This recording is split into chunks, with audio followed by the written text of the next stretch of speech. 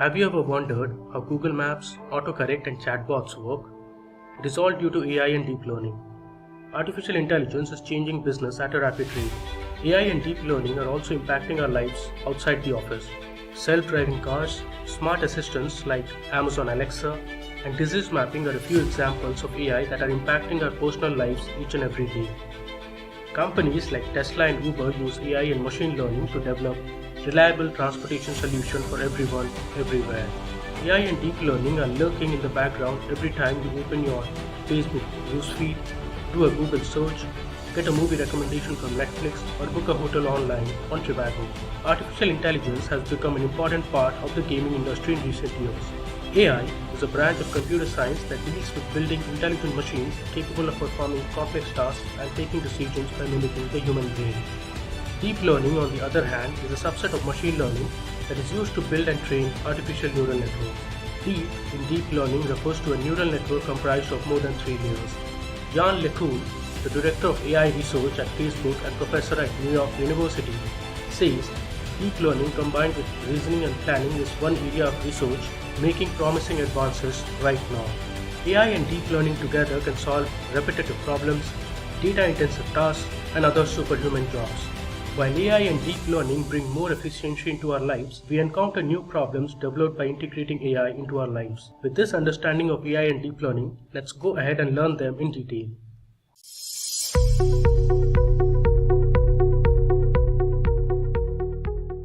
Artificial intelligence and deep learning are two vastly growing technologies today and have created a revolution in the business sector.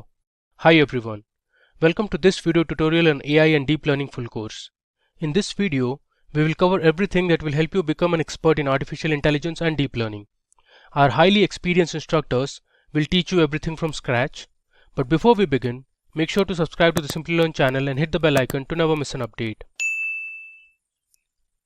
So first, we will learn the basics of artificial intelligence with a short animated video. Then, we will look at the future of AI and understand AI in depth with hands-on demonstrations in Python. We will learn the top 10 artificial intelligence technologies in 2021 and shift our focus to understanding deep learning in detail. You will learn the basics of deep learning followed by neural networks. Moving further, you will get an idea about the two most popular deep learning frameworks, Tensorflow and Keras. You will also get an idea about recurrent neural network and generative adversarial networks. Finally, we will understand computer vision using the OpenCV library and look at the top deep learning interview questions. So let's get started. Picture this, a machine that could organize your cupboard just as you like it, or serve every member of the house a customized cup of coffee. Makes your day easier, doesn't it? These are the products of artificial intelligence. But why use the term artificial intelligence? Well, these machines are artificially incorporated with human-like intelligence to perform tasks as we do. This intelligence is built using complex algorithms and mathematical functions. But AI may not be as obvious as in the previous examples. In fact, AI is used in smartphones, cars, social media feeds, video games, banking, surveillance, and many other aspects of our daily life. The real question is, what does an AI do at its core? Here is a robot we built in our lab, which is now dropped onto a field. In spite of a variation in lighting, landscape, and dimensions of the field, the AI robot must perform as expected. This ability to react appropriately to a new situation is called generalized learning. The robot is now at a crossroad, one that is paved and the other rocky. The robot must determine which path to take based on the circumstances. This portrays the robot's reasoning ability. After a short stroll, the robot now encounters a stream that it cannot swim across. Using the plank provided as an input, the robot is able to cross this stream. So, our robot uses the given input and finds the solution for a problem. This is problem solving. These three capabilities make the robot artificially intelligent. In short, AI provides machines with the capability to adapt, reason, and provide solutions. Well, now that we know what AI is, let's have a look at the two broad categories an AI is classified into. Weak AI, also called narrow AI, focuses solely on one task. For example, AlphaGo is a maestro of the game Go, but you can't expect it to be even remotely good at chess. This makes AlphaGo a weak AI. You might say Alexa is definitely not a weak AI, since it can perform multiple tasks. Well, that's not really true. When you ask Alexa to play Despacito, it picks up the keywords play and Despacito, and runs a program it is trained to. Alexa cannot respond to a question it isn't trained to answer. For instance, try asking Alexa the status of traffic from work to home. Alexa cannot provide you this information, as she is not trained to. And that brings us to our second category of AI, strong AI. Now, this is much like the robots that only exist in fiction as of now. Ultron from Avengers is an ideal example of a strong AI. That's because it's self-aware and eventually even develops emotions. This makes the AI's response unpredictable. You must be wondering, well, how is artificial intelligence different from machine learning and deep learning? We saw what AI is. Machine learning is a technique to achieve AI, and deep learning, in turn, is a subset of machine learning. Machine learning provides a machine with the capability to learn from data and experience through algorithms. Deep learning does this learning through ways inspired by the human brain. This means through deep learning, data and patterns can be better perceived. Ray Kurzweil, a well-known futurist, predicts that by the year 2045, we would have robots as smart as humans. This is called the point of singularity. Well, that's not all. In fact, Elon Musk predicts that the human mind and body will be enhanced by AI implants, which would make us partly cyborgs. So, here's a question for you. Which of the below AI projects don't exist yet? A. An AI robot with citizenship. B. A robot with a muscular skeletal system. C. AI that can read its owner's emotions. D. AI that develops emotions over time. Give it a thought and leave your answers in the comment section below. Since the human brain is still a mystery, it's no surprise that AI too has a lot of unventured domains. For now, AI is built to work with humans and make our tasks easier. However, with the maturation of technology, we can only wait and watch what the future of AI holds for us. Well, that is artificial intelligence for you in short.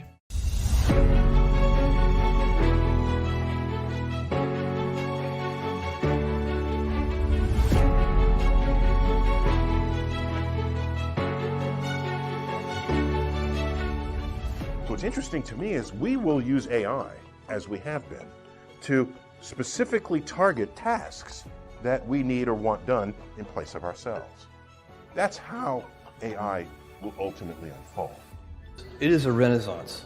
It is a golden age. We are now solving problems with machine learning and artificial intelligence that were, kind of in the realm of science fiction for the last several decades.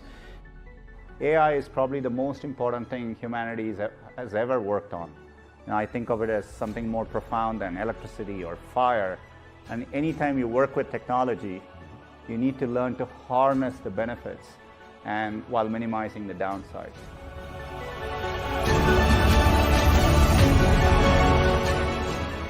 We're focusing on autonomous systems. And clearly one purpose of autonomous systems is self-driving cars. There are others. And we sort of see it as the mother of all AI projects. So there's a class of things like game playing or speech recognition or image recognition that the performance levels are phenomenal.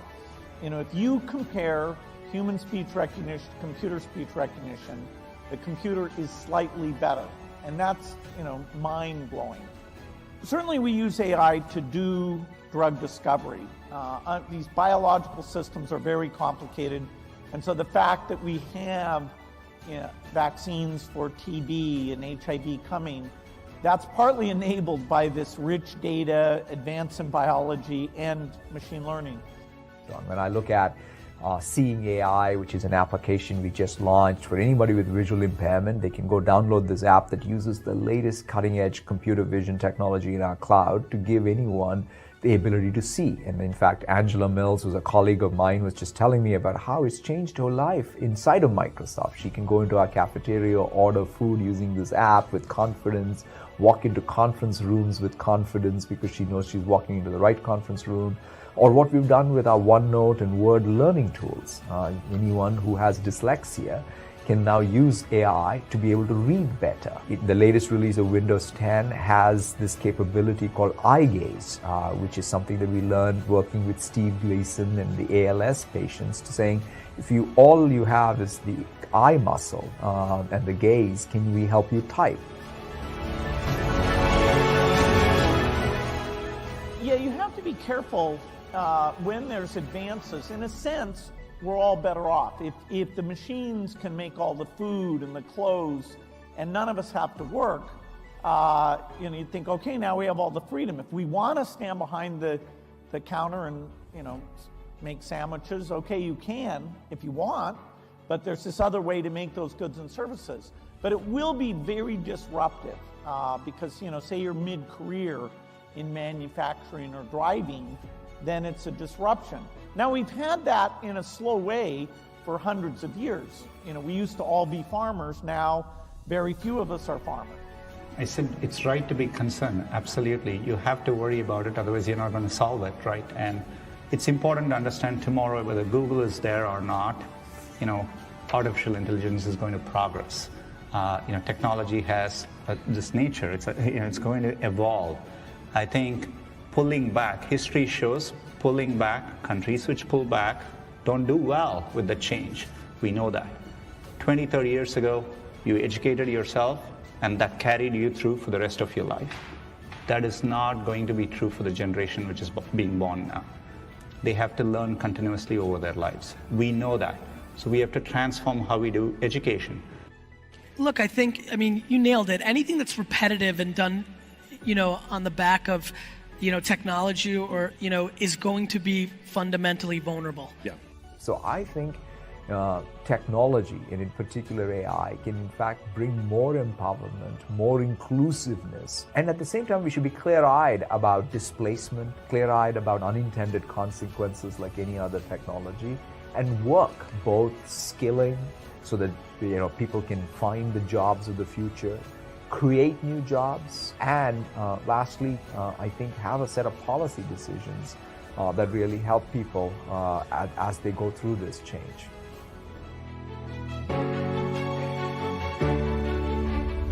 The risks are important, and I think the way we solve it is we think ahead, we worry about it, we do things like be upfront, have ethical charters, think about AI safety from day one, be very transparent and open in how we pursue progress there, and figure out global frameworks by which we can engage. Just like Paris Agreement and climate change, using forums like this, I think we bring people together to engage on the hard questions, and I think answers will emerge.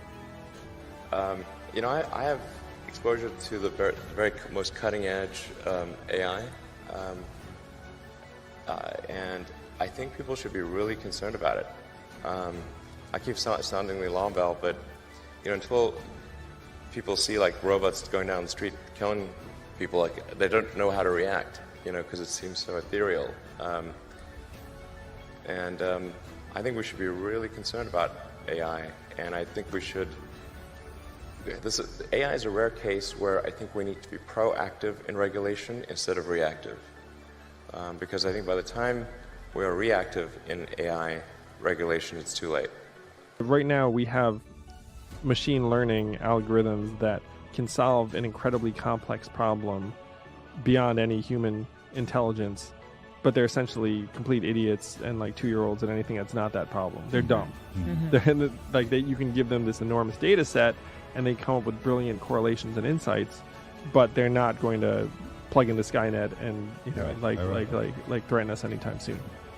So I'm quite optimistic, and I don't think artificial intelligence is a threat. I don't think artificial intelligence is something terrible, but human beings are smart enough to learn that.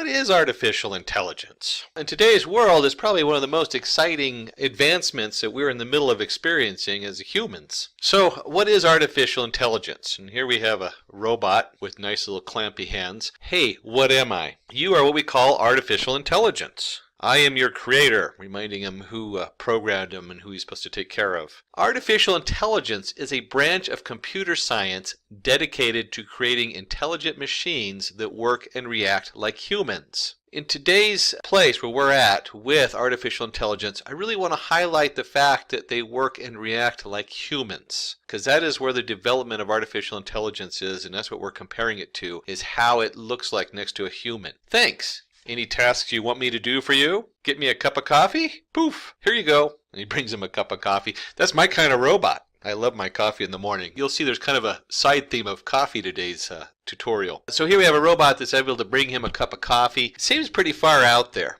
you know, that we have a walking robot that's doing this, but it's not as far out there as you think. We have automatic coffee pots. We have devices that can move an object from one point to the other. You know, anything from Amazon delivering packages or whatever you want. All these things are in today's world. We're right on the edge of all this. That's what makes this so exciting, such an exciting topic and a place of study. So let's take a look, a real general look at types of artificial intelligence in the really big picture. I mean, when we drill into it, there's like machine learning and all kinds of different aspects, but just a generic level of artificial intelligence. So, hi there, discovered 4 different types. Come have a look. So we have our kind of Einstein-looking guy or professor at some college. So the very first part that we're really, this is reactive machines. They've been around a long time. This kind of AI are purely reactive and do not hold the ability to form memories or use past experiences to make decisions. These machines are designed to do specific jobs.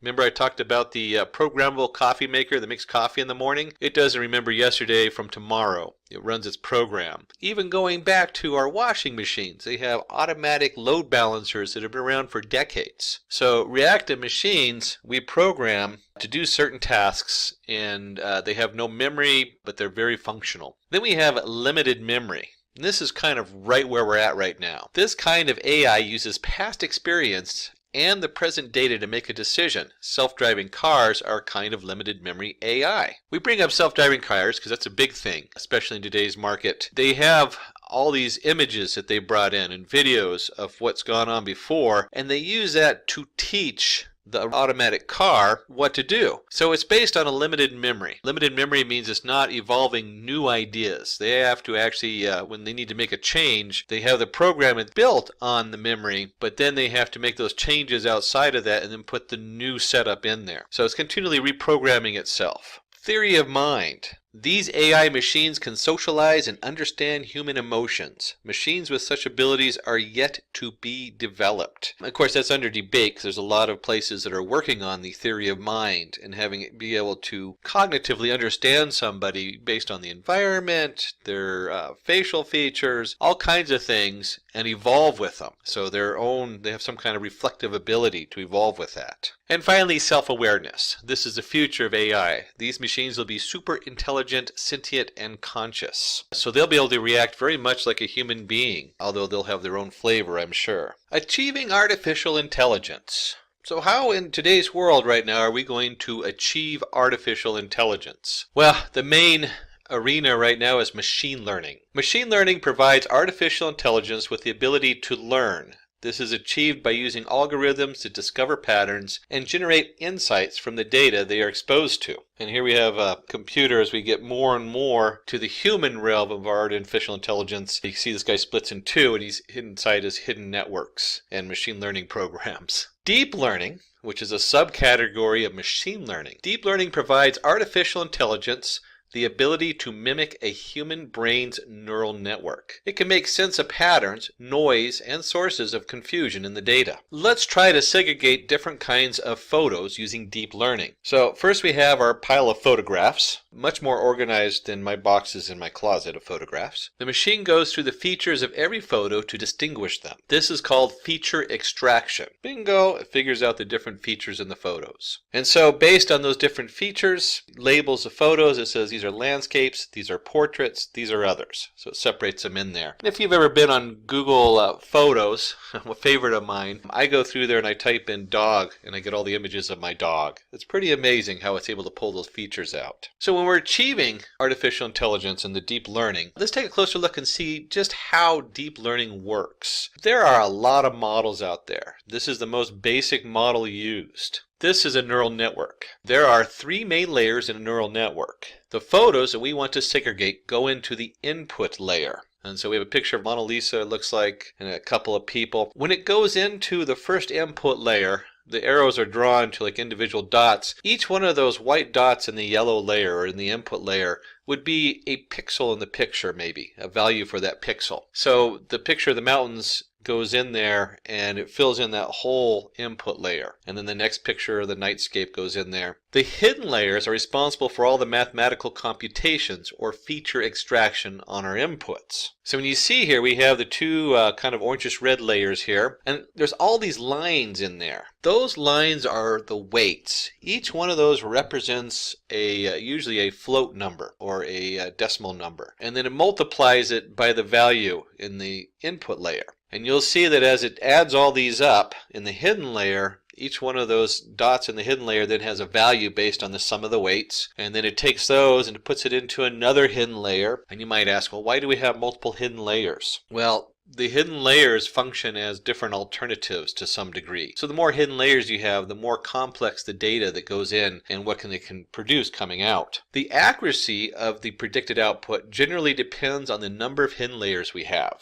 So there we go. The accuracy is based on how many hidden layers we have. And again, it has to do with how complex the data is going in. The output layer gives us the segregated photos. So once it adds up all these weights, and you'll see there's weights also going into the output layer, based on those weights, it'll say, yes, it's a portrait, no, it's a portrait. Yes, it's a landscape, no, it's a landscape. And that's how we get our setup in there. So now we were able to label our photos. Let's take a look and see what that looks like in another domain. We have photograph domain. Now let's look at it in the airline ticket. So let's predict the airline ticket prices using machine learning. These are the factors based on which we're going to make the predictions. And choosing your factors is so important. But for right here, we'll just go ahead and take a look at what we got. We have airlines, we have the origin airport, the destination airport, the departure date. Here are some historical data of ticket prices to train the machine. So we pull in the old data. This is what's happened over the years. Now that our machine is trained, let's give it new data for which it will predict the prices. And if you remember from our 4 different kinds of machines, we have machines with memory. Well, this is the memory part. It remembers all the old data and then it compares what you put in to produce the new data, to predict the new prices. The price is $1,000.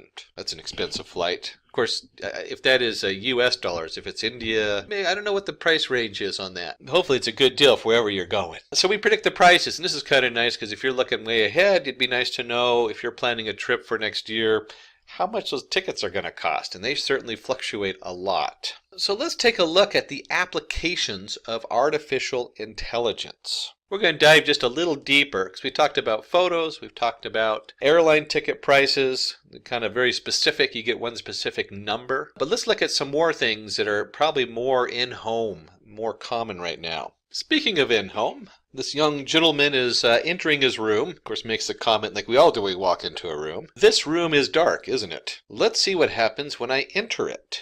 The sensors in my room detect my presence and switch on the lights. This is an example of non-memory machines. Okay, it senses you. It doesn't have a memory whether you've gone in or not. Some of the new models start running a prediction as to whether you're in the room or not, when you show up, when you don't. So they turn things on before you come down the stairs in the morning, especially if you're trying to save energy. You might have one of those fancy thermostats, which starts guessing when you get up in the morning so it doesn't start the heater until it knows you're going to get up. So here he comes in here, and this is one of the examples of a smart machine. And that is one of the many applications of artificial intelligence, one of the things we're developing here in our homes. Okay, bye. Abruptly he leaves, leaving his nice steaming cup of coffee there on the table. And when he leaves, the sensors detect he's gone and turn off the lights. Let's watch some TV. Did someone say TV? The sound sensors on the TV detect my voice and turn on the TV. Sounds kind of strange, but with the Google dongle and a Google Home Mini, you can actually do just that. You can ask it to play a movie downstairs on your downstairs TV. True also with the Amazon Fire Stick and all the different artificial intelligent home appliances that are coming out. Pretty amazing time to be alive and in this industry. Here you have one more application of artificial intelligence, and you can probably think of dozens of others that are right now on the cutting edge of development. So let's jump into my favorite part, which is a use case. Predict if a person has diabetes. And in the medical domain, I mean, if you read any of these, they say predict if a person has diabetes. But in the medical domain, we would want to restate this as, what is the risk? Is a person a high risk of diabetes? It should just be something on their radar to be looking out for. And we'll be helping you out with the use case. There we are with a cup of coffee again. I forgot to shave, as you can see. We'll start with the problem statement. The problem statement is to predict if a person has diabetes or not. And we might start with this prediction statement, but if you were actually using this in a real case, again, you would say you're high risk of diabetes would be the proper way to present that to somebody if you ran their test data through here. But that's very domain specific, which is outside of the problem statement as far as a computer programmer is involved. So we're going to have a look at the features. These are the things that have been recorded, and they already have this data from the hospitals. One of them would be number of times pregnant. Obviously, if you're a guy, that'd be 0. Glucose concentration. So these are people who've had their glucose measured. Blood pressure. Age. Age is a big factor, an easy thing to look at. Insulin level. So if someone's on insulin, they probably have diabetes. Otherwise, they wouldn't be taking insulin. But that would affect everything else, and we add that in there if they're using insulin. Let's start off with the code. So we're going to start off by importing parts of our data set. And if we're going to do this, let's jump into one of our favorite tools. We're going to use the Anaconda Jupyter Notebook. So let me flip over to there, and we'll talk just briefly about that, and then we'll look over this code. So here we are in the Jupyter Notebook, and this is an inline editor, which is just really cool for messing with Python on the fly. You can do demos in it. It's very visual. You can add pieces of code. It has cells, so you can run each cell individually. You can delete them. You can tell the cell to be a comment, so that instead of running it, it just skips over it. There's all kinds of cool things you can do with Jupyter Notebook. We're not going to go into that. We're actually going to go with the Tensorflow. And you do have to import all the different modules in your Python. Now, if you're in a different Python IDE, that's fine. It'll work in just about any of your Python IDEs. And I'll point out the one difference in code when we get to that, which is the inline for doing our graph. And in this code, we're going to go through, we're going to load our data up, we're going to explore it, we're going to label it, and then we'll use the TensorFlow, and then we'll get down to the end where we're going to take a look at how good the model is. Does it work? So let's start with the top part here. And let me go ahead and let's paste that code in there. I've added a line in at the top. I've added the folder, because I didn't put it in the same folder as the program that's running. You don't need to worry too much about that, but if you have a folder issue or it says file doesn't exist, you probably have it in the wrong folder, or you need to add the folder path. And then we're going to import pandas. And let me just, one of the cool things, since it's in Chrome, we can just do that Control plus and zoom right in there. And we have the import pandas as PD. So go ahead and draw a line of there. You can see that the pandas as PD, add a little drawing thing in there to make it a little easier to see. Pandas is a data set. It's a really nice package you can add into your Python. Usually it's done as pandas as PD. That's very common to see the PD here. Let's circle that. It's basically like an Excel spreadsheet. It adds columns, it adds headers, it adds a lot of functionality to look at your data. And the first thing we're going to do with that is we're going to come down here and we're going to read. And this is a CSV. It's a CSV file. You can open up the file on your computer if you want. If you need access to the file, you can either search it and download it from the main thing, or type a note in down below on the YouTube video. And Simplilearn will help you get that file also.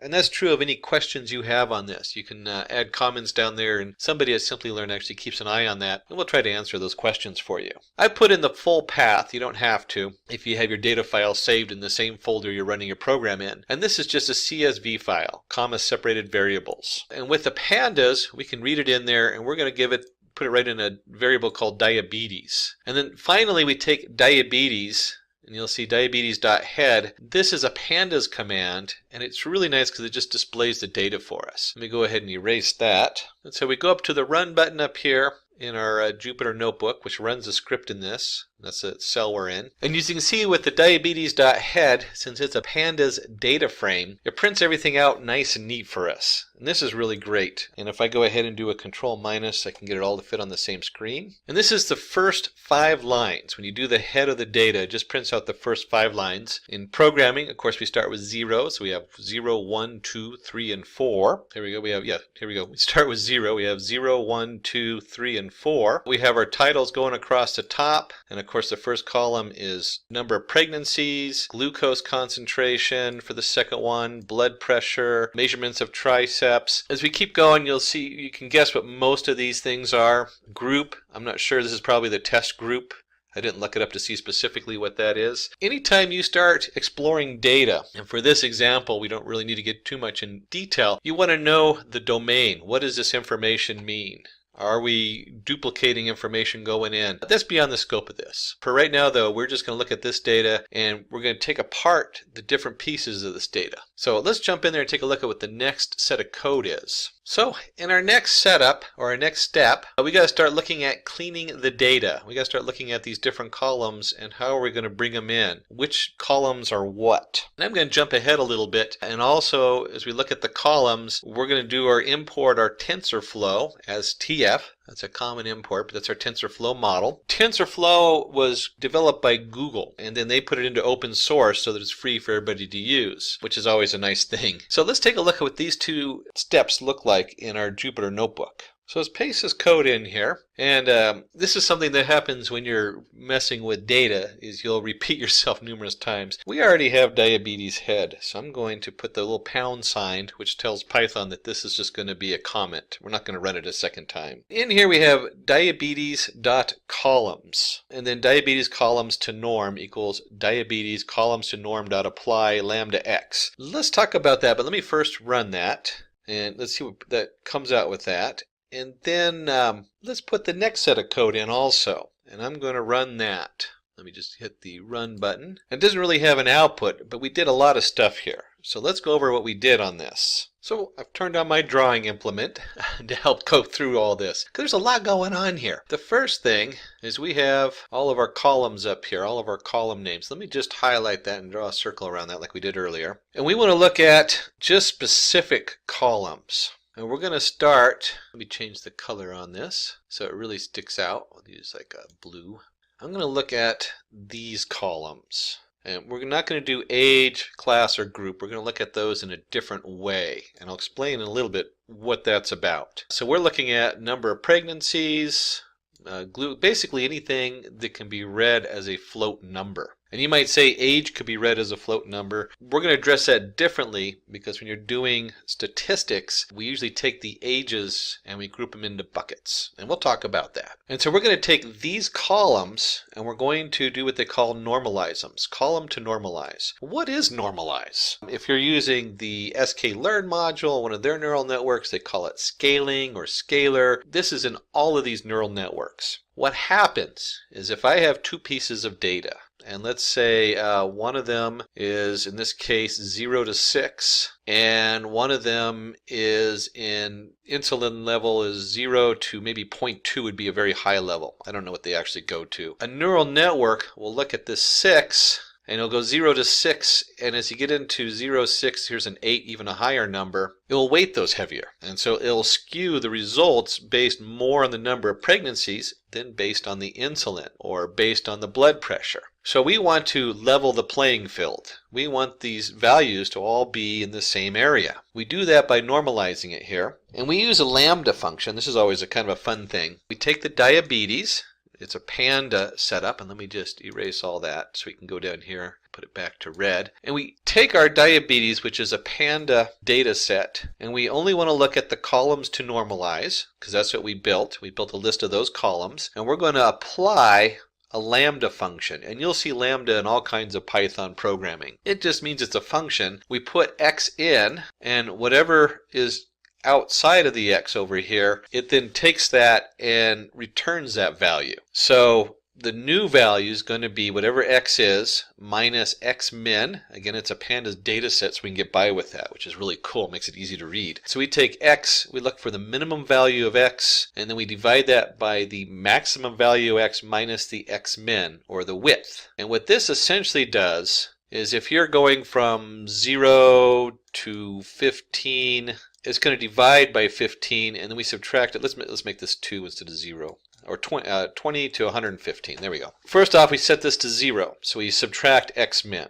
So right off the bat, the minimal value is going to be 0. And then we divide it by the difference here, x min minus x max, or x max minus x min. This basically sets all the values between 0 to 1. And that's very important if we want to make sure that it's not going to be a skew in the results, if it's not going to weight the values one direction or the other. 0 to 1. That's what this is doing. And again, there's like so many different ways to scale our data. This is the most basic scale, it's standard scaling, and it's the most common. And we spelled it out in the Lambda. There's actual modules that do that, but Lambda is it's such an easy thing to do, and you can really see what we're doing here. So now we've taken these columns, we've scaled them all, and changed them to a 0 to 1 value. We now need to let the program know, the TensorFlow model that we're going to create, we need to let it know what these things are. So to do that, I create a variable called number pregnancy, keep it simple, and we've imported the TensorFlow as TF. One line of code brings our TensorFlow in for us. Awesome. Love Python. So you get number of pregnancies and tf.featureColumn.numeric column. We're going to tell it's a numeric column, so it knows that this is a float value, 0 to 1, and then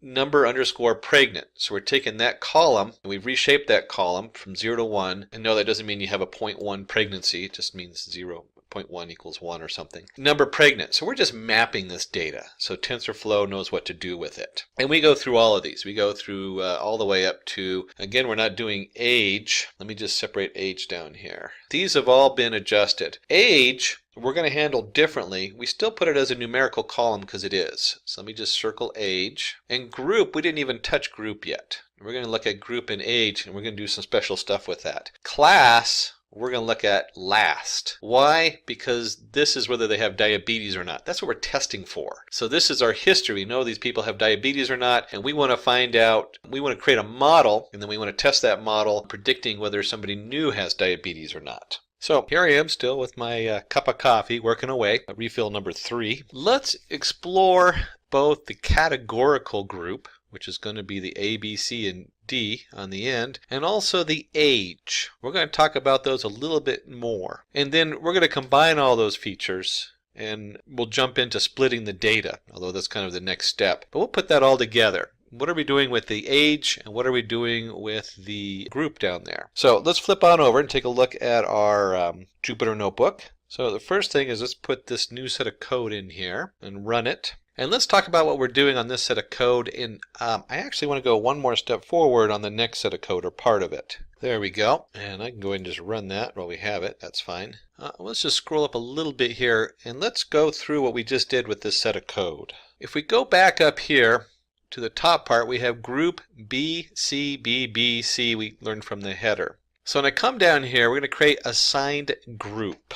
And let me get my drawing pad out. So we're looking at this first one up here, assigned group, TF feature column, categorical column with vocabulary list. Whew, that is a mouthful. This is saying that this is a categorical list. In this case, we have A, B, C, D. You see this a lot in TensorFlow. A lot of times TensorFlow is used to analyze text or logs, error logs, and they're just full of all this information, and they take these, in this case A, B, C, D, but in other cases it'd be words, and they create numbers out of them. So it has 0, this is one column, this is another column, this is another column, this is another column. And it's just this way of being able to look at this in a different light and assigning them different values. You really don't want to assign this a float value. First thought might be, let's assign this 0 to 3, 0, 1, 2, 3 for A, B, C, D. But if you did that, it would try to add 1 plus 2 to get 3 as part of its math and functions. And that just isn't true. C does not equal A plus B.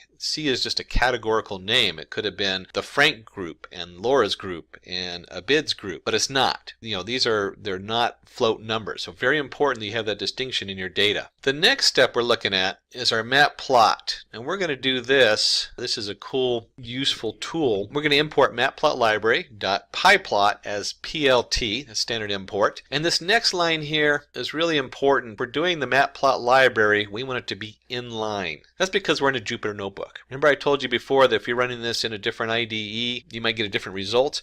This is the line you need if you want to see the graph on this page. And then we do diabetes, and we're going to look at just the age, and .hist bins equals 20. What the heck is that? Well, it turns out that because this is, remember it's a pandas, there's our PD, pandas as PD. Because this is a pandas, panda automatically knows to look for the matplot library. And a hist just means it's going to be a histogram. And we're going to separate it into 20 bins. And that's what this graph is here. So when I take the diabetes and I do a histogram of it, it produces this really nice graph. We can see that at 22, most of the participants in this, probably around 174 of the people that were recorded were of this age bracket. They're right here in this first column here. And as they get further and further down, they have less and less and less until when you're at 80, you can actually see down here there's almost none in a couple of these categories. And this is important to note because when you're doing census, the older the group is, the more the people have passed away. So you're going to have this in any of your censuses you take. You're always going to have a much larger group in the younger crowd, and then it gets lower and lower as they get older. And I mentioned the word buckets. Here we go. We're going to create an age bucket. We're going to put people in buckets. Can you imagine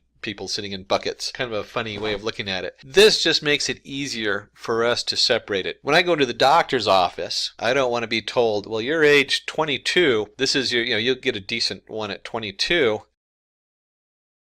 Here we are back to my cup of coffee. I told you coffee was an underlying theme. These next couple steps are very specific to TensorFlow. Up until now, we had some TensorFlow as we set the categories up, but you'd have to set that up with any model you use to make sure they're set correctly. They'd be set up a little differently. But we run input functions. And in TensorFlow, this allows for some really cool things to happen. And this is why TensorFlow is so predominant in a lot of areas. So let's take a look at these next couple lines of code here. We're going to create the input function, and we're going to go ahead and create the model. And let me go ahead and put these codes in here. I went ahead and split it up so it has different lines, so we can talk a little bit about that. And then the actual model. And let me go ahead and run this so we can see what that looks like. And in my particular environment, it just prints out a little bit of information about the model. Not too worried about looking at that, but we do want to take a closer look at what we did here. So we've created an input function. And again, this is very specific to TensorFlow. With the input function, we have our train. We have our x equals x train and our y equals y train because we want to train it with a particular information. But we have these other settings in here, these two settings. And the number of epochs is how many times it's going to go over our training model. Epoch means large, so it means all the data. So we're going to go over it 1,000 times. That's actually a huge overkill for this amount of data. Usually it only needs probably about 200. But when we're putting it together and you're trying things out, you just kind of throw the numbers in there and then you go back and fine tune it sometimes. The batch size is really important. This is where TensorFlow does some really cool things. If you're processing this over a huge amount of data and you try to batch everything at once, you end up with a problem. This means we're only going to read 10 lines at a time through our data. So each one of those rows of testing they've done, we're only going to look at 10 of them at a time and put that through our model and train it. And then shuffle is self-explanatory. We're just randomly selecting which data and what order we go in. That way, if there's 5 in a row that are kind of weighted one way and vice versa, it mixes them up. And then finally we create our model. So the model goes in there and goes, okay, I have a tf.estimator.linear classifier. We're going to put in the feature columns equals feature columns. We defined all our columns up above. And then we have in classes equal 2. And that just means we have our out result is 0 or 1. You have diabetes or you don't have diabetes, or in this case, we actually call it high risk of diabetes. And then I put one more line of code in there, which I forgot. We've set up our model. We set up our feature columns. Now we need to actually train it. Model.train. You'll see this so common in so many different neural network models. This is like a standard. What's different though is we have to feed it the function. Remember we created this function with all this information on it. And then we have steps. And steps similar to number of batches and batch size. It's more like individual lines we step through. 1,000 is a lot more common for steps than epochs. But steps is used. You could probably leave this out in this particular example. And let's go ahead and run this all together, because it has a slight, when we start training it, we get a different output. So here we go. I've run it. It's given me the information from when I created the model. And now it just starts going through and we get this information. Tensor loss equals global step. All kinds of stuff going on here. And if you're following this, it's just going through the steps and training it. It gives you information. You could dig deep into here, but for this particular setup, we're not going to go too deep on what's going on. Just know that we've trained our model. This model now has the information we need in it to start running predictions. So as we sip our next, take our next sip of coffee, or maybe it's tea, or if you're one of those strange late night workers, maybe it's a sip of wine. We go into the next step and we actually want to run some predictions on here, but we don't want to run the training. We want to run the test on there. We want to take our test data and see what it did. And so that's what we're going to do next, is we're going to run the test through and actually get some answers. So if you were actually deploying it, you would pull the answers out of the data it's bringing back. Let's take a look at that in our Jupyter Notebook. So here we go. Let's paste it in there. I'm going to go ahead and run it. And you'll see that as it goes, it's actually putting the answers out. If you remember correctly, well, we'll walk through this here in just a second, but it goes through and it runs each line and it gives you a prediction for each line one at a time and prints them out. So let's take a look and see what that actually looks like. Let's start with this first part. We've created another function. This is just like the other function, except for x equals x test. And there's no y. Why is there no y? Because we don't know what the answer is on this yet. We don't want to tell it the answer. We want it to guess what the answer is. So we can evaluate that and see how good it did on that 33% of the data. So this is our X test. Batch size is 10 again. So if we were watching this roll down here, we would see that it actually processes it 10 lines at a time. It's only going to go through once. It goes through all the X test data one time. We don't need to have it predict multiple times. And shuffle equals false.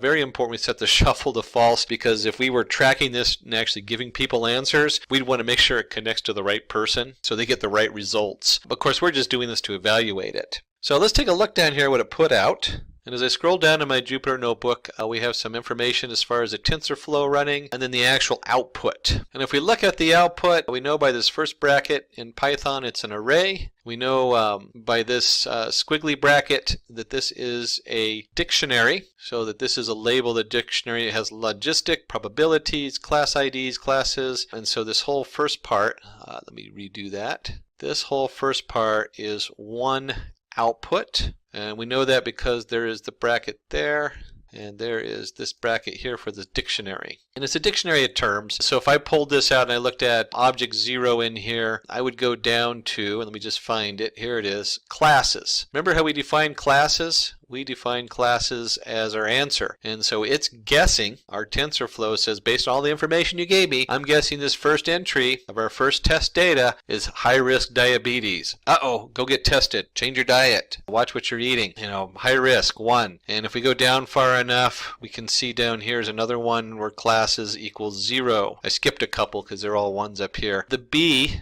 this particular output, B, in front of the 1, means it's a binary output. It only comes out as 0 or 1. And there's a lot of other information in here. You can dig deep into TensorFlow and explain these different numbers. That's way beyond the scope of what we're working on today. So the basics of it, though, is you get an output. And we have an output of whether the person has diabetes or not. Well, in this case, it's high risk of diabetes or not. So now that we've run our predictions, take a sip of coffee, a short break, and we say, well, what do we need to do? Well, we need to know how good was our predictions. We need to evaluate our model. So if you're going to publish this to a company or something like that, they want to know how good you did. Let's take a look at what that looks like in the code. So let's paste that in here, and just real quick, go back over this. By now, this function should look very, we're going to call it eval input function. It should be pretty straightforward here. We have our TF estimator inputs, pandas input function, and then we have our X test, our Y test,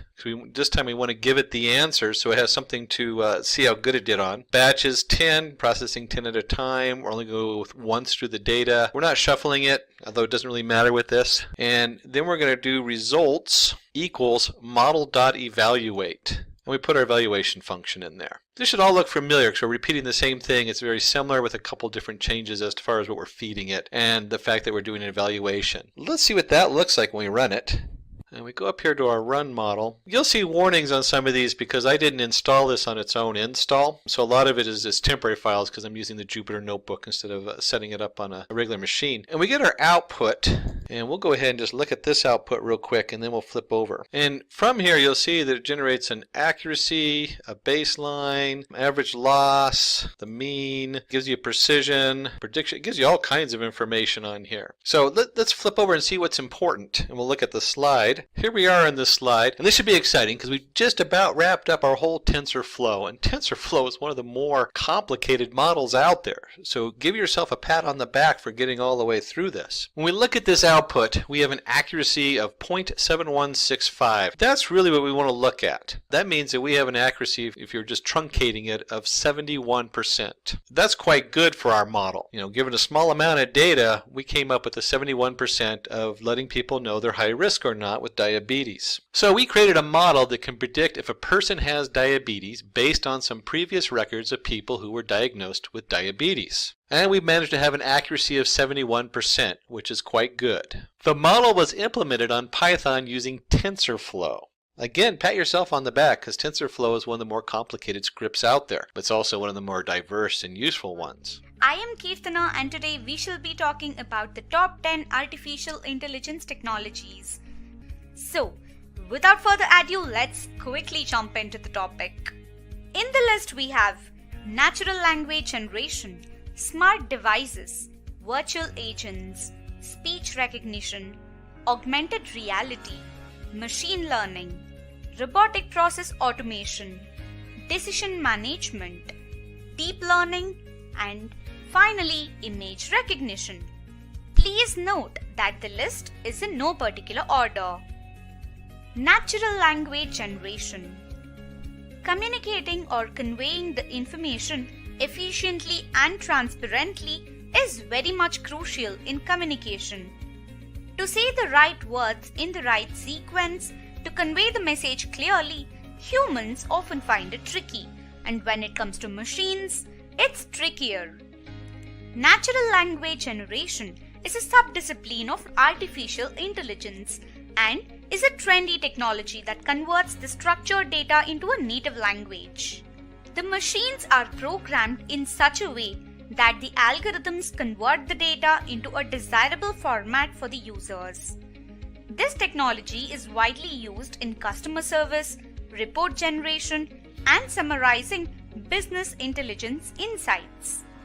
Some of the sample vendors are Ativio, Automated Insights, SAS, Cambridge Semantics, Digital Reasoning, Narrative Science, etc.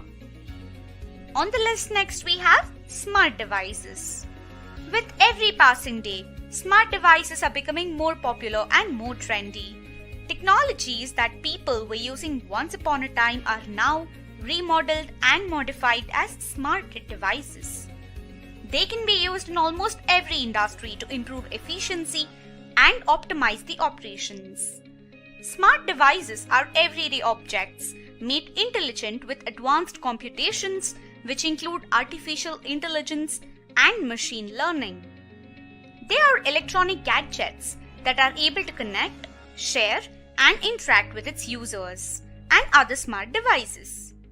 Some of the smart devices are smart watches, smart glasses, smartphones, smart speakers, etc. Virtual agents. They are computer-generated intelligence that provides online customer assistance. They can effectively communicate with humans. In most of the web and mobile applications, we see chatbots as customer service agents who interact with us answering our queries. In simple, virtual agents are a manifestation of a technology which aims to create an effective but digital impersonation of humans. Virtual agents can make reservations, book an appointment, place an order, and can even avail product information. Some of the best examples of virtual agents are Google Assistant and Amazon Alexa. And the companies that provide virtual agents are Microsoft, Google, Amazon, and Assist AI. Next, we have speech recognition. Speech recognition is yet another subdiscipline of artificial intelligence, which is used to convert human speech into a comprehensive and useful format for computer applications to process. It can be said as a bridge between computer interactions and humans. It's presently used in interactive voice response systems and mobile applications. Some of the companies offering speech recognition services are Nuance Communications, OpenText, NICE, and Recurrent Systems. Augmented reality.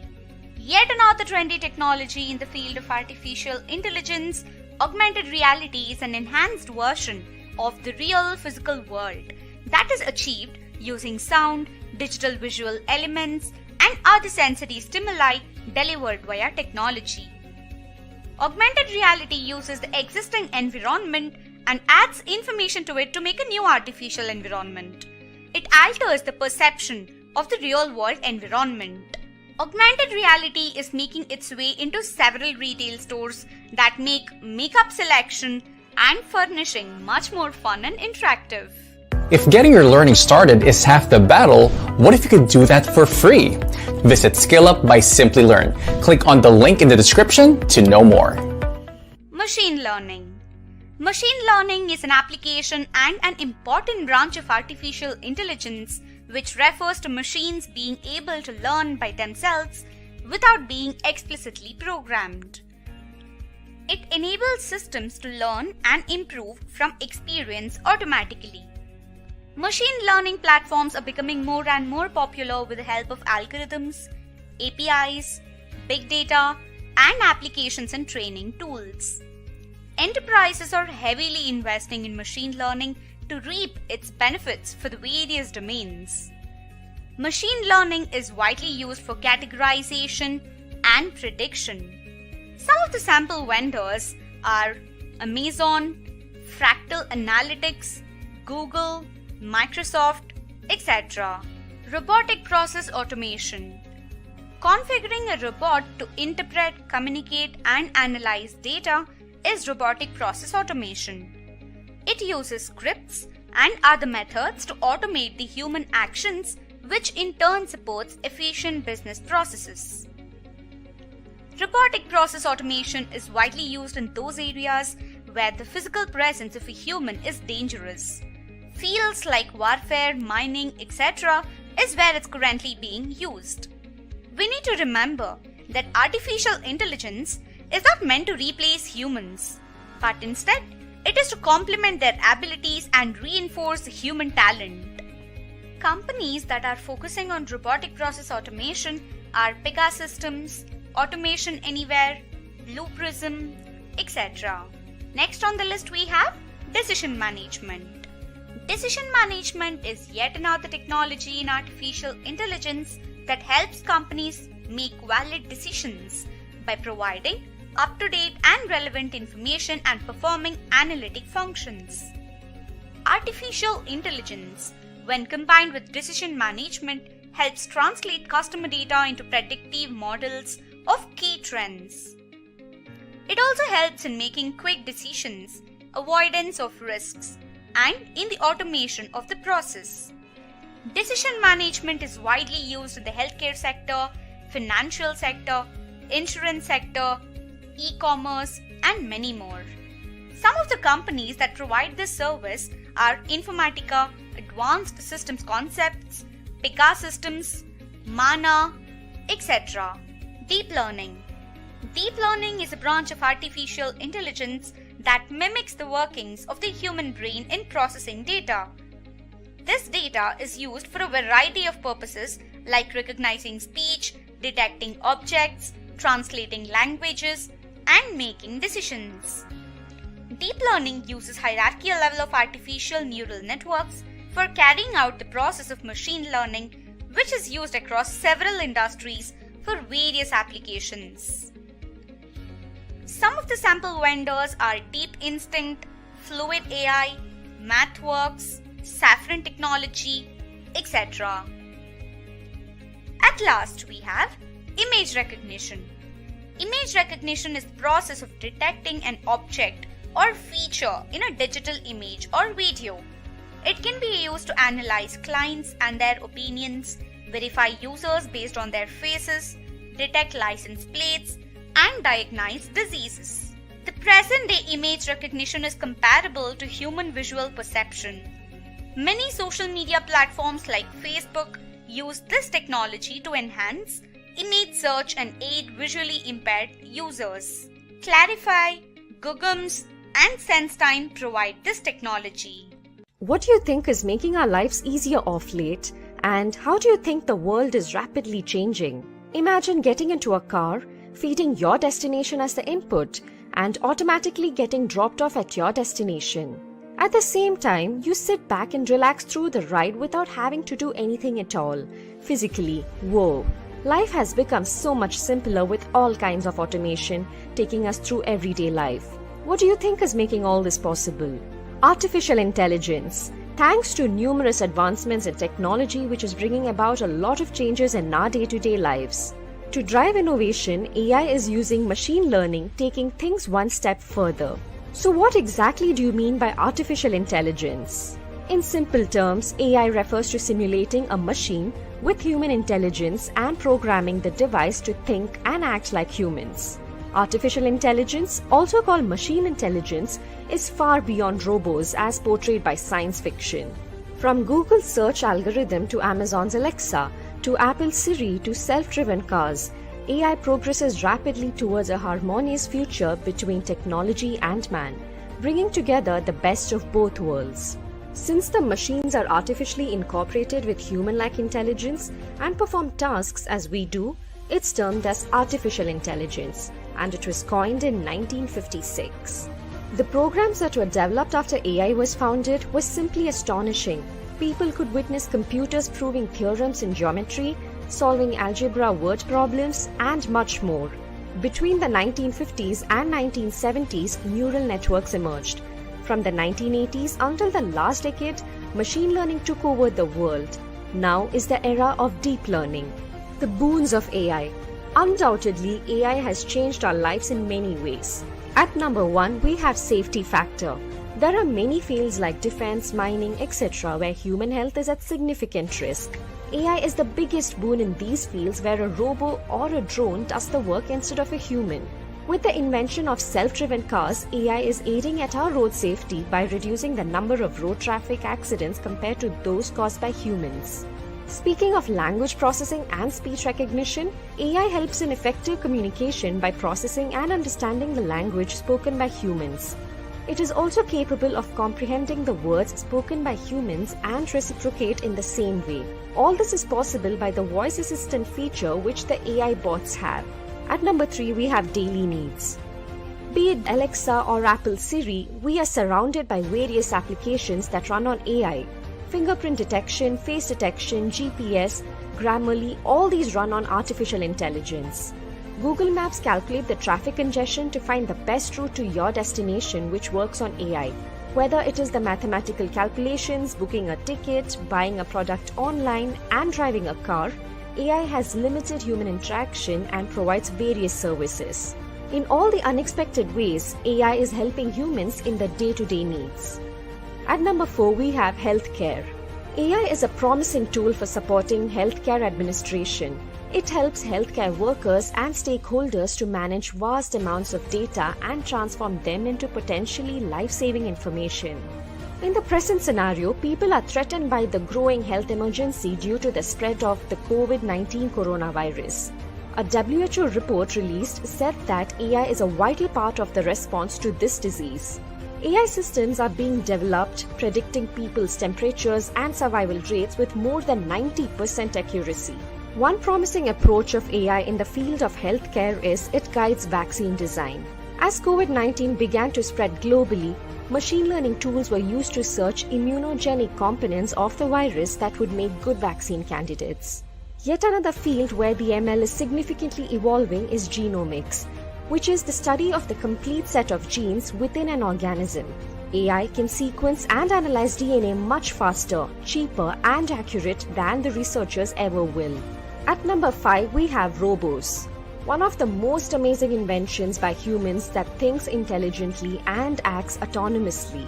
The disinfecting robos are playing a significant role in these uncertain times. They rove around healthcare facilities, spreading UV light to disinfect places contaminated with viruses. The benefits of AI robos far exceed the apprehensions. Speaking of role of technology advancements, artificial intelligence is rapidly advancing with a lot of computers and robots capable of doing miracles. Though the machines and robots cannot have human feelings, they can think and act like humans. Companies use techniques like machine learning and neural networks to accomplish artificial intelligence, which is also called machine intelligence. In the present scenario, considering the total intelligence, we can conclude that 95% of it is machine intelligence and the remaining 5% is what we call human knowledge. Speaking of AI versus human, AI has a positive as well as a negative impact on us and society. According to some recent studies, 7 million existing jobs will be replaced by AI in the UK between 2017 and 2037. But at the same time, 7.2 million jobs could be created as well. A study from McKinsey Global Institute states that by 2030, automation will replace 400 to 800 million jobs, requiring as many as 375 million people to switch their job categories entirely. This is indeed going to cause fear and concern to many vulnerable countries. The biggest challenge is how people would make a living with these changes and uncertainty. Google CEO Sundar Pichai has claimed that AI will be more transformative to humanity than electricity ever will. Google even launched an AI system which bets some of the best Atari 2600 game players. Also, did you know that the best chess player in the world is a machine? How would it be when the best doctor in the world is a machine, the best teacher is a machine, the best architect is a machine, and the best of many professions are various machines and robots? AIs and robots will replace fast food joints and radiologists in hospitals. Someday, AI will diagnose your cancer and a robot will perform your surgery. It won't be long until a machine is superior in every single professional field. Warning by Musk. This is extremely important. I think the danger of AI is much greater than the danger of nuclear warheads by a lot. And nobody would suggest that we allow anyone to just build nuclear warheads if they want. That would be insane. And mark my words, AI is far more dangerous than nukes. Far. So why do we have no regulatory oversight? This is insane. Though AI is a boon to humankind in many different ways, not everyone is ready to welcome AI with open arms. Some AI experts like Stephen Hawking and Elon Musk have warned us about the looming dangers that AI may possess to humanity. They have even suggested that AI is likely to be the greatest threat that could end the human species. Elon Musk says that he is close to the cutting edge in AI, which scares him a lot. AI is vastly more than almost anyone knows, and the rate of improvement is exponential. He also says that AI is far more dangerous than nuclear warheads. Earlier in 2014, Musk had described AI as our biggest existential threat. AI can be harmful to us in two different ways. The idea that AI will become conscious and responsive and seek to destroy us. Also, the notion that people with evil hands can turn this AI into a critical tool for wicked purposes. If the super intelligent AI, more intelligent than us, becomes conscious, they will look at humans like how humans will look at monkeys. People are afraid of AI by watching movies like 2001: A Space Odyssey, where one of the most well-known AIs turned terrible. The Terminator, The Matrix, and few others. These movies have speculated about AI that far exceeds the expectations of its creators and escapes their control, eventually targeting humans for extinction. Speaking of the real reasons to be afraid of AI, There are doctors, engineers, accountants, judges, architects who seek information from an AI system. They treat this information as it is from a trusted colleague. This trust is what we should be afraid of. It is not because of how often AI gets it wrong. AI researchers pride themselves on the accuracy of results. It is how bad it gets it wrong when it makes a mistake. These systems do not fail gracefully. One such incident is when Facebook had to shut down a controversial chatbot experiment where the two AIs developed their own language for communication. A research was conducted with two chatbots named Alice and Bob, focusing on how to negotiate with each other. Unfortunately, the researchers found that the bots had deviated from the actual script and had started inventing their new phrases without any human script. As the bots were left unsupervised, they developed their machine language, which was otherwise developed to converse with people. That's the scary part of AI, neural networks, and deep learning. The developers and researchers working on this would have no idea what it's doing. This technology can get complicated, and we have to make sure what we are doing with it holds value. We must also handle it cautiously because AI is a direct reflection of us. People should lead and not follow. So here's the question, should we be afraid of AI? We all know that AI is a transformative technology that we have ever seen in the history of humankind. On the other hand, we should be scared of this so-called transformative power. It has the potential to be transformative both for good reasons as well as for the wrong. However, fear of the unknown has always been the case with technology. Fears that AI will develop awareness and overthrow humanity are grounded in misconceptions of what AI is. AI is defined by the algorithms that dictate its behavior and operate under definite limitations. People are afraid of what happens when AI reaches its consciousness. What if an AI machine starts to have human feelings and emotions? Well, there has been no progress in research in these areas. Also, we don't think that is anywhere in our near future. Pretty much any type of machine can be used for either good or bad reasons. We as developers and researchers should know where to stop or pause. In a TED Talk, Peter Haas says, imagine you're driving up a mountain and it's raining very heavily. As you climb into the mountains, the rain is turning into snow, and pretty soon that snow is a whiteout. You cannot see the tail lights of the car in front of you. You start skidding. You see some vehicle was coming to crash into you. All this wouldn't have happened if you paused your journey as the rain was getting worse. This is to tell you how something small and seemingly mundane can quickly grow into something hazardous. Consider yourself driving in the rain with AI right now. That rain will turn into snow soon, and that snow could quickly become a dangerous blizzard. So we need to pause, check the conditions, put in place safety standards, and ask ourselves how far we want to go. Only the healthy skepticism of these systems is going to help keep people in the loop. Spot checking what the AI algorithms are doing, keeping people in the loop, will probably solve some of our most significant challenges. At the moment, AI isn't dangerous in itself unless you're living in the realms of the movies as mentioned earlier. However evolved these AI machines are, they still lack human empathy and consciousness. So instead of running away from this technology, we should understand this revolutionary technology and make sure it is used in the right way to make our lives better. And on that note, if you want to master AI and machine learning, you can check out Simplilearn's postgraduate program in AI and machine learning in partnership with Purdue University. Ever wondered how Google translates an entire web page to a different language in a matter of seconds? Or your phone gallery groups images based on their location? All of this is a product of deep learning. But what exactly is deep learning?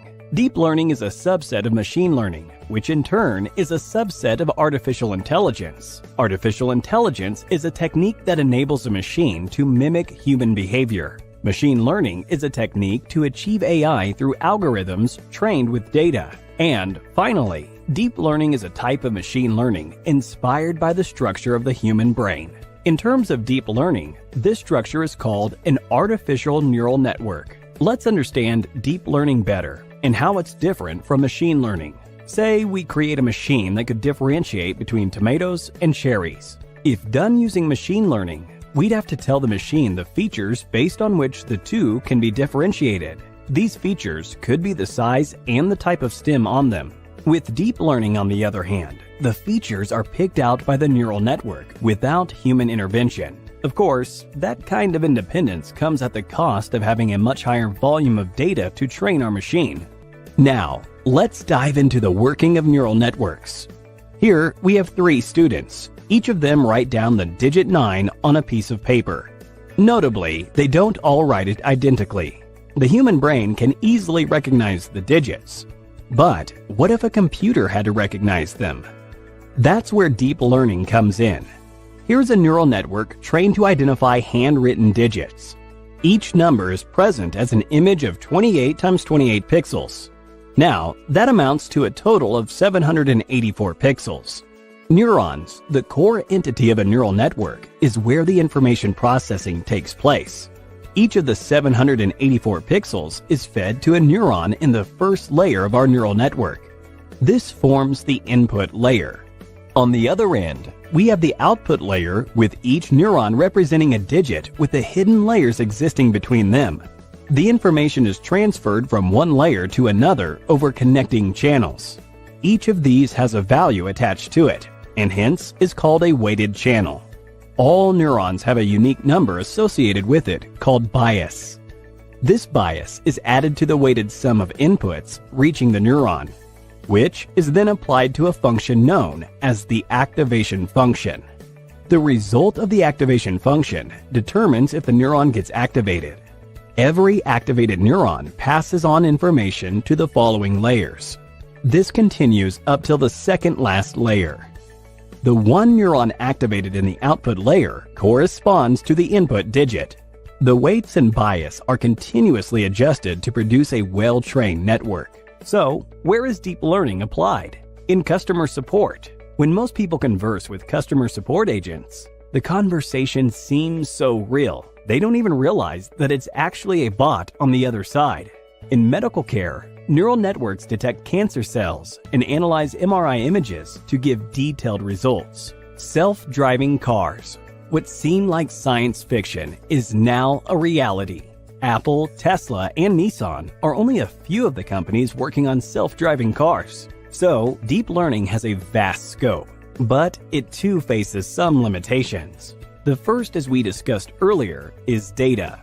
While deep learning is the most efficient way to deal with unstructured data, a neural network requires a massive volume of data to train. Let's assume we always have access to the necessary amount of data. Processing this is not within the capability of every machine. And that brings us to our second limitation: computational power. Training a neural network requires graphical processing units, which have thousands of cores as compared to CPUs. And GPUs are, of course, more expensive. And finally, we come down to training time. Deep neural networks take hours or even months to train. The time increases with the amount of data and number of layers in the network. So, here's a short quiz for you. Arrange the following statements in order to describe the working of a neural network. A. The bias is added. B. The weighted sum of the inputs is calculated. C. Specific neuron is activated. D. The result is fed to an activation function. Leave your answers in the comments section below. Some of the popular deep learning frameworks include Tensorflow, PyTorch, Keras, Deep Learning 4J, Caffe, and Microsoft Cognitive Toolkit. Considering the future predictions for deep learning and AI, we seem to have only scratched the surface. In fact, Horus Technology is working on a device for the blind that uses deep learning with computer vision to describe the world to the users. Replicating the human mind at the entirety may be not just an episode of science fiction for too long. The future is indeed full of surprises, and that is deep learning for you in short.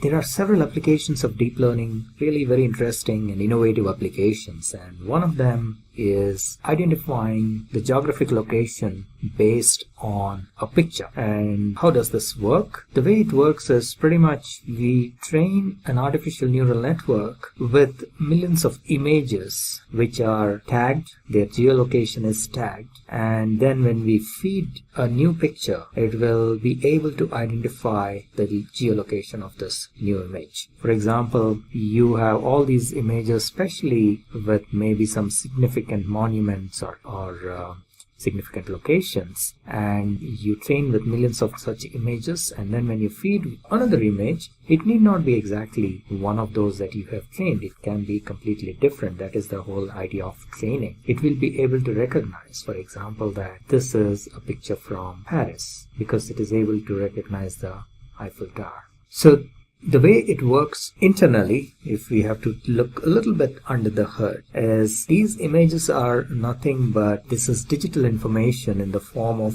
pixels. So each image could be a certain size. It can be 256 by 256 pixel kind of a resolution, and then each pixel is either having a certain grade of color, and all that is fed into the neural network, and it then gets trained in, and it's able to, based on these pixel information, it is able to get trained and able to recognize the features and extract the features, and thereby it is able to identify these images and the location of these images. And then when you feed a new image, it kind of, based on the training, it will be able to figure out where this image is from. So that's the way, a little bit under the hood, how it works. So what are we going to do in this tutorial? We will see what is deep learning and what do we need for deep learning. And one of the main components of deep learning is neural networks. So we will see what is neural network, what is a perceptron, and how to implement logic gates like AND, OR, NOR, and so on using perceptrons. The different types of neural networks, and then applications of deep learning, and we will also see how neural networks works. So how do we do the training of neural networks? And at the end we will end up with a small demo code which will take you through in TensorFlow. Now, in order to implement deep learning code, there are multiple libraries or development environments that are available, and TensorFlow is one of them. So the focus at the end of this would be on how to use TensorFlow to write a piece of code using Python as a programming language. And we will take up an example which is a very common one, which is like the hello world of deep learning, the handwriting number recognition, which is a MNIST, commonly known as MNIST database. So we will take a look at MNIST database and how we can train a neural network to recognize handwritten numbers. So that's what you will see in this particular video. So let's get started. What is deep learning? Deep learning is like a subset of what is known as a high-level concept called artificial intelligence. You must be already familiar, must have heard about this term artificial intelligence. So artificial intelligence is like the high-level concept, if you will. And in order to implement artificial intelligence applications, we use what is known as machine learning. And within machine learning, a subset of machine learning is deep learning. Machine learning is a little bit more generic concept, and deep learning is one type of machine learning, if you will. And we will see a little later in maybe the following slides a little bit more in detail how deep learning is different from traditional machine learning. But to start with, we can mention here that deep learning uses one of the differentiators between deep learning and traditional machine learning is that deep learning uses neural networks. And we will talk about what are neural networks and how we can implement neural networks and so on and so forth as a part of this tutorial. So a little deeper into deep learning. Deep learning primarily involves working with complicated unstructured data compared to traditional machine learning where we normally use structured data. In deep learning, the data would be primarily images or voice or maybe text file. So and it is large amount of data as well. And deep learning can handle complex operations. It involves complex operations. And the other difference between traditional machine learning and deep learning is that the feature extraction happens pretty much automatically. In traditional machine learning, feature engineering is done manually. The data scientists have to do feature engineering, feature extraction. But in deep learning, that happens automatically. And of course, deep learning, for large amounts of data, complicated unstructured data, deep learning gives very good performance. Now, as I mentioned, one of the secret sources of deep learning is neural networks. Let's see what neural networks is. Neural networks is based on our biological neurons. The whole concept of deep learning and artificial intelligence is based on human brain, and human brain consists of billions of tiny stuff called neurons, and this is how a biological neuron looks, and this is how an artificial neuron looks. So neural networks is like a simulation of our human brain. Human brain has billions of biological neurons, and we are trying to simulate the human brain using artificial neurons. This is how a biological neuron looks. It has dendrites, and the corresponding component with an artificial neural network is, or an artificial neuron, are the inputs. They receive the inputs through dendrites. And then there is the cell nucleus, which is basically the processing unit in a way. So in artificial neuron also there is a piece which is an equivalent of this cell nucleus, and based on the weights and biases, we will see what exactly weights and biases are as we move. The input gets processed, and that results in an output. In a biological neuron, the output is sent through a synapse, and in an artificial neuron there is an equivalent of that in the form of an output. And biological neurons are also interconnected. So there are billions of neurons which are interconnected. In the same way, artificial neurons are also interconnected. So this output of this neuron will be fed as an input to another neuron, and so on. Now, in neural network, one of the very basic units is a perceptron. So what is a perceptron? A perceptron can be considered as one of the fundamental units of neural networks. It can consist at least of one neuron, but sometimes it can be more than one neuron. But you can create a perceptron with a single neuron, and it can be used to perform certain functions. It can be used as a basic binary classifier. It can be trained to do some basic binary classification, and this is how a basic perceptron looks like. And this is nothing but a neuron. You have inputs x1, x2, to xn, and there is a summation function, and then there is what is known as an activation function. And based on this input, what is known as the weighted sum, the activation function either gives an output like a 0 or a 1. So we say the neuron is either activated or not. So that's the way it works. So you get the inputs. These inputs are, each of the inputs are multiplied by a weight, and there is a bias that gets added, and that whole thing is fed to an activation function, and then that results in an output. And if the output is correct, it is accepted. If it is wrong, if there is an error, then that error is fed back, and the neuron then adjusts the weights and biases to give a new output, and so on and so forth. So that's what is known as the training process of a neuron or a neural network. There's a concept called perceptron learning. So perceptron learning is again one of the very basic learning processes. The way it works is somewhat like this. So you have all these inputs like x1 to xn, and each of these inputs is multiplied by a weight, and then that sum, this is the formula or the equation. So that sum, wi xi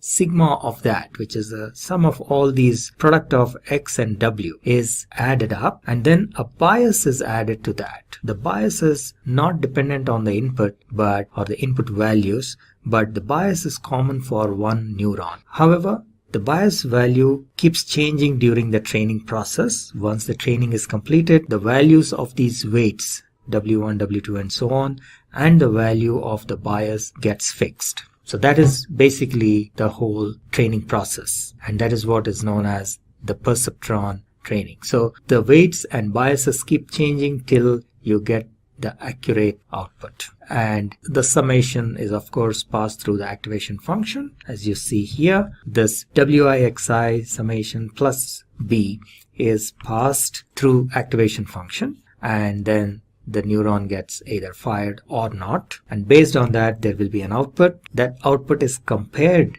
with the actual or expected value, which is also known as labeled information. So this is the process of supervised learning. So the output is already known, and that is compared, and thereby we know if there is an error or not. And if there is an error, the error is fed back and the weights and biases are updated accordingly till the error is reduced to the minimum. So this iterative process is known as perceptron learning or perceptron learning rule, and this error needs to be minimized. So till the error is minimized, this iteratively the weights and biases keep changing, and that is what is the training process. So the whole idea is to update the weights and the bias of the perceptron till the error is minimized. The error need not be zero.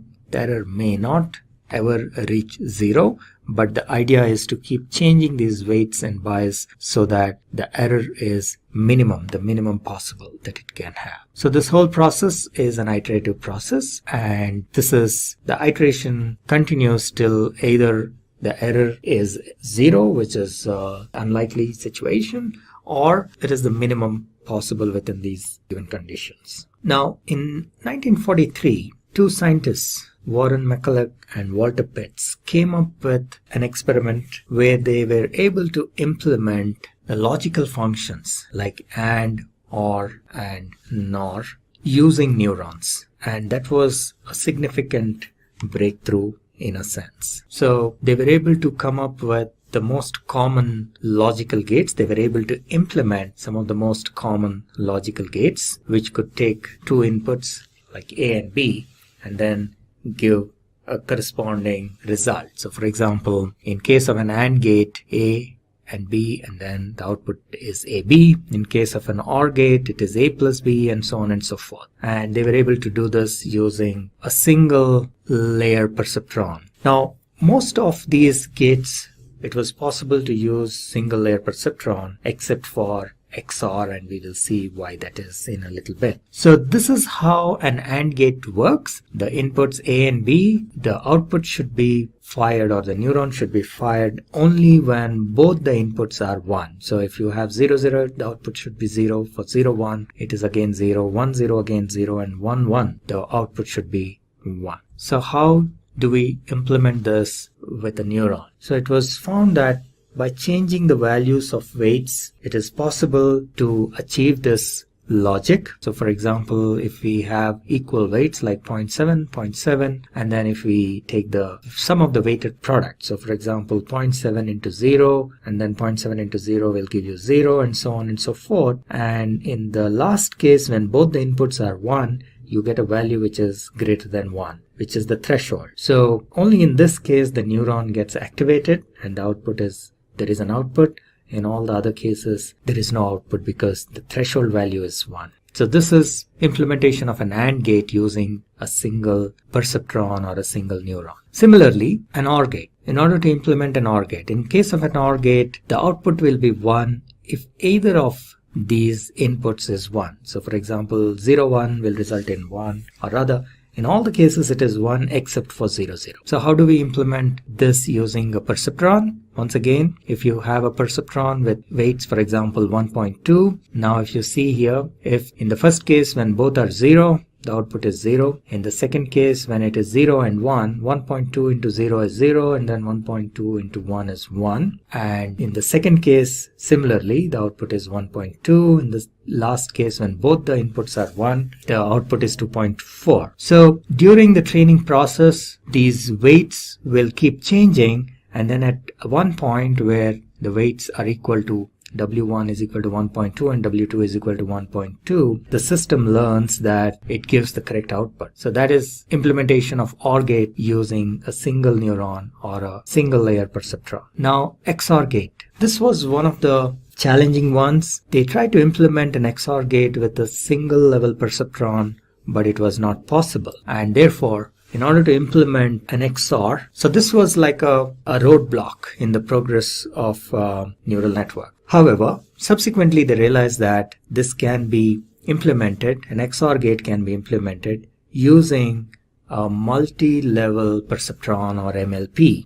So in this case, there are 2 layers instead of a single layer, and this is how you can implement an XOR gate. So you will see that X1 and X2 are the inputs, and there is a hidden layer, and that's why it is denoted as H3 and H4, and then you take the output of that and feed it to the output at O5 and provide a threshold here. So we will see here that this is the numerical calculation. So the weights are, in this case for X1 it is 20 and minus 20, and once again 20 and minus 20. So these inputs are fed into H3 and H4. So you will see here for H3 the input is 0, 1, 1, 1, and for H4 it is 1, 0, 1, 1. And if you now look at the output, final output, where the threshold is taken as 1, if we use a sigmoid with the threshold 1, you will see that in these 2 cases it is 0, and in the last 2 cases it is 1. So this is the implementation of XOR. In case of XOR, only when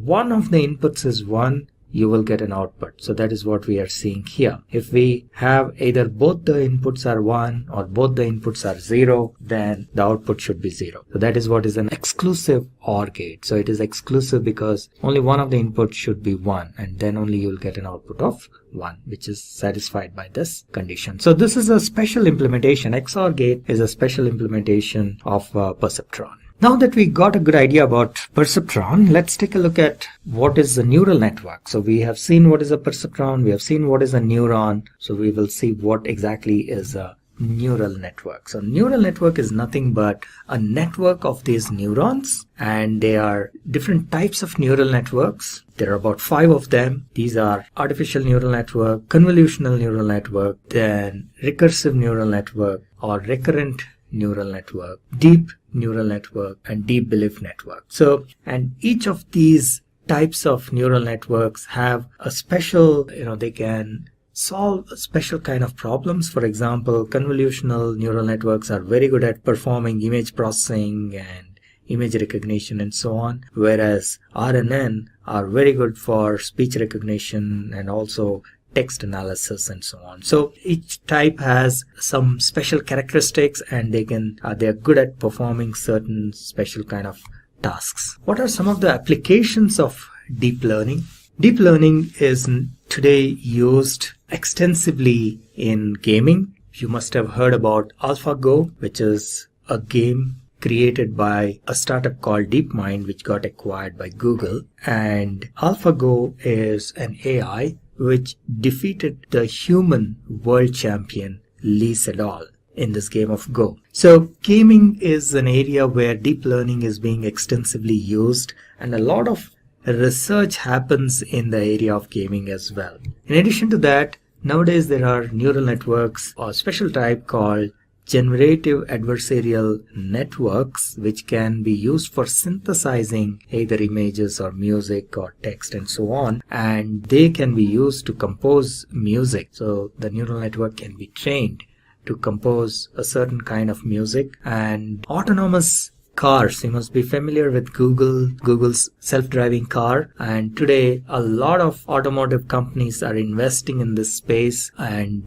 deep learning is a core component of this autonomous cars. The cars are trained to recognize, for example, the road, the lane markings on the road, signals, any objects that are in front, any obstruction, and so on and so forth. So all this involves deep learning. So that's another major application. And robots, we have seen several robots, including Sophia. You may be familiar with Sophia, who was given a citizenship by Saudi Arabia. And there are several such robots which are very human-like, and the underlying technology in many of these robots is deep learning. Medical diagnostics and healthcare is another major area where deep learning is being used. And within healthcare diagnostics, again, there are multiple areas where deep learning and image recognition, image processing can be used. For example, for cancer detection, as you may be aware, if cancer is detected early on, it can be cured. And one of the challenges is in the availability of specialists who can diagnose cancer using these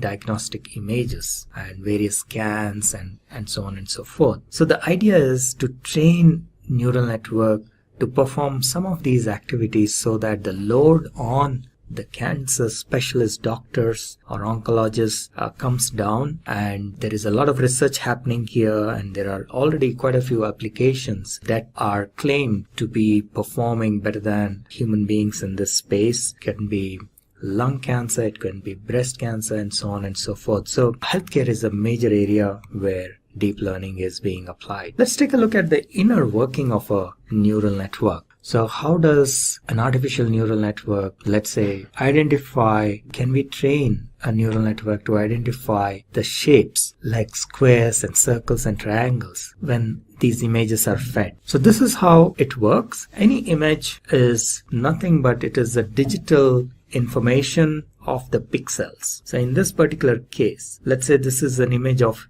28 by 28 pixel and this is an image of a square. There's a certain way in which the pixels are lit up, and so these pixels have a certain value, maybe from 0 to 256, and 0 indicates that it is black or it is dark, and 256 indicates it is white or lit up. So that is like an indication or a measure of how the pixels are lit up. And so this is an image is, let's say, consisting of information of 784 pixels. So all the information, what is inside this image, can be kind of compressed into these 784 pixels.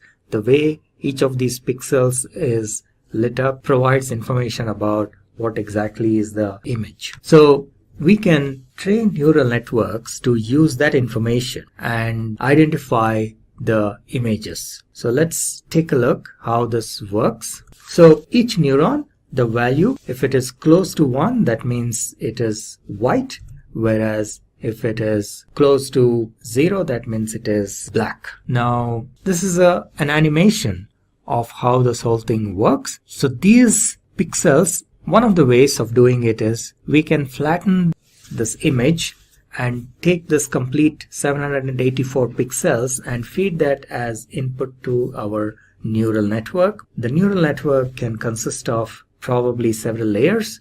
There can be a few hidden layers, and then there is an input layer and an output layer. Now the input layer takes the 784 pixels as input, the values of each of these pixels, and then you get an output which can be of 3 types or 3 classes. One can be a square, a circle, or a triangle. Now during the training process, there will be initially, obviously you feed this image and it will probably say it's a circle or it will say it's a triangle. So as a part of the training process, we then send that error back, and the weights and the biases of these neurons are adjusted till it correctly identifies that this is a square. That is the whole training mechanism that happens out here.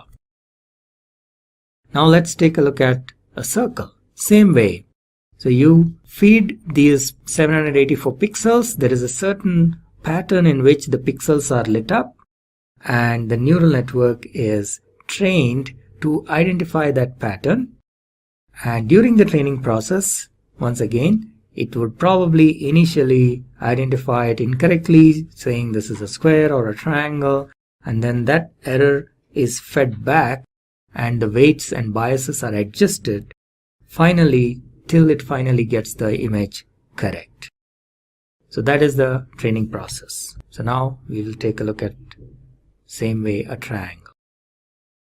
So now if you feed another image which is consisting of triangles. So this is the training process. Now we have trained our neural network to classify these images into a triangle or a circle and a square. So now this neural network can identify these 3 types of objects. Now if you feed another image and it will be able to identify whether it's a square or a triangle or a circle. Now, what is important to be observed is that when you feed a new image, it is not necessary that the image or the triangle is exactly in this position.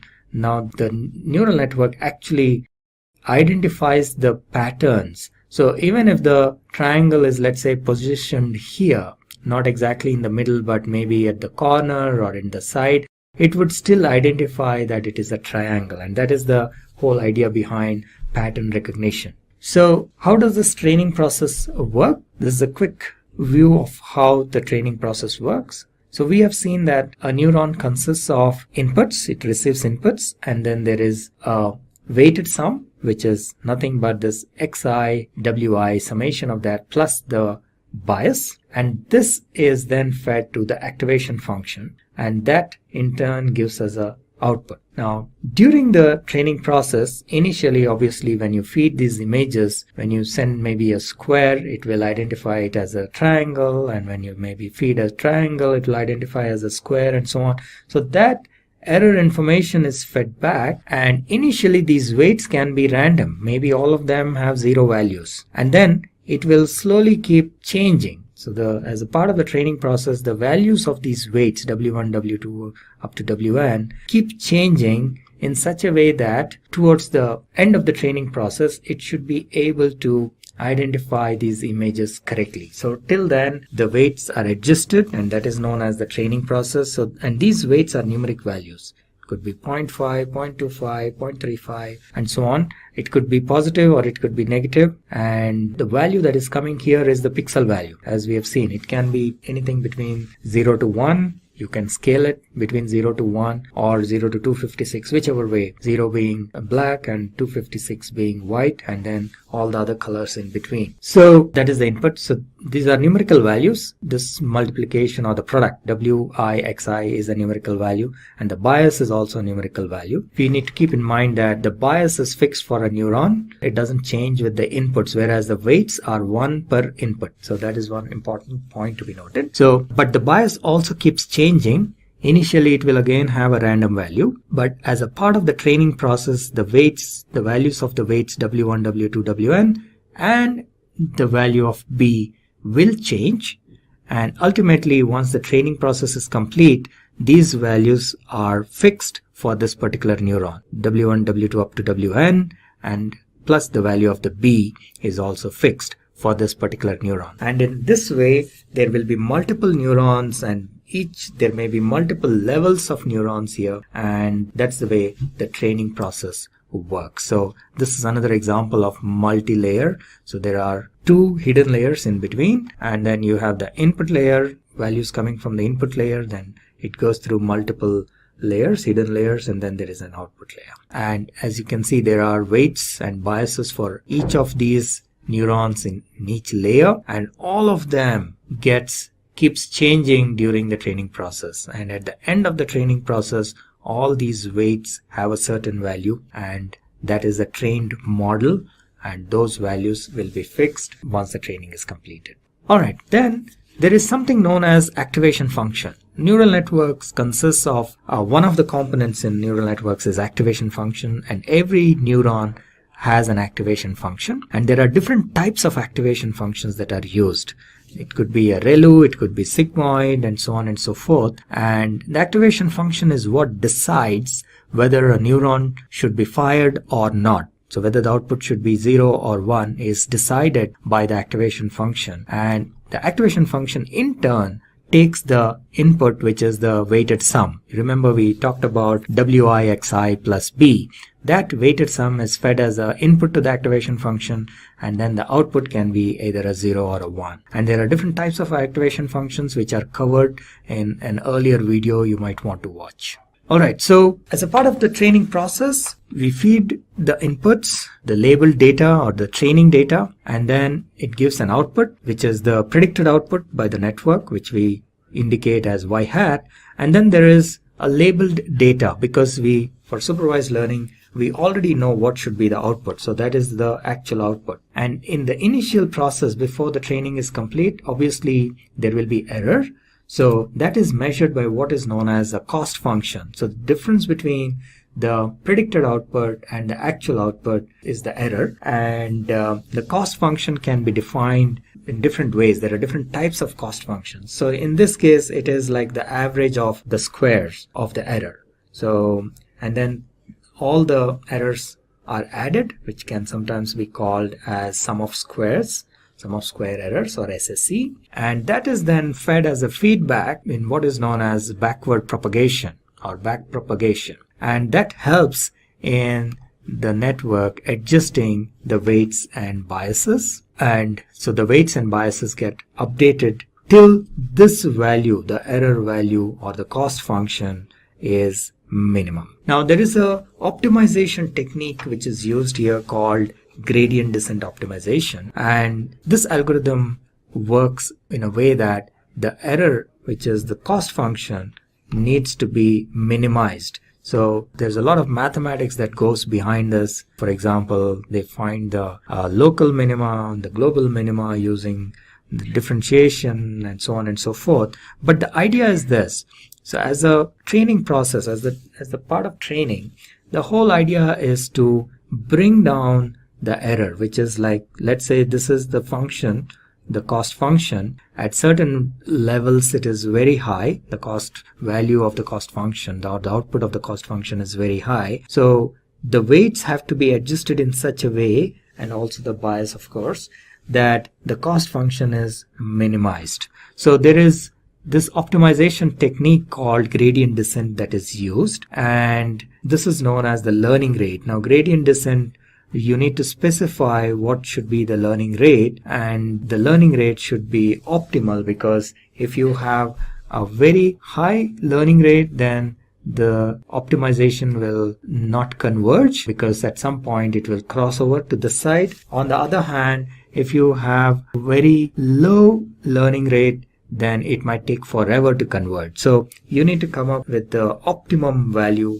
of the learning rate, and once that is done, using the gradient descent optimization, the error function is reduced, and that's like the end of the training process. Alright, so this is another view of gradient descent. So this is how it looks. This is your cost function, the output of the cost function, and that has to be minimized using gradient descent algorithm. And these are like the parameters, and weight could be one of them. So initially we start with certain random values, so cost will be high, and then the weights keep changing, and in such a way that the cost function needs to come down, and at some point it may reach the minimum value, and then it may increase. So that is where the gradient descent algorithm decides that, okay, it has reached a minimum value and it will kind of try to stay here. This is known as the global minima. Now sometimes these curves may not be, just for explanation purpose, this has been drawn in a nice way, but sometimes these curves can be pretty erratic. There can be some local minima here, and then there is a peak, and so on. So the whole idea of gradient descent optimization is to identify the global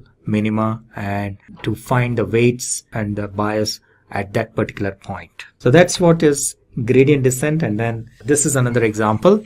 So you can have these multiple local minima. So as you can see, at this point when it is coming down, it may appear like this is a minimum value, but then it is not. This is actually the global minimum value, and the gradient descent algorithm will make an effort to reach this level and not get stuck at this point. So the algorithm is already there, and it knows how to identify this global minimum, and that's what it does during the training process. Now, in order to implement deep learning, there are multiple platforms and languages that are available, but the most common platform nowadays is TensorFlow, and so that's the reason we have this tutorial. We have created this tutorial for TensorFlow. So we will take you through a quick demo of how to write a TensorFlow code using Python. And TensorFlow is an open source platform created by Google. So let's just take a look at the details of TensorFlow. And so this is a library, a Python library, so you can use Python or any other languages. It's also supported in other languages like Java and R and so on. But Python is the most common language that is used. So it is a library for developing deep learning applications, especially using neural networks. And it consists of primarily two parts, if you will. So one is the tensors, and then the other is the graphs or the flow. That's the way the name, that's the reason for this kind of a name called TensorFlow. So what are tensors? Tensors are like multi-dimensional arrays, if you will. That's one way of looking at it. So usually you have a one-dimensional array. So first of all, you can have what is known as a scalar, which means a number. And then you have a one-dimensional array, something like this, which means this is like a set of numbers. So that is a one-dimensional array. Then you can have a two-dimensional array, which is like a matrix. And beyond that, sometimes it gets difficult. So this is a three-dimensional array, but TensorFlow can handle many more dimensions. So it can have multi-dimensional arrays. That is the strength of TensorFlow, and which makes computation, deep learning computation, much faster. And that's the reason why TensorFlow is used for developing deep learning applications. So TensorFlow is a deep learning tool, and this is the way it works. So the data basically flows in the form of tensors, and the way the programming works as well is that you first create a graph of how to execute it, and then you actually execute that particular graph in the form of what is known as a session. We will see this in the TensorFlow code as we move forward. So all the data is managed or manipulated in tensors, and then the processing happens using these graphs. There are certain terms called, like for example, ranks of a tensor. The rank of a tensor is like a dimensionality in a way. So for example, if it is scalar, so there is just a number, just one number, the rank is supposed to be 0, and then it can be a one-dimensional vector, in which case the rank is supposed to be 1, and then you can have a two-dimensional vector, typically like a matrix. Then in that case we say the rank is 2, and then if it is a three-dimensional array, then rank is 3, and so on. So it can have more than 3 as well. So it is possible that you can store multi-dimensional arrays in the form of tensors. So what are some of the properties of TensorFlow? I think today it is one of the most popular platform. TensorFlow is the most popular deep learning platform or library. It is open source. It's developed by Google, developed and maintained by Google, but it is open source. One of the most important things about TensorFlow is that it can run on CPUs as well as GPUs. GPU is a graphical processing unit, just like CPU is central processing unit. Now, in earlier days, GPU was used primarily for graphics, and that's how the name has come. And one of the reasons is that it cannot perform generic activities very efficiently like CPU, but it can perform iterative actions or computations extremely fast and much faster than a CPU. So they are really good for computational activities, and in deep learning there is a lot of iterative computation that happens, so in the form of matrix multiplication and so on. So GPUs are very well suited for this kind of computation, and TensorFlow supports both GPU as well as CPU. And there's a certain way of writing code in TensorFlow. We will see as we go into the code. And of course, TensorFlow can be used for traditional machine learning as well, but then that would be an overkill. But just for understanding, it may be a good idea to start writing code for a normal machine learning use case, so that you get a hang of how TensorFlow code works, and then you can move into neural networks. So that is just a suggestion, but if you're already familiar with how TensorFlow works, then probably you can go straight into the neural networks part. So in this tutorial, we will take the use case of recognizing handwritten digits. This is like a hello world of deep learning, and this is a nice little MNIST database is a nice little database that has images of handwritten digits nicely formatted, because very often in deep learning and neural networks, we end up spending a lot of time in preparing the data for training. And with MNIST database, we can avoid that. You already have the data in the right format, which can be directly used for training. And MNIST also offers a bunch of built-in utility functions that we can straight away use and call those functions without worrying about writing our own functions. And that's one of the reasons why MNIST database is very popular for training purposes. Initially, when people want to learn about deep learning and TensorFlow, this is the database that is used. And it has a collection of 70,000 handwritten digits, and a large part of them are for training. Then you have test, just like in any machine learning process, and then you have validation. And all of them are labeled. So you have the images and their label. And these images, they look somewhat like this. So they are handwritten images collected from a lot of individuals. People have, these are samples written by human beings. They have handwritten these numbers going from 0 to 9. So people have written these numbers, and then the images of those have been taken and formatted in such a way that it is very easy to handle. So that is MNIST database. And the way we are going to implement this in our TensorFlow is we will feed this data, especially the training data, along with the label information. And the data is basically, these images are stored in the form of the pixel information, as we have seen in one of the previous slides. All the images are nothing but, these are pixels. So an image is nothing but an arrangement of pixels, and the value of the pixel, either it is lit up or it is not, or in somewhere in between. That's how the images are stored, and that is how they are fed into the neural network and for training. Once the network is trained, when you provide a new image, it will be able to identify within a certain error, of course. And for this, we will use one of the simpler neural network configurations called softmax. And for simplicity, what we will do is we will flatten these pixels. So instead of taking them in a two-dimensional arrangement, we just flatten them out. So for example, it starts from here. It is a 28 by 28, so there are 784 pixels. So pixel number 1 starts here, it goes all the way up to 28, then 29 starts here and goes up to 56 and so on. And the pixel number 784 is here. So we take all these pixels, flatten them out, and feed them like one single line into our neural network. And this is what is known as a softmax layer. What it does is, once it is trained, it will be able to identify what digit this is. So there are, in this output layer, there are 10 neurons, each signifying a digit. And at any given point of time, when you feed an image, only one of these 10 neurons gets activated.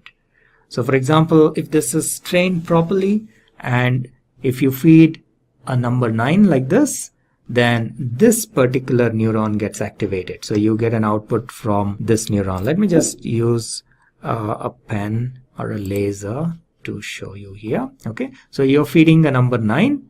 Let's say this has been trained, and now if you're feeding a number 9, this will get activated. Now let's say you feed 1 to the trained network, then this neuron will get activated. If you feed 2, this neuron will get activated, and so on. I hope you get the idea. So this is one type of a neural network or an activation function known as softmax layer.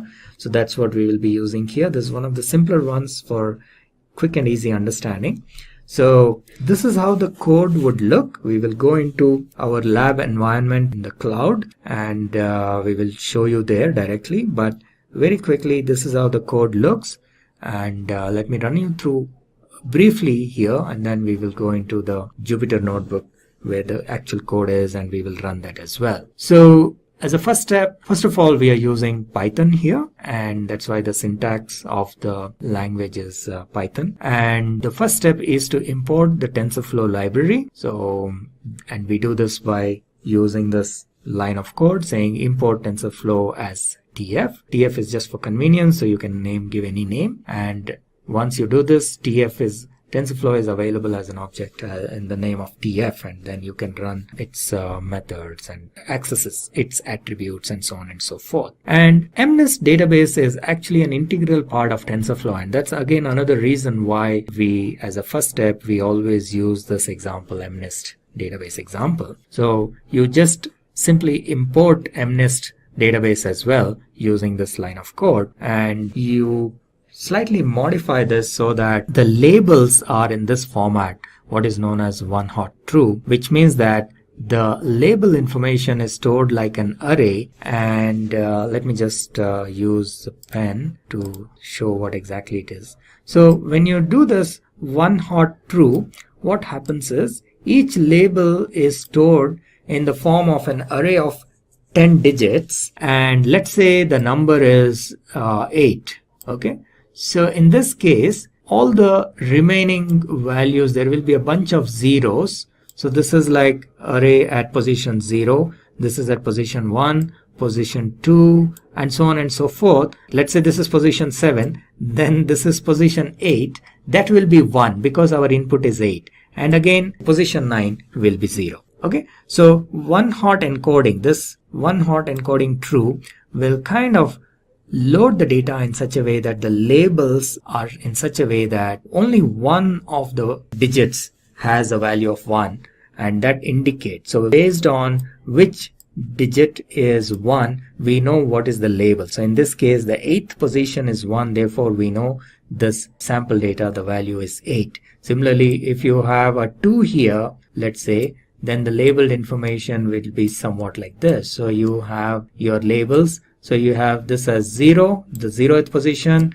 The first position is also 0. The second position is 1 because this indicates number 2. And then you have third as 0 and so on. Okay, so that is the significance of this one hot true. Alright, and then we can check how the data is looking by displaying the data. And as I mentioned earlier, this is pretty much in the form of digital form like numbers. So all these are like pixel values, so you will not really see an image in this format, but there is a way to visualize that image. I will show you in a bit. And this tells you how many images are there in each set. So the training, there are 55,000 images in training, and in the test set there are 10,000, and then validation there are 5,000. So altogether there are 70,000 images. All right, so let's move on, and we can view the actual image by using the matplotlib library.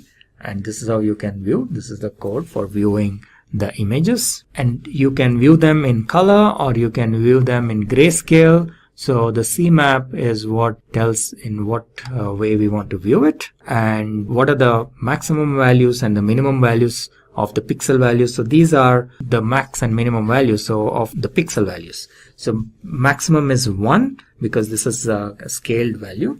So 1 means it is white, and 0 means it is black, and in between is, it can be anywhere in between black and white.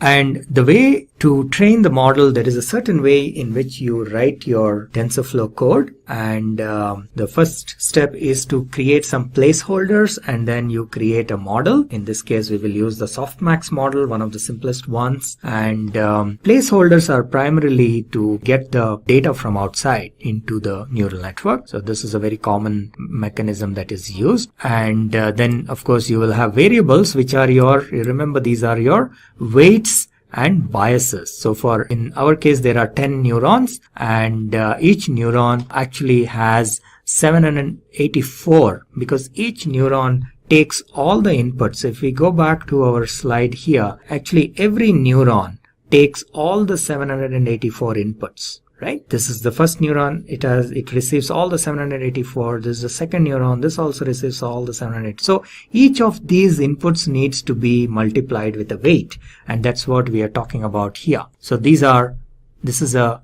matrix of 784 values for each of the neurons, and so it is like a 10 by 784 matrix because there are 10 neurons.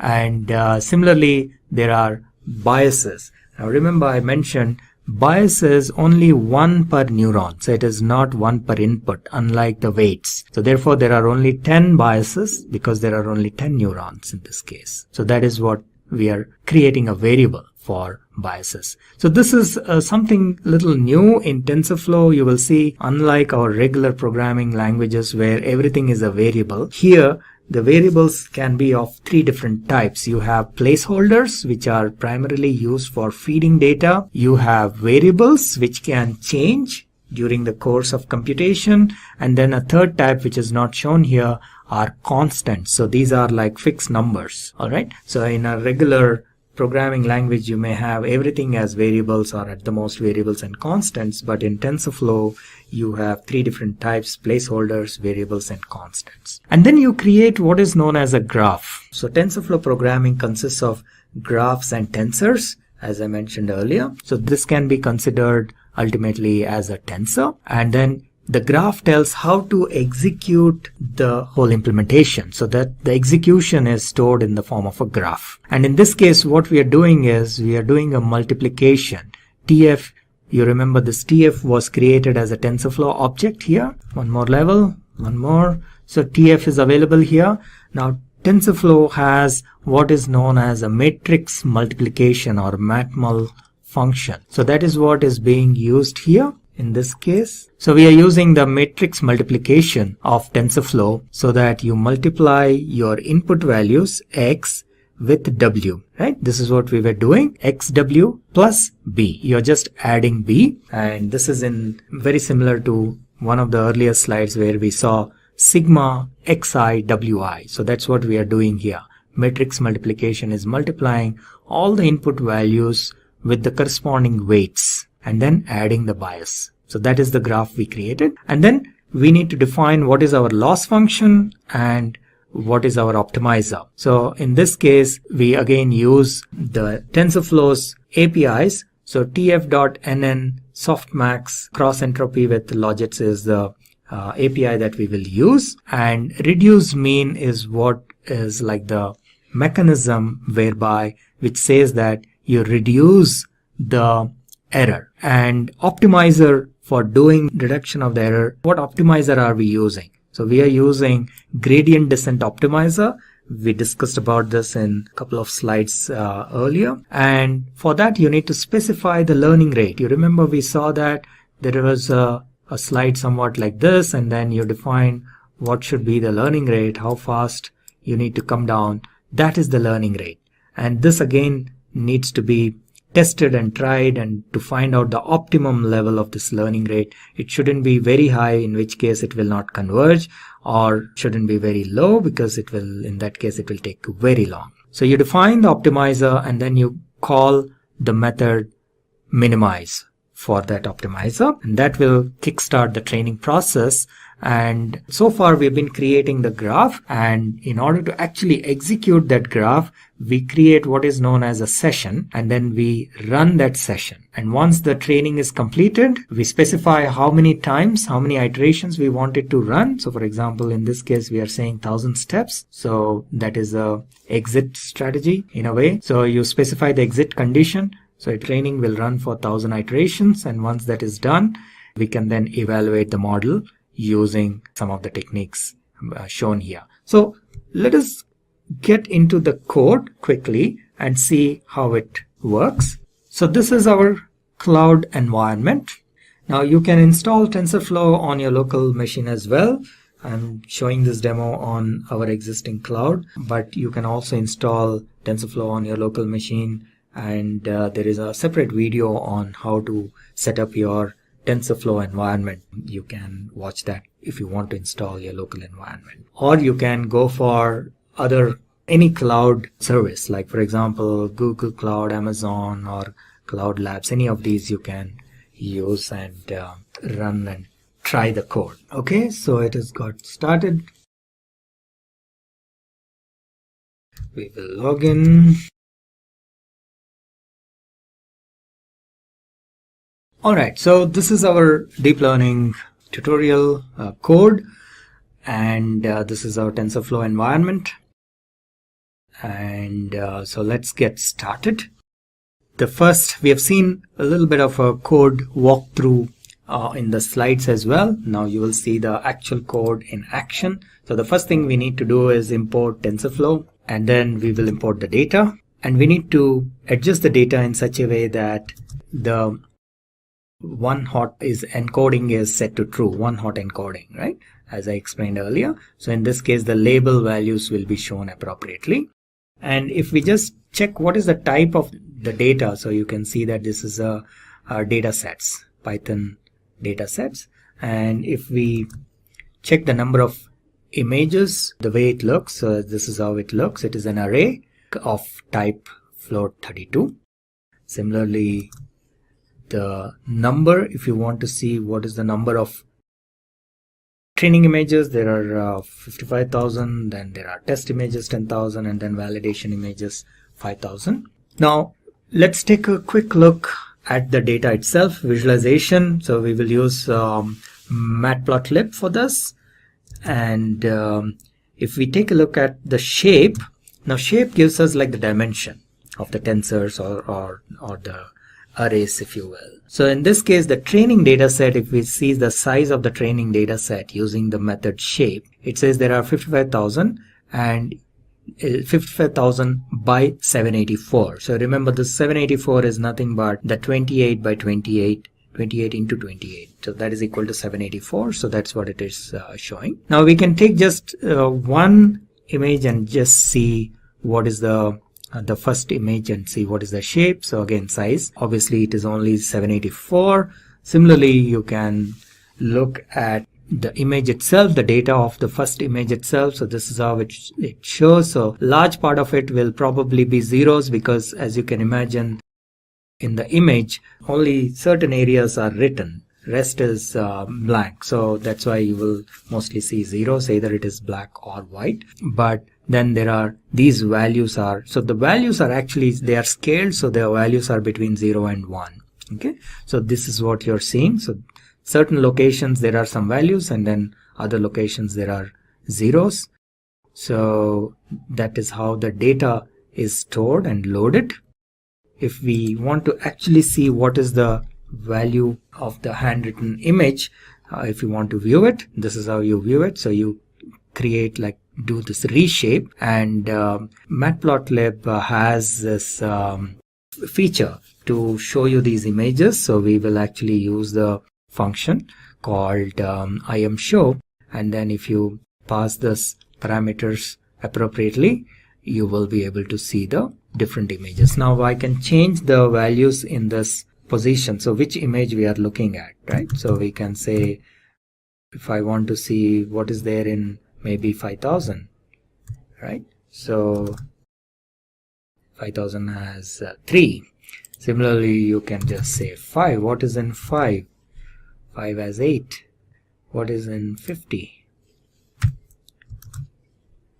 Again 8. So basically, by the way, if you're wondering how I'm executing this code, Shift Enter, in case you're not familiar with Jupyter Notebooks, Shift Enter is how you execute each cell, individual cell. And if you want to execute the entire program, you can go here and say run all. So that is how this code gets executed.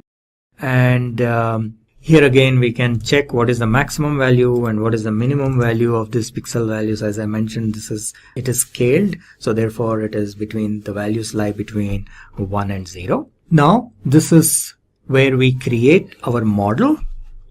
The first thing is to create the required placeholders and variables, and that's what we are doing here, as we have seen in the slides. So we create one placeholder and we create 2 variables, which is for the weights and biases. These 2 variables are actually matrices. So each variable has 784 by 10 actual values. Okay, so one for this 10 is for each neuron. There are 10 neurons, and 784 is for the pixel values inputs that are given, which is 28 into 28. And the biases, as I mentioned, one for each neuron, so there will be 10 biases. They are stored in a variable by the name B. And this is the graph, which is basically the multiplication of these matrix multiplication of X into W, and then the bias is added for each of the neurons. And the whole idea is to minimize the error. So let me just execute. I think this code is executed. Then we define what is our The y value is basically the label value. So this is another placeholder. We had x as one placeholder and y underscore true as a second placeholder, and this will have values in the form of 10 digit arrays. And since we said one hot encoded, the position which has a 1 value indicates what is the label for that particular number. All right. Then we have cross entropy, which is nothing but the loss function. And we have the optimizer. We have chosen gradient descent as our optimizer. Then the training process itself. So the training process is nothing but to minimize the cross entropy, which is again nothing but the loss function. So we define all of this in the form of a graph. So up to here, remember what we have done is we have not exactly executed any TensorFlow code till now. We are just preparing the graph, the execution plan. That's how the TensorFlow code works. So the whole structure and format of this code will be completely different from how we normally do programming. So even with people with programming experience may find this a little difficult to understand it, and it needs quite a bit of practice. So you may want to view this video also maybe a couple of times to understand this flow, because the way TensorFlow programming is done is slightly different from the normal programming. Some of you who, let's say, have done maybe Spark programming to some extent will be able to easily understand this. But even in Spark, the programming, the code itself is pretty straightforward. Behind the scenes, the execution happens slightly differently. But in TensorFlow, even the code has to be written in a completely different way. So the code doesn't get executed in the same way as you have written. So that's something you need to understand, and a little bit of practice is needed for this.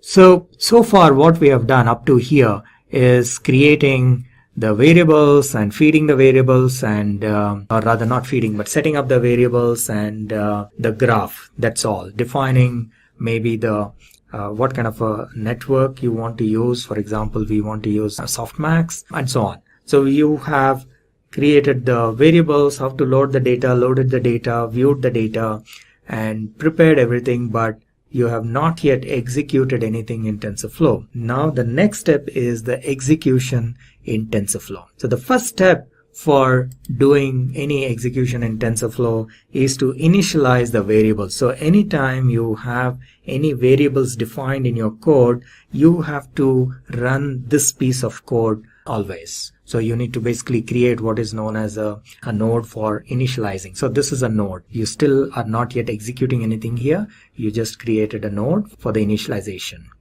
So let us go ahead and create that. And here onwards is where you will actually execute your code in TensorFlow. And in order to execute the code, what you will need is a session, TensorFlow session. So tf.session will give you a session, and there are a couple of different ways in which you can do this, but one of the most common methods of doing this is with what is known as a with loop. So you have a with tf.session as ses and with a colon here, and this is like a block, starting of the block, and these indentations tell how far this block goes, and this session is valid till this block gets executed. So that is the purpose of creating this with block. This is known as a with block. So with tf.session as ses, you say ses.run init. Now ses.run will execute a node that is specified here. So for example, here we are saying ses.run. Ses is basically an instance of the session, right? So here we are saying tf.session. So an instance of the session gets created and we are calling that ses. And then we run a node within that, one of the nodes in the graph. So one of the nodes here is init. So we say run that particular node, and that is when the initialization of the variables happens. Now what this does is, if you have any variables in your code, in our case we have w is a variable and B is a variable. So any variables that we created, you have to run this code. You have to run the initialization of these variables, otherwise you will get an error. Okay, so that's what this is doing. Then within this with block, we specify a for loop, and we are saying we want the system to iterate for 1000 steps and perform the training. That's what this for loop does. Run training for 1000 iterations. And what it is doing basically is it is fetching the data or these images. Remember, there are about 50,000 images, but it cannot get all the images in one shot because it will take up a lot of memory and performance issues will be there. So this is a very common way of performing deep learning training. You always do in batches. So we have maybe 50,000 images, but you always do it in batches of 100 or maybe 500 depending on the size of your system and so on and so forth. So in this case, we are saying, okay, get me 100 images at a time and get me only the training images. Remember, we use only the training data for training purpose, and then we use test data for test purpose. You must be familiar with machine learning, so you must be aware of this. But in case you are not, in machine learning also, this is not specific to deep learning, but in machine learning in general, you have what is known as training data set and test data set. Your available data, typically you will be splitting into two parts and using the training data set for training purpose. And then to see how well the model has been trained, you use the test data set to check or test the validity or the accuracy of the model. So that's what we are doing here. And you observe here that we are actually calling an mnest function here. So we are saying mnest train.next batch. Right? So this is the advantage of using MNIST database, because they have provided some very nice helper functions which are readily available. Otherwise, this activity itself, we would have had to write a piece of code to fetch this data in batches. That itself is a lengthy exercise. So we can avoid all that if we are using MNIST database, and that's why we use this for the initial learning phase. Okay.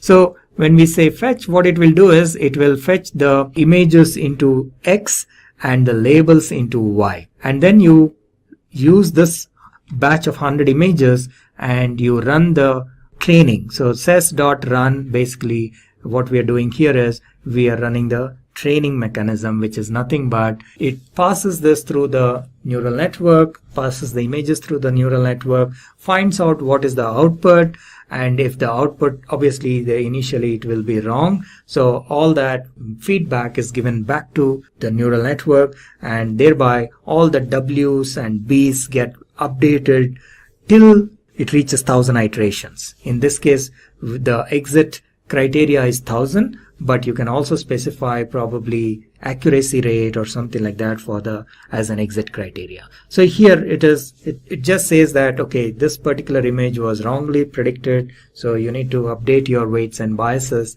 That's the feedback given to each neuron, and that is run for 1000 iterations.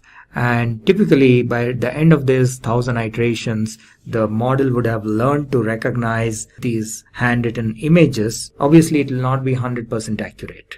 Okay, so once that is done, so this happens for 1000 iterations. Once that is done, you then test the accuracy of these models by using the test data set.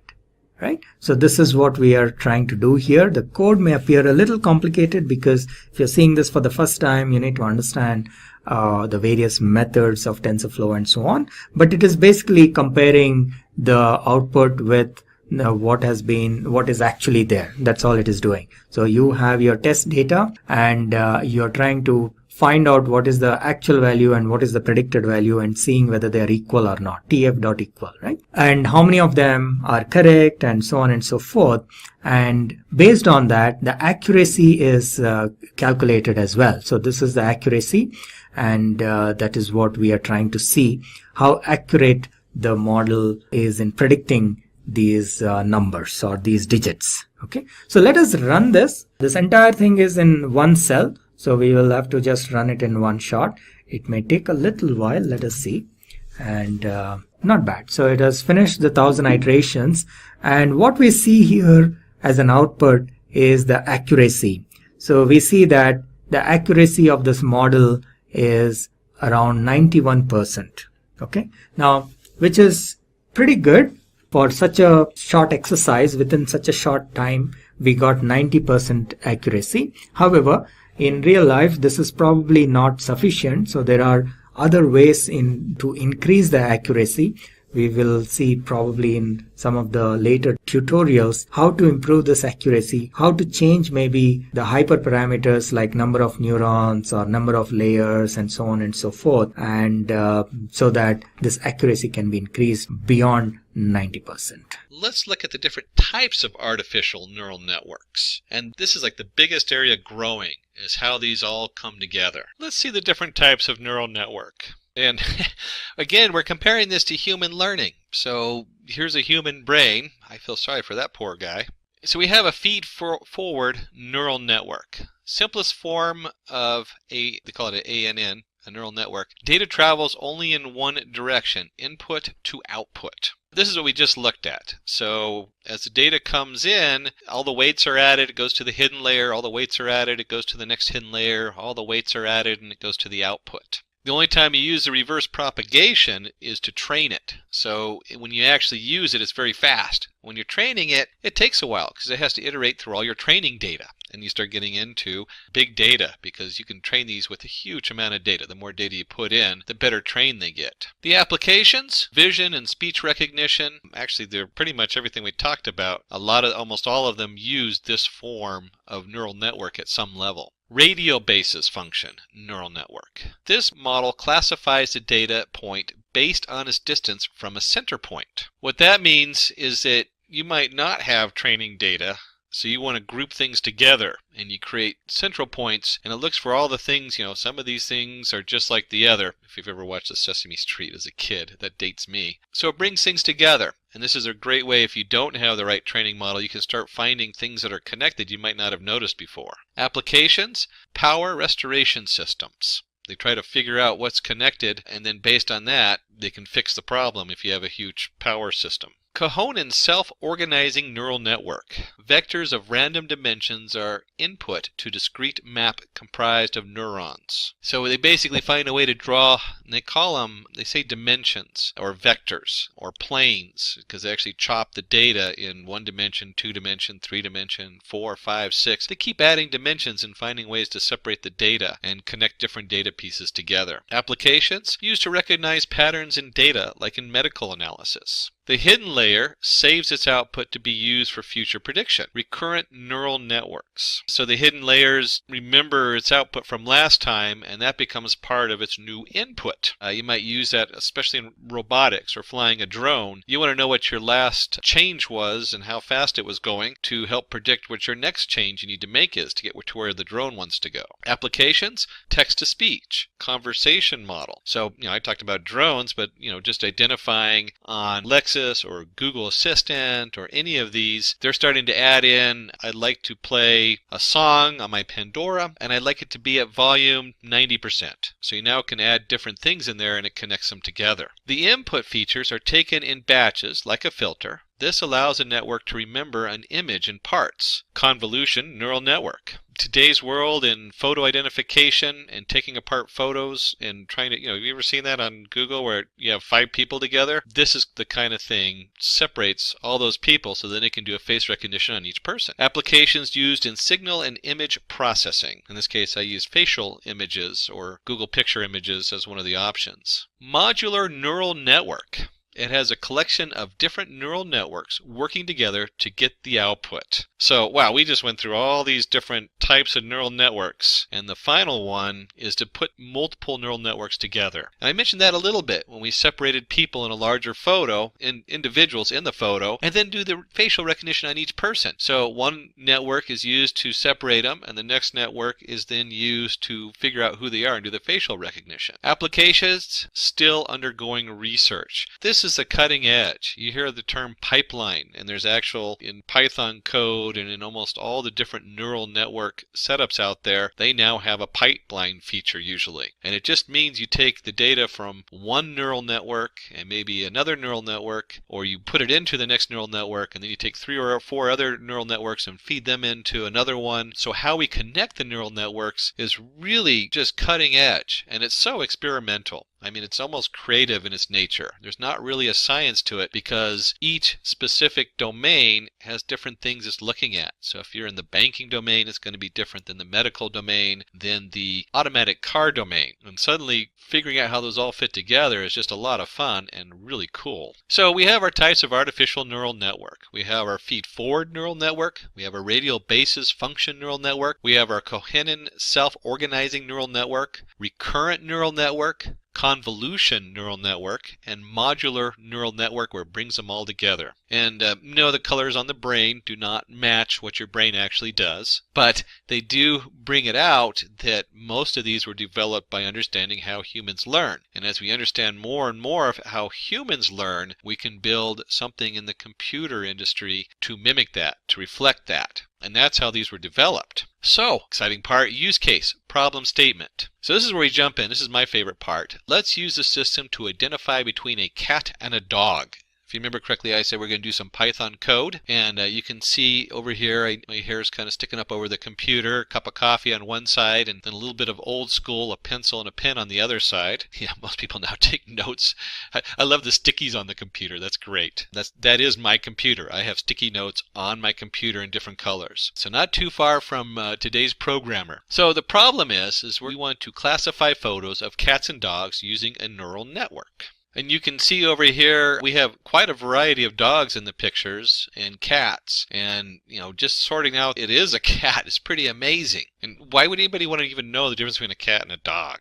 Okay, why? Well, I have a cat door. It'd be kind of fun that instead of having like a little collar with a magnet on it, which is what my cat has, the door would be able to see, oh, that's the cat. That's our cat coming in. Oh, that's the dog. We have a dog too. That's the dog I want to let in. Maybe I don't want to let this other animal in because it's a raccoon. So you can see where you could take this one step further and actually apply this. You could actually start a little startup company idea, a self-identifying door. So this use case will be implemented on Python. I am actually in Python 3.6. It's always nice to tell people the version of Python because that does affect sometimes which modules you load and everything. And we're going to start by importing the required packages. I told you we're going to do this in Keras. So we're going to import from Keras models, a sequential from the Keras layers, conversion 2D or CONV 2D, max pooling 2D, flatten, and dense. And we'll talk about what each one of these do in just a second. But before we do that, let's talk a little bit about the environment we're going to work in. And in fact, let me go ahead and open the website, Keras's website, so we can learn a little bit more about Keras. So here we are on the Keras website, and it's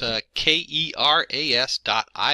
That's the official website for Keras. And the first thing you'll notice is that Keras runs on top of either Tensorflow, CNTK, and I think it's pronounced Thano or Theano. What's important on here is that Tensorflow, and the same is true for all these, but Tensorflow is probably one of the most widely used currently packages out there with the Keras. And of course, tomorrow this is all going to change. It's all going to disappear and they'll have something new out there. So make sure when you're learning this code that you understand what's going on and also know the code. I mean, when you look at the code, it's not as complicated once you understand what's going on. The code itself is pretty straightforward. And the reason we like Keras, and the reason that people are jumping on it right now and it's such a big deal is if we come down here, let me just scroll down a little bit, they talk about user friendliness, modularity, easy extensibility, work with Python. Python's a big one because a lot of people in data science now use Python, although you can actually access Keras other ways. If we continue down here is layers. And this is where it gets really cool. When we're working with Keras, you just add layers on. Remember those hidden layers we were talking about? And we talked about the ReLU activation. You can see right here. Let me just up that a little bit in size.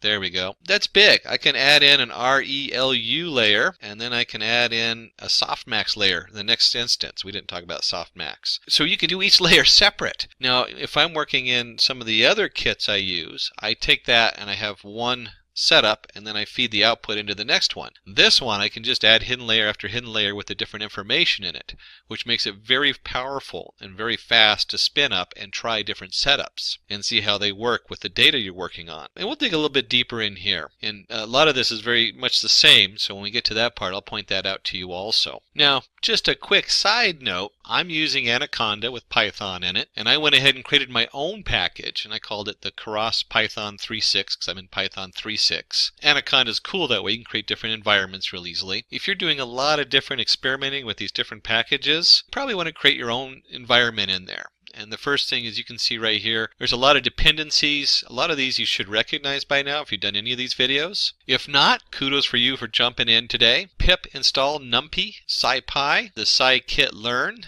pillow, and h5py are both needed for the TensorFlow, and then putting the Keras on there. And then you'll see here, and pip is just a standard installer that you use with Python. And you'll see here that we did pip install TensorFlow, since we're going to do Keras on top of TensorFlow. And then pip install, and I went ahead and used the GitHub. So git plus git, and you'll see here github.com. This is one of their releases, one of the most current release on there that goes on top of TensorFlow. And you can look up these instructions pretty much anywhere. This is for doing it on Anaconda. Certainly you'd want to install these if you're doing it in Ubuntu server setup. You'd want to get, I don't think you need the h5py in Ubuntu, but you do need the rest in there because they are dependencies in there, and it's pretty straightforward. And that's actually in some of the instructions they have on their website. So you don't have to necessarily go through this. Just remember their website on there.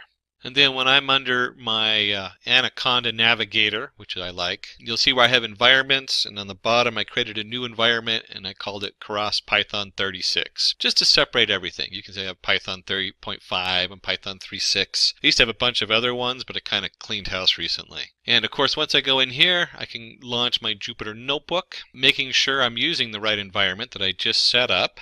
This, of course, opens up my, in this case I'm using Google Chrome, and in here I could go and just create a new document in here. And this is all in your browser when you use the Anaconda. Do you have to use Anaconda in Jupyter Notebook? No. You can use any kind of Python editor, whatever setup you're comfortable with and whatever you're doing in there. So let's go ahead and go in here and paste the code in. And we're importing a number of different settings in here. We have import sequential. That's under the models, because that's the model we're going to use as far as our neural network. And then we have layers, and we have conversion 2D, max pooling 2D, flatten, dense. And you can actually just kind of guess at what these do. We're working in a 2D photograph. And if you remember correctly, I talked about how the actual input layer is a single array. It's not in 2 dimensions, it's 1 dimension. All these do is these are tools to help flatten the image. So it takes a 2-dimensional image and then it creates its own proper setup. You don't have to worry about any of that. You don't have to do anything special with the photograph. You let the Keras do it. And we're going to run this, and you'll see right here they have some stuff that is going to be depreciated and changed, because that's what it does. Everything's being changed as we go. You don't have to worry about that too much. If you have warnings, if you run it a second time, the warning will disappear. And this is just imported these packages for us to use. And Jupyter's nice about this, that you can do each thing step by step. And I'll go ahead and also zoom in there. A little Control plus. That's one of the nice things about being in a browser environment. So here we are back. Another sip of coffee.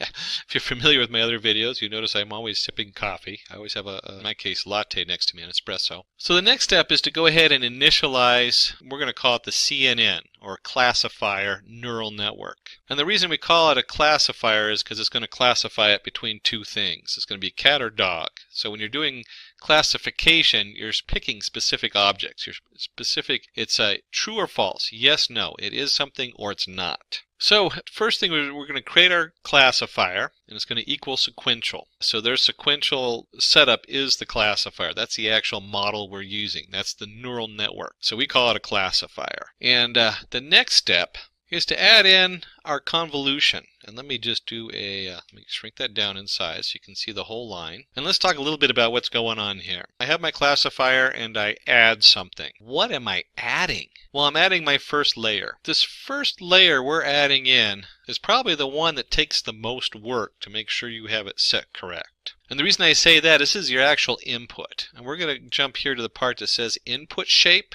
equals 64 by 64 by 3. What does that mean? Well, that means that our picture's coming in, and there's these pictures, remember we had like the picture of the car was 128 by 128 pixels? Well, this one is 64 by 64 pixels. And each pixel has 3 values. That's where these numbers come from. And it is so important that this matches. I mentioned a little bit that if you have like a larger picture, you have to reformat it to fit this shape. If it comes in as something larger, there's no input nodes. There's no input neural network there that will handle that extra space. So you have to reshape your data to fit in here. Now, the first layer is the most important, because after that, Keras knows what your shape is coming in here, and it knows what's coming out. And so that really sets the stage. Most important thing is that input shape matches your data coming in. And you'll get a lot of errors if it doesn't. You'll go through there and picture number 55 doesn't match it correctly. And guess what it does? It usually gives you an error. And then the activation, if you remember, we talked about the different activations on here. We're using the RELU model. Like I said, that is the most commonly used now because, one, it's fast. It doesn't have the added calculations in it. It just says, here's the value coming out based on the weights and the value going in, and from there, you know, it's if it's over 1, then it's good, or over 0, it's good. If it's under 0, then it's considered not active. And then we have this conversion 2D. What the heck is conversion 2D? I'm not going to go into too much detail in this because this has a couple of things it's doing in here. A little bit more in-depth than we're ready to cover in this tutorial. But this is used to convert from the photo, because we have 64 by 64 by 3, and we're just converting it to two-dimensional kind of setup. So it's very aware that this is a photograph and that different pieces are next to each other. And then we're going to add in a second convolutional layer. That's what the CONV stands for, 2D. So these are hidden layers. So we have our input layer and our 2 hidden layers, and they are two-dimensional because we're doing with a two-dimensional photograph. And you'll see down here that on the last one we add a max pooling 2D, and we put a pool size equals 2, 2. And so what this is that as you get to the end of these layers, one of the things you always want to think of is what they call mapping and then reducing. Wonderful terminology from the big data. We're mapping this data through all these layers, and now we want to reduce it to only 2 sets. In this case, it's already in 2 sets because it's a 2D photograph. But we had,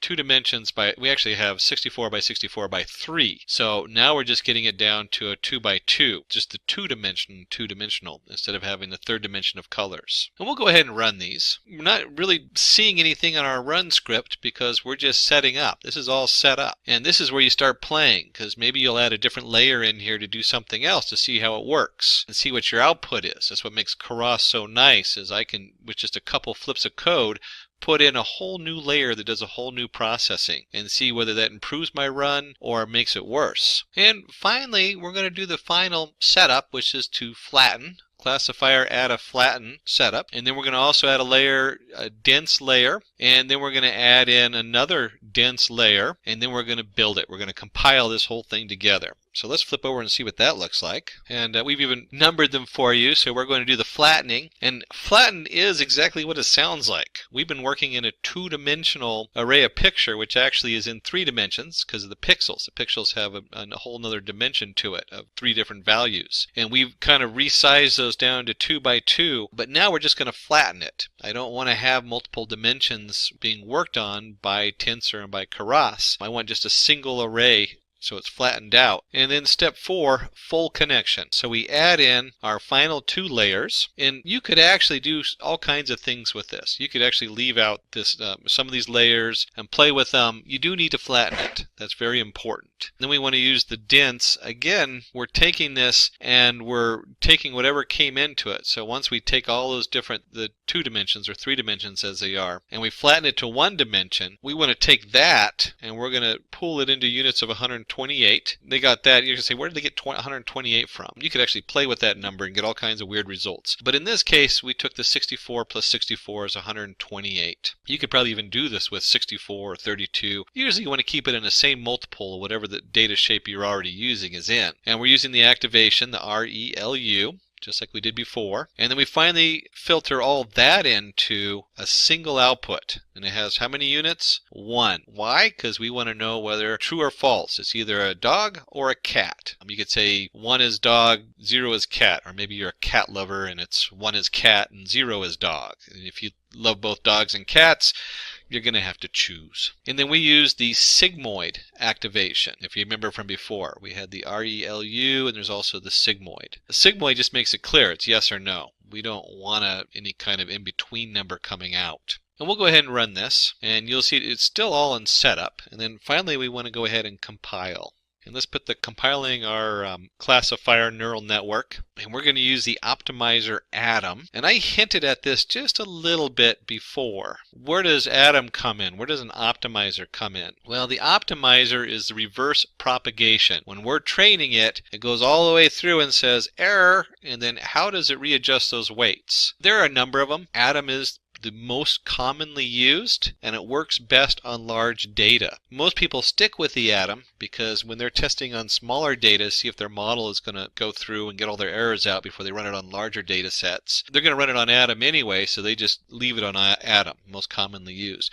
But there are some other ones out there. You should be aware of that you might try them if you're stuck in a bind, or you might explore that in the future. But usually Atom is just fine on there. And then you have two more settings. You have loss and metrics. We're not going to dig too much into loss or metrics. These are things you really have to explore Keras because there are so many choices. This is how it computes the error. There's so many different ways on your back propagation and your training. So we're using the Atom model, but you can compute the error by standard deviation squared. They use binary cross entropy. I'd have to look that up to even know what that is. There's so many of these. A lot of times you just start with the ones that look correct, that are most commonly used, and then you have to go read the Keras site and actually see what these different losses and metrics and what different options they have. So we're not going to get too much into them other than to reference you over to the Keras website to explore them deeper. But we are going to go ahead and run them, and now we've set up our classifier. So we have an object classifier, and if you go back up here you'll see that we've added in step 1, we added in our layer for the input. We added a layer that comes in there and uses the RELU for activation, and then it pulls the data. So this is, even though these are two layers, the actual neural network layer is up here, and then it uses this to pull the data into a 2x2. So into a two-dimensional array from a three-dimensional array with the colors. Then we flatten it. So there's our add or flatten. And then we add another dense, what they call dense layer. This dense layer goes in there and it downsizes it to 128. It reduces it. So you can look at this as we're mapping all this data down the two-dimensional setup, and then we flatten it. So we map it to a flattened map, and then we take it and reduce it down to 128. And we use the RELU again. And then finally we reduce that down to just a single output, and we use the sigmoid to do that, to figure out whether it's yes, no, true, false, in this case cat or dog. And then finally, once we put all these layers together, we compile them. That's what we've done here. And we've compiled them as far as how it trains to use these settings for the training, back propagation. So if you remember, we talked about training our setup. And when we go into this, you'll see that we have two data sets. We have one called the training set and the testing set. And that's very standard in any data processing, is you need to have, that's pretty common in any data processing, is you need to have a certain amount of data to train it, and then you got to know whether it works or not. Is it any good? And that's why you have a separate set of data for testing it, where you already know the answer, but you don't want to use that as part of the training set. So in here we jump into part 2, fitting the classifier neural network to the images. And then from Keras, and let me just zoom in there. I always love that about working with Jupyter Notebooks. You can really see. We're going to come in here. We do the Keras pre-processing an image, and we import image data generator. It's so nice of Keras. It's such a high-end product right now going out. And since images are so common, they already have all this stuff to help us process the data, which is great. And so we come in here. We do train data gen, and we're going to create our object for helping us train it, for reshaping the data so that it's going to work with our setup. And we use an image data generator, and we're going to rescale it. And you'll see here we have 1 point, which tells us it's a float value on the rescale over 255. Where does 255 come from? Well, that's the scale in the colors of the pictures we're using. Their value from 0 to 255. So we want to divide it by 255, and it'll generate a number between 0 and 1. They have shear range and zoom range. Horizontal flip equals true. And this, of course, has to do with if the photos are different shapes and sizes. Like I said, it's a wonderful package. You really need to dig in deep to see all the different options you have for setting up your images. For right now, though, we're going to just stick with some basic stuff here. And let me go ahead and run this code. And again, it doesn't really do anything because we're still setting up the pre-processing. Let's take a look at this next set of code. And this one is just huge. We're creating the training set. So the training set is going to go in here and it's going to use our train data gen we just created, .flow from directory. It's going to access, in this case, the path, data set, training set. That's a folder. So it's going to pull all the images out of that folder. Now, I'm actually running this in the folder that the data set's in. So if you're doing the same setup and you load your data in there and you're doing this, make sure wherever your Jupyter Notebook is saving things to that you create this path, or you can do the complete path if you need to, C:/, etc. And the target size, the batch size, and class mode is binary. So the classes, we're switching everything to a binary value. Batch size, what the heck is batch size? Well, that's how many pictures we're going to batch through the training each time. And the target size, 64 by 64. A little confusing, but you can see right here that this is just a general training, and you can go in there and look at all the different settings for your training set. And of course, with different data, we're doing pictures. There's all kinds of different settings depending on what you're working with. Let's go ahead and run that and see what happens. And you'll see that it found 800 images belonging to one classes. So we have 800 images in the training set. And if we're going to do this with the training set,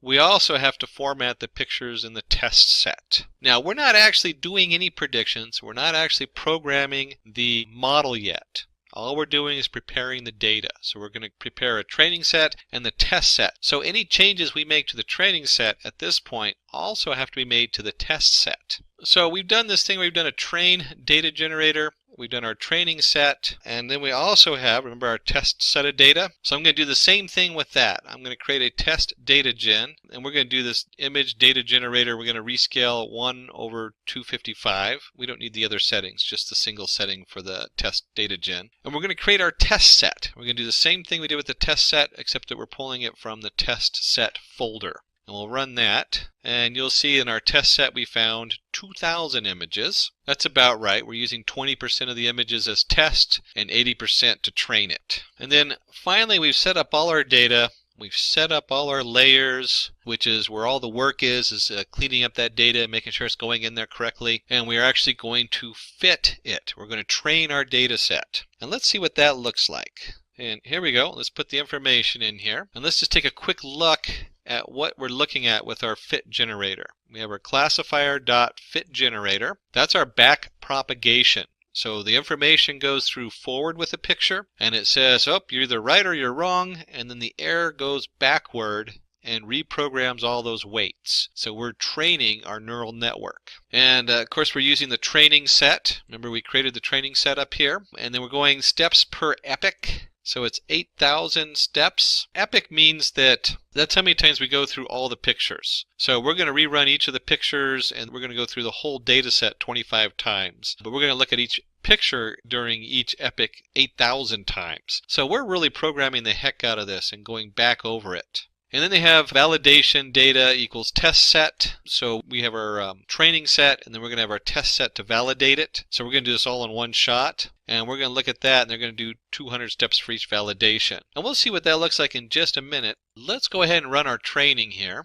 And we're going to fit our data. And as it goes, it says epoch 1 of 25. You start realizing that this is going to take a while. On my older computer, it takes about 45 minutes. I have a dual processor. We're processing 10,000 photos. That's not a small amount of photographs to process. So if you're on your laptop, which I am, it's going to take a while. So let's go ahead and go get our cup of coffee and a sip and come back and see what this looks like. So I'm back. You didn't know I was gone. That was actually a lengthy pause there. I made a couple changes, and let's discuss those changes real quick and why I made them. So the first thing I'm going to do is I'm going to go up here and insert a cell above, and let's paste the original code back in there. And you'll see that the original thing was steps per epoch 8,000, 25 epochs, and validation steps 2,000. And I changed these to 4,000 epochs, or 4,000 steps per epoch, 10 epochs, and just 10 validation steps. And this will cause problems if you're doing this as a commercial release. But for demo purposes, this should work. And if you remember, our steps per epoch, that's how many photos we're going to process. In fact, let me go ahead and get my drawing pen out. And let's just highlight that right here. Well, we have 8,000 pictures we're going through. So for each epoch, I'm going to change this to 4,000. I'm going to cut that in half. So it's going to randomly pick 4,000 pictures each time it goes through an epoch. And the epoch is how many processes. So this is 25, and I'm just going to cut that to 10.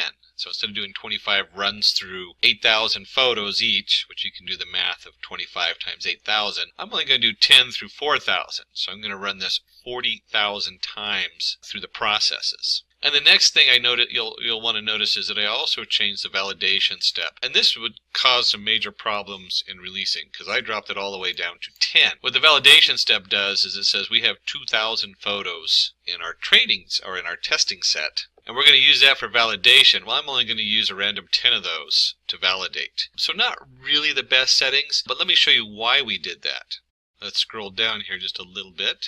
And let's look at the output here and see what's going on there. So I've got my drawing tool back on, and you'll see here it lists a run. So each time it goes through an epoch, it's going to do 4,000 steps. And this is where the 4,000 comes in. So that's where we have epoch 1 of 10, 4,000 steps. So it's randomly picking half the pictures in the file and going through them. And then we're going to look at this number right here. That is for the whole epoch. And that's 2,411 seconds. And if you remember correctly, you divide that by 60, you get minutes. If you divide that by 60, you get hours. Or you can just divide the whole thing by 60 times 60, which is 3,600. If 3,600 is an hour, this is roughly 45 minutes right here. And that's 45 minutes to process half the pictures. So if I was doing all the pictures, we're talking an hour and a half per epoch times 36. Or no, 25. They had 25 up above. 25.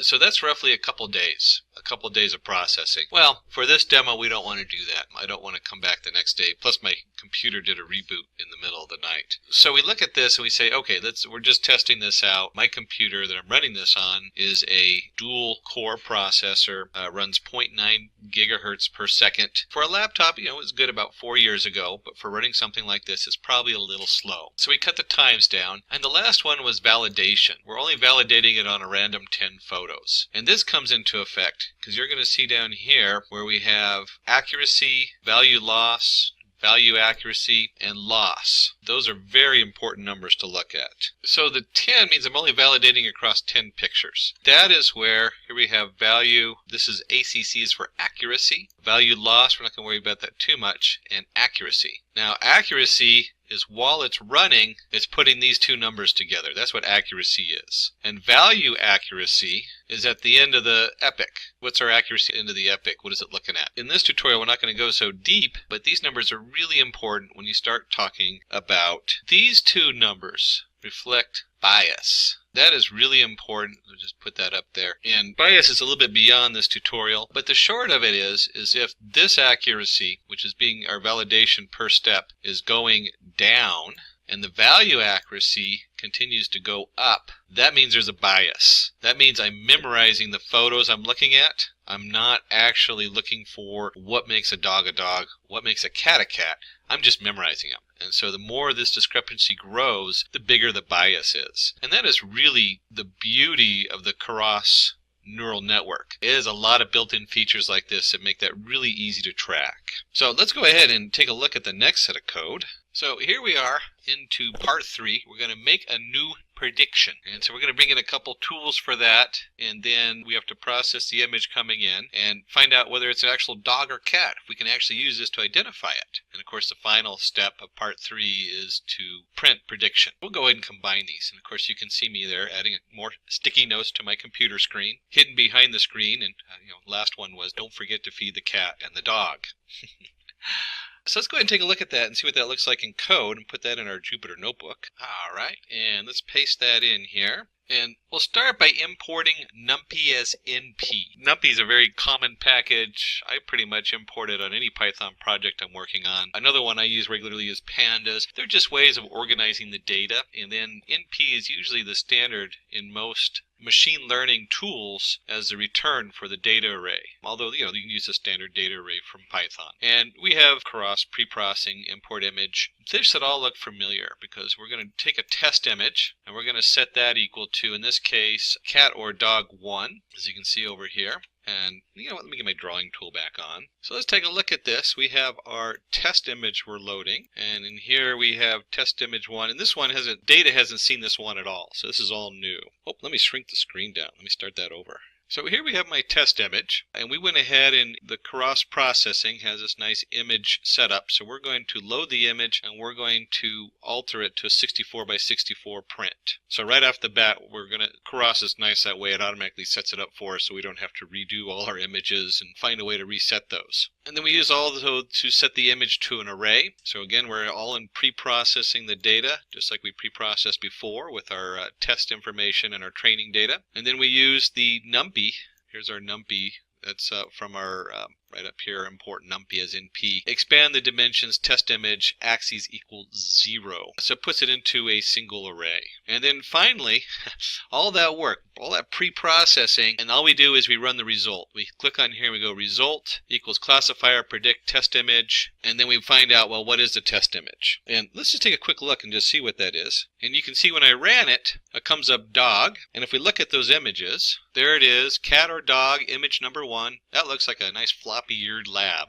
Friendly with his tongue hanging out. It's either that or a very floppy-eared cat. I'm not sure which. But according to our software, it says it's a dog. And we have a second picture over here. Let's just see what happens when we run the second picture. We can go up here and change this from dog image 1 to 2. We'll run that, and it comes down here and says cat. You can see me highlighting it down there as cat. So our process works. We are able to label a dog and a cat just from the pictures. There we go, cleared my drawing tool. And the last thing I want you to notice, when we come back up here to when I ran it, you'll see it has an accuracy of 1 and the value accuracy of 1. Well, the value accuracy is the important one, because the value accuracy is what it actually runs on the test data. Remember, I'm only validating it on a random 10 photos. And those 10 photos just happen to come up 1. Now, when they ran this on the server, it actually came up about 86%. This is why cutting these numbers down so far for a commercial release is bad. So you want to make sure you're a little careful of that when you're testing your stuff, that you change these numbers back when you run it on a more enterprise computer other than your old laptop that you're just practicing on or messing with.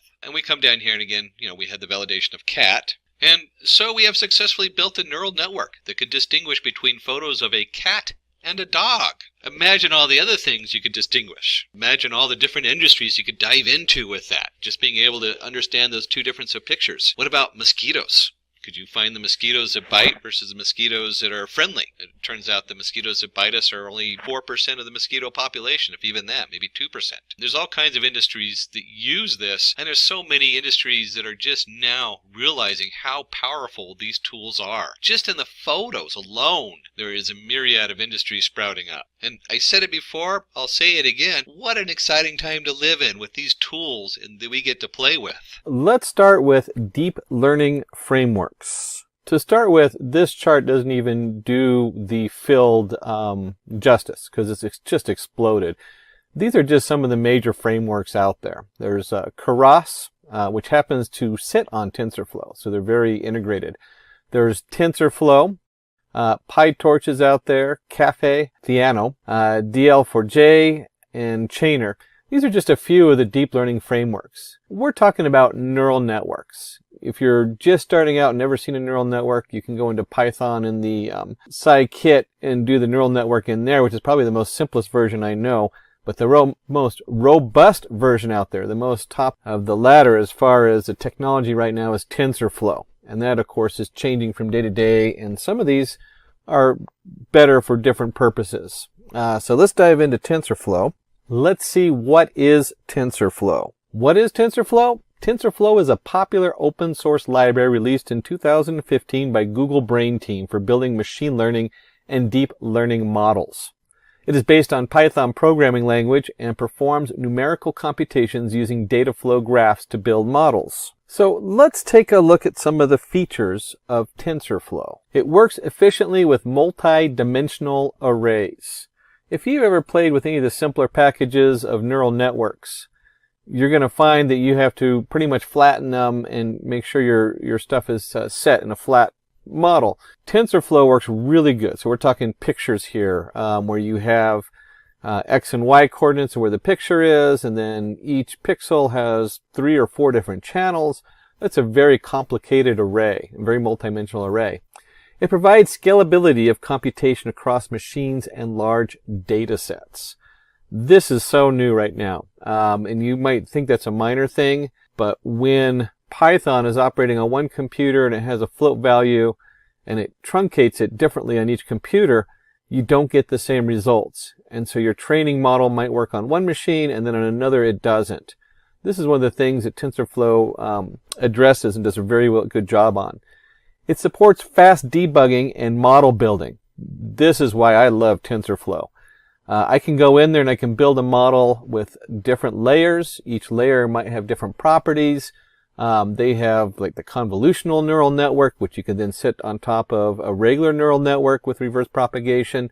There's a lot of tools in here and a lot of options. And each layer that it goes through can utilize those different options and stack differently. And it has a large community and provides TensorBoard to visualize the model.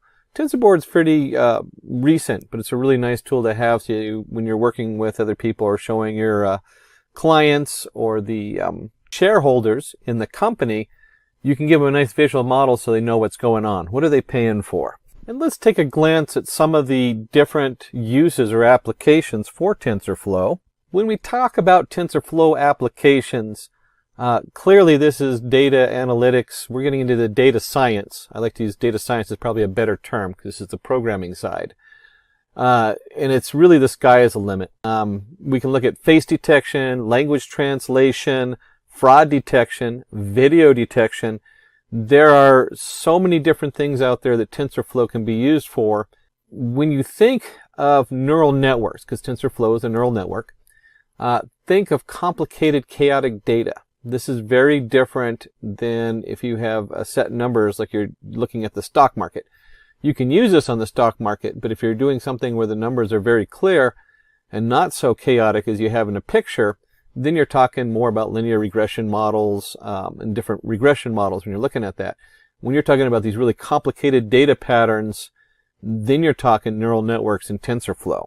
And if we're going to talk about TensorFlow, we should talk about what tensors are. After all, that is what that's what this is named after. So when we talk about tensors in TensorFlow, TensorFlow is derived from its core component known as a tensor. A tensor is a vector or a matrix of n dimensions that represent all types of data. And you can see here we have the scalar, which is just a single number. You have your vector, which is two numbers. Might be a number in a direction. You have a simple matrix, and then we get into the tensor. I mentioned how a picture is a very complicated tensor because it has your XY coordinates, and then each one of those pixels has 3 to 4 channels for your different colors. And so each image coming in would be its own tensor. And in TensorFlow, tensors are defined by a unit of dimensionality called as rank. And you can see here we have our scalar, which is a single number that has a rank of 0 because it has no real dimensions to it other than it's just a single point. And then you have your vector, which would be a single list of numbers. So that's a rank 1. Matrix would have rank 2. And then as you can see right here as we get into the full tensor, it has a rank 3. And so the next step is to understand how a TensorFlow works. And if you haven't looked at the basics of a neural network in reverse propagation, that is the basics of TensorFlow, and then it goes through a lot of different options and properties that you can build into your different tensors. So a TensorFlow performs computations with the help of data flow graphs. It has nodes that represent the operations in your model. And if you look at this, you should see a neural network going on here. We have our inputs B, C, and D, and you might have x equals b plus c, y equals d minus 4, a equals x times y, and then you have an output. And so even though this isn't a neural network here, it's just a simple set of computations going across, you can see how the more complicated it gets, the more it can actually, one of the tensors is a neural network with reverse propagation, but it's not limited to that. There's so much more you can do with it. And this here is just a basic flow of computations of the data going across. And you can see we can plug in the numbers, b equals 4, c equals 3, d equals 6, and you get x equals 4 plus 3, so x equals 7, y equals 6 minus 4, so y equals 2, and finally a equals 7 times 2, or a equals 14. Like I said, this is a very simplified version of how TensorFlow works. Each one of these layers can get very complicated. But TensorFlow does such a nice job that you can spin different setups up very easily and test them out. So you can test out these different models to see how they work. Now, TensorFlow has gone through 2 major stages. We had the original TensorFlow release of 1.0, and then they came out with the 2.0 version. And the 2.0 addressed so many things out there that the 1.0 really needed. So when we start talking about TensorFlow 1.0 versus 2.0, I guess you would need to know this for a legacy programming job if you're pulling apart somebody else's code. The first thing is that TensorFlow 2.0 supports eager execution by default. It allows you to build your models and run them instantly. And you can see here from TensorFlow 1 to TensorFlow 2, we have almost double the code to do the same thing. So if I want to do with tf.session or TensorFlow session as a session, the session run, you have your variables, your session run, you have your tables initializer, and then you do your model fit. X train, Y train, and then your validation data, your X value, Y value, and your epochs and your batch size. All that goes into the fit. And you can see here where that was all just compressed to make it run easier. You can just create a model and do a fit on it, and you only have like that last set of code on there, so it's automatic. That's what they mean by the eager. So if you see the first part and you're like, what the heck is all this session thing going on? That's TensorFlow 1.0. And then when you get into 2.0, it's just nice and clean. If you remember from the beginning, I said Keras on our list up there. And Keras is the high-level API in TensorFlow 2.0. Keras is the official high-level API of TensorFlow 2.0. It has incorporated Keras as tf.keras. Keras provides a number of model building APIs such as sequential, functional, and subclassing, so you can choose the right level of abstraction for your project. And we'll hopefully touch base a little bit more on this, sequential being the most common form. That is, your layers are going from one side to the other. So everything's going in a sequential order. Functional is where you can split the layers. So you might have your input coming on one side, it splits into two completely different models, and then they come back together. And one of them might be doing classification, the other one might be doing just linear regression kind of stuff, or a basic reverse propagation neural network, and then those all come together into another layer, which is your neural network reverse propagation setup. Subclassing is the most complicated, as you're building your own models, and you can subclass your own models into Keras. So very powerful tools here. This is all the stuff that's been coming out currently in the TensorFlow Keras setup. A third big change we're going to look at is that in TensorFlow 1.0, in order to use TF layers as variables, you would have to write TF variable block. So you'd have to predefine that. In TensorFlow 2, you just add your layers in under the sequential, and it automatically defines them as long as they're flat layers.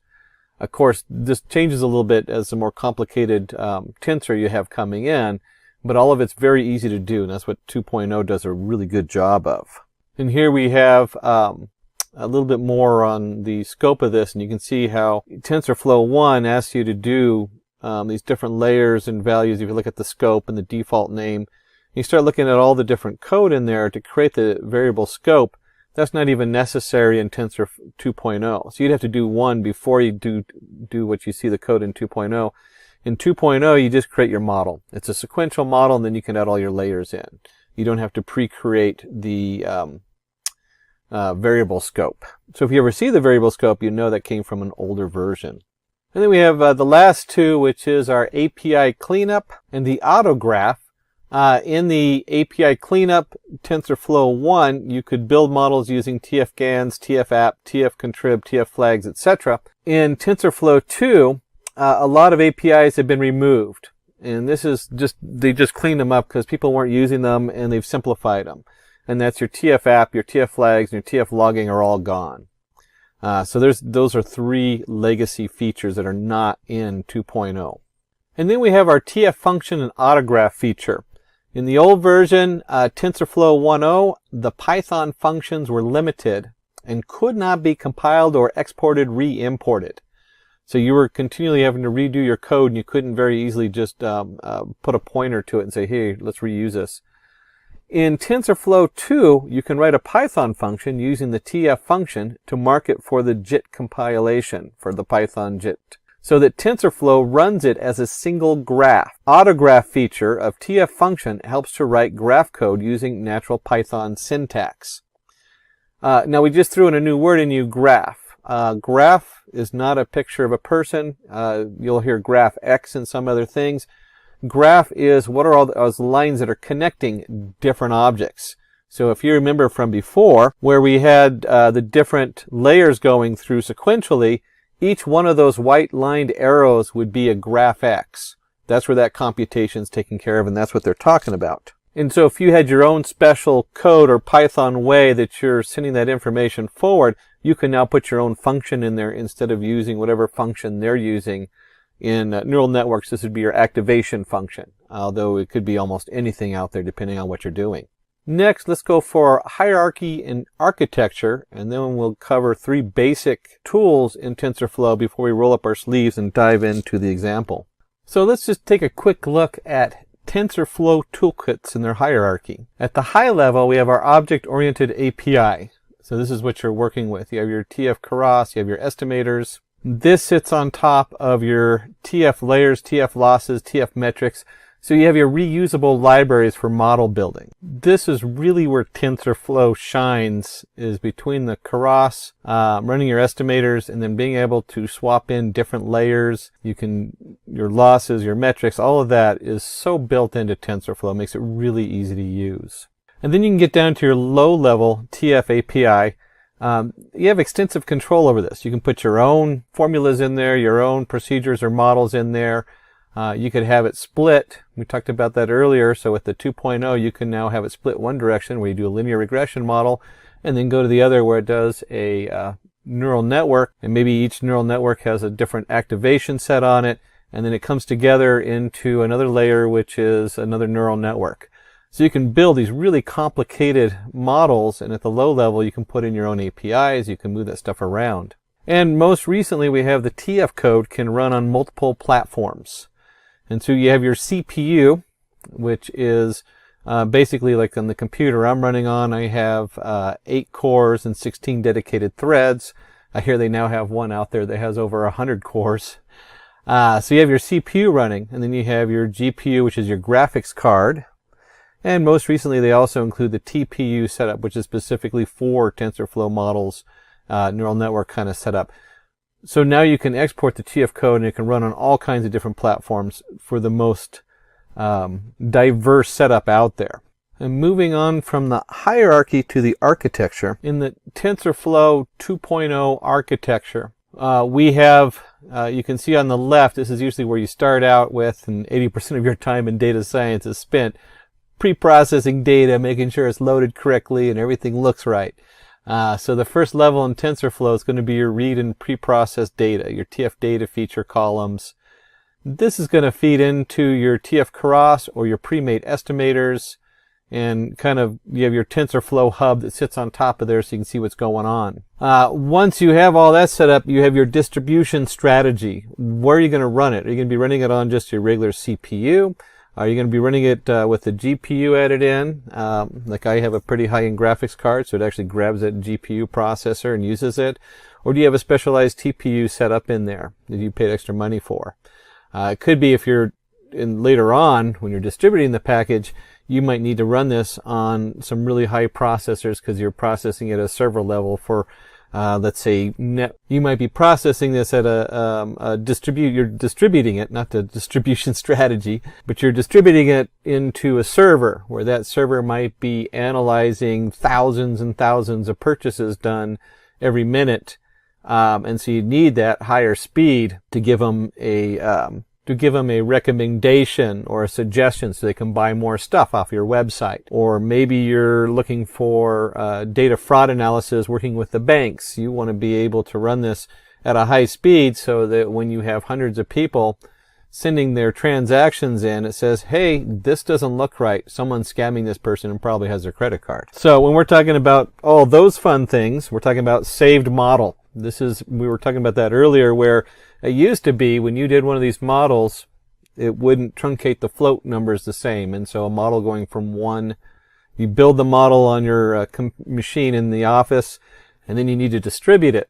And so we have our TensorFlow serving cloud on premium. That's what I was talking about if you're like a banking or something like that.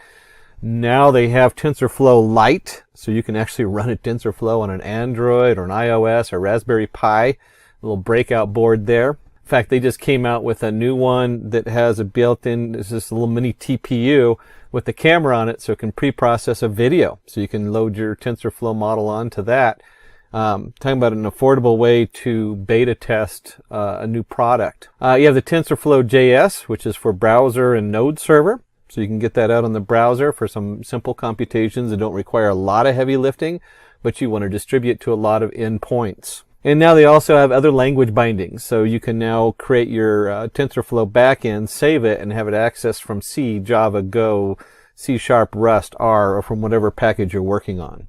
So we kind of have an overview of the architecture and what's going on behind the scenes, and in this case, what's going on as far as distributing it. Let's go ahead and take a look at 3 specific pieces of TensorFlow. And those are going to be constants, variables, and sessions. So very basic things you need to know and understand when you're working with the TensorFlow setup. So constants in TensorFlow. In TensorFlow, constants are created using the function constant. In other words, they're going to stay static the whole time, whatever you're working with.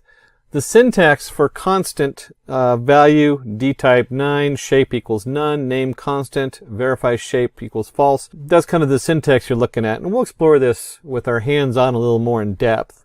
And you can see here we do z equals tf.constant, 5.2, name equals x, dtype is a float. That means that we're never going to change that 5.2. It's going to be a constant value. And then we have our variables in TensorFlow. Variables in TensorFlow are in memory buffers that store tensors. And so we can declare a 2x3 tensor populated by ones. You could also do constants this way, by the way. So you can create an array of ones for your constants. I'm not sure why you do that, but you might need that for some reason. In here we have v equals tf.variables, and then in TensorFlow you have tf.ones, and you have the shape, which is 2, 3, which is then going to create a nice 2x3 array that's filled with ones. And then of course you can go in there and they're variables, so you can change them. It's a tensor, so you have full control over that. And then you of course have sessions in TensorFlow. A session in TensorFlow is used to run a computational graph to evaluate the nodes. And remember, when we're talking about graph or GraphX, we're talking about all that information then goes through all those arrows and whatever computations they have that take it to the next node. And you can see down here where we have import TensorFlow as TF. If we do x equals a TF.constant of 10, we do y equals a TF constant of 2.0 or 20.0, and then you can do z equals TF.variable, and it's a TF.add x comma y. And then once you have that set up in there, you go ahead and init your TF global variables initializer with TF session as session. You can do a session run init, and then you print the session run y. And so when you run this, you're going to end up with, of course, the 10 plus 20 is 30. And we'll be looking at this a lot more closely as we actually roll up our sleeves and put some code together. So let's go ahead and take a look at that. And for my coding today, I'm going to go ahead and go through Anaconda, and then I'll use specifically the Jupyter Notebook on there. And of course, this code is going to work whatever platform you choose, whether you're in a notebook, the Jupyter Lab, which is just the Jupyter Notebook but with tabs for larger projects. We're going to stick with Jupyter Notebook. PyCharm, whatever it is you're going to use in here. You have your Spider and your Qt console for different programming environments. The thing to note, it's kind of hard to see, but I have my main Pi 3.6. Right now, when I was writing this, TensorFlow works in Python version 3.6. If you have Python version 3.7 or 3.8, you're probably going to get some errors in there. Might be that they've already updated it and I don't know it, and I have an older version. But you want to make sure you're in Python version 3.6 in your environment. And of course, in Anaconda, I can easily set that environment up. Make sure you go ahead and pip in your TensorFlow, or if you're in Anaconda, you can do Anaconda install TensorFlow to make sure it's in your package. So let's just go ahead and dive in and bring that up. This will open up a nice browser window. I just love the fact I can zoom in and zoom out depending on what I'm working on, making it really easy to adjust a demo for the right size. Go under New, and let's go ahead and create a new Python. And once we're in our new Python window, this is going to leave it untitled. Let's go ahead and import. Import TensorFlow as TF. At this point, we'll go ahead and just run it real quick. No errors. Yay! No errors. I do that whenever I do my imports because I invariably will have opened up a new environment and forgotten to install TensorFlow into that environment or something along those lines. So it's always good to double check. And if we're going to double check that, it's also good to know what version we're working with. And we can do that simply by using the version command in TensorFlow, which you should know is probably intuitively the TF dot underscore underscore version underscore underscore. And you know, it always confuses me because sometimes you do TF dot version for one thing, you do TF dot underscore version underscore for another thing. This is a double underscore in TensorFlow for pulling your version out. And it's good to know what you're working with. We're going to be working in TensorFlow version 2.1.0. And I did tell you we were going to dig a little deeper into our constants, and you can do an array of constants. And we'll just create this nice array, a equals tf dot constant, and we're just going to put the array right in there, 4361. We can run this, and now that is what a is equal to. And if we want to just double check that, remember we're in Jupyter Notebook, where I can just put the letter A, and it knows that that's going to be print. Otherwise, you'd surround it in print. And you can see it's a TF tensor. It has the shape, the type, and the array on here. It's a 2x2 array. And just like we can create a constant, we can go ahead and create a variable. And this is also going to be a 2x2 array. And if we go ahead and print the V out, we'll run that. And sure enough, there's our TF variable in here. Then we can also, let's just go back up here and add this in here. I could create another tensor, and we'll make it a constant this time. And we'll go ahead and put that in over here. We'll have B TF constant. And if we go ahead and print out V and B, we go ahead and run that. And this is an interesting thing that happens in here. You'll see right here when I print them both out, what happens is it only prints the last one unless you use print commands.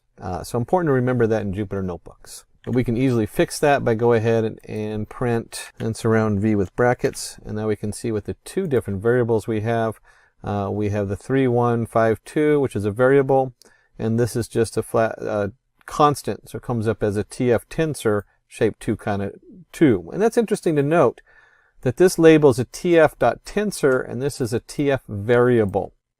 So that's how it's looking in the back end when you're talking about the difference between a variable and a constant. The other thing I want you to notice is that in variable we capitalize the V, and with the constant we have a lowercase c. Little things like that can lose you when you're programming and you're trying to find out, hey, why doesn't this work? So those are a couple little things to note in here. And just like any other array in math, we can do like a concatenate the different values here.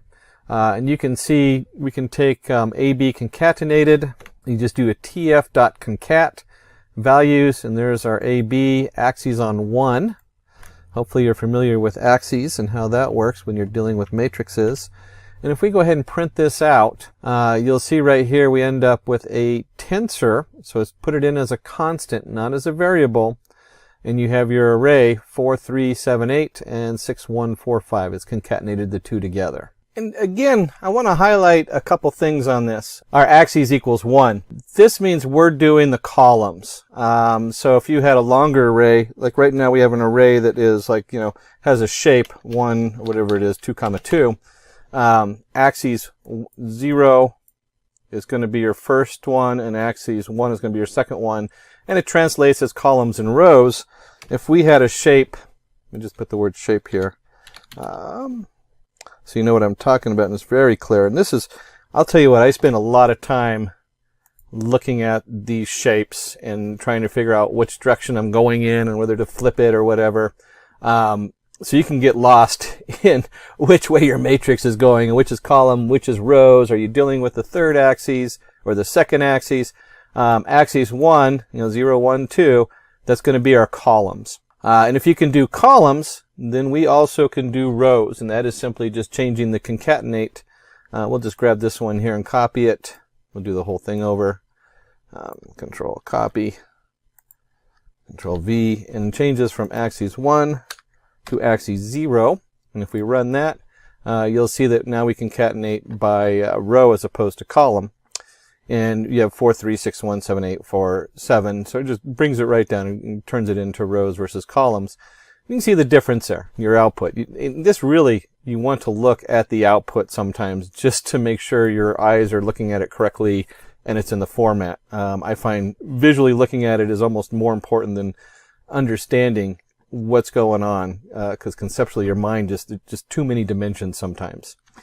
The second thing I want you to notice is this says a NumPy array. So TensorFlow is utilizing NumPy as part of their format as far as Python's concerned.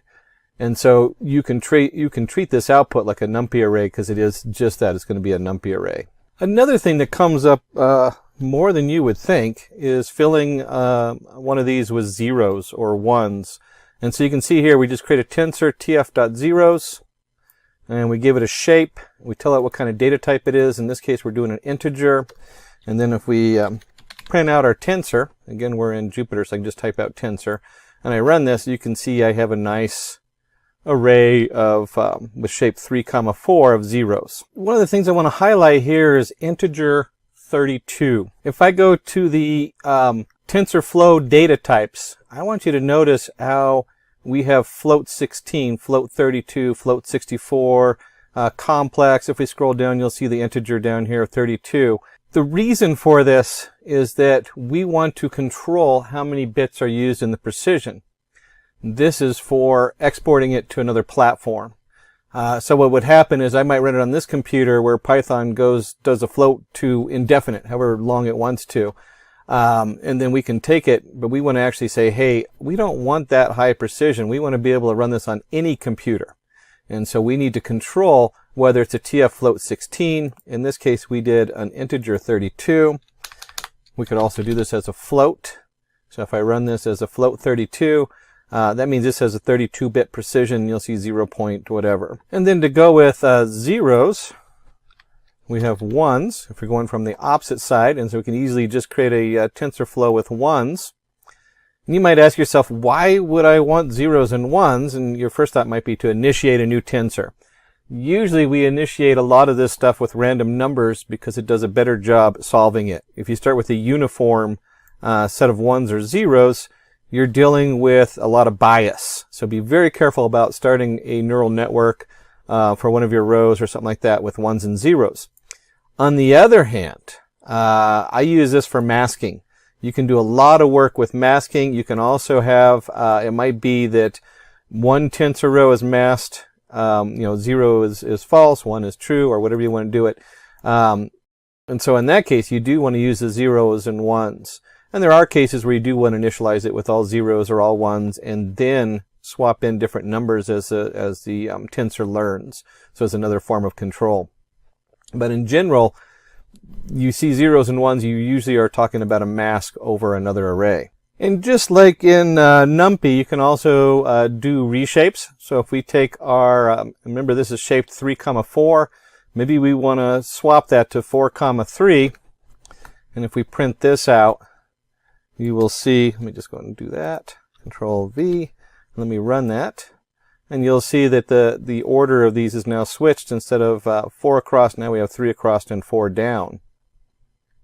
And just for fun, let's go back up here where we did the ones, and I'm going to change the ones to tf.randomUniform, and we'll go ahead and just take off, well, we'll go ahead and leave that. We'll go ahead and run this, and you'll see now we have 0.0441, and this way you can actually see how the reshape looks a lot different. 0.041, 0.15, 0.71, and then instead of having this one, it rolls down here to the 0.14. And this is what I was talking about. Sometimes a lot of times you fill these with random numbers. And so this is the random.uniform is one of the ways to do that. Now, I just talked a little bit about this float 32 and all these data types. One of the things that comes up, of course, is recasting your data. So if we have a D-type float 32, we might want to convert these to integers because of the project we're working on. I know one of the projects I've worked on ended up wanting to do a lot of round off so that it would take a dollar amount or a float value and then have to round it off to a dollar amount. So we only wanted 2 decimal points. And in which case you have a lot of different options. You can multiply by 100 and then round it off or whatever you want to do. There's a lot of, or then convert it to an integer was one way to round it off. Kind of a cheap and dirty trick. So we can take this and we can take the same tensor and we'll go ahead and create a as an integer. And so we're going to take this tensor, we're going to tf.cast it, and if we print tensor, and then we're going to go ahead and print our tensor. Let me just do a quick copy and paste. And when I'm actually programming, I usually type out a lot of my stuff just to double check it. In doing a demo, copy and paste works fine, but sometimes be aware that copy and paste can copy the wrong code over. Personal choice, depends on what I'm working on. And you can see here we took a float 32, 4.6, 4.2, and so on, and it just converts it right down to a integer value. So our integer 32 setup. And you remember we talked about a little bit about reshape as far as flipping it, and I just did 4, 3 on the reshape up here, and we talked about axis 0, axis 1. One of the things that is important to be able to do is to take one of these variables. We'll just take this last one, tensor as integer, and I want to go ahead and transpose it, and so I can do we'll do a equals tf.transpose, and we'll do our tensor integer in there, and then if I print the a out and we run this, you'll see that's the same array, but we've flipped it so that our columns and rows are flipped. This is the same as reshaping. So when you transpose, you're just doing a reshape. What's nice about this is that if you look at the numbers, the columns, when we went up here and we did the reshape, they kind of roll down to the next row. So you're not maintaining the structure of your matrix. So when we do a reshape up here, they're similar, but they're not quite the same. And you can actually go in here and there's settings in the reshape that would allow you to turn it into a transform. So when we come down here, it's all done for you. And so there are so many times you have to transpose your digits that this is important to know that you can just do that. You can flip your rows and columns rather quickly here. And just like NumPy, you can also do your different math functions. We'll look at multiplication. And so we're going to take matrix multiplication of tensors. We'll go ahead and create A as a constant, 5839. And we'll put in a vector V, 4, 2. And we could have done this where they matched, where this was a 2 by 2 array. But instead, we're going to do just a 2 by 1 array. And the code for that is your tf.matmul, so matrix multiplier.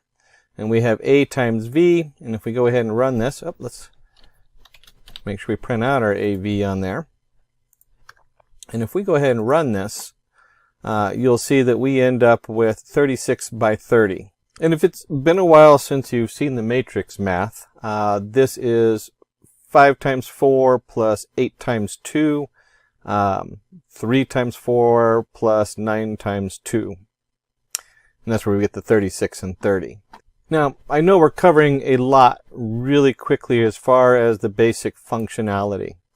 So the matrix, or your matrix multiplier, is a very commonly used back-end tool as far as computing different models or linear regression, stuff like that.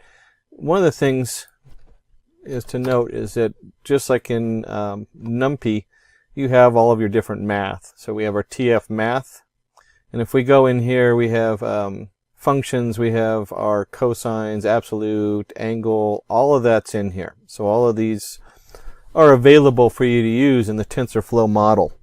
And if we go back to our example, and let's go ahead and pull, let's do some multiplication. That's always good. We'll stick with our AV, our constant a in our vector v.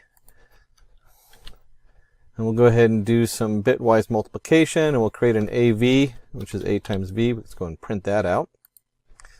And you can see coming across here, we have the 4, 2 and the 5, 8, 3, 9, and it produces 20, 32, 618. And that's pretty straightforward. If you look at it, you have 4 times 5 is 20, 4 times 8 is 32. That's where those numbers come from. We can also quickly create an identity matrix, which is basically your main values on the diagonal being 1s and 0s across the other side. Let's go ahead and take a look and see what that looks like. And we can do, let's do this. So we're going to get the shape. This is a simple way, very similar to your NumPy. You can do a.shape. And it's going to return a tuple, in this case our rows and columns. And so we can do a quick print. We'll do rows, oops, and we'll do columns.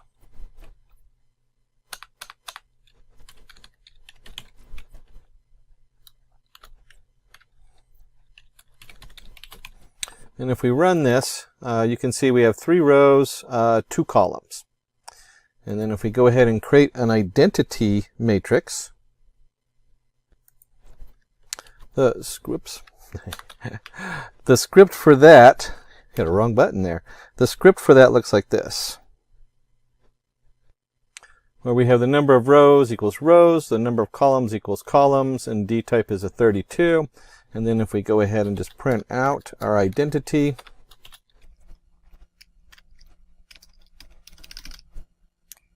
you can see we have a nice identity column with our ones going across here. Now, clearly we're not going to go through every math module available, but we do want to start looking at this as a prediction model and seeing how it functions. So we're going to move on to a more of a direct setup where you can actually see the full TensorFlow in use. For that, let's go back and create a new setup. And we'll go in here, new Python 3 module. There we go. Bring this out so it takes up the whole window, because I like to do that. Hopefully you made it through that first part and you have a basic understanding of TensorFlow as far as being a series of NumPy arrays. You got your math equations and different things that go into them. We're going to start building a full setup as far as the NumPy, so you can see how Keras sits on top of it and the different aspects of how it works. The first thing we want to do is we're going to go ahead and do a lot of imports. Date times, warnings, SciPy. SciPy is your math, so the back-end scientific math. Warnings, because whenever we do a lot of this, you have older versions, newer versions, and so sometimes when you get warnings, you want to go ahead and just suppress them. We'll talk about that if it comes up on this particular setup. And of course, date time. Pandas, again, is your data frame. Think rows and columns. We import it as PD.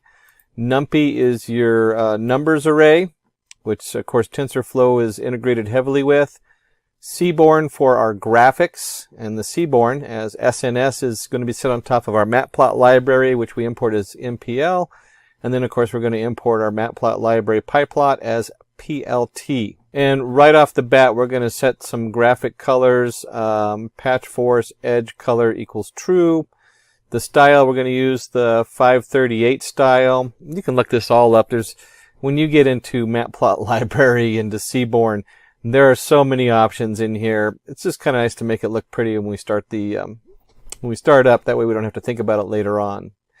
And then we're going to take, we have our MPLRC, we're going to put a patch edge color, dim gray line width. Again, this is all part of our graphics here in our setup. We'll go ahead and do an interactive shell. Node interactivity equals last expression.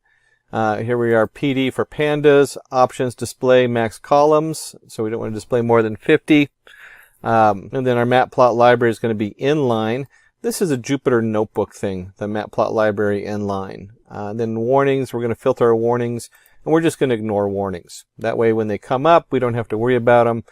not really what you want to do when you're working on a major project. You want to make sure you know those warnings and then filter them out and ignore them later on.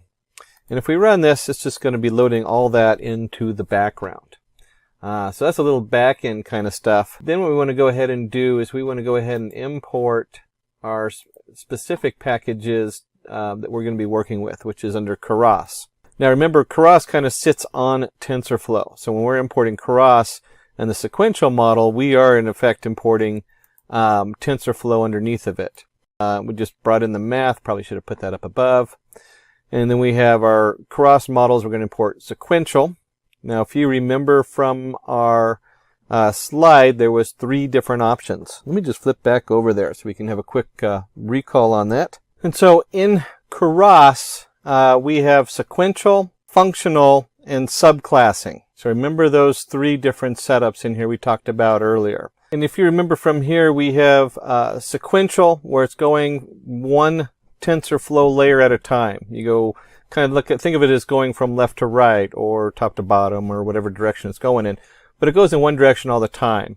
Where functional can have a very complicated graph of directions. You can have the data split into 2 separate tensors, and then it comes back together into another tensor, all those kinds of things. And then subclassing is really the really complicated one, where now you're adding your own subclasses into the tensor to do external computations right in the middle of like a huge flow of data. But we're going to stick with sequential. It's not a big jump to go from sequential to functional. But we're running a sequential TensorFlow. And that's what this first import is here. We want to bring in our sequential. And then we have our layers. And let's talk a little bit about these layers. This is where Keras and TensorFlow really are happening. This is what makes them so nice to work with, is all these layers are pre-built. So from Keras, we have layers import dense. From Keras, layers import LSTM. When we talk about these layers, Keras has so many built-in layers. You can do your own layers. The dense layer is your standard neural network. By default, it uses ReLU for its activation. And then the LSTM is a long short-term memory layer. Since we're going to be looking probably at sequential data, we want to go ahead and do the LSTM. And if we go into Keras and we look at their layers, this is the Keras website, you can see as we scroll down for the Keras layers that are built in, we can get down here and we can look at, let's see, here we have our layer activation, our base layers. Activation, layer weight, so it's a lot of stuff in here. We had the ReLU, which is the basic activation that was listed up here for layer activations. You can change those. And here we have our core layers and our dense layers. So you have an input layer, a dense layer, and then we've added a more customized one with the long-term, short-term memory layer. And of course, you can even do your own custom layers in Keras. There's a whole functionality in there if you're doing your own thing. What's really nice about this is it's all built in. Even the convolutional layers, this is for processing graphics. There's a lot of cool things in here you can do. This is why Keras is so popular. It's open source, and you have all these tools right at your fingertips. So from Keras, we're just going to import a couple layers, the dense layer and the long short-term memory layer. And then, of course, from sklearn, our scikit, we want to go ahead and do our min-max scaler, standard scaler for pre-editing our data, and then metrics just so we can take a look at the errors and compute those. Let me go ahead and run this, and that just loads it up. We're not expecting anything from the output. And our file coming in is going to be airquality.csv. Let's go ahead and take a quick look at that. This is in OpenOffice. It's just a standard, you can do Excel, whatever you're using for your spreadsheet. And you can see here we have a number of columns, a number of rows. It actually goes down to like 8,000. The first thing we want to notice is that the first row is kind of just a random number put in going down. Probably not something we're going to work with. The second row is Bandung. I'm guessing that's a reference for the profile. If we scroll to the bottom, which I'm not going to do because it takes forever to get back up, they're all the same. The same thing with the status. The status is the same. We have a date, so we have a sequential order here. Here is the jam, which I'm going to guess is the timestamp on there. So we have a date and time. We have our O3, CO, NO2 reading, SO2, NO, CO2, VOC, and then some other numbers here, PM1, PM2.5, PM4, PM10, without actually looking through the data. I mean, some of this I can guess is like temperature, humidity. I'm not sure what the PMs are. But we have a whole slew of data here. So we're looking at air quality as far as an area and a region, and what's going on with our date timestamps on there. And so code-wise, we're going to read this into a pandas data frame. So our data frame, DF is a nice abbreviation commonly used for data frames, equals pd.read_csv, and then the path to it just happens to be on my D drive, separated by spaces. And so if we go ahead and run this, we'll print out the head of our data. And again, this looks very similar to what we were just looking at. Being in Jupyter, I can take this and go the other way. Make it real small so you can see all the columns going across, and we can get a full view of it. Or we can bring it back up in size. That's pretty small on there.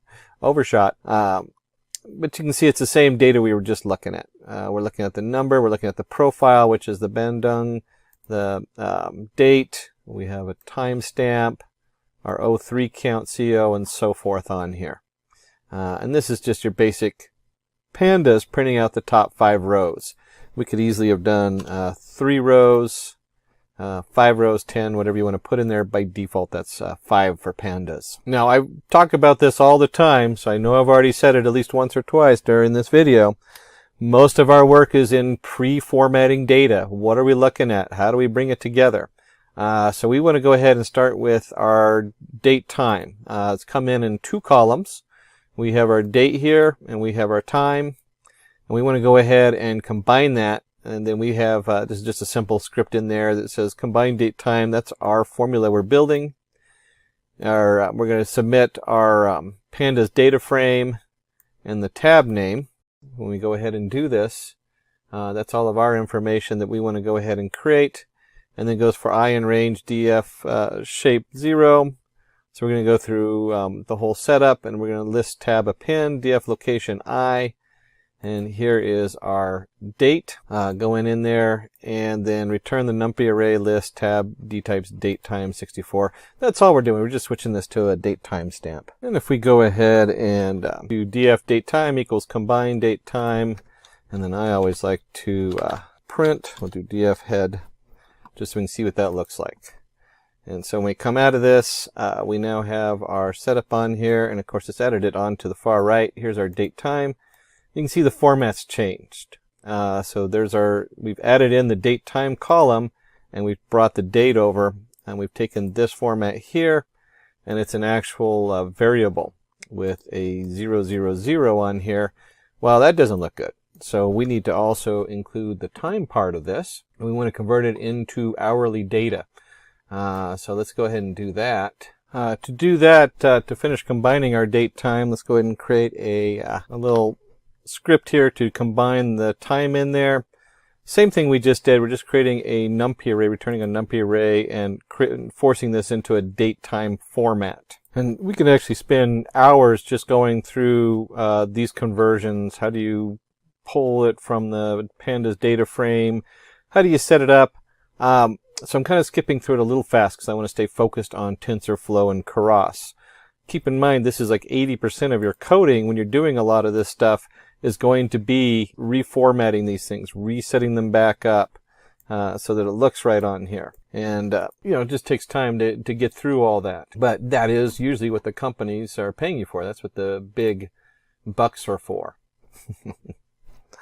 And we want to go ahead and a couple things going on here is we're going to go ahead and do our date time. We're going to reorganize some of our setup in here, convert it into hourly data. We just put a pause in there. Now remember, we can select from DF our different columns we're going to be working with, and you're going to see that we actually dropped a couple of the columns. Those ones I showed you earlier, they're just repetitive data. So there's nothing in there that exciting.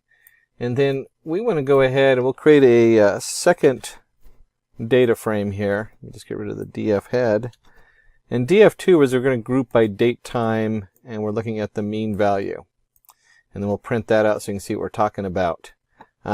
We have now reorganized this, so we put in date time 03 CO. So now this is in the same order as it was before. And you'll see the date time now has our 00, same date, 1, 2, 3, and so on. So it's grouped the data together so that it's a lot more manageable and in the format we want. And in the right sequential order.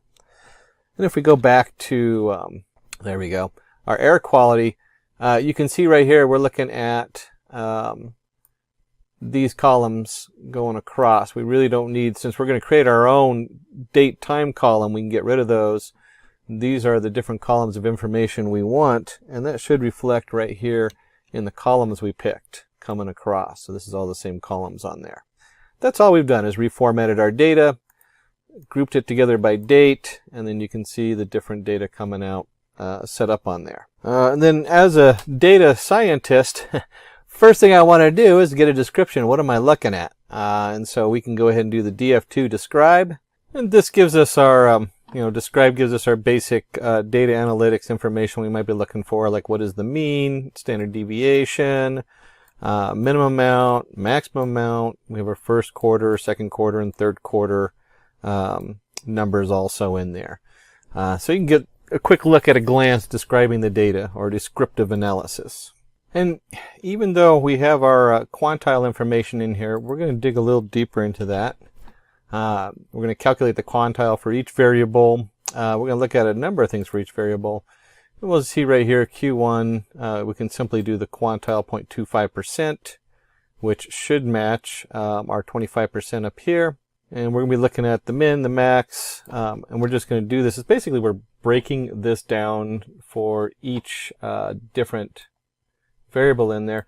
One of the things that's kind of fun to do, we're going to look at that in just a second. Let me put the next piece of code in here. We got to clean out some of our, we're going to drop a couple things, our last rows and first row, because those usually they have a lot of null values, and the first row is just our titles.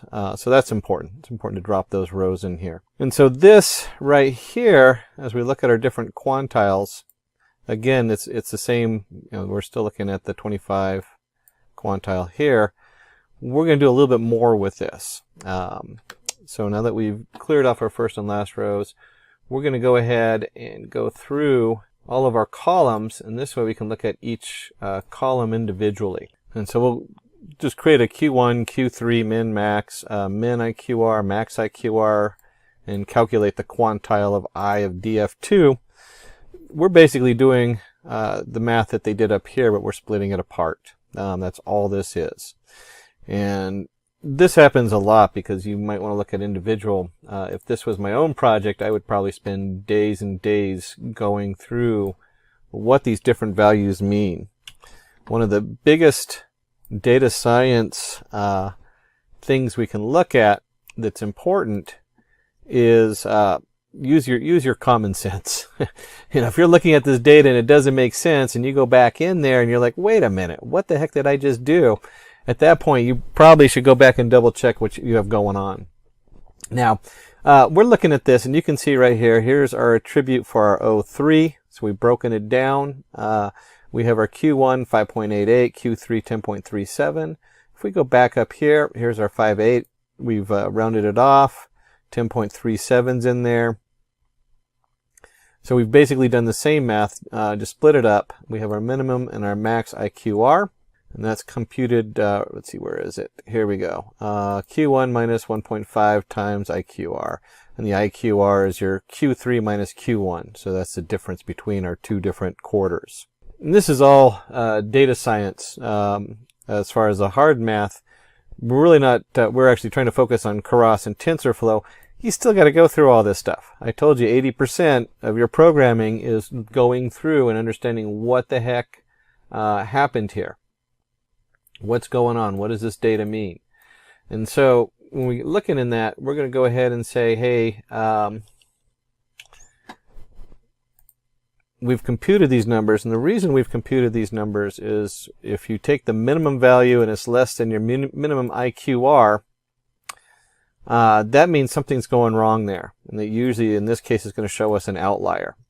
So we want to go ahead and find the minimum value, If it's less than the minimum IQR, it's an outlier. And if the max value is greater than the max IQR, we have an outlier. And that's all this is doing.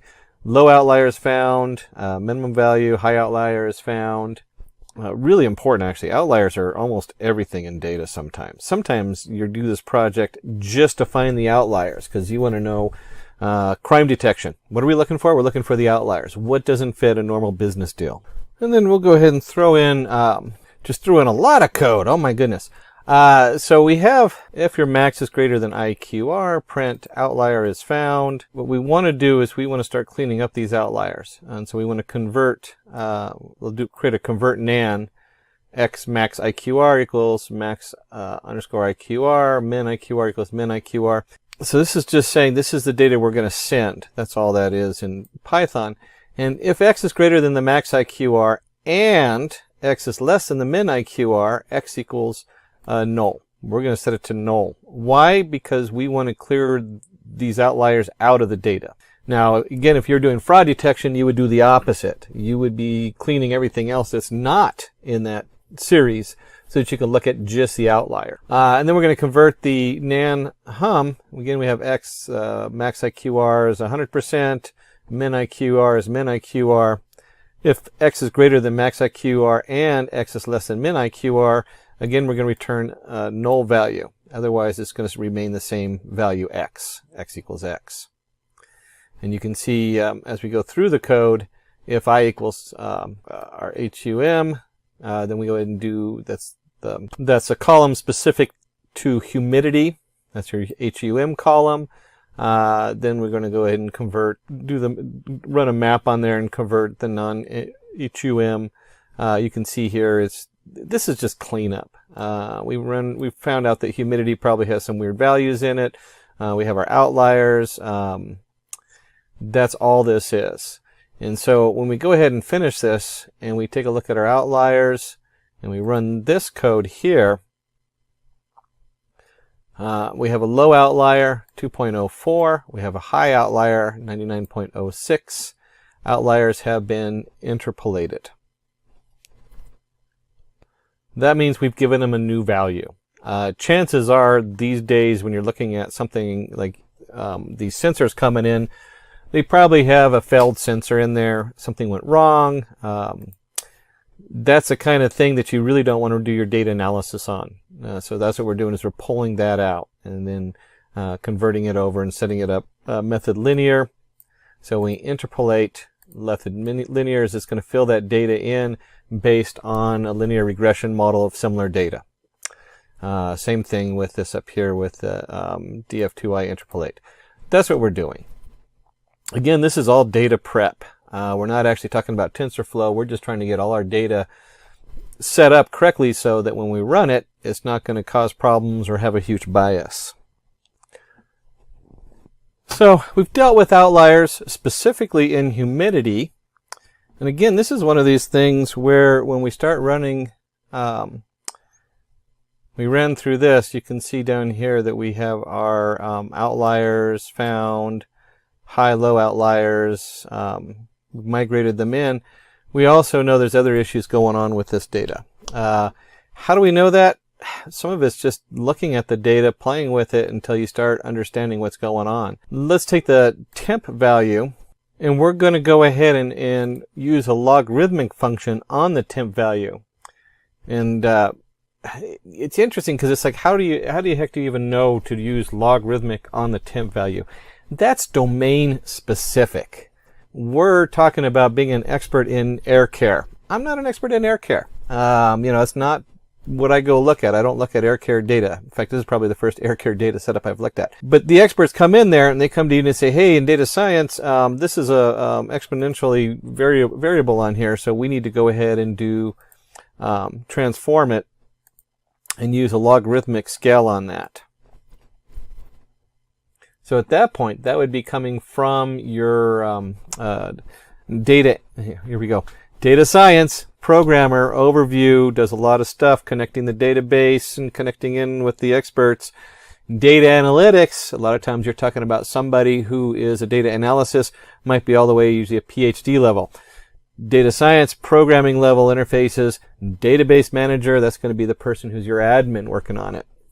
So when we're looking at this, we're looking at something they've sent to me and they said, hey, domain, air care, this is a skew because the data just goes up exponentially and affects everything else. And we'll go ahead and take that data. Let me just go ahead and run this. Just for another quick look at it, we have our, we'll do a distribution DF. We'll create another data frame from the temp values and then from a data set from the log temp. So we can put them side by side. And we'll just go ahead and do a quick histogram. And this is kind of nice. Plot a figure size. Here's our PLT from Matplot library. And then we'll just do a distribution underscore DF. There's our data frames. This is nice because it just integrates the histogram right into pandas. Love pandas. And this is a chart you would send back to your data analyst and say, hey, is this what you wanted? This is how the data is converting on here. As a data scientist, the first thing I note is we've gone from a 10, 20, 30 scale to 2.5, 3.0, 3.5 scale. And the data itself has kind of been adjusted a little bit based on some kind of a skew on there. So let's jump into, we're getting a little closer to actually doing our Keras on here. We'll go ahead and split our data up. And this, of course, is any good data scientists. You want to have a training set and a test set. And we'll go ahead and do the train size. We're going to use 0.75% of the data. Make sure it's an integer. You don't want to take a slice as a float value. Give you a nice error. And we'll have our train size at 75%, and the test size is going to be, of course, the train size minus the length of the data set. And then we can simply do train comma test. Here's our data set, which is going to be the train size, the test size. And then if we go ahead and print this, let me just go ahead and run this. We can see how these values split. It's a nice split of 1298 and then 433 points of value that are going to be for our setup on here. And if you remember, we're specifically looking at the data set. Where did we create that data set from? That was from up here. That was what we called the logarithmic value of the temp. That's where the data set came from. So we're looking at just that column with this train size and the test, with the train and test data set here. And let's go ahead and do convert an array of values into a data set matrix. We're going to create a little setup in here. We create our data set. Our data set's going to come in. We're going to do a look back of 1. So we're going to look back one piece of data going backward. And we have our data X and our data Y for I in range, length of data set, look back minus 1. This is creating, let me just go ahead and run this. Actually, the best way to do this is to go ahead and create this data and take a look at the shape of it. Let me go ahead and just put that code in here. So we're going to do a look back 1. Here's our train X, our train Y. And it's going to be adding the data on there.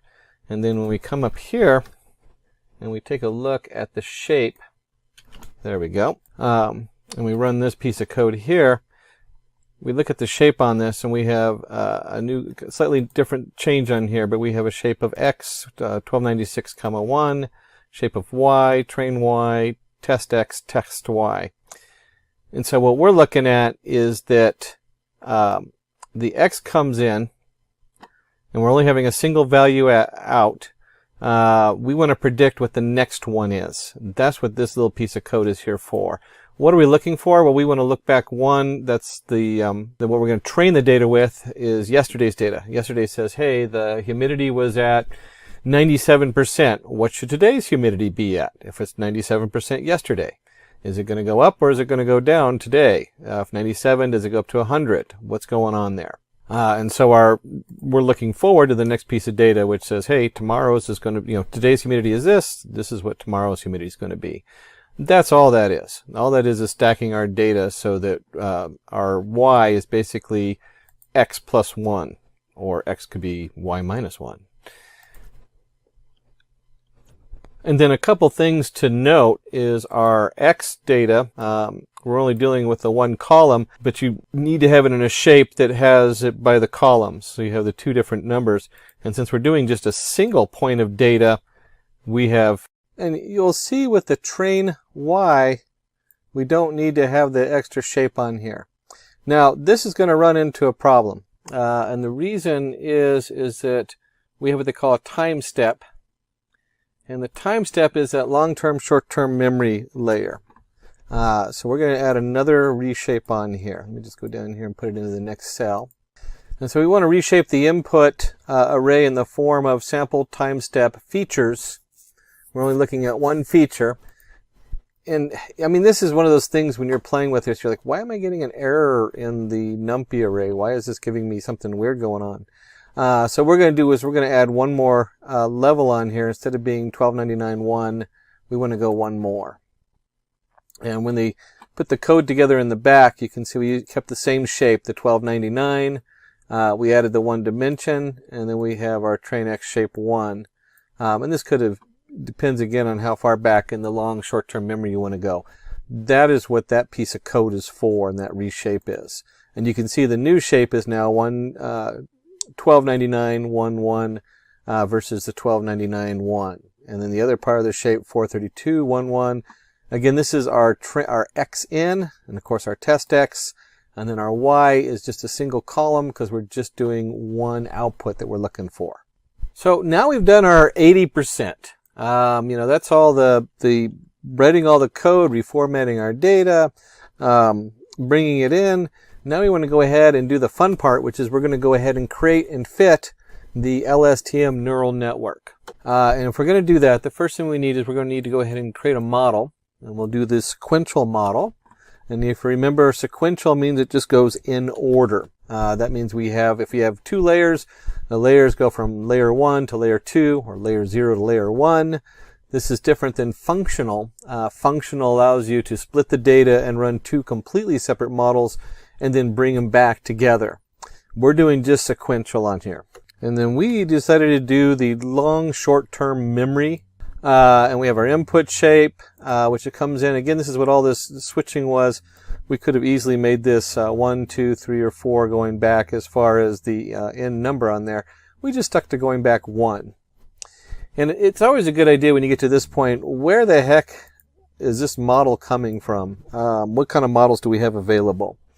And let me go ahead and put the next model in there, because we're going to do 2 models. And the next model is going to go ahead and we're going to do dense. So we have model equals sequential, and then we're going to add the LSTM model, and then we're going to add a dense model. And if you remember from the very top of our code, where we did the imports, oops, there we go, our Keras, this is it right here. Here's our importing a dense model, and here's our importing an LSTM. Now, just about every TensorFlow model uses dense. Your dense model is your basic forward propagation, reverse propagation error, where it does reverse propagation to program the model. So any of your neural networks that you've already looked at that looks and says, here's the error, and sends the error backwards, that's what this is. The long short-term memory is a little different. The real question that we want to look at right now is, where do you find these models? What kind of models do you have available? And so for that, let's go to the Keras website, which is the keras.io. If you go under API/layers, and I always have to do a search, just search for Keras API layers. It'll open up, and you can see we have your base layers right here, class, trainable, weights, all kinds of stuff like there. Your activation, so a lot of your layers you can switch how it activates. ReLU, which is like your smaller arrays, or if you're doing convolutional neural networks, the convolution usually uses a ReLU. Your sigmoid, all the way up to softmax, softplus, all these different choices as far as how those are set up. And what we want to do is we want to go ahead, and if you scroll down here, you'll see your core layers, and here is your dense layer. So you have an input object, your dense layer, your activation layer, embedding layer. This is your kind of your one setup on there that's most common. Convolutional neural networks, or your convolutional layers, these are like for doing image categorizing, so trying to find objects in a picture, that kind of thing. We have pooling layers, so as you have the layers come together, usually you bring them down into a single layer, although you can still do like global max pooling 3D. And there is just, I mean, this list just goes on and on. There's all kinds of different things hidden in here as far as what you can do. And it changes. You go in here and you just have to do a search for what you're looking for, and figure out what's going to work best for you. as far as which project you're working on. Long short-term memory is a big one, because this is when we start talking about text. What if someone says the, what comes after the? The cat in the hat, little kid's book there. Starts programming it, and so you really want to know not only what's going on, but it's going to be something that has a history. The history behind it tells you what the next one coming up is. Now, once we've built all our different, we built our model, we've added our different layers we went in there, play with it. Remember, if you're in functional, you can actually link these layers together and they branch out and come back together. If you do the sub setup, then you can create your own different model. You can embed a model in there that might be something linear regression. You can embed a linear regression model as part of your functional split, and then have that come back together with other things. So we're going to go ahead and compile your model. This brings everything together. We're going to put in what the loss is, which we'll use the mean squared error, and we'll go ahead and use the atom optimizer. Clearly there's a lot of choices on here depending on what you're doing. And just like any of these different prediction models, if you've been doing any scikit from Python, you'll recognize that we have to then fit the model. So what are we doing in here? We're going to send in our train X, our train Y. We're going to decide how many epochs we're going to run it through. 500 is probably a lot for this. I'm guessing it'd probably be about 200 or 300, probably do just fine. Our batch size. So how many different, when you process it, this is the math behind it. If you're in data analytics, you might try to know what this number is as a data scientist, where I haven't had the PhD level math that says this is why you want to use this particular batch size. You kind of play with this number a little bit. You can dig deeper into the math, see how it affects the results depending on what you're doing. And there's a number of other settings on here. We did verbose 2. I'd have to actually look that up to tell you what verbose means. I think that's actually the default on there if I remember correctly. There's a lot of different settings when you go to fit it. The big ones are your epoch and your batch size. Those are what we're looking for. And so we're going to go ahead and run this. And this is going to take a few minutes to run because it's going through 500 times through all the data. So if you have a huge data set, this is the point where you're kind of wondering, oh my gosh, is this going to finish tomorrow? If I'm running this on a single machine and I have a terabyte of data going into it, if this is my personal computer and I'm running a terabyte of data into this, this is running rather quickly through all 500 iterations. But yeah, a terabyte of data, we're talking something closer to days, week, even with a 3.5 gigahertz machine in 8 cores, it's still going to take a long time to go through a full terabyte of data. And then we want to start looking at putting it into some other framework like Spark or something that will be able to process on there more across multiple processors and multiple computers. And if we scroll all the way down to the bottom, you're going to see here's our square mean error of 0.0088. If we scroll way up, you'll see it kind of oscillates between 0.0888 and 0.0089. It's right around 250 where you start seeing that oscillation where it's really not going anywhere. So we really didn't need to go through a full 500 epochs. If you're retraining the stuff over and over again, it's kind of good to know where that error zone is so you don't have to do all the extra processing. Of course, if you're going to build a model, we want to go ahead and run a prediction on it. So let's go ahead and make our prediction. And remember, we have our training test set and our test set, we have the train X and the train Y for training it, or train predict, and then we have our test X and our test Y going in there. So we can test to see how good it did. And when we come in here, we have, you'll see right here, we go ahead and do our train predict equals model predict train X and test predict model predict test X. Why would we want to run the prediction on train X? Well, it's not 100% on its prediction. We know it has a certain amount of error, and we want to compare the error we have on what we programmed it with the error we get when we run it on new data that's never seen, the model's never seen before. And one of the things we can do, we go ahead and invert the predictions. This helps us level it off a little bit more. Get rid of some of our bias. We have train predict equals an NP exponential m1, the train predict, and then train y equals the exponential m1 for train y, and then we do again that with train test predict and test y. Again, reformatting the data so that it all matches, and then we want to go ahead and calculate the root mean square error. So we have our train score, which is your math square root times the mean square root error, train y and train predict. And again, we're just this is just feeding the data through so we can compare it. And the same thing with the test. And let's take a look at that, because really the code makes sense. If you're going through it line by line, you can see what we're doing. But the answer really helps to zoom in. So we have a train score, which is 2.40 of our root mean square error. And we have a test score of 3.16 of the root mean square error. If these were reversed, if our test score is better than our training score, then we've overtrained. Something's really wrong. At that point, you got to go back and figure out what you did wrong. Because you should never have a better result on your test data than you do on your training data. And that's why we put them both through. That's why we look at the error for both the training and the testing. When you're going out and quoting your publishing this and you're saying, hey, how good is my model? It's the test score that you're showing people. This is what it did on my test data that the model had never seen before. This is how good my model is. And a lot of times you actually want to put together like a little formal code where we actually want to print that out. And if we print that out, you can see down here, test prediction and standard deviation of data set, 3.16 is less than 4.40. I'd have to go back, and we're up here. If you remember, we did the square means error. This is standard deviation. That's why these numbers are different. It's saying the same thing that we just talked about. 3.16 is less than 4.40. Model is good enough. We're saying, hey, this model is valid. We have a valid model here. So we can go ahead and go with that.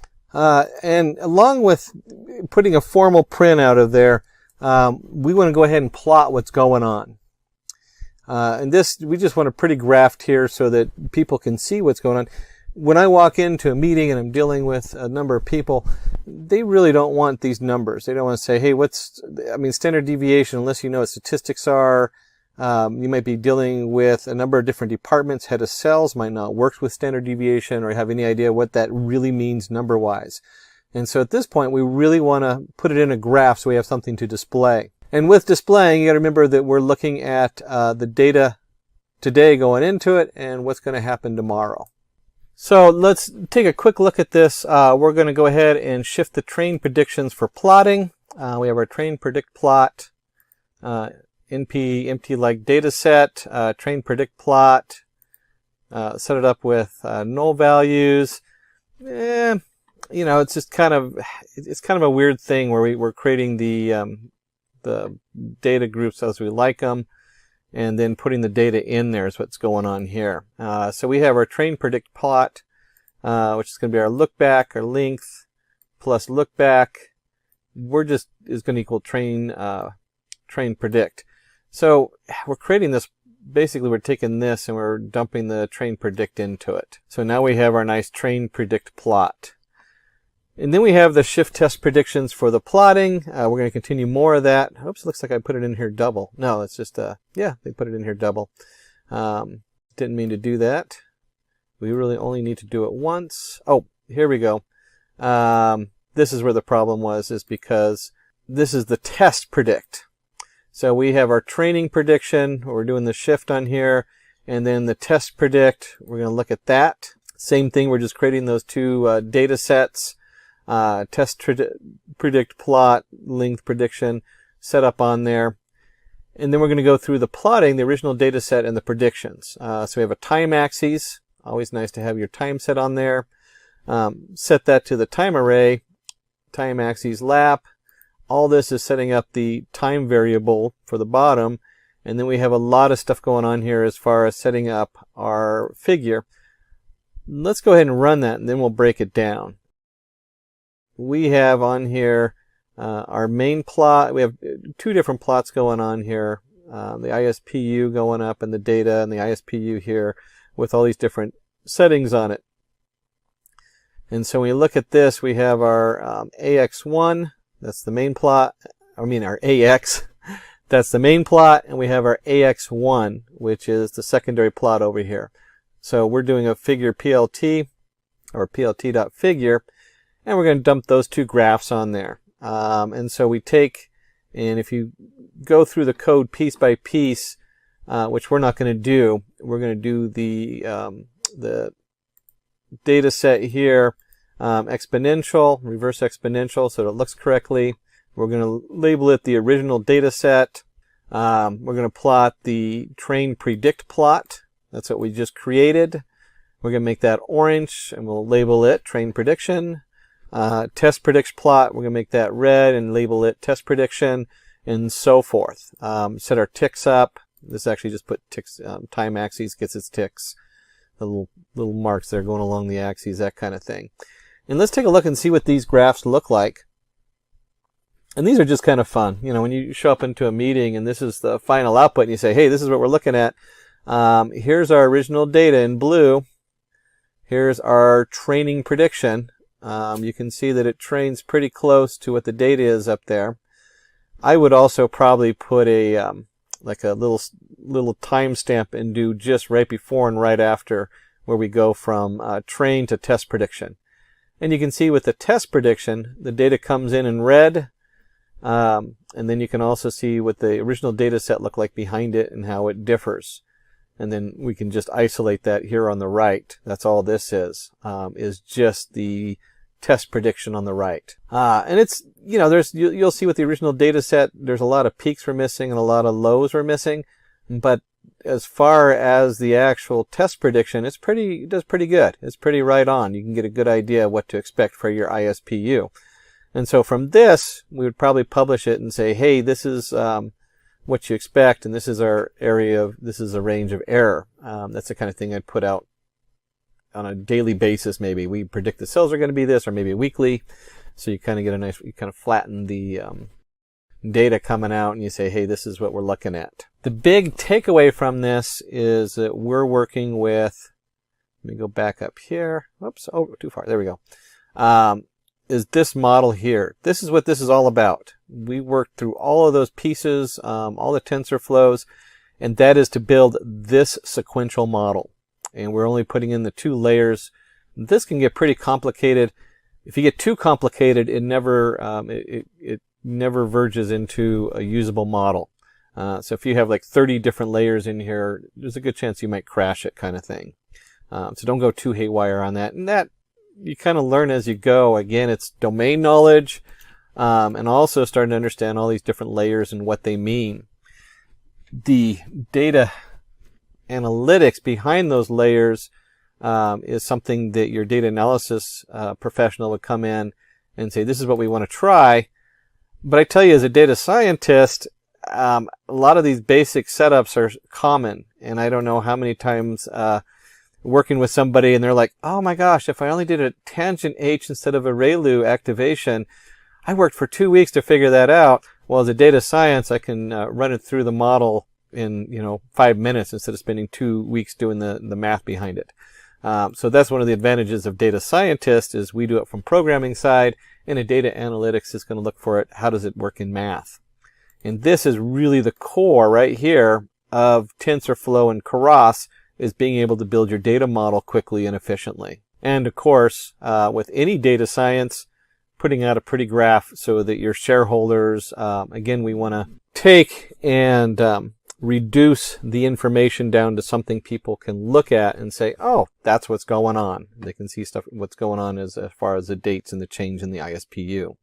In this video, I will walk you through the TensorFlow code to perform object detection in a video. So let's get started. This part is basically you're importing all the libraries. We need a lot of these libraries. For example, NumPy, we need image.io, datetime, and pill, and so on and so forth. And of course, matplotlib. So we import all these libraries, and then there are a bunch of variables which have some paths for the files and folders. So this is regular stuff. Let's keep moving. Then we import the matplotlib and make it inline, and a few more imports. All right. And then these are some warnings. We can just ignore them. So if I run this code once again, it will go away.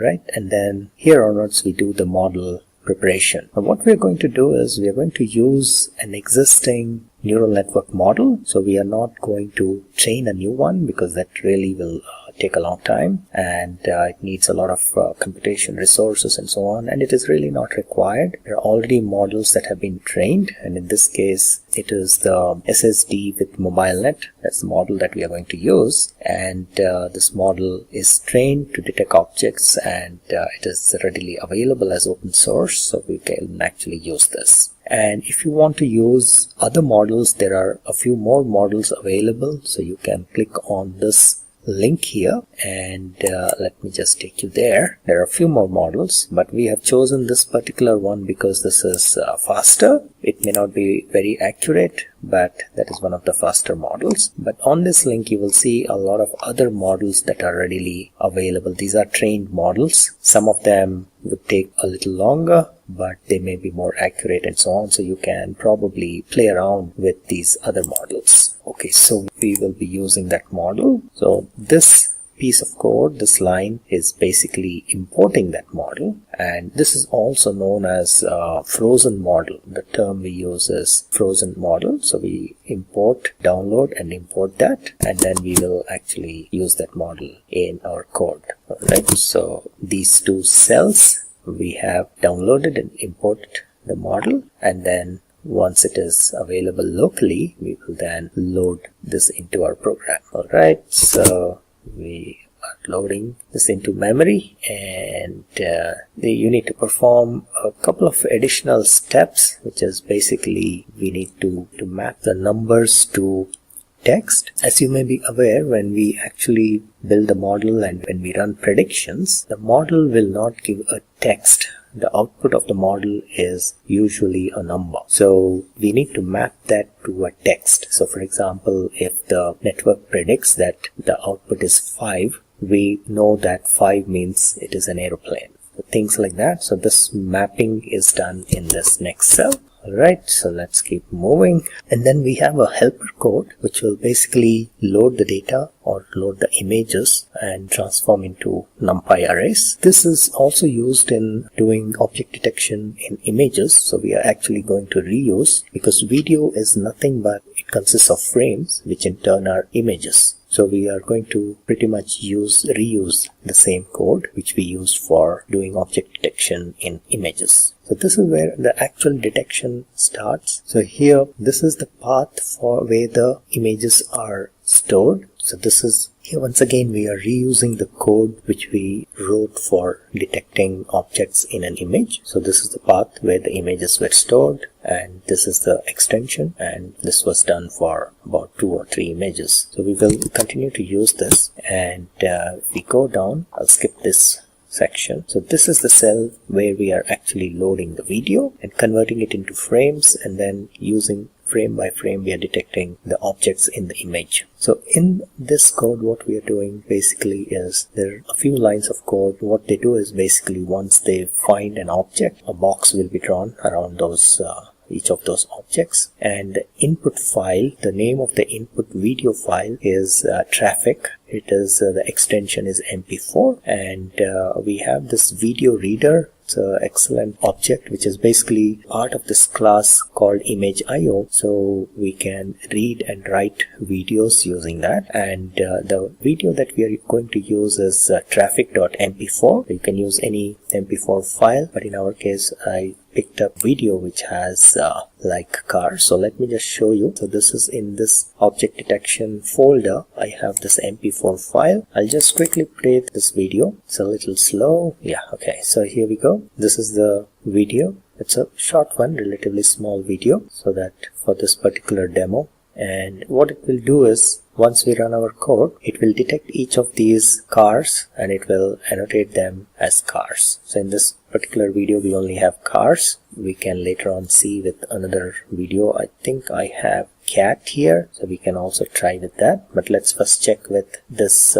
traffic video. So let me go back. So we will be reading this frame by frame, and no, actually we will be reading the video file, but then we will be analyzing it frame by frame, and we will be reading them at 10 frames per second. That is the rate we are mentioning here, and analyzing it and then annotating and then writing it back. So you will see that we will have a video file named something like this, traffic_annotated, and we will see the annotated video. So let's go back and run through this piece of code, and then we will come back and see the annotated video. This might take a little while, so I will pause the video after running this particular cell and then come back to show you the results. Alright, so let's go ahead and run it. So it is running now, and it is also important that at the end you close the video writer, so that it is similar to a file pointer. When you open a file, you should also make sure you close it so that it doesn't hog the resources. So it's very similar. So at the end of it, the last piece or last line of code should be video_writer.close. Alright, so I'll pause and then I'll come back. Okay, so I will see you in a little bit. Alright, so now as you can see here, the processing is done. The hourglass has disappeared. That means the video has been processed. So let's go back and check the annotated video. I'll go back to my file manager. So this was the original traffic.mp4, and now you have here traffic_annotated mp4. So let's go and run this and see how it looks. You see here, it has got each of these cars are getting detected. Let me pause and show you. So we pause here. It says car 70%. Let us allow it to go a little further. It detects something on top. What is that? Truck. Okay. So I think because of the board on top, it somehow thinks there is a truck. Let's play it some more and see if it detects anything else. So this is again a car, looks like. So let us, yeah. So this is a car, and it has confidence level of 69%. Okay, this is again a car. Alright, so basically till the end it goes and detects each and every car that is passing by. Now we can quickly repeat this process for another video. Let me just show you the other video, which is a cat. Again, there is this cat is not really moving or anything, but it is just standing there staring and moving a little slowly, and our application will, our network will detect that this is a cat, and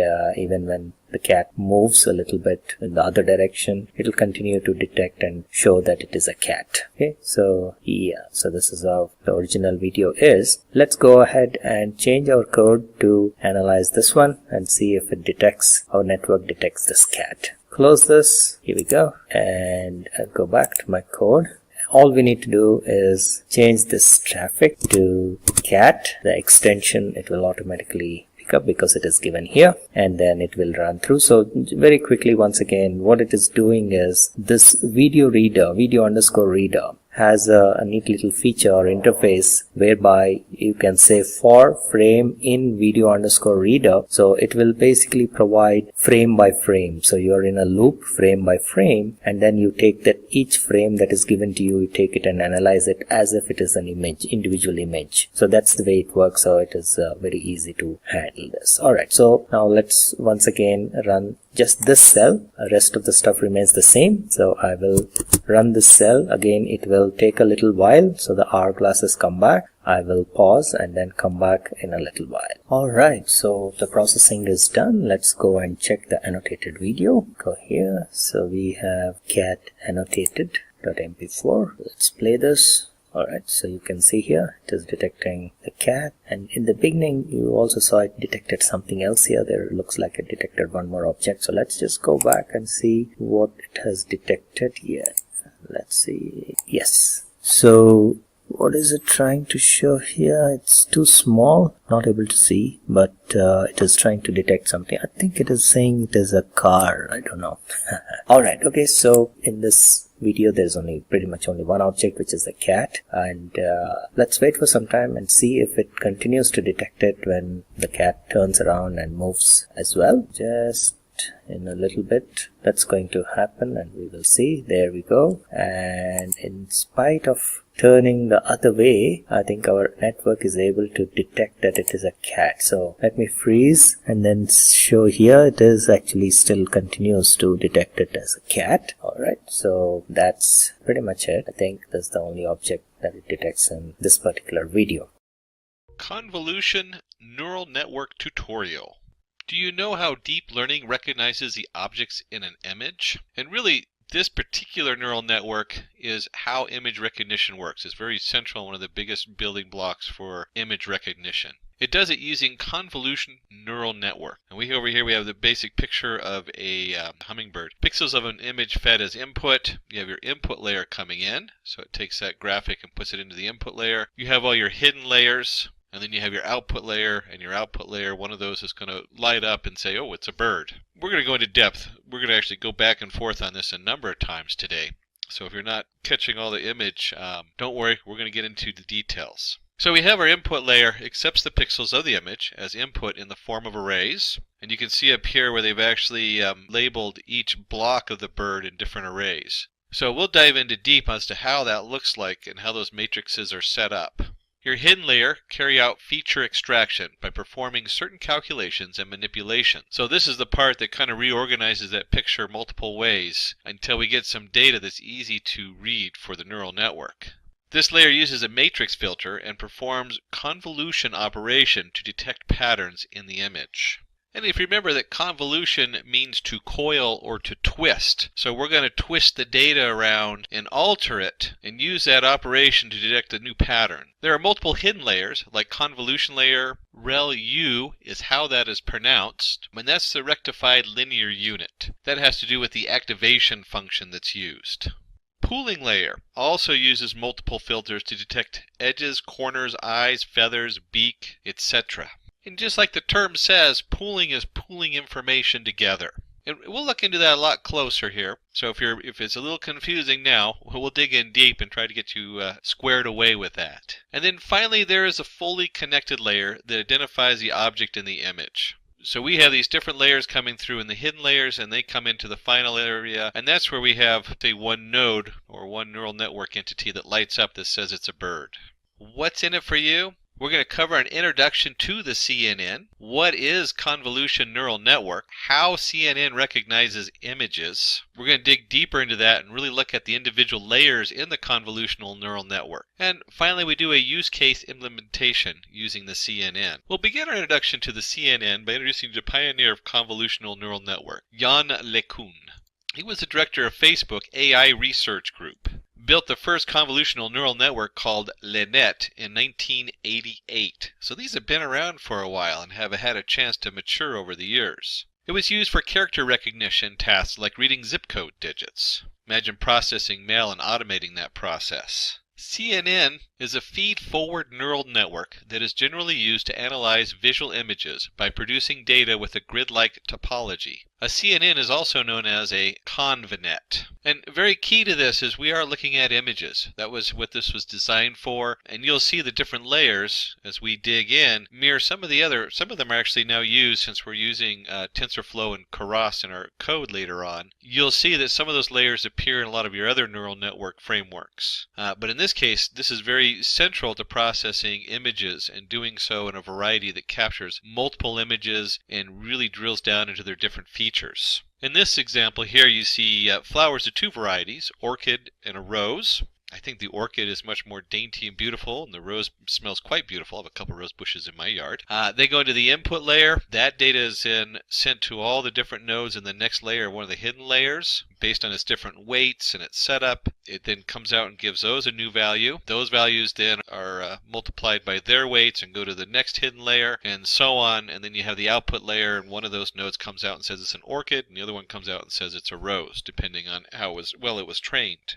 What separates the CNN, or the convolutional neural network, from other neural networks is a convolutional operation. Forms the basis of any convolutional neural network. In a CNN, every image is represented in the form of arrays of pixel values. So here we have a real image of the digit 8. That then gets put onto its pixel values, represented in the form of an array. In this case, you have a two-dimensional array. And then you can see in the final end form, we transform the digit 8 into its representational form of pixels of zeros and ones, where the ones represent, in this case, the black part of the 8, and the zeros represent the white background. To understand the convolution neural network, or how that convolutional operation works, we're going to take a sidestep and look at matrices. In this case, we're going to simplify it, and we're going to take two matrices, A and B, of one dimension. Now, kind of separate this from your thinking as we learn that you want to focus just on the matrix aspect of this. And then we'll bring that back together and see what that looks like when we put the pieces for the convolutional operation.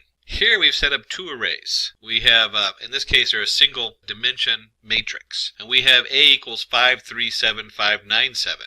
And we have B equals 1, 2, 3. So in the convolution, as it comes in there, it's going to look at these two, and we're going to start by multiplying them, A times B. And so we multiply the arrays element-wise, and we get 5, 6, 6, where 5 is the 5 times 1, 6 is 3 times 2, and then the other 6 is 2 times 3. And since the two arrays aren't the same size, they're not the same setup, we're going to just truncate the first one, and we're going to look at the second array multiplied just by the first three elements of the first array. Now that's going to be a little confusing. Remember, a computer gets to repeat these processes hundreds of times, so we're not going to just forget those other numbers later on. We'll bring those back in. And then we have the sum of the product. In this case, 5 plus 6 equals 17. So in our A times B, our very first digit in that matrix of A times B is 17. And if you remember, I said we're not going to forget the other digits. So we now have 3, 2, 5. We move one set over, and we take 3, 2, 5, and we multiply that times B. And you'll see that 3 times 1 is 3, 2 times 2 is 4, and so on and so on. We sum it up, so now we have the second digit of our A times B product in the matrix. And we continue on with that same thing, so on and so on. So then we would go from 375 to 759 to 597. This short matrix that we have for A, we've now covered all the different entities in A that match three different levels of B. Now, in a little bit, we're going to cover where we use this math at, this multiplying of matrices and how that works. But it's important to understand that we're going through the matrix and multiplying the different parts to it to match the smaller matrix with the larger matrix. I know a lot of people get lost at is, what's going on here with these matrices? Ooh, scary math. Not really that scary when you break it down. We're looking at a section of A and we're comparing it to B. So when you break that down in your mind like that, you realize, okay, so I'm just taking these two matrices and comparing them, and I'm bringing the value down into one matrix, A times B. We're reducing that information in a way that will help the computer see different aspects. Let's go ahead and flip over again back to our images. Here we are back to our images. Talking about going to the most basic two-dimensional image you can get to. Consider the following two images. The image for the symbol backslash. When you press the backslash, the above image is processed. And you can see there for the image for the forward slash is the opposite. So when we click the forward slash button, that flips.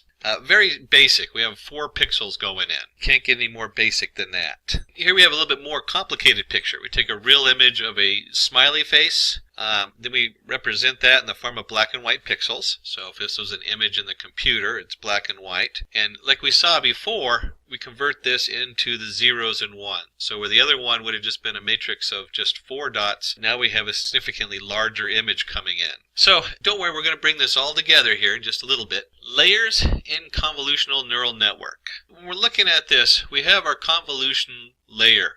And that really is the central aspect of processing images in the convolutional neural network. That's why we have it. And then that's going to be feeding in. And you have your ReLU layer, which is, as we talked about, the rectified linear unit. We'll talk about that a little bit later. The ReLU is how that layer is activated, is the math behind it, what makes the neurons fire. You'll see that in a lot of other neural networks.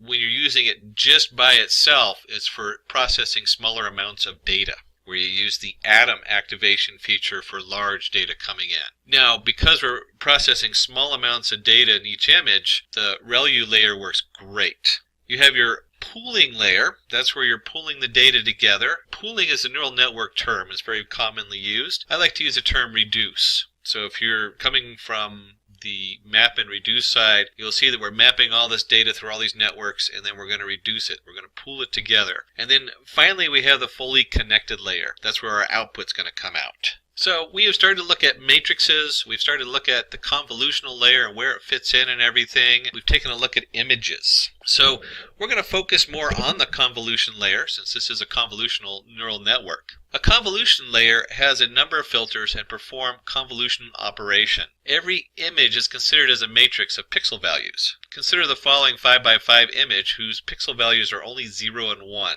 Now obviously when we're dealing with color, there's all kinds of things that come in on color processing, but we want to keep it simple and just keep it black and white. And so we have our image pixels, so we're sliding the filter matrix over the image and computing the dot product to detect the patterns. And right here, you're going to ask, where does this filter come from? This is a bit confusing because the filter is going to be derived later on. We build the filters when we program or train our model. So you don't need to worry what the filter actually is. What you do need to understand how a convolution layer works is what is the filter doing. Filter, and you'll have many filters. You don't have just one filter. You'll have lots of filters that are going to look for different aspects. And so the filter might be looking for just edges, it might be looking for different parts. We'll cover that in a little bit more detail in a minute. Right now we're just focusing on how the filter works as a matrix. Remember earlier we talked about multiplying matrices together? And here we have our two-dimensional matrix. And you can see we take the filter and we multiply it in the upper left image, and you can see right here 1 times 1, 1 times 0, 1 times 1. We multiply those all together, then sum them, and we end up with a convolved feature of 4. We're going to take that and sliding the filter matrix over the image and computing the dot product to detect patterns. So we're just going to slide this over. We're going to predict the first one and slide it over 1 notch, predict the second one, and so on all the way through until we have a new matrix. And this matrix, which is the same size as the filter, has reduced the image, and whatever filter, whatever that's filtering out, it's going to be looking at just those features reduced down to a smaller matrix. So once the feature maps are extracted, the next step is to move them to the ReLU layer. So the ReLU layer, the next step, first is going to perform an element-wise operation. So each of those maps coming in, if there's negative pixels, so it sets all the negative pixels to 0. And you can see this nice graph where it just zeroes out the negatives, and then you have a value that goes from 0 up to whatever value is coming out of the matrix. This introduces nonlinearity to the network. So up until now, we say linearity, we're talking about the fact that the feature has a value. So it's a linear feature. This feature came up and it has, let's say the feature is the edge of the beak. It's like, or that backslash that we saw. It'll look at that and say, okay, this feature has a value from -10 to 10 in this case. If it was 1, it'd say, yeah, this might be a beak. It might not. It might be an edge right there. A -5 means, no, we're not even going to look at it. It's a 0. And so we end up with an output, and the output takes all these filtered features. Remember, we're not just running one filter on this, we're running a number of filters on this image. And so we end up with a rectified feature map that is looking at just the features coming through and how they weigh in from our filters. So here we have an input of it looks like a toucan bird. Very exotic looking. Real image is scanned in multiple convolution and the ReLU layers for locating features. And you can see up here is turn it into a black and white image. And in this case, we're looking in the upper right-hand corner for a feature, and that box scans over. A lot of times it doesn't scan 1 pixel at a time. A lot of times it will skip by 2 or 3 or 4 pixels to speed up the process. That's one of the ways you can compensate if you don't have enough resources on your computation for large images. And it's not just one filter that slowly goes across the image. You have multiple filters that have been programmed in there. So you're looking at a lot of different filters going over the different aspects of the image and just sliding across there and forming a new matrix. One more aspect to note about the ReLU layer is we're not just having one ReLU coming in. So not only do we have multiple features going through, but we're generating multiple ReLU layers for locating the features. That's very important to note. So we have quite a bundle. We have multiple filters, multiple ReLU, which brings us to the next step, forward propagation. Now we're going to look at the pooling layer. The rectified feature map now goes through a pooling layer. Pooling is a downsampling operation that reduces the dimensionality of the feature map. That's all we're trying to do. We're trying to take a huge amount of information and reduce it down to a single answer. This is a specific kind of bird. This is an iris. This is a rose. So you have a rectified feature map. And you see here we have our rectified feature map coming in. We set the max pooling with a 2x2 filters and a stride of 2. And if you remember correctly, I talked about not going 1 pixel at a time. Well, that's where the stride comes in. We end up with a 2x2 pooled feature map, but instead of moving 1 over each time and looking at every possible combination, we skip a few there. We go by 2. We skip every other pixel. We just do every other one. And this reduces our rectified feature map, which as you can see over here, 16 by 16 to a 4 by 4. So we're continually trying to filter and reduce our data so that we can get to something we can manage. And over here you see that we have the max 3, 4, 1, and 2. And in the max pooling, we're looking for the max value. A little bit different than what we were looking at before. So coming from the rectified feature, we're now finding the max value and then we're pooling those features together. So instead of thinking of this as image of the map, think of this as how valuable is a feature in that area? How much of a feature value do we have? And we just want to find the best or the maximum feature for that area. They might have that one piece of the filter of the beak said, oh, I see a 1 in this beak in this image, and then it skips over and says, I see a 3 in this image, and it says, oh, this one is rated as a 4. We don't want to sum it together because then you might have like 5 ones and it'll say 5, but you might have 4 zeros and 1 10, and that 10 says, well, this is definitely a beak, where the ones will say probably not a beak. A little strange analogy since we're looking at a bird, but you can see how that pooled feature map comes down, and we're just looking for the max value in each one of those matrices. Pooling layer uses different filters to identify different parts of the image, like edges, corners, body, feathers, eyes, beak, etc. I know I focus mainly on the beak, but obviously each feature could be a different part of the bird coming in.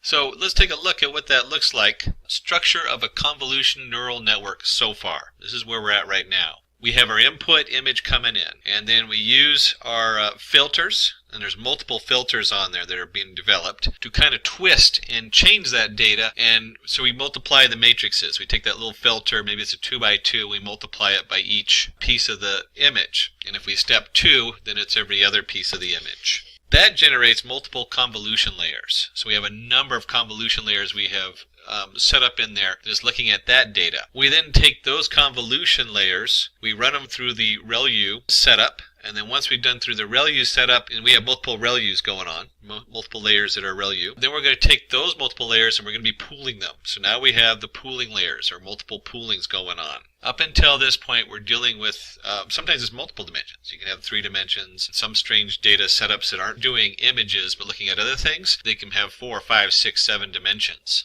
So right now we're looking at 2D image dimensions coming into the pooling layer. So the next step is we want to reduce those dimensions, or flatten them. So flattening. Flattening is a process of converting all of the resultant 2-dimensional arrays from pooled feature map into a single long continuous linear vector. So over here you see where we have a pooled feature map. Maybe that's the bird wing, and it has values 6, 8, 4, 7. And we want to just flatten this out and turn it into 6, 8, 4, 7, or a single linear vector. And we find out that not only do we do each of the pooled feature maps, we do all of them into one long linear vector. So now we've gone through our convolutional neural network part, and we have the input layer into the next setup. All we've done is taken all those different pooling layers and we've flattened them out and combined them into a single linear vector going in. So after we've done the flattening, we have just a quick recap because we've covered so much, so it's important to go back and take a look at each of the steps we've gone through. The structure of the network so far is we have our convolution where we twist it and we filter it and multiply the matrices. We end up with our convolutional layer, which uses the ReLU to figure out the values going out into the pooling. As you have numerous convolution layers that then create numerous pooling layers, pooling that data together, which is the max value. Which one we want to send forward. We want to send the best value. And then we're going to take all of that from each of the pooling layers and we're going to flatten it. And we're going to combine them into a single input going into the final layer. Once you get to that step, you might be looking at that going, boy, that looks like the normal input to most neural network. And you're correct, it is. So once we have the flattened matrix from the pooling layer, that becomes our input. So the pooling layer is fed as an input to the fully connected layer to classify the image. And so you can see as our flattened matrix comes in this case we have the pixels from the flattened matrix fed as an input back to our toucan, or whatever that kind of bird that is. I need one of these to identify what kind of bird that is. It comes into our forward propagation network. And that will then have the different weights coming down across. And then finally it selects that that's a bird and that it's not a dog or a cat in this case. Even though it's not labeled, the final layer there in red is our output layer, our final output layer that says bird, cat, or dog. So, quick recap of everything we've covered so far. We have our input image, which is twisted and multiplied. The filters are multiplied times the two matrices multiplied all the filters to create our convolution layer. Our convolution layers, there's multiple layers in there because it's all building multiple layers off the different filters. Then goes through the ReLU as its activation, and that creates our pooling. And so once we get into the pooling layer, we then on the pooling look for who's the best, what's the max value coming in from our convolution. And then we take that layer and we flatten it, and then it goes into a fully connected layer, our fully connected neural network, and then to the output. And here we can see the entire process, how the CNN recognizes a bird. This is kind of nice because it's showing the little pixels and where they're going. You can see the filter is generating this convolution network, and that filter shows up in the bottom part of the convolution network. And then based on that, it uses the ReLU for the pooling. The pooling then find out which one's the best, and so on, all the way to the fully connected layer at the end, or the classification in the output layer. So that'd be a classification neural network at the end. So we covered a lot of theory up till now, and you can imagine each one of these steps has to be broken down in code. So putting that together can be a little complicated. Not that each step of the process is overly complicated, but because we have so many steps. We have 1, 2, 3, 4, 5 different steps going on here with sub-steps in there. We're going to break that down and walk through that in code. So in our use case implementation using the CNN, we'll be using the CFAR10 dataset from Canadian Institute for Advanced Research for classifying images across 10 categories. Unfortunately, they don't let me know whether it's going to be a toucan or some other kind of bird, but we do get to find out whether it can categorize between a ship, a frog, deer, bird, airplane, automobile, cat, dog, horse, truck. So that's a lot of fun. And if you're looking anything in the news at all of our automated cars and everything else, you can see where this kind of processing is so important in today's world and very cutting edge as far as what's coming out in the commercial deployment. I mean, this is really cool stuff. We're starting to see this just about everywhere in industry. So a great time to be playing with this and figuring it all out. Let's go ahead and dive into the code and see what that looks like when we're actually writing our script. Before we go on, let's do one more quick look at what we have here. Let's just take a look at data batch 1 keys. And remember, in Jupyter Notebook, I can get by with not doing the print statement. If I put a variable down there, it'll just display the variable. And you can see under data batch 1 for the keys, since this is a dictionary, we have the batch 1 label, data, and file names. So you can actually see how it's broken up in our data set. So for the next step, or step 4 as we're calling it, we want to display the image using matplotlib. There's many ways to display the images. You could even, well, there's other ways to drill into it, but matplotlib is really good for this. And we'll also look at our first reshape setup, or shaping the data, so you can have a little glimpse into what that means. So we're going to start by importing our matplot, and of course, since I am doing Jupyter Notebook, I need to do the matplot inline command, so it shows up on my page. So here we go. We're going to import matplotlib.pyplot as PLT. And if you remember matplotlib, the pyplot is like a canvas that we paint stuff onto. And there's my %sign matplotlib inline, so it's going to show up in my notebook. And then of course we're going to import numpy as np for our numbers Python array setup. And let's go ahead and set x equals to data batch 1. So this will pull in all the data going into the x value.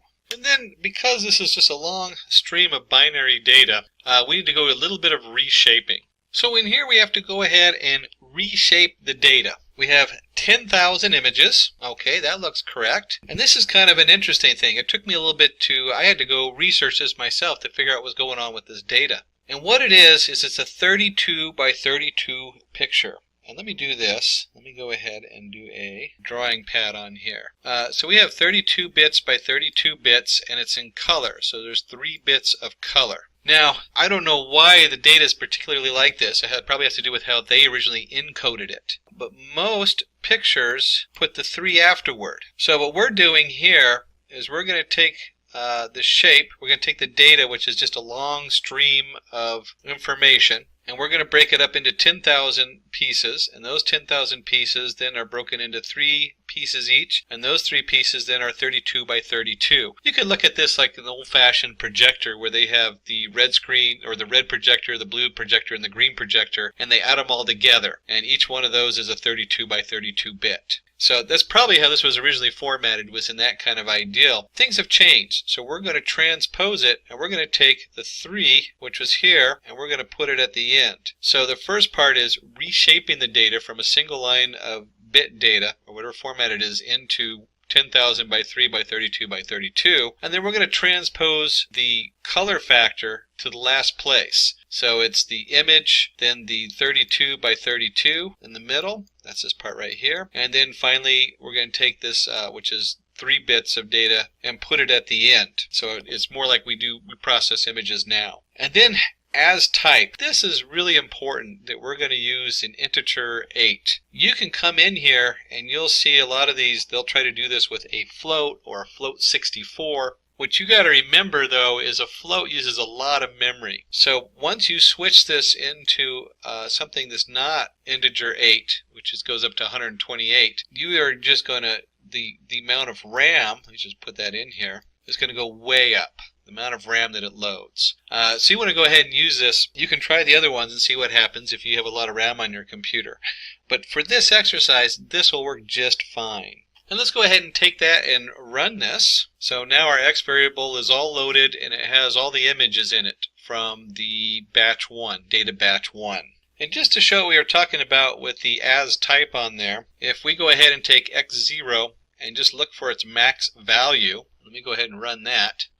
You'll see it doesn't, oops, I said 128, it's 255. You'll see it doesn't go over 255 because it's basically an ASCII character is what we're keeping that down to. We're keeping those values down. So they're only 255, 0 to 255 versus a float value, which would bring this up exponentially in size. And since we're using the matplot library, we can do, oops, that's not what I wanted. Since we're using the matplot library, we can take our canvas and just do a plt.im for image show, and let's just take a look at what X0 looks like.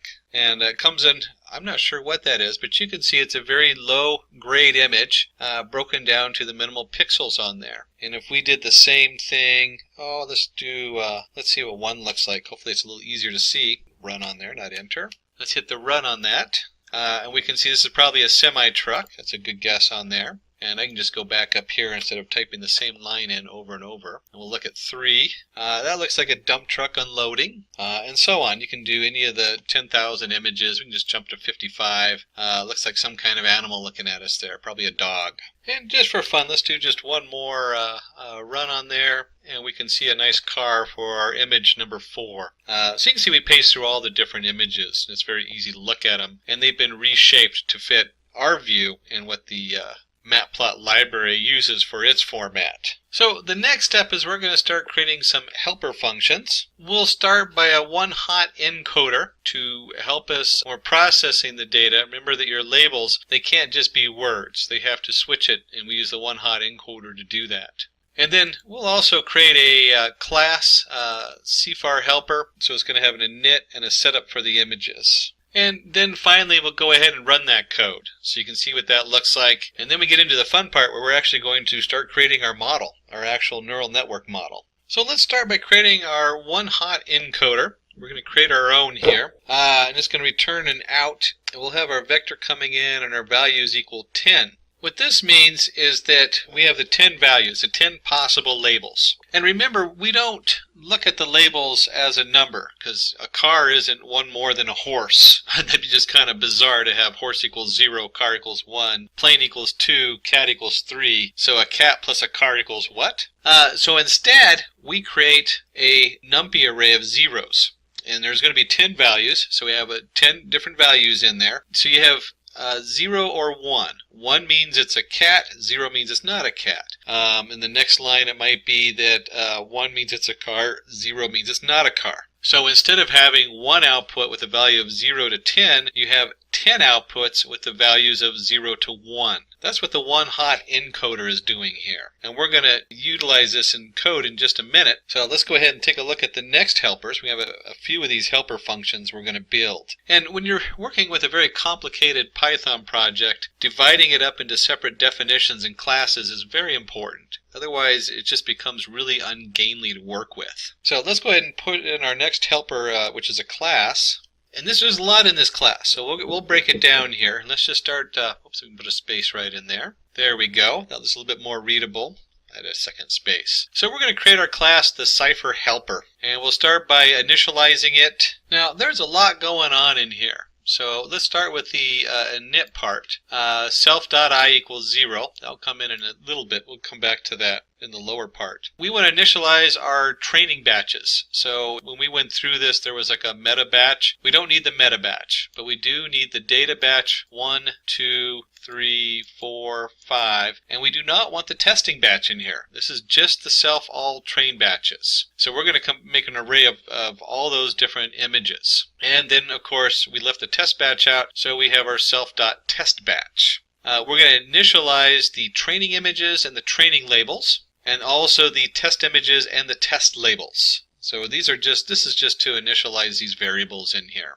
Then we create another definition down here, and this is going to set up the images. And let's just take a look and see what's going on in there. Now we could have all just put this as part of the init part, since this is all just helper stuff, but breaking it up again makes it easier to read. It also makes it easier when we start executing the different pieces to see what's going on. So that way we have a nice print statement to say, hey, we're now running this and this is what's going on in here. We're going to set up the self-training images at this point, and that's going to go to a numpy array vstack. And in there we're going to load up, in this case, the data for D and self all train batches. Again, that points right up to here. So we're going to go through each one of these files, or each one of these data sets, because they're not a file anymore. We've brought them in. Data batch 1 points to the actual data. And so our self-training images is going to stack them all into a numpy array. And then it's always nice to get the training length, and that's just a total number of self-training images in there. And then we're going to take the self-training images. And let me switch marker colors, because I am getting a little too much on the markers up here. Oops, there we go. Bring down our marker change so we can see it a little better. And at this point, this should look familiar. Where did we see this? Well, when we wanted to look at this above, and we wanted to look at the images in the Matplot library, we had to reshape it. So we're doing the same thing here. We're taking our self-training images, and based on the training length, total number of images, because we stacked them all together, so now it's just one large file of images, we're going to take and look at it as our 3 video cameras that are each displaying 32 by 32, and we're going to switch that around so that now we have each of our images that stays the same place, and then we have our 32 by 32, and then by our 3.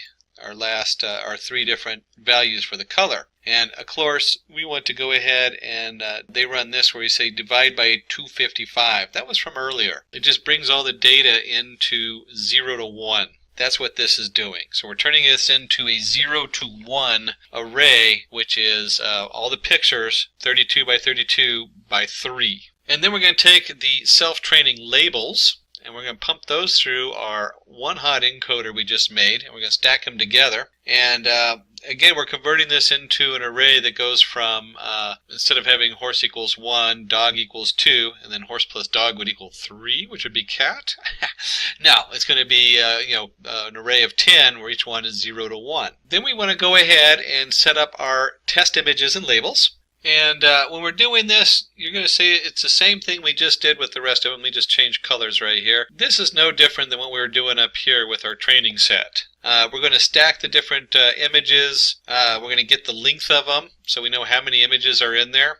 You certainly could add them by hand, but it's nice to let the computer do it, especially if it ever changes on the other end and you're using other data. And again, we reshape them and transpose them, and we also do the one-hot encoder. Same thing we just did on our training images. So now our test images are in the same format. So now we have a definition which sets up all our images in there. And then the next step is to go ahead and batch them, or next batch. And let's do another breakout here for batches, because this is really important to understand. It tends to throw me for a little loop when I'm working with TensorFlow or Keras or a lot of these. We have our data coming in. If you remember, we had like 10,000 photos. Let me just put 10,000 down here. We don't want to run all 10,000 at once. So we want to break this up into batch sizes. And you also remember that we had the number of photos, in this case length of test or whatever number is in there. We also have 32 by 32 by 3. So when we're looking at the batch size, we want to change this from 10,000 to a batch of, in this case I think we're going to do batches of 100. So we want to look at just 100, the first 100 of the photos. And if you remember, we set self I equal to 0. So what we're looking at here is we're going to create X. We're going to get the next batch from the very initialized. We've already initialized it for 0. So we're going to look at X from 0 to batch size, which we've set to 100. So just the first 100 images. And then we're going to reshape that into, and this is important to let the data know, that we're looking at 100 by 32 by 32 by 3. Now, we've already formatted it to the 32 by 32 by 3. This just sets everything up correctly so that X has the data in there in the correct order and the correct shape. And then the Y, just like the X, is our labels. So our training labels, again, they go from 0 to batch size. In this case, they do self-I plus batch size because the self-I is going to keep changing. And then finally, we increment the self-I because we have 0. So the next time we call it, we're going to get the next batch size. And so basically, we have X and Y. X being the photograph data coming in, and Y being the label. And that, of course, is labeled through one hot encoder. So if you remember correctly, if it was, say, horse is equal to 0, it would be 1 for the 0 position, since this is the horse, and then everything else would be 0 in here. Let me just put lines through there. There we go. There's our array. Hard to see that array. So let's go ahead and take that, and we're going to finish loading it, since this is our class. And now we're armed with all this, our setup over here. Let's go ahead and load that up. And so we're going to create a variable ch with the cfar helper in it. And then we're going to do ch.setupImages. Now we could have just put all of the setup images under the init, but by breaking this up into 2 parts, it makes it much more readable. And also, if you're doing other work, there's reasons to do that as far as the setup. Let's go ahead and run that. And you can see where it says setting up training images and labels, setting up test images. And that's one of the reasons we broke it up, is so that if you're testing this out, you can actually have print statements in there telling you what's going on, which is really nice. They did a good job with this setup. I like the way that it was broken up in the back. And then one quick note, you want to remember that batch, to set up the next batch, since we have to run batch equals ch next batch of 100, because we're going to use the 100 size. But we'll come back to that. We're going to use that. Just remember that that's part of our code we're going to be using in a minute from the definition we just made. So now we're ready to create our model. First thing we want to do is we want to import our TensorFlow as TF. I'll just go ahead and run that so it's loaded up. And you can see we got a warning here. That's because they're making some changes. It's always growing, and they're going to be depreciating one of the values from float64 to float type, or is treated as an NP float64. Nothing to really worry about, because this doesn't even affect what we're working on, because we've set all of our stuff to a 255 value, or 0 to 1. And do keep in mind that 0 to 1 value that we converted to 255 is still a float value, but it'll easily work with either the NumPy float64 or the NumPy D-type float. It doesn't matter which one it goes through, so the depreciation would not affect our code as we have it. And in our TensorFlow, we'll go ahead, let me just increase the size in there just a moment so you can get a better view of the what we're typing in. We're going to set a couple placeholders here. And so we're going to set x equals tf placeholder tf float32. We just talked about the float64 versus the NumPy float. We're actually just going to keep this at float32. More than significant number of decimals for what we're working with. And since it's a placeholder, we're going to set the shape equal to, and we've set it equal to none, because at this point we're just holding the place on there. We'll be setting up as we run the batches. That's what that first value is. And then 32 by 32 by 3, that's what we reshaped our data to fit in. And then we have our y true equals placeholder tf float 32, and the shape equals none, comma 10. 10 is the 10 different labels we have, so it's an array of 10. And then let's create one more placeholder. We'll call this hold prob, or hold probability. And we're going to use this. We don't have to have a shape or anything for this. This placeholder is for what we call dropout. If you remember from our theory before, we drop out so many nodes is looking at, or the different values going through, which helps decrease bias. So we need to go ahead and put a placeholder for that also. And we'll run this. So it's all loaded up in there. So we have our 3 different placeholders. And since we're in TensorFlow, when you use Keras, it does some of this automatically, but we're in TensorFlow direct. Keras sits on TensorFlow. We're going to go ahead and create some more helper functions. We're going to create something to help us initialize the weights, initialize our bias. If you remember that each layer has to have a bias going in. We're going to go ahead and work on our convolutional 2D, our max pool, so we have our pooling layer, our convolutional layer, and then our normal full layer. So we're going to go ahead and put those all into definitions, and let's see what that looks like in code. And you can also grab some of these helper functions from the MNIST, the NIST setup. Let me just put that in there if you're under the TensorFlow. So a lot of these are already in there, but we're going to go ahead and do our own. And we're going to create our init weights. And one of the reasons we're doing this is so that you can actually start thinking about what's going on in the back end. So even though there's ways to do this with an automation, sometimes these have to be tweaked and you have to put in your own setup in here. Now we're not going to be doing that. We're just going to recreate them for our code. And let's take a look at this. We have our weights, and so what comes in is going to be the shape, and what comes out is going to be random numbers. So we're going to go ahead and just init some random numbers based on the shape with a standard deviation of 0.1. Kind of a fun way to do that. And then the TF variable, init random distribution. So we're just creating a random distribution on there. That's all that is for the weights. Now, you might change that. You might have a higher standard deviation. In some cases, you actually load preset weights. That's pretty rare. Usually you're testing that against another model or something like that, and you want to see how those weights configure with each other. Now remember, we have our bias, so we need to go ahead and initialize the bias with a constant. In this case, we're using 0.1. A lot of times the bias is just put in as 1, and then you have your weights to add on to that. But we're going to set this as 0.1. So we want to return a convolutional 2D, in this case a neural network. This is would be a layer on here. What's going on with the conv2D is we're taking our data coming in, we're going to filter it. Strides, if you remember correctly, strides came from, here's our image, and then we only look at this picture here, and then maybe we have a stride of 1, so we look at this picture here, and we continue to look at the different filters going on there. The other thing this does is that we have our data coming in as 32 by 32 by 3. And we want to change this so that it's just, this is 3 dimensions, and it's going to reformat this as just 2 dimensions. So it's going to take this number here and combine it with the 32 by 32. So this is a very important layer here because it's reducing our data down using different means. And it connects down, I'm just going to jump down one here. It goes with the convolutional layer. So you have your kind of your pre-formatting and the setup, and then you have your actual convolution layer that goes through on there. And you can see here we have init weights by the shape, init bias, shape of 3, because we have the 3 different, here's our 3 again. And then we return the TFNN ReLU with the convention 2D, so this convolutional has this feeding into it. Right there, it's using that as part of it. And of course the input is the XY plus B, the bias. So that's quite a mouthful, but these two are the keys here to creating the convolutional layers there. The convolutional 2D coming in, and then the convolutional layer, which then steps through and creates all those filters we saw. Then of course we have our pooling. So after each time we run it through the convectional layer, we want to pool the data. If you remember correctly on the pool side, and let me just get rid of all my marks, it's getting a little crazy there. And in fact, let's go ahead and jump back to that slide. Let's just take a look at that slide over here.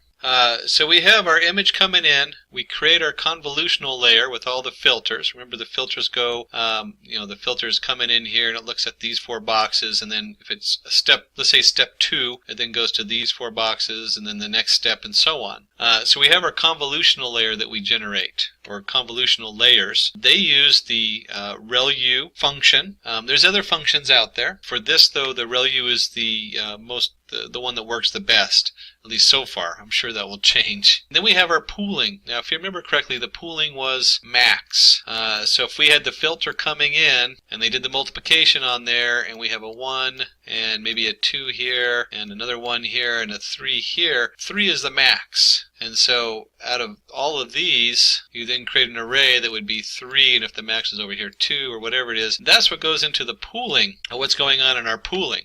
So again, we're reducing that data down. We're reducing it down as small as we can, and then finally we're going to flatten it out into a single array, and that goes into our fully connected layer. And you can see that here in the code. Right here we're going to create our normal full layer. So at some point we're going to take from our pooling layer, this will go into some kind of flattening process, and then that will be fed into the different layers going in down here. And so we have our input size. You'll see our input layer get shape, which is just going to get the shape for whatever's coming in. And then input size, initial weights is also based on the input layer coming in. And the input size down here is based on the input layer shape. So we're just going to already use the shape and already have our size coming in. And of course, you have to make sure you init the bias. Always put your bias on there. And we'll do that based on the size. So this will return tf.matmul input layer W plus B. This is just a normal full layer. That's what this means right down here. That's what we're going to return. So that was a lot of steps we went through. Let's go ahead and run that. So those are all loaded in there. And let's go ahead and create the layers. Let's see what that looks like. Now that we've done all the heavy lifting and everything, we get to do all the easy part. Let's go ahead and create our layers. We'll create a convolution layer 1 and 2 different convolutional layers, and then we'll take that and we'll flatten that out, create a reshape pooling in there for our reshape, and then we'll have our full layer at the end. So let's start by creating our first convolutional layer. Then we come in here, and let me just run that real quick. And I want you to notice on here the 3 and the 32. This is important because coming into this convolutional layer, we have 3 different channels and 32 pixels each. So that has to be in there. The 4 and 4 you can play with. This is your filter size. So if you remember, you have a filter and you have your image, and the filter slowly steps over and filters out this image depending on what your step is. For this particular setup, 4 is just fine. That should work pretty good for what we're doing and for the size of the image. And then of course at the end, once you have your convolutional layer set up, you also need to pool it, and you'll see that the pooling is automatically set up so that it would see the different shape based on what's coming in. So here we have max 2x2, and we put in the convolutional 1 that we just created, the convolutional layer we just created goes right back into it. And that right up here, as you can see, is the X. It's coming in from here, so notice to look at the first model and set the data accordingly. Set that up so it matches. And we went ahead and ran this already. I think I ran it. Let me go and run it again. And if we're going to do one layer, let's go ahead and do a second layer down here. And it's we'll call it Convo 2. It's also a convolutional layer on this. And you'll see that we're feeding convolutional 1 in, the pooling. So it goes from convolutional 1 into convolutional 1 pooling, from convolutional 1 pooling into convolutional 2, and then from convolutional 2 into convolutional 2 pooling. And we'll go ahead and take this and run this. So these variables are all loaded into memory. And for our flattened layer, let's go ahead and we'll do, since we have 64 coming out of here and we have 4x4 going in, let's do 8x8x64. So let's do 4096. This is going to be the flat layer. So that's how many bits are coming through on the flat layer. And we'll reshape this. So we'll reshape our Convo 2 pooling, and that will feed into here, the Convo 2 pooling, and then we're going to set it up as a single layer that's 4096 in size. That's what that means there. We'll go ahead and run this. So we've now created this variable, the Convo 2 flat, and then we have our first full layer. This is the final neural network where we have the flat layer going in. And we're going to again use the ReLU for our setup on there in a neural network for evaluation. And you'll notice that we're going to create our first full layer. Our normal full layer, that's our definition. So we created that. That's creating the normal full layer. And our input for the data comes right here from this goes right into it. The Convo 2 flat. So this tells it how big the data is. And we're going to have it come out. It's going to have 1024. That's how big the layer is coming out. We'll go ahead and run this. So now we have our full layer 1. And with the full layer 1, we want to also define the full 1 dropout to go with that. So our full layer 1 comes in, keep probability equals hold probability. Remember we created that earlier. And the full layer 1 is what's coming into it. And this is going backwards and training the data. We're not training every weight. We're only training a percentage of them each time, which helps get rid of the bias. So let me go ahead and run that. And finally, we'll go ahead and create a Y-predict, which is going to equal the normal full 1 dropout and 10, because we have 10 labels in there. Now, in this neural network, we could have added additional layers. That would be another option to play with. You can also play with, instead of 1024, you can use other numbers for the way that sets up and what's coming out and going into the next one. We're only going to do just the 1 layer and the 1 layer dropout. And you can see if we did another layer, it'd be real easy just to feed in the full 1 dropout into full layer 2. And then full layer 2 dropout would have full layer 2 feed into it. And then you'd switch that here for the Y prediction. For right now, this is great. This particular data set is tried and true, and we know that this will work on it. And if we just type in Y predict and we run that, we'll see that this is a tensor object, shape $10, D-type 32. A quick way to double check what we're working on. So now we've got all of our, we've done a setup all the way to the Y predict, which we just did. We want to go ahead and apply the loss function and make sure that's set up in there.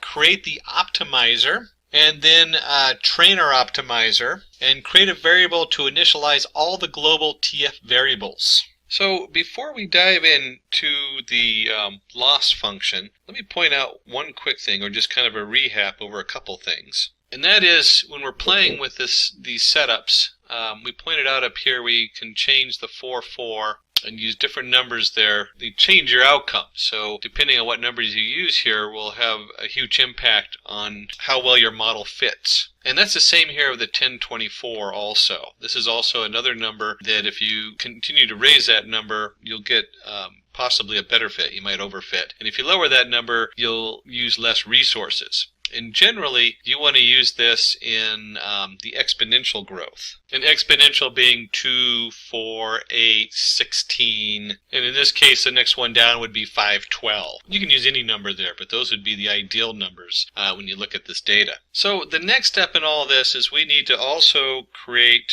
a way of tracking how good our model is. And we're going to call this a loss function. And so we're going to create a cross-entropy loss function. And so before we discuss exactly what that is, let's take a look and see what we're feeding it. We're going to feed it our labels, and we have our true labels and our prediction labels. So coming in here is where the two different variables we're sending in, or the two different probability distributions, is one that we know is true and what we think it's going to be. Now this function right here, when they talk about cross-entropy, in information theory, the cross-entropy between two probability distributions over the same underlying set of events measures the average number of bits needed to identify an event drawn from the set. That's a mouthful.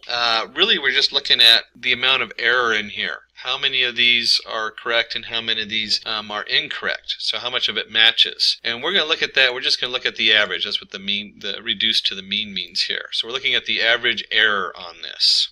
And so the next step is we're going to take the error. We want to know our cross entropy, or our loss function, how much loss we have. That's going to be part of how we train the model. So when you know what the loss is and we're training it, you feed that back into the back propagation setup. And so we want to go ahead and optimize that. Here's our optimizer. We're going to create the optimizer using an atom optimizer. Remember, there's a lot of different ways of optimizing the data. Atom's the most popular used. So our optimizer is going to equal the TF train atom optimizer. If you don't remember what the learning rate is, let me just pop this back into here. Here's our learning rate. When you have your weights, you have all your weights in your different nodes that are coming out. Here's our node coming out, and it has all its weights. And then the error is being sent back through in reverse on our neural network. So we take this error and we adjust these weights based on the different formulas. In this case, the atom formula is what we're using. We don't want to just adjust them completely. We don't want to change this weight so it exactly fits the data coming through. Because if we made that kind of adjustment, it's going to be biased to whatever the last data we sent through is. Instead, we're going to multiply that by 0.001 and make a very small shift in this weight. So our delta W is only 0.001 of the actual delta W of the full change we're going to compute from the atom. And then we want to go ahead and train it. So our training, or set up a training variable or function. And this is going to equal our optimizer minimize cross entropy. And we make sure we go ahead and run this. So it's loaded in there. And then we're almost ready to train our model. But before we do that, we need to create one more variable in here. And we're going to create a variable to initialize all the global TF variables. And when we look at this, the TF global variable initializer, this is a TensorFlow object. It goes through there and it looks at all our different setup that we have going under our TensorFlow and then initializes those variables.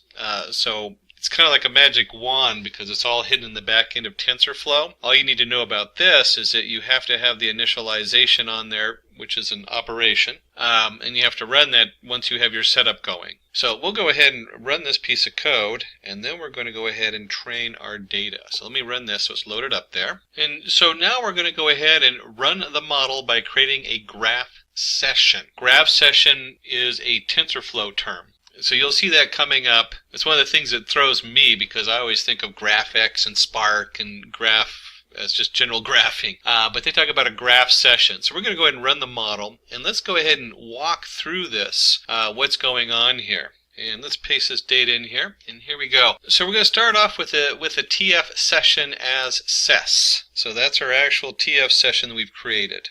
So we're right here with the TF session. Our session we're creating, we're going to run TF global variable initializer. So right off the bat, we're initializing our variables here. And then we have for I in range 500. So what's going on here, remember 500, we're going to break the data up and we're going to batch it in at 500 points each. We've created our session run. So we're going to do with TF session as session right here. We've created our variable session. And then we're going to run and we're going to go ahead and initialize it. So we have our TF global variables initializer that we created. That initializes our session in here. The next thing we're going to do is we're going to go for I in range of 500, batch equals ch.next batch. So if you remember correctly, this is loading up 100 pictures at a time. And this is going to loop through that 500 times. So we are literally doing, 500 times 100 is 50,000. So that's 50,000 pictures we're going to process right there. And the first process is we're going to do a session run. We're going to take our train. We created our train variable or optimizer in there. We're going to feed it the dictionary. We had our feed dictionary that we created. And we have x equals batch 0 coming in, y true, batch 1, hold the probability, 0.5. And then just so that we can keep track of what's going on, we're going to, every 100 steps, we're going to run a print. So currently on step, format, accuracy is, and we're going to look at matches equals tf argument y prediction 1, tf.arg max y true, comma 1. So we're going to look at this as how many matches it has. And here our ACC, all we're doing here is we're going to take the matches, how many matches they have, it generates a chart. We're going to convert that to float. That's what the TF cast does. And then we just want to know the average. We just want to know the average of the accuracy. And then we'll go ahead and print that out, print session run accuracy feed dictionary. So it takes all this and it prints out our accuracy on there. So let's go ahead and take this. Oops, flip screens there. Let's go ahead and take this and let's run it. And this is going to take a little bit to run. So let's see what happens on my old laptop. And we'll see here that we have our current, we're currently on step 0. It takes a little bit to get through the accuracy. And this will take just a moment to run. We can see that on our step 0, it has an accuracy of 0.1 or 0.1028. And as it's running, we'll go ahead, you don't need to watch it run all the way, but this accuracy is going to change a little bit up and down. So we've actually lost some accuracy during our step 2. But we'll see how that comes out. Let's come back after we run it all the way through and see how the different steps come out. I was actually reading that backwards. The way this works is the closer we get to 1, the more accuracy we have. So you can see here we've gone from a 0.1 to a 0.39, and we'll go ahead and pause this and come back and see what happens when we're done with the full run. Alright, now that we've prepared the meal, got it in the oven, and pulled out my finished dish here, if you've ever watched any of the old cooking shows, let's discuss a little bit about this accuracy going on here, and how do you interpret that?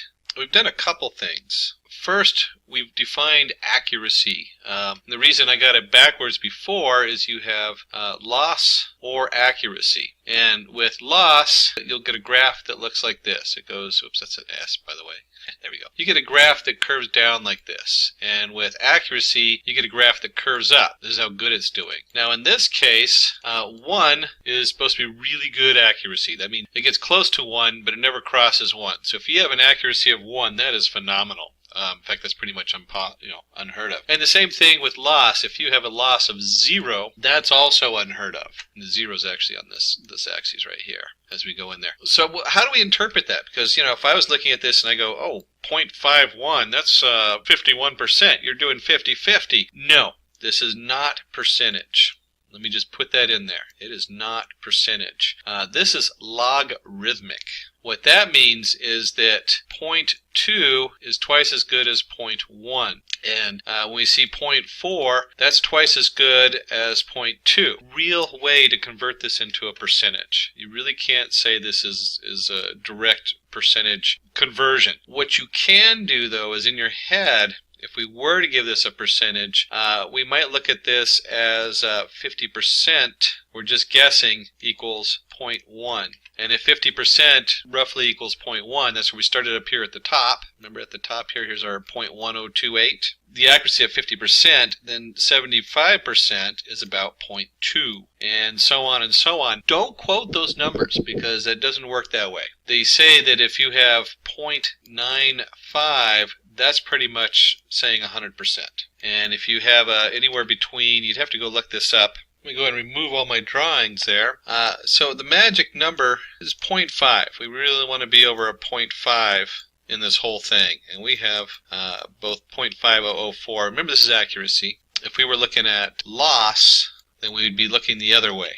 But 0.0, instead of how high it is, we want how low it is. But with accuracy, being over a 0.5 is pretty valid. That means this is pretty solid. And if you get to a 0.95, then it's a direct correlation. That's what we're looking for here in these numbers. You can see we finished with this model at 0.5135, so still good. And if we look at when they ran this in the other end, remember there's a lot of randomness that goes into it when we seed the weights. They got 0.5251, so a little better than ours. But that's fine. You'll find your own comes up a little bit better or worse depending on just that randomness. And so we've gone through the whole model. We trained the model, and we've also gone through on every 100th run to test the model to see how accurate it is. Welcome to the RNN tutorial. That's the recurrent neural network. So we talk about a feed-forward neural network. In a feed-forward neural network, information flows only in the forward direction, from the input nodes through the hidden layers, if any, and to the output nodes. There are no cycles or loops in the network. And so you can see here we have our input layer. I was talking about how it just goes straight forward into the hidden layers. So each one of those connects and then connects to the next hidden layer, connects to the output layer. And of course we have a nice simplified version where it has a predicted output, and they refer to the input as X a lot of times and the output as Y.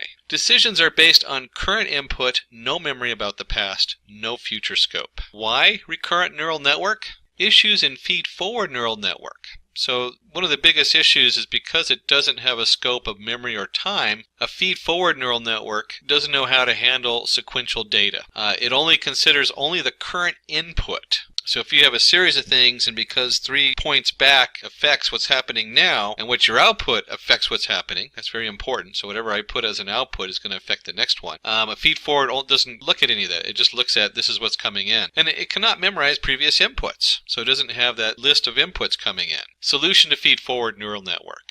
You'll see here where it says recurrent neural network, and we have our X on the bottom going to H, going to Y. That's your feed forward. But right in the middle it has a value C, so there's a whole other process. So it's memorizing what's going on in the hidden layers, and the hidden layers, as they produce data, feed into the next one. So your hidden layer might have an output that goes off to Y, but that output goes back into the next prediction coming in. What this does is this allows it to handle sequential data. It considers the current input and also the previously received inputs. And if we're going to look at general drawings and solutions, we should also look at applications of the RNN. Image captioning. RNN is used to caption an image by analyzing the activities present in it. A dog catching a ball in midair. That's very tough. I mean, we have a lot of stuff that analyzes images of a dog and the image of a ball, but it's able to add one more feature in there that's actually catching the ball in midair. Time series prediction. Any time series problem like predicting the prices of stocks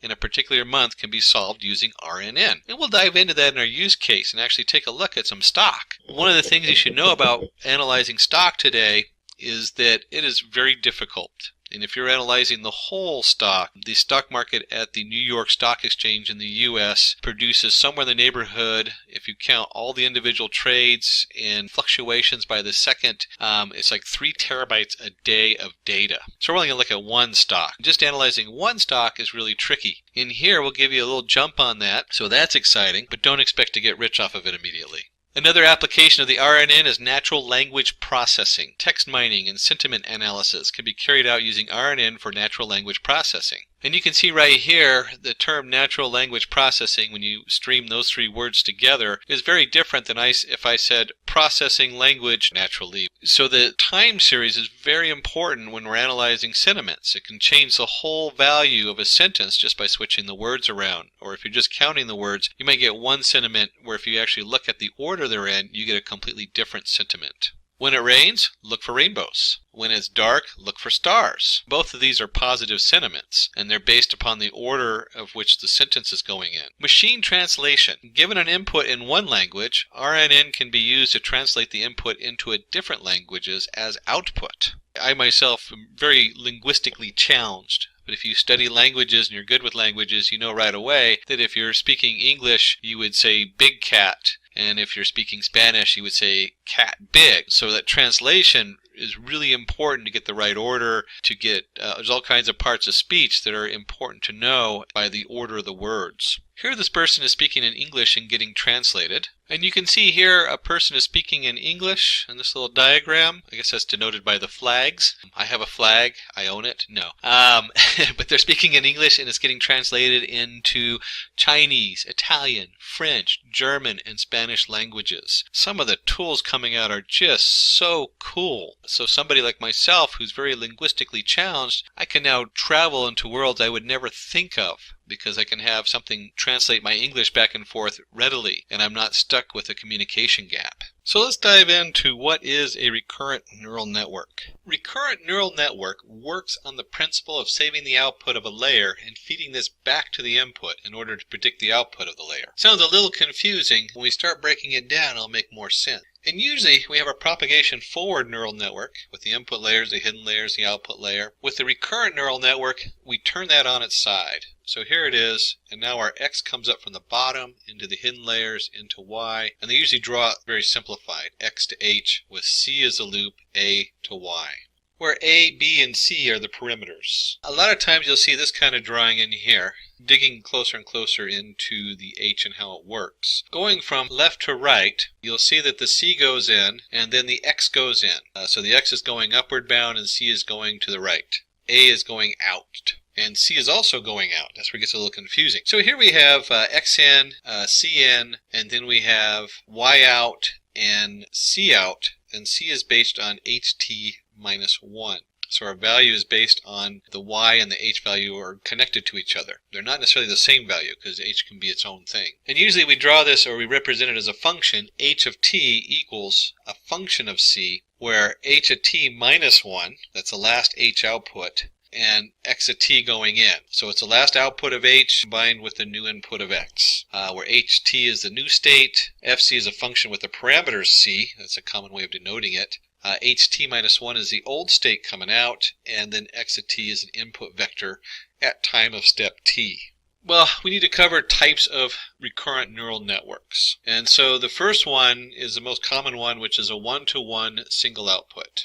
One-to-one neural network is usually known as a vanilla neural network, used for regular machine learning problems. Why? Because vanilla is usually considered kind of just a real basic flavor. But because it's very basic, a lot of times they'll call it the vanilla neural network, which is not the common term, but it is like kind of a slang term. People will know what you're talking about usually if you say that. Then we run one to many, so you have a single input, and you might have multiple outputs. In this case, image captioning, as we looked at earlier, where we have not just looking at it as a dog, but a dog catching a ball in the air. And then you have many-to-one network, takes in a sequence of inputs. Examples, sentiment analysis, where a given sentence can be classified as expressing positive or negative sentiments. And we looked at that as we were discussing if it rains, look for a rainbow.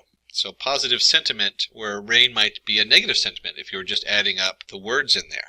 And then, of course, if you're going to do a one-to-one, many-to-one, one-to-many, there's many-to-many networks, takes in a sequence of inputs and generates a sequence of outputs. Example, machine translation. So we have a lengthy sentence coming in English and then going out in all the different languages. Just a wonderful tool. Very complicated set of computations. If you're a translator, you realize just how difficult it is to translate into different languages. One of the biggest things you need to understand when we're working with this neural network is what's called the vanishing gradient problem. While training an RNN, your slope can be either too small or very large, and this makes training difficult. When the slope is too small, the problem is known as vanishing gradient. And you'll see here they have a nice image, loss of information through time. So if you're pushing not enough information forward, that information is lost, and then when you go to train it, you start losing the third word in the sentence or something like that, or it doesn't quite follow the full logic of what you're working on. Exploding gradient problem. Oh, this is one that runs into everybody. When you're working with this particular neural network, when the slope tends to grow exponentially instead of decaying, this problem is called exploding gradient. Issues in gradient problem: long training time, poor performance, bad accuracy. And I'll add one more in there.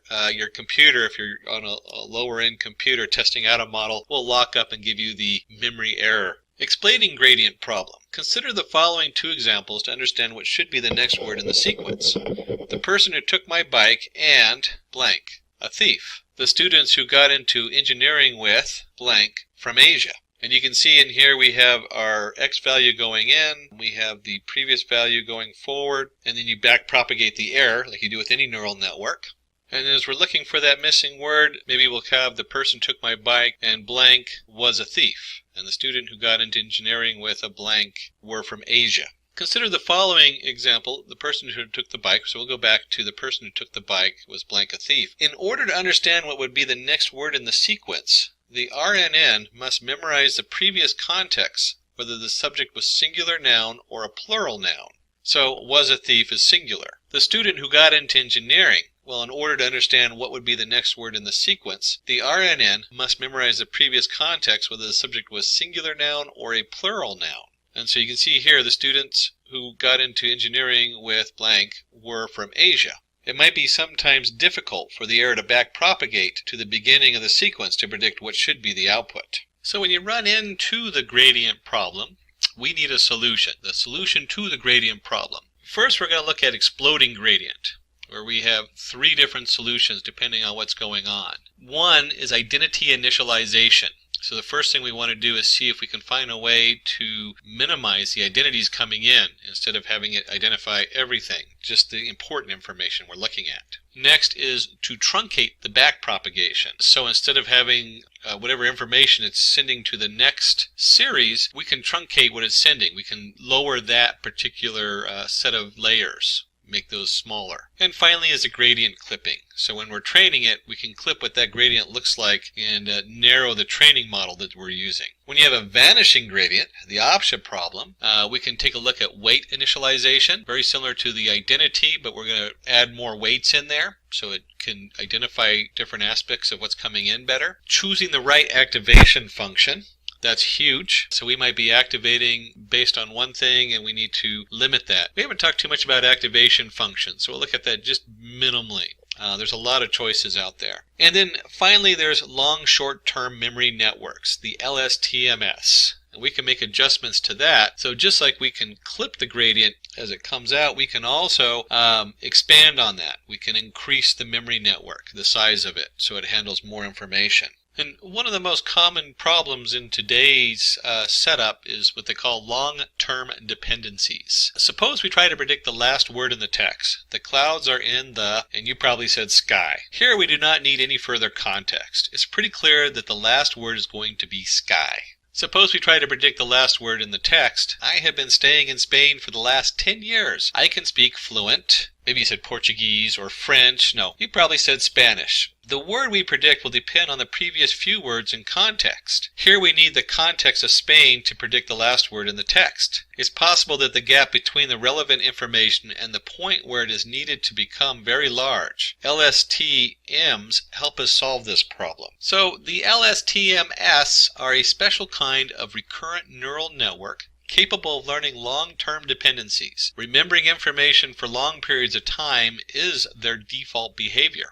All recurrent neural networks have the form of a chain of repeating modules of neural network connections. In standard RNNs, this repeating module will have a very simple structure such as a single tangent H layer. LSTMSs also have a chain-like structure, but the repeating module has a different structure. Instead of having a single neural network layer, there are 4 interacting layers communicating in a very special way.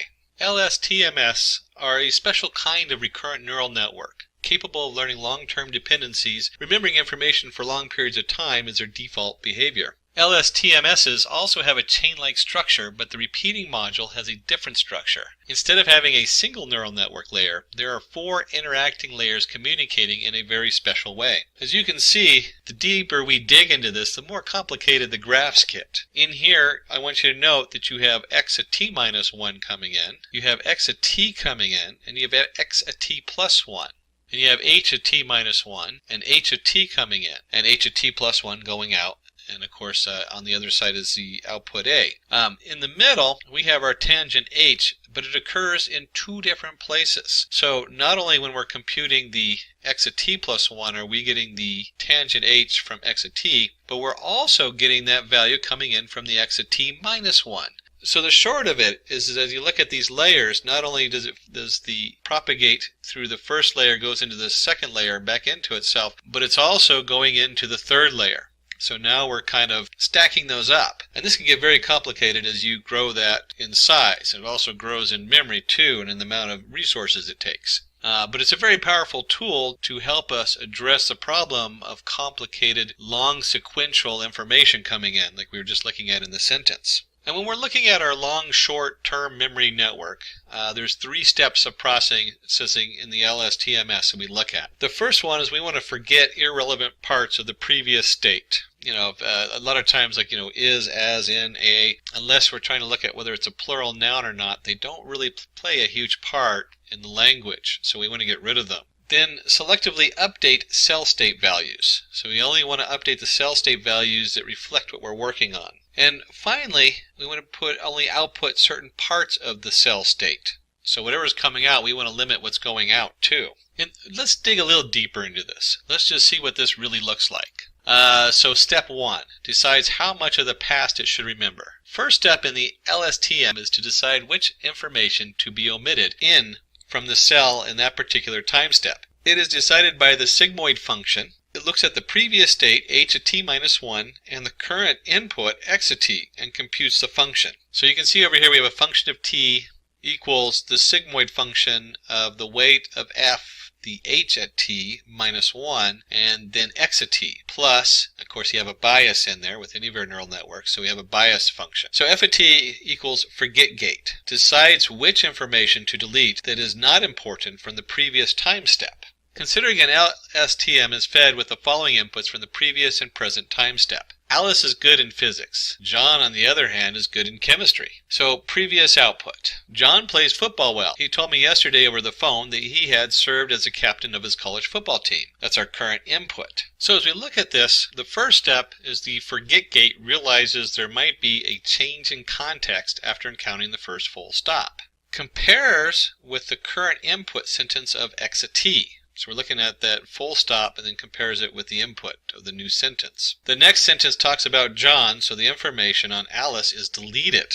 Okay, that's important to know. So we have this input coming in, and if we're going to continue on with John, then that's going to be the primary information we're looking at. The position of the subject is vacated and is assigned to John. And so in this one, we've seen that we've weeded out a whole bunch of information, and we're only passing information on John, since that's now the new topic. So step 2 is then to decide how much should this unit add to the current state. In the second layer, there are two parts. One is the sigmoid function, and the other is the tangent h. In the sigmoid function, it decides which values to let through, 0 or 1. Tangent h function gives the weightage to the values which are passed, deciding their level of importance, -1 to 1. And you can see the two formulas that come up. The I of t equals the sigmoid of the weight of I, h of t minus 1, x of t plus the bias of I. And the c of t equals the tangent of h of the weight of c of h of t minus 1 x of t plus the bias of c. So our I of t equals the input gate, determines which information to let through based on its significance in the current time step. If this seems a little complicated, don't worry, because a lot of the programming is already done when we get to the case study. Understanding, though, that this is part of the program is important when you're trying to figure out what to set your settings at. You should also note when you're looking at this, it should have some semblance to your forward propagation neural networks, where we have a value assigned to a weight plus a bias. Very important steps in any of the neural network layers, whether we're propagating into the information from one to the next, or we're just doing a straightforward neural network propagation. Let's take a quick look at this, what it looks like from the human standpoint, as I step out of my suit again. Consider the current input at x of t. John plays football well. He told me yesterday over the phone that he had served as a captain of his college football team. That's our input. Input gate analyzes the important information. John plays football and he was a captain of his college team is important.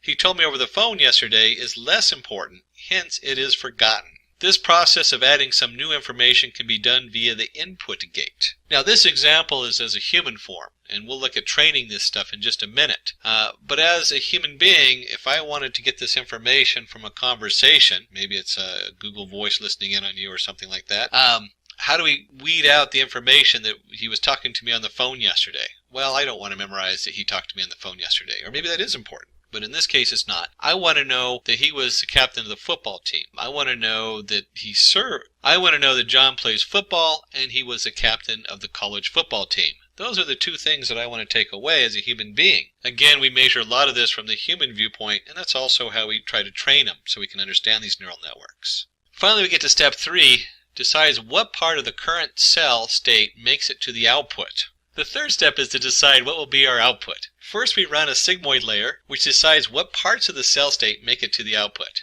Then we put the cell state through the tangent h to push the values to be between -1 and 1, and multiply it by the output of the sigmoid gate. So when we talk about the output of t, we set that equal to the sigmoid of the weight of 0 of the h of t minus 1, back one step in time, by the x of t, plus of course the bias. The h of t equals the out of t times the tangent h of c of t. So our O of t equals the output gate, allows the passed in information to impact the output in the current time step.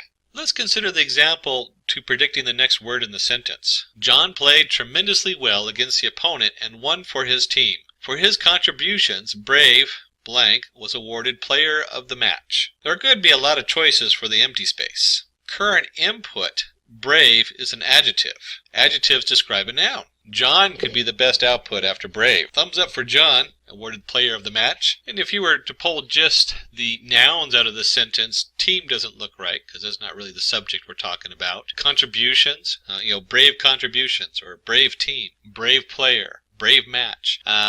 So you look at this and you can start to train this neural network. So it starts looking at it and goes, oh no, John is what we're talking about. So brave is an adjective. John's going to be the best output. And we give John a big thumbs up. And then of course we jump into my favorite part, the case study. Use case implementation of LSTM. Let's predict the prices of stocks using the LSTM network based on the stock price data between 2012 and 2016. We're going to try to predict the stock prices of 2017. And this will be a narrow set of data. We're not going to do the whole stock market. It turns out that the New York Stock Exchange generates roughly 3 terabytes of data per day. That's all the different trades up and down of all the different stocks going on. And each individual one second to second or nanosecond to nanosecond. But we're going to limit that to just some very basic fundamental information. So don't think you're going to get rich off this today. But at least you can give a step forward in how to start processing something like stock prices, a very valid use for machine learning in today's markets. use case implementation of LSTM. Let's dive in. We're going to import our libraries, we're going to import the training set, and get the scaling going. Now, if you watch any of our other tutorials, a lot of these pieces just start to look very familiar because it's a very similar setup. But let's take a look at that, and just a reminder, we're going to be using Anaconda, the Jupyter Notebook. So here I have my Anaconda navigator. When we go under environments, I've actually set up a Keras Python 3.6. I'm in Archon 6. And nice thing about Anaconda, especially the newer version, I remember a year ago messing with Anaconda in different versions of Python in different environments. Anaconda now has a nice interface. And I have this installed both on a Ubuntu Linux machine and on Windows, so it works fine on there. You can go in here and open a terminal window, and then in here, once you're in the terminal window, this is where you're going to start installing using pip to install your different modules and everything. Now, we've already pre-installed them, so we don't need to do that in here. But if you don't have them installed in your particular environment, you'll need to do that. And of course, you don't need to use the Anaconda or the Jupyter. You can use whatever favorite Python IDE you like. I'm just a big fan of this because it keeps all my stuff separate. You can see on this machine I have specifically installed one for Keras, since we're going to be working with Keras under Tensorflow. When we go back to home, I've gone up here to application, and that's the environment I've loaded on here, and then we'll click on the Launch Jupyter Notebook. Now, I've already, in my Jupyter Notebook, have set up a lot of stuff so that we're ready to go. Kind of like Martha Stewart's in the old cooking shows. We want to make sure we have all our tools for you so you're not waiting for them to load. And if we go up here to where it says New, you can see where you can create a new Python 3. That's what we did here underneath the setup, so it already has all the modules installed on it. And I'm actually renamed this. If you go under File, you can rename it. I'm calling it RNN Stock. And let's just take a look and start diving into the code. Let's get into the exciting part. Now we've looked at the tool, and of course you might be using a different tool, which is fine. Let's start putting that code in there and seeing what those imports and uploading everything looks like. Now, the first half is kind of boring when we hit the Run button, because we're going to be importing NumPy as NP. That's the number Python, which is your NumPy array, and the matplot library, because we're going to do some plotting at the end, and our pandas for our data set. Our pandas as PD. And when I hit Run, it really doesn't do anything except for load those modules. Just a quick note, let me just do a quick draw here. Oops, Shift-Alt, there we go. You'll notice when we're doing this setup, if I was to divide this up, oops, I'm going to actually, let's overlap these, here we go. This first part that we're going to do is our data prep. A lot of prepping involved. In fact, depending on what your system is, since we're using Keras, I put an overlap here, but you'll find that almost, maybe even half of the code we do is all about the data prep. And the reason I overlap this with Keras, let me just put that down because that's what we're working in, is because Keras has like their own preset stuff, so it's already pre-built in, which is really nice. So there's a couple steps a lot of times that are in the Keras setup. We'll take a look at that to see what comes up in our code as we go through and look at stock. And then the last part is to evaluate. And if you're working with shareholders or classroom, whatever it is you're working with, the evaluate is the next biggest piece. So the actual code here, Keras is a little bit more, but when you're working with some of the other packages, you might have like 3 lines. That might be it. All your stuff is in your pre-processing and your data. Since Keras is cutting edge and you load the individual layers, you'll see that there's a few more lines here and Keras is a little bit more robust. And then you spend a lot of times, like I said, with the evaluate, you want to have something you present to everybody else and say, hey, this is what I did, this is what it looks like. So let's go through those steps. This is like a kind of just general overview. And let's just take a look and see what the next set of code looks like. And in here we have a dataset train, and it's going to be read using the PD, or pandas, .read_CSV, and it's the Google stock price train.csv. And so under this we have training set equals dataset train.ilocation, and we've kind of sorted out part of that. So what's going on here? Let's just take a look at it. Let's look at the actual file and see what's going on there. Now, if we look at this, ignore all the extra files on this. I already have a train and a test set where it's sorted out. This is important to notice because a lot of times we do that as part of the pre-processing of the data. We take 20% of the data out so we can test it, and then we train the rest of it. That's what we use to create our neural network. That way we can find out how good it is. But let's go ahead and just take a look and see what that looks like as far as the file itself. And I went ahead and just opened this up in a basic WordPad and text editor just so we can take a look at it. Certainly you can open up in Excel or any other kind of spreadsheet. And we note that this is a comma-separated variables. We have a date, open, high, low, close, volume. This is the standard stuff that we import into our stock, or the most basic set of information you can look at in stock. It's all free to download. In this case, we downloaded it from Google. That's why we call it the Google stock price. And it specifically is Google. This is the Google stock values from, as you can see here, we started off at 1/3/2012. So when we look at this first setup up here, we have a data set train equals PD_CSV. And if you noticed on the original frame, let me just go back there, they had it set to home Ubuntu downloads Google stock price train. I went ahead and changed that because we're in the same file where I'm running the code. So I've saved this particular Python code, and I don't need to go through any special paths or have the full path on there. And then of course we want to take out certain values in here. And you're going to notice that we're using our data set, and we're now in pandas. So pandas, basically it looks like a spreadsheet.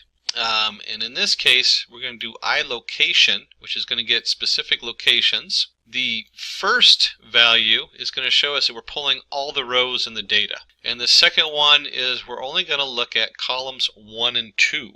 And if you remember here from our data, as we switch back on over, columns, we always start with 0, which is the date. And we're going to be looking at open and high, which would be 1 and 2. We'll just label that right there so you can see. Now, when you go back and do this, you certainly can extrapolate and do this on all the columns. But for the example, let's just limit a little bit here so that we can focus on just some key aspects of stock. And then we'll go up here and run the code. And again, I said the first half is very boring. Whenever you hit the run button, it doesn't do anything because we're still just loading the data and setting it up. Now that we've loaded our data, we want to go ahead and scale it. We want to do what they call feature scaling.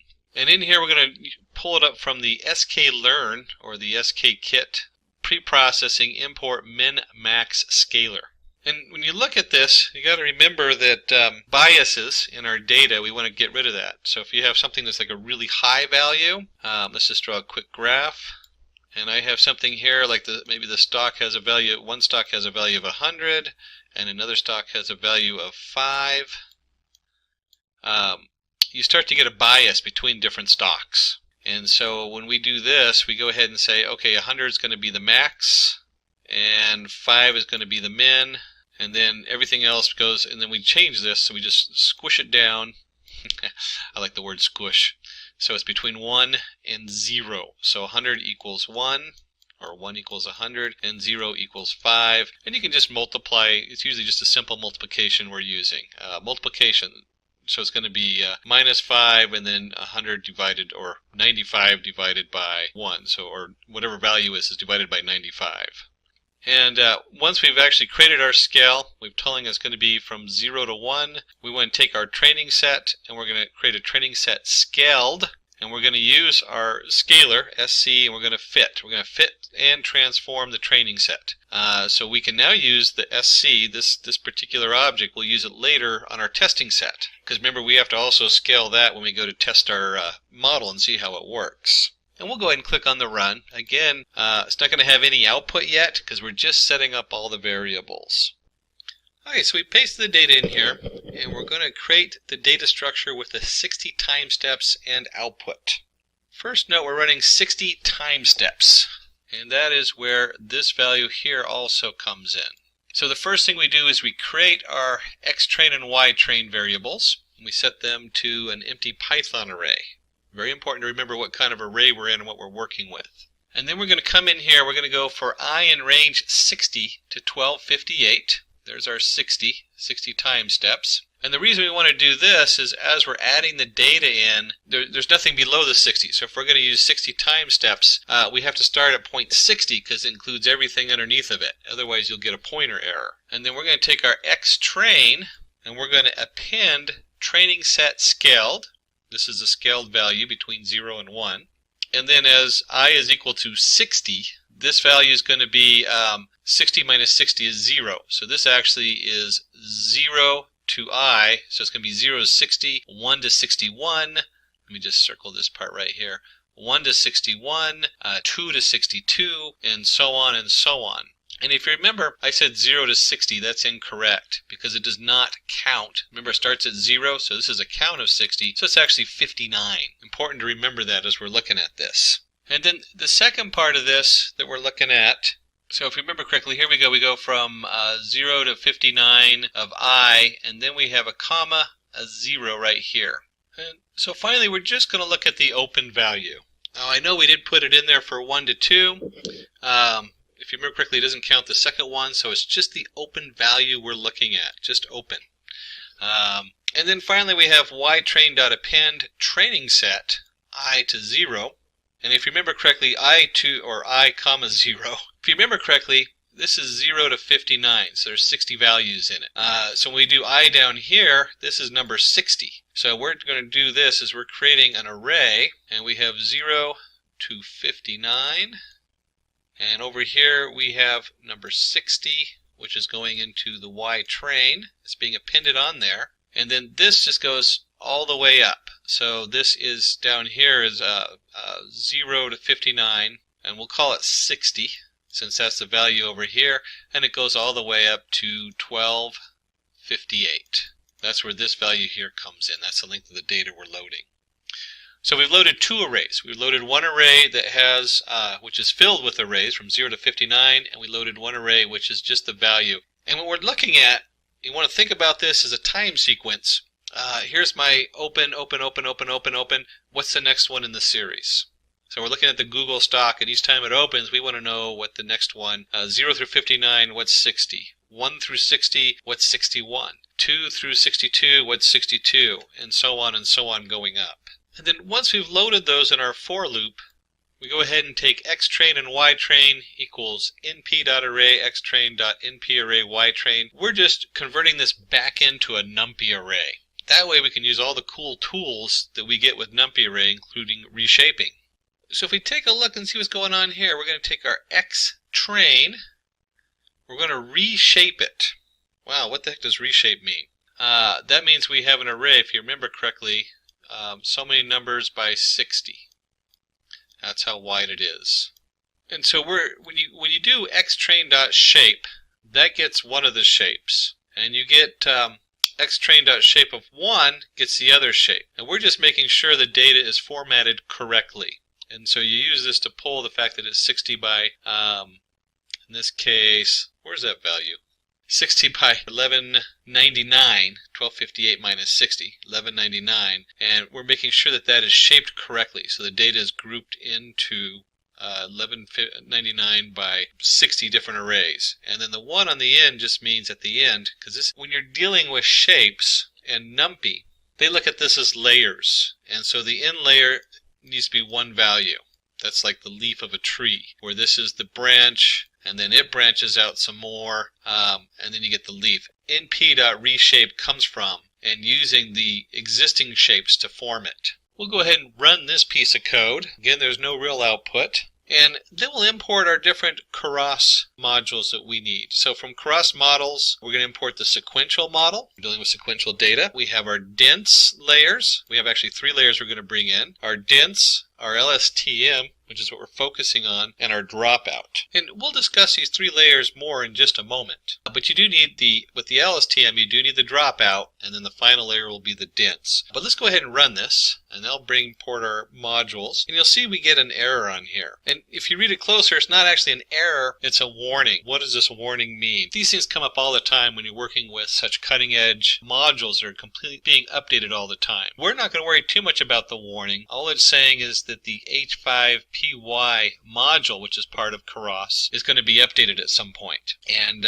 if you're running new stuff on Keras and you start updating your Keras system, you better make sure that your H5Pi is updated too, otherwise you're going to have an error later on. And you can actually just run an update on the H5Pi now if you wanted to. Not a big deal. We're not going to worry about that today. And I said we were going to jump in and start looking at what those layers mean. I meant that. And we're going to start off with initializing the RNN, and then we'll start adding those layers in. And you'll see that we have the LSTM and then the dropout. LSTM, then dropout. LSTM, then dropout. What the heck is that doing?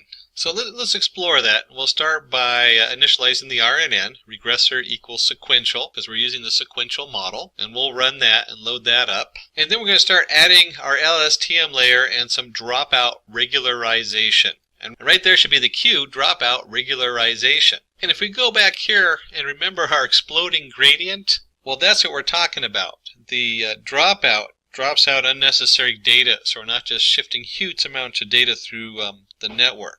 So we go in here. Let's just go ahead and add this in. I'll go ahead and run this. And we had 3 of them. So let me go ahead and put all 3 of them in, and then we can go back over them. Here's the second one, and let's put 1 more in. So let's put that in, and we'll go ahead and put 2 more in. I said 1 more in, but it's actually 2 more in. And then let's add 1 more after that.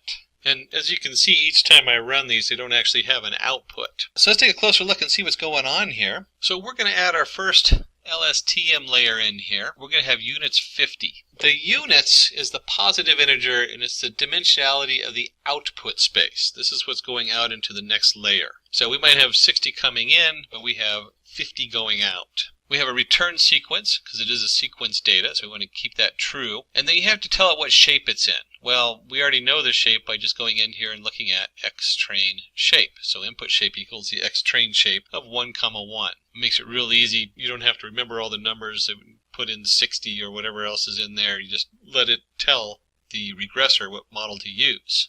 And so we follow our STM with a dropout layer. Now, understanding the dropout layer is kind of exciting because one of the things that happens is we can overtrain our network.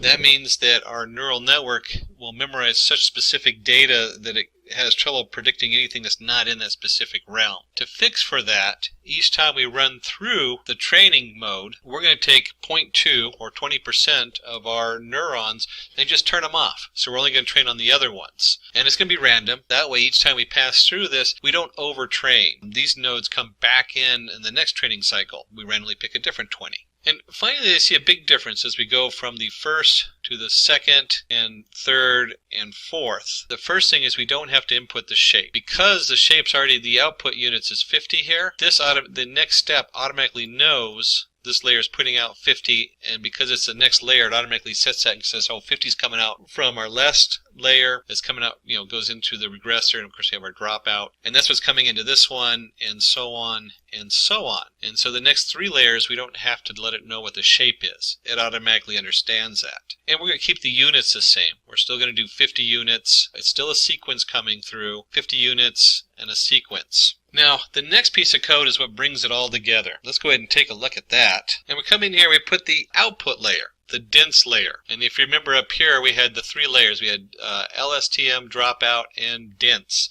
Dense just says we're going to bring this all down into one output. Instead of putting out a sequence, we just want to know the answer at this point. And let's go ahead and run that. And so in here, you notice all we're doing is setting things up, one step at a time. So far, we've brought in our, way up here, we brought in our data, we brought in our different modules, we formatted the data for training it, we set it up, we have our X train and our Y train. We have our source of data and the answers we know so far that we're going to put in there. We've reshaped that. We've come in and built our Keras. We've imported our different layers. And we have in here, if you look, we have 5 total layers. Now, Keras is a little different than a lot of other systems because a lot of other systems put this all in one line and do it automatic, but they don't give you the options of how those layers interface, and they don't give you the options of how the data comes in. Keras is cutting edge for this reason. So even though there's a lot of extra steps in building the model, this has a huge impact on the output and what we can do with these new models from Keras. So we brought in our dense, we have our full model put together, our regressor. So we need to go ahead and compile compile it, and then we're going to go ahead and fit the data. We're going to compile the pieces so they all come together, and then we're going to run our training data on there and actually recreate our regressor so it's ready to be used. So let's go ahead and compile that, and I can go ahead and run that. And if you've been looking at any of our other tutorials on neural networks, you'll see we're going to use the optimizer Atom. Atom is optimized for big data. There's a couple other optimizers out there beyond the scope of this tutorial, but certainly Atom will work pretty good for this. And loss equals mean squared value. So when we're training it, this is what we want to base the loss on. How bad is our error? Well, we're going to use the mean squared value for our error and the Atom optimizer for its differential equations. You don't have to know the math behind them, but certainly it helps to know what they're doing and where they fit into the bigger models. And then finally we're going to do our fit, fitting the RN into the training set. We have the regressor.fit, xtrain, ytrain, epochs, and batch size. So we know where this is. This is our data coming in. For the xtrain, our ytrain is the answer we're looking for of our data, our sequential input. Epochs is how many times we're going to go over the whole data set. We created a whole data set of xtrain. So this is each of those rows, which includes a time sequence of 60. And batch size, another one of those things where Keras really shines, is if you were pulling this, say, from a large file, instead of trying to load it all into RAM, it can now pick smaller batches up and load those indirectly. We're not worried about pulling them off a file today because this isn't big enough to cause the computer too much of a problem to run, not too straining on the resources. But as we run this, you can imagine what would happen if I was doing a lot more than just one column in one set of stock, in this case Google stock. Imagine if I was doing this across all the stocks and I had, instead of just the open, I had open, close, high, low, and you can actually find yourself with about 13 different variables times 60 because it's a time sequence. Suddenly you find yourself with a gig of memory you're loading into your RAM, which will just completely, if you're not on multiple computers or cluster, you're going to start running into resource problems. But for this, we don't have to worry about that. So let's go ahead and run this, and this will actually take a little bit on my computer because it's an older laptop. And give it a second to kick in there. There we go. Alright, so we have epoch. So this is going to tell me it's running the first run through all the data. And as it's going through, it's batching them in 32 pieces. So 32 lines each time. And there's 1198. I think I said 1199 earlier, but it's 1198. I was off by 1. And each one of these is 13 seconds. So you can imagine this is roughly 20 to 30 minutes runtime on this computer. Like I said, it's an older laptop running at 0.9 gigahertz on a dual processor. And that's fine. What we'll do is I'll go ahead and stop, go get a drink of coffee, and come back, and let's see what happens at the end and where this takes us. And like any good cooking show, I've gotten my latte. I also had some other stuff running in the background, so you'll see these numbers jumped up to like 19 seconds, 15 seconds. But you can scroll through, and you can see we've run it through 100 steps, or 100 epochs. So the question is, what does all this mean? One of the first things you'll notice is that our loss is over here. It kind of stopped at 0.0014, but you can see it kind of goes down until we hit about 0.014 3 times in a row. So we guessed our epoch pretty close since our loss has remained the same on there. So to find out what we're looking at, we're going to go ahead and load up our test data, the test data that we didn't process yet. And real stock price, dataset test allocation. This is the same thing we did when we prepped the data in the first place. So let's go ahead and go through this code. And we can see we've labeled it Part 3, Making the Predictions and Visualizing the Results. So the first thing we need to do is go ahead and read the data in from our test CSV. And you see I've changed the path on it for my computer. And then we'll call it the real stock price. And again, we're doing just the one column here and the values from iLocation. So it's all the rows and just the values from that one location. That's the open. Stock open. Let's go ahead and run that. So that's loaded in there. And then let's go ahead and we have our inputs. We're going to create inputs here. And this should all look familiar because this is the same thing we did before. We're going to take our dataset total. We're going to do a little pandas concat from the dataset train. Now remember, the end of the dataset train is part of the data going in. And let's just visualize that just a little bit. Here's our train data. Let me just put TR for train. And it went up to this value here. But each one of these values generated a bunch of columns. So it was 60 across, and this value here equals this one, and this value here equals this one, and this value here equals this one. And so we need these top 60 to go into our new data. So to find out what we're looking at, we're going to go ahead and load up our test data, the test data that we didn't process yet. and real stock price, data set test allocation. This is the same thing we did when we prepped the data in the first place. So let's go ahead and go through this code. And we can see we've labeled it Part 3, Making the Predictions and Visualizing the Results. So the first thing we need to do is go ahead and read the data in from our test CSV. You see I've changed the path on it for my computer. And then we'll call it the real stock price. And again, we're doing just the one column here and the values from iLocation. So it's all the rows and just the values from that one location. That's the open. Stock open. And let's go ahead and run that. So that's loaded in there. And then let's go ahead and we have our inputs. We're going to create inputs here. And this should all look familiar because this is the same thing we did before. We're going to take our data set total. We're going to do a little pandas concat from the data set train. Now remember, the end of the data set train is part of the data going in. And let's just visualize that just a little bit. Here's our train data. Let me just put TR for train. And it went up to this value here. But each one of these values generated a bunch of columns. So it was 60 across, and this value here equals this one, and this value here equals this one, and this value here equals this one. And so we need these top 60 to go into our new data, because that's part of the next data, or it's actually the top 59. So that's what this first setup is over here, is where we're going in, we're doing the real stock price, and we're going to just take the data set test, and we're going to load that in, and then the real stock price is our data test location. So we're just looking at that first column, the open price. And then our data set total, we're going to take pandas and we're going to concat, and we're going to take our data set train for the open and our data set test open. And this is one way you can reference these columns. We've referenced them a couple different ways. We've referenced them up here with the 1, 2, but we know it's labeled as a panda set as open. So pandas is great that way. Lots of versatility there. And we'll go ahead and go back up here and run this. There we go. And you'll notice this is the same as what we did before. We have our open data set. We appended our concatenated our two data sets together. We have our inputs equals data set total length, data set total minus length of data set minus test minus 60 values. So we're going to run this over all of them. And you'll see why this works. Because normally when you're running your test set versus your training set,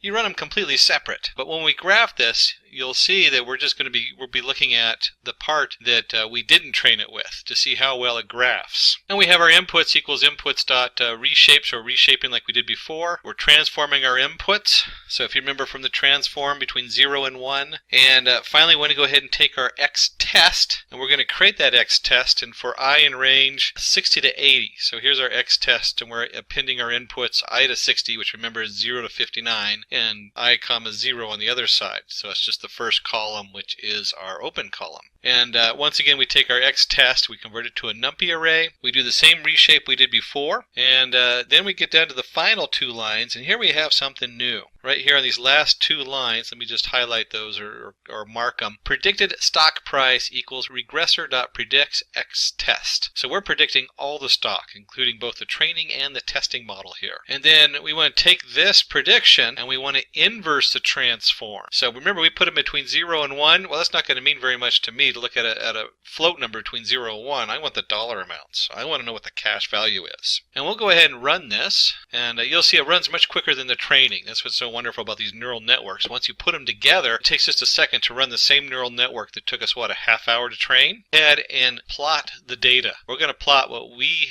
think it's going to be, and we're going to plot it against the real data, what the Google stock actually did. So let's go ahead and take a look at that in code. And let's pull this code up. So we have our PLT. That's our, if you remember from the very beginning, let me just go back up to the top. We have our matplotlibary.pyplot as PLT. That's where that comes in.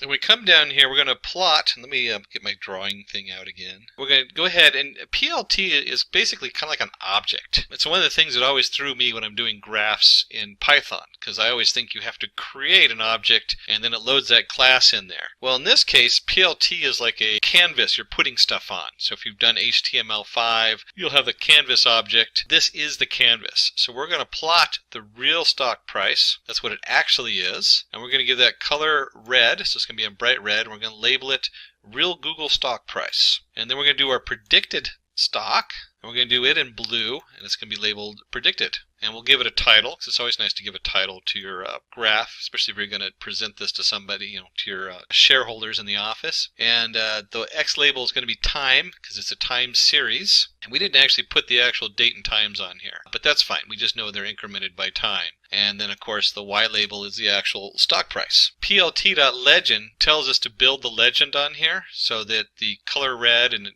real Google stock price show up on there. And then the plot shows us that actual graph. So let's go ahead and run this and see what that looks like.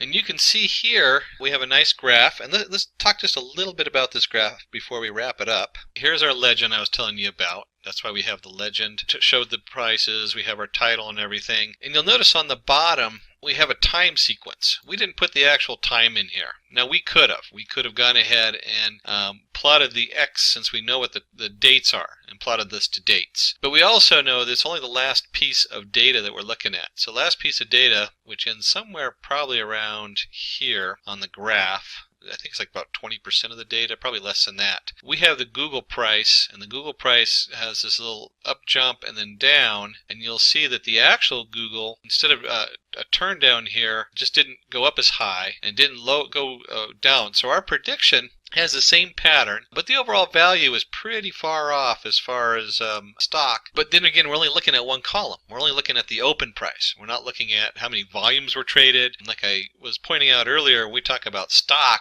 just right off the bat, there's 6 columns. There's open, high, low, close, volume. Then there's whether how many volume shares. Then there's the adjusted open, adjusted high, adjusted low, adjusted close. They have a special formula to predict exactly what it would really be worth based on the value of the stock. And then from there, there's all kinds of other stuff you can put in here. So we're only looking at one small aspect, the opening price of the stock. And as you can see here, we did a pretty good job. This curve follows the curve pretty well. It has like little jumps on it, bends. They don't quite match up. So this bend here does not quite match up with that bend there, but it's pretty darn close. We have the basic shape of it, and the prediction isn't too far off. And you can imagine that as we add more data in and look at different aspects in the specific domain of stock, we should be able to get a better representation each time we drill in deeper. Of course, this took a half hour for my computer to train, so you can imagine that if I was running it across all those different variables, it might take a little bit longer to train the data. Not so good for doing a quick tutorial like this. In this video, we will learn about an important popular deep learning neural network called generative adversarial networks. Yann LeCun, one of the pioneers in the field of machine learning and deep learning, described it as the most interesting idea in the last 10 years in machine learning. In this video, you will learn about what are generative adversarial networks and look in brief at generator and discriminator. Then, we'll understand how GANs work and the different types of GANs. Finally, we'll look at some of the applications of GANs. So let's begin. So what are generative adversarial networks? Generative adversarial networks, or GANs, introduced in 2014 by Ian J. Goodfellow and co-authors, became very popular in the field of machine learning. GAN is an unsupervised learning task in machine learning. It consists of 2 models that automatically discover and learn the patterns in input data. The 2 models, called generator and discriminator, compete with each other to analyze, capture and copy the variations within a dataset. GANs can be used to generate new examples that possibly could have been drawn from the original dataset. In the image below, you can see that there is a database that has real 100 rupee notes. The generator, which is basically a neural network, generates fake 100 rupees notes. The discriminator network will identify if the notes are real or fake. Let us now understand in brief about what is a generator. A generator in GANs is a neural network that creates fake data to be trained on the discriminator. It learns to generate plausible data. The generated instances become negative training examples for the discriminator. It takes a fixed length random vector carrying noise as input and generates a sample. Now the main aim of the generator is to make the discriminator classify its output as real. The portion of the GAN that trains the generator includes a noisy input vector, the generator network, which transforms the random input into a data instance, a discriminator network which classifies the generated data, and a generator loss, which penalizes the generator for failing to halt the discriminator. The backpropagation method is used to adjust each weight in the right direction by calculating the weight's impact on the output. The backpropagation method is used to obtain gradients, and these gradients can help change the generator weights. Now, let us understand in brief what a discriminator is. A discriminator is a neural network model that identifies real data from the fake data generated by the generator. The discriminator's training data comes from two sources. The real data instances such as real pictures of birds, humans, currency notes, etc. are used by the discriminator as positive samples during the training. The fake data instances created by the generator are used as negative examples during the training process. While training the discriminator, it connects with two loss functions. During discriminator training, the discriminator ignores the generator loss and just uses the discriminator loss. In the process of training the discriminator classifies both real data and fake data from the generator. The discriminator loss penalizes the discriminator for misclassifying a real data instance as fake or a fake data instance as real. Now moving ahead, let's understand how GANs work. Now GANs consists of two networks, a generator which is represented as G of X and a discriminator which is represented as D of X. They both play an adversarial game where the generator tries to fool the discriminator by generating data similar to those in the training set. The discriminator tries not to be fooled by identifying fake data from the real data. They both work simultaneously to learn and train complex data like audio, video or image files. Now you are aware that GANs consists of two networks, a generator G of X and discriminator D of X. Now the generator network takes a sample and generates a fake sample of data. The generator is trained to increase the probability of the discriminator network to make mistakes. On the other hand, the discriminator network decides whether the data is generated or taken from the real sample using a binary classification problem with the help of a sigmoid function that gives the output in the range 0 and 1. Here is an example of a generative adversarial network trying to identify if the 100 rupee notes are real or fake. So first, a noise vector or the input vector is fed to the generator network. The generator creates fake 100 rupee notes.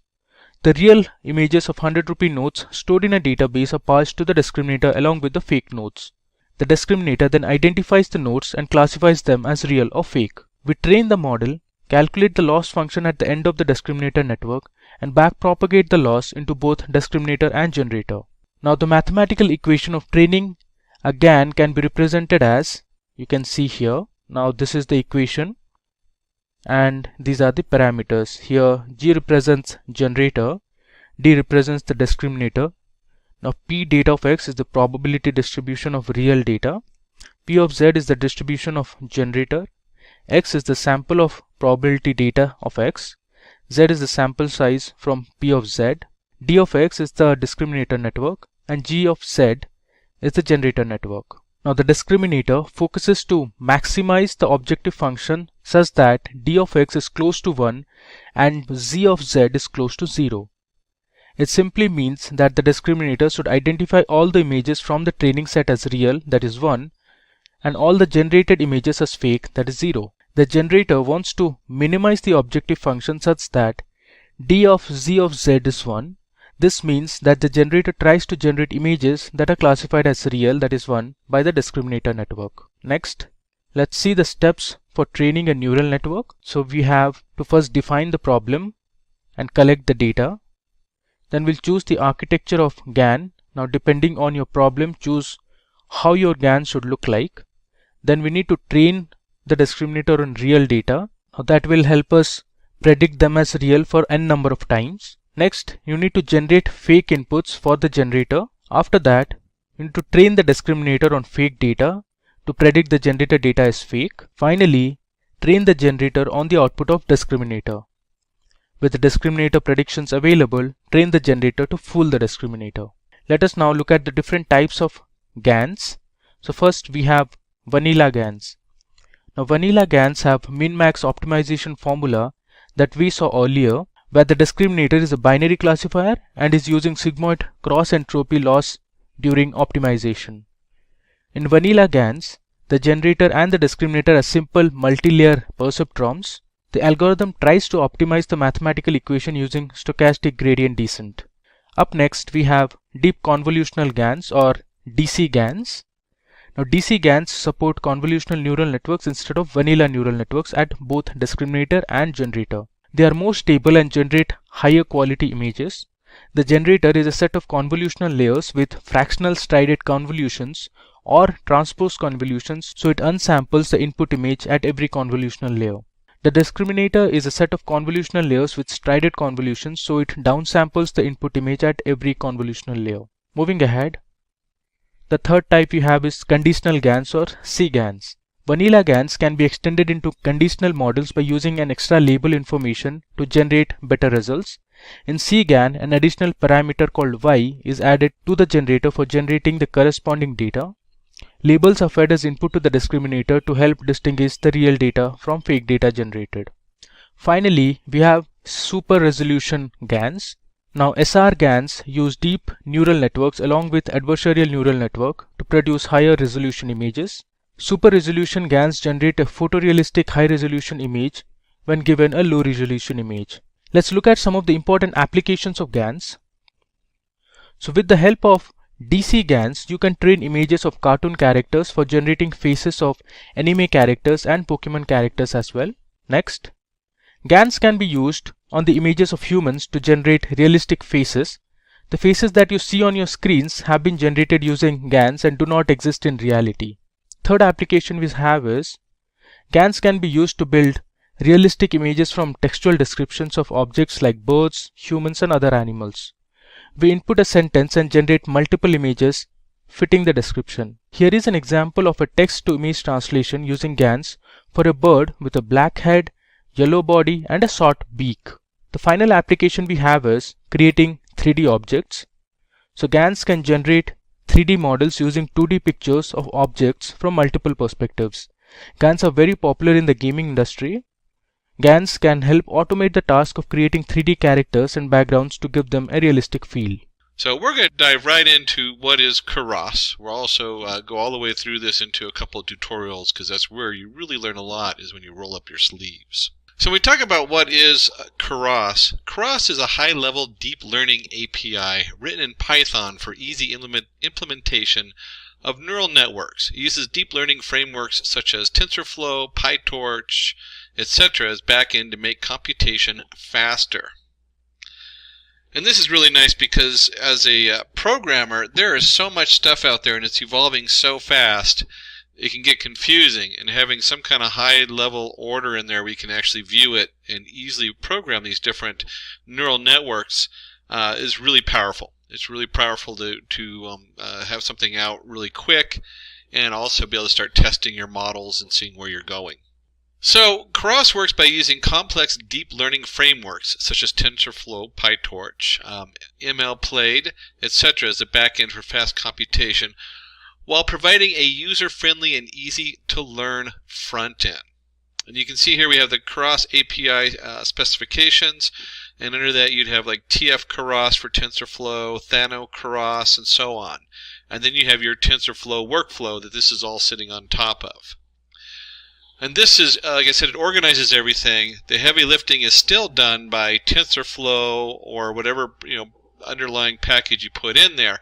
And this is really nice because you don't have to dig as deeply into the heavy end stuff while still having a very robust package you can get up and running rather quickly. And it doesn't distract from the processing time because all the heavy lifting is done by packages like TensorFlow. This is the organization on top of it. So the working principle of Keras. The working principle of Keras is Keras uses computational graphs to express and evaluate mathematical expressions. And you can see here we put them in blue. They have the expression expressing complex problems as a combination of simple mathematical operators, where we have like the percentage, or in this case in Python that's usually your remainder, or multiplication. You might have the operator of x to the power of 0.3. And it uses useful for calculating derivatives by using backpropagation. So if we're doing with neural networks, when we send the error back up to figure out how to change it, this makes it really easy to do that without really not banging your head and having to handwrite everything. It's easier to implement distributed computation, and for solving complex problems, specify input and outputs, and make sure all nodes are connected. And so this is really nice as you come in through, is that as your layers are going in there, you can get some very complicated different setups nowadays, which we'll look at in just a second. And this just makes it really easy to start spinning this stuff up and trying out the different models. So when we look at Keras models, Keras model, we have a sequential model. Sequential model is a linear stack of layers where the previous layer leads into the next layer. And this, if you've done anything else, even like the sklearn with their neural networks and propagation and any of these setups, this should look familiar. You should have your input layer, it goes into your layer 1, layer 2, and then to the output layer. And it's useful for simple classifier or decoder models. And you can see down here we have the model equals a Keras sequential. And this is the actual code. You can see how easy it is. We have a layer that's dense, your layer 1. As an activation, they're using the ReLU in this particular example. And then you have your name layer 1, layer dense ReLU, name layer 2, and so forth. And they just feed right into each other. So it's really easy just to stack them, as you can see here, and it automatically takes care of everything else for you. And then there's a functional model. And this is really where things are at. This is new. Make sure you update your Keras, or you'll find yourself running this, doing the functional model. You'll run into an error code because this is a fairly new release. And it uses multi-input and multi-output model. The complex model, which forks into 2 or more branches. And you can see here we have our image inputs equals your Keras input shape equals 32 by 32 by 3. You have your dense layers, dense 64 activation ReLU. This should look similar to what you already saw before, but if you look at the graph on the right, it's going to be a lot easier to see what's going on.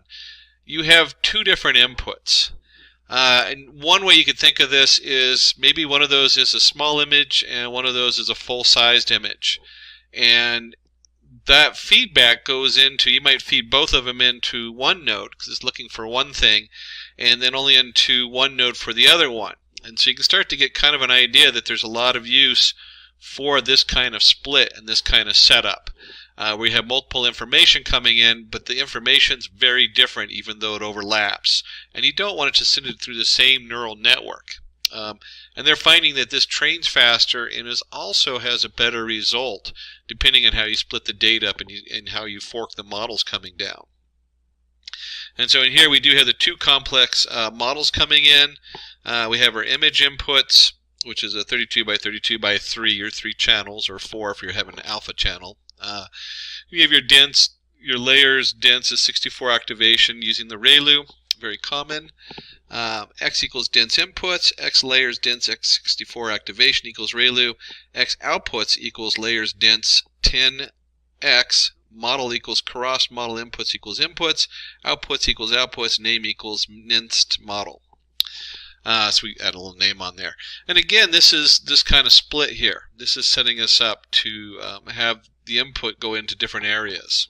So if you're already looking at Keras, you probably already have this answer. What are neural networks? But it's always good to get on the same page, and for those people who don't fully understand neural networks, to dive into them a little bit or do a quick overview. Neural networks are deep learning algorithms modeled after the human brain. They use multiple neurons, which are mathematical operations, to break down and solve complex mathematical problems. And so just like the neuron, one neuron fires in and it fires out to all these other neurons, or nodes as we call them, and eventually they all come down to your output layer. And you can see here we have the really standard graph: input layer, a hidden layer, and an output layer. One of the biggest parts of any data processing is your data pre-processing. So we always have to touch base on that. With a neural network, like many of these models, they're kind of, when you first start using them, they're like a black box. You put your data in, you train it, and you test it and see how good it was. And you have to pre-process that data because bad data in is bad outputs. So in data pre-processing, we will create our own data examples set with Keras. The data consists of a clinical trial conducted on 2,100 patients, ranging from ages 13 to 100, with the patients under 65 and the other half over 65 years of age.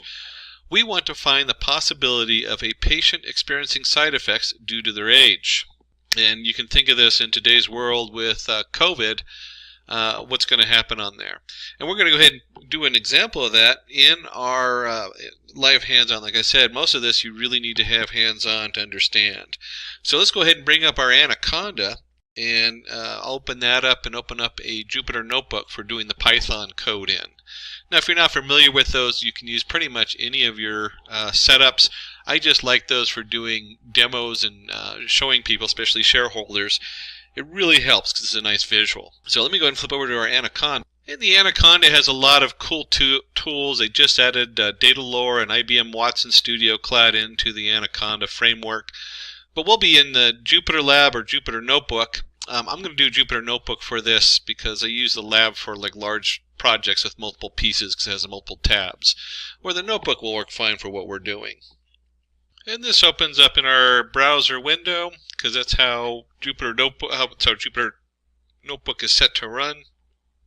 And we'll go under New, create a new Python 3, and it creates an untitled Python. We'll go ahead and give this a title, and we'll just call this Keras tutorial. And let's change that to capital. There we go. We'll go ahead and just rename that. And the first thing we want to go ahead and do is get some pre-processing tools involved. And so we need to go ahead and import some stuff for that, like our NumPy, do some random number generation. I mentioned sklearn or your scikit. If you're installing sklearn, the sklearn stuff, it's scikit you want to look up. That should be a tool of anybody who is doing data science. If you're not familiar with the sklearn toolkit, it's huge, but there's so many things in there that we always go back to. And we want to go ahead and create some train labels and train samples for training our data.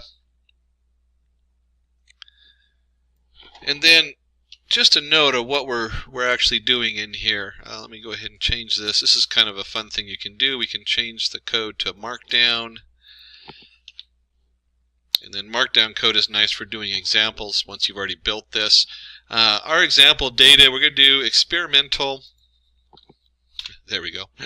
Experimental drug was tested on 2,100 individuals between 13 to 100 years of age. Half the participants are under 65, and 95% of participants are under 65. Experienced no side effects, while 95% of participants over 65 experienced side effects. So that's kind of where we're starting at. And this is just a real quick example, because we're going to do another one with a little bit more complicated information. And so we want to go ahead and generate our setup. So we want to do for I and range, and we want to go ahead and create, if you look here, we have random integers, train the labels, append. So we're just creating some random data. And then we go ahead and just run that. And so once we've created our random data, and I mean, you can certainly ask for a copy of the code from Simplilearn. They'll send you a copy of this, or you can zoom in on the video and see how we went ahead and did our train samples append. And we're just using this. I do this kind of stuff all the time. I was running a thing on that had to do with errors following a bell-shaped curve on a standard distribution error. And so what do? I generate the data on a standard distribution error to see what it looks like and how my code processes it, since that was the baseline I was looking for. In this, we're just doing generating random data for our setup on here. And we could actually go in, print some of the data up. Let's just do this, print. We'll do train samples, and we'll just do the first 5 pieces of data in there to see what that looks like. And you can see the first 5 pieces of data in our train samples is 49, 85, 41, 68, 19. Just random numbers generated in there. That's all that is. And we generated significantly more than that. Let's see, 50 up here, 1,000. Yeah, so there's 1,000 here. 1,000 numbers we generated. And we could also, if we wanted to find that out, we could do a quick print the length of it. And so, or you could do a shape kind of thing, and if you're using NumPy, although the link for this is just fine. And there we go, it's actually 2,100, like we said in the demo setup in there. then we want to go ahead and take our labels. Oh, that was our train labels. We also did samples, didn't we? So we could also do the same thing. Oh, labels. And let's change this to labels. And labels. And run that just to double check, and sure enough we have 2100 and they're labeled 10, 10, 10. I guess that's if they have symptoms or not. 1 symptoms, 0 none. And so we want to go ahead and take our train labels and we'll convert it into a NumPy array, and the same thing with our samples. And let's go ahead and run that. And we also shuffle. This is just a neat feature you can do in NumPy right here. Put my drawing thing on, which I didn't have on earlier. I can take the data and I can shuffle it. So we have it just randomizes it. That's all that's doing. We've already randomized it, so it's kind of an overkill. It's not really necessary. But if you're doing a larger package where the data is coming in, and a lot of times it's organized somehow, and you want to randomize it just to make sure that the input doesn't follow a certain pattern that might create a bias in your model. And we go ahead and create a scalar. The scalar range, minimum max scalar, feature range 0 to 1. Then we go ahead and scale the scaled trained samples. So we're going to go ahead and fit and transform the data so it's nice and scaled. And that is the age. So you can see up here we have 49, 85, 41. We're just moving that so it's going to be between 0 and 1. And so this is true with any of your neural networks. You really want to convert the data to 0 and 1, otherwise you create a bias. So if you have like 100 creates a bias versus the math behind it gets really complicated. If you actually start multiplying stuff, because there's a lot of multiplication and addition going on in there, that higher end value will eventually multiply down, and it will have a huge bias as to how the model fits it, and then it will not fit as well. And then one of the fun things we can do in Jupyter Notebook is that if you have a variable and you're not doing anything with it, and it's the last one on the line, it will automatically print. And we're just going to look at the first 5 samples on here. And so it's going to print the first 5 samples. And you can see, here we go, 0.9195, 0.791. So everything's between 0 and 1. And that just shows us that we scaled it properly and it looks good. It really helps a lot to do these kind of print-ups halfway through. You never know what's going to go on there. I don't know how many times I've gotten down and found out that the data sent to me that I thought was scaled was not. And then I have to go back and track it down and figure it out on there. So let's go ahead and create our artificial neural network. And for doing that, this is where we start diving into TensorFlow and Keras. TensorFlow, if you don't know the history of TensorFlow, it helps to jump into, we'll just use Wikipedia. Be careful, don't quote Wikipedia on these things because you get in trouble. But it's a good place to start. Back in 2011, Google Brain built Disbelief as a proprietary machine learning setup. TensorFlow became the open source for it. So TensorFlow was a Google product, and then it became open sourced, and now it's just become probably one of the de factos when it comes for neural networks as far as where we're at. So when you see the TensorFlow setup, it's got like a huge following. There are some other setups like the Scikit under the sklearn has their own little neural network. But the TensorFlow is the most robust one out there right now. And Keras sitting on top of it makes it a very powerful tool, so we can leverage both the Keras easiness in which we can build a sequential setup on top of TensorFlow. And so in here we're going to go ahead and do our input of TensorFlow, and then we have the rest of this is all Keras here from number 2 down. We're going to import from TensorFlow the Keras connection, and then you have your TensorFlow Keras models, import sequential. It's a specific kind of model. We'll look at that in just a second. If you remember from the files, that means it goes from one layer to the next layer to the next layer. There's no funky splits or anything like that. And then we have from TensorFlow cross layers, we're going to import our activation and our dense layer. And we have our optimizer Atom. This is a big thing to be aware of, how you optimize your data. When you first do it, Atom's as good as any.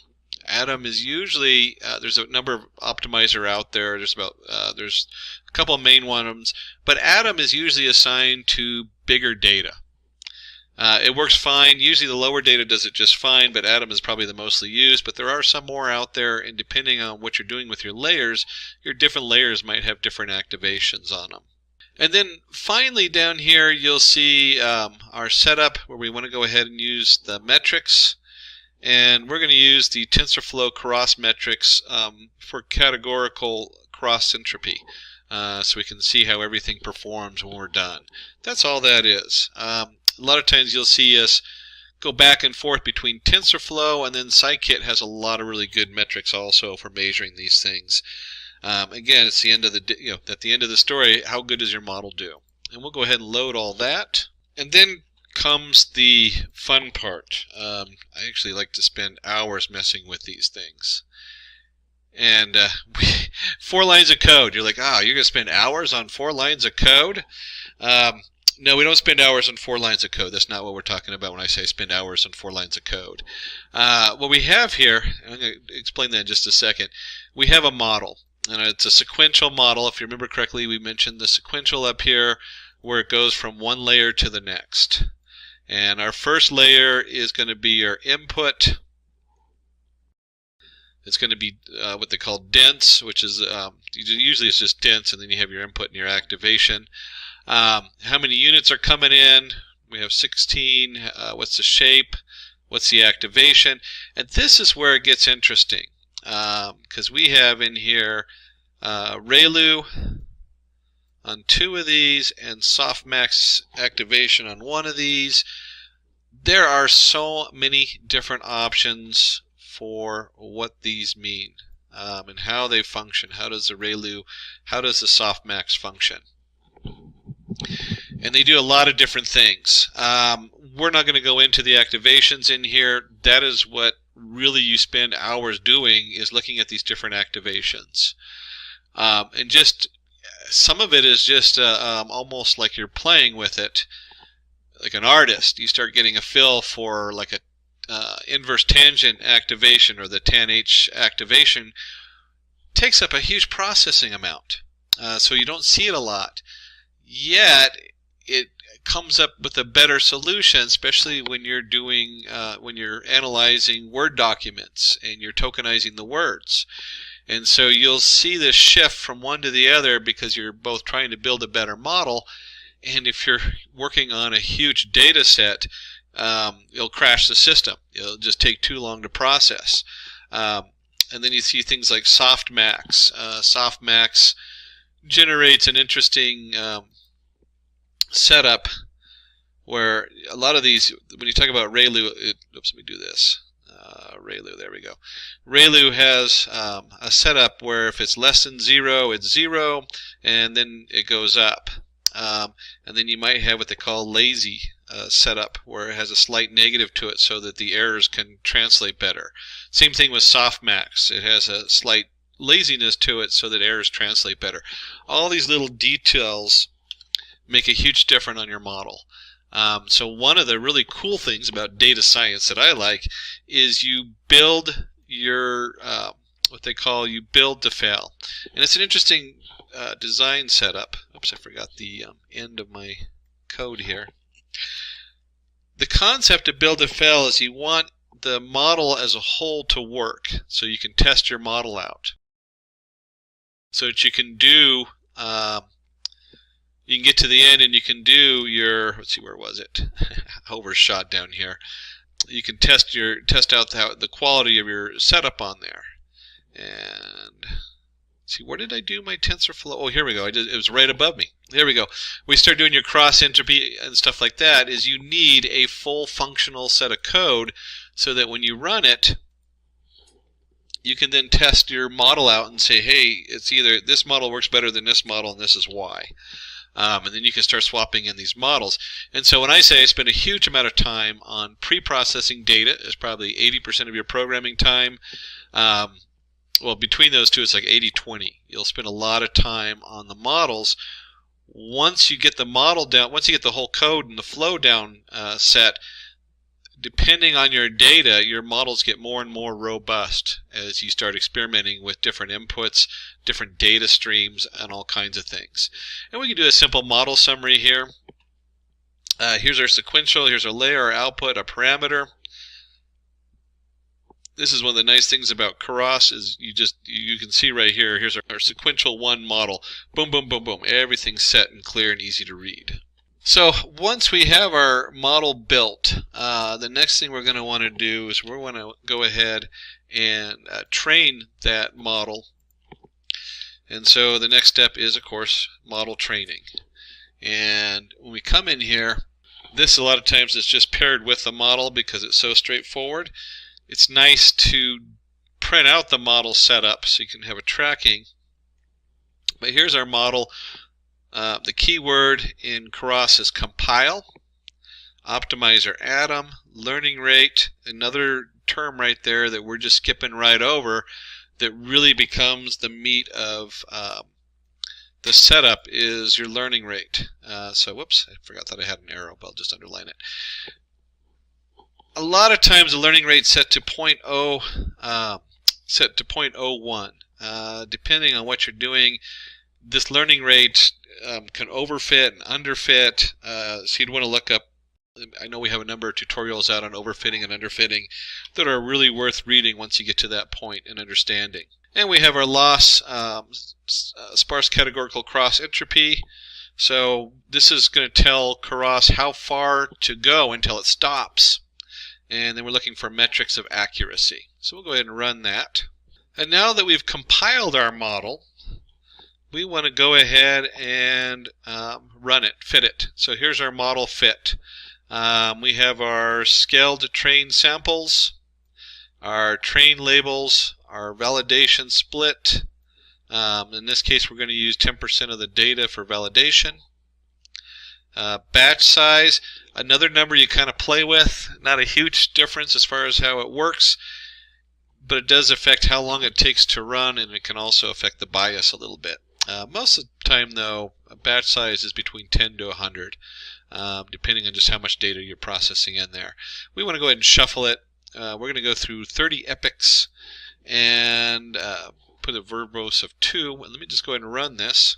And you can see right here, here's our epoch, here's our training, here's our loss. Now, if you remember correctly up here, we set the loss. Let's see, where was it? Compiled our data. There we go, loss. So it's looking at the sparse categorical cross entropy. This tells us that as it goes, how much does the error go down? Is the best way to look at that. And you can see here, the lower the number, the better. It just keeps going down. And vice versa, accuracy we want. Let's see, where's my accuracy? Value accuracy at the end. And you can see 0.619, 0.69, 0.74, it's going up. We want the accuracy, would be ideal if it made it all the way to 1. But we also, the loss is more important because it's a balance. You can have 100% accuracy and your model doesn't work because it's overfitted. Again, you want to look up overfitting and underfitting models. And we went ahead and went through 30 epochs. It's always fun to kind of watch your code going. To be honest, I usually, the first time I run it, I'm like, oh, that's cool, I get to see what it does. And after the second time of running it, I'm like, I like to just not see that. And you can repress those, of course, in your code. Repress the warnings in the printing. And so the next step is going to be building a test set and predicting it now. So here we go. We want to go ahead and build our test set. And we have, just like we did our training set, a lot of times you just split your initial set up. But we'll go ahead and do a separate set on here. And this is just what we did above. There's no difference as far as the randomness that we're using to build this set on here. The only difference is that we already did our scalar up here. Well, that doesn't matter because the data is going to be across the same thing, but this should just be transform down here instead of fit transform, because you don't want to refit your data on your testing data. There we go. And now we're just transforming it, because you never want to transform the test data. Easy mistake to make, especially on an example like this where we're not doing, we're randomizing the data anyway, so it doesn't matter too much because we're not expecting something weird. And then we want to go ahead and do our predictions. The whole reason we built the model is we take our model, we predict, and we're going to do, here's our X-scale data, batch size 10, verbose, and now we have our predictions in here, and we could go ahead and do a, we'll print predictions, and then I guess I could just put down predictions in 5 so we can look at the first 5 of the predictions. And what we have here is we have our age and the prediction on this age versus what we think it's going to be, what we think is going to, they're going to have symptoms or not. And the first thing we notice is that's hard to read because we really want a yes/no answer. So we'll go ahead and just round off the predictions using the argmax, the NumPy argmax for predictions. So it just goes to a 0, 1, and if you remember, this is a Jupyter Notebook, so I don't have to put the print. I can just put in rounded predictions, and we'll just do the first 5. And you can see here 0, 1, 0, 0, 0. So that's what the predictions are that we have coming out of this. Is no symptoms, symptoms, no symptoms, symptoms, no symptoms. And just as we were talking about at the beginning, we want to go ahead and take a look at this. There we go. Confusion matrices for accuracy check.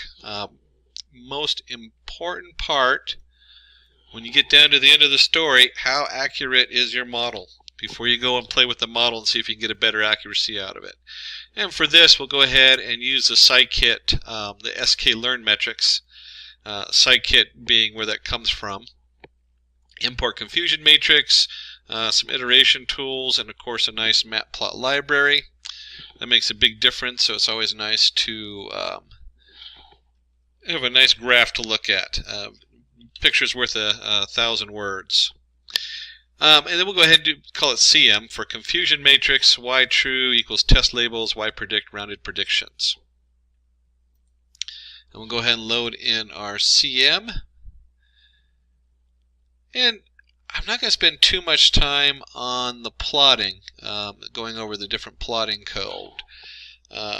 You can spend we have whole tutorials on how to do your different plotting on there. But we do have here is we're going to do a plot confusion matrix. There's our CM, our classes, normalized false, title, confusion matrix. CMAP is going to be in blues. And you can see here we have to the nearest CMAP, titles, all the different pieces, whether you put tick marks or not, the marks, the classes, the color bar. So a lot of different information on here as far as how we're doing the printing of the confusion matrix. You can also just dump the confusion matrix into a Seaborn and real quick get an output. It's worth knowing how to do all this when you're doing a presentation to the shareholders. You don't want to do this on the fly. You want to take the time to make it look really nice, like our guys in the back did. And let's go ahead and do this. Forgot to put together our CM plot labels. We'll go ahead and run that. And then we'll go ahead and call the definition for our mapping. And you can see here plot confusion matrix. That's the little script we just wrote. And we're going to dump our data into it.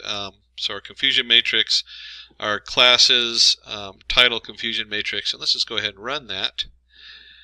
And you can see here we have our basic setup.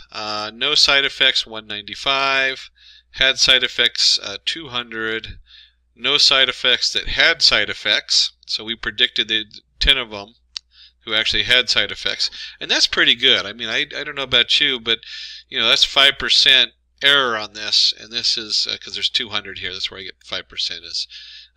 divide these both by 2 and you get 5 out of 100. You can do the same kind of math up here. Not as quick on the fly because it's 15 and 195, not an easily rounded number.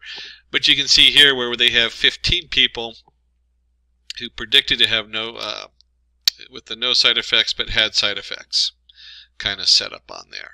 And these confusion matrix are so important at the end of the day. This is really where you show whatever you're working on comes up, and you can actually show them, hey, this is how good we are or not, how messed up it is. So this was I spent a lot of time on some of the parts, but you can see here is really simple.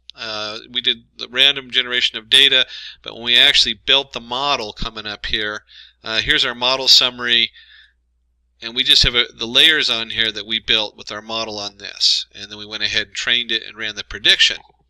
Now we can get a lot more complicated. Let me flip back on over here because we're going to do another demo. So that was our basic introduction to it. We talked about the oops, here we go. Okay, so implementing a neural network with Keras. After creating our samples and labels, we need to create our Keras neural network model. We will be working with a sequential model which has 3 layers. And this is what we did. We had our input layer, our hidden layers, and our output layers. And you can see the input layer coming in was the age factor. We had our hidden layer, and then we had the output. Are you going to have symptoms or not? So we're going to go ahead and go with something a little bit more complicated. Training our model is a 2-step process. We first compile our model, and then we train it in our training data set. So we have compiling. Compiling converts the code into a form of understandable by machine. We use the atom in the last example, a gradient descent algorithm, to optimize the model, and then we trained our model, which means it let it learn on training data. And I actually had it a little backwards there, but this is what we just did. Is if you remember from our code we just had, oops, let me go back here. Here's our model that we created, summarized. We come down here and we compile it. So it tells it, hey, we're ready to build this model and use it. And then we train it. And this is the part where we go ahead and fit our model and put that information in here, and it goes through the training on there. And of course we scaled the data, which was really important to do. And then you saw we did the creating a confusion matrix with Keras. As we are performing classifications on our data, we need a confusion matrix to check the results. A confusion matrix breaks down the various misclassifications as well as correct classifications to get the accuracy. And so you can see here, this is what we did with a true positive, true negative, false negative. And that is what we went over. Let me just scroll down here.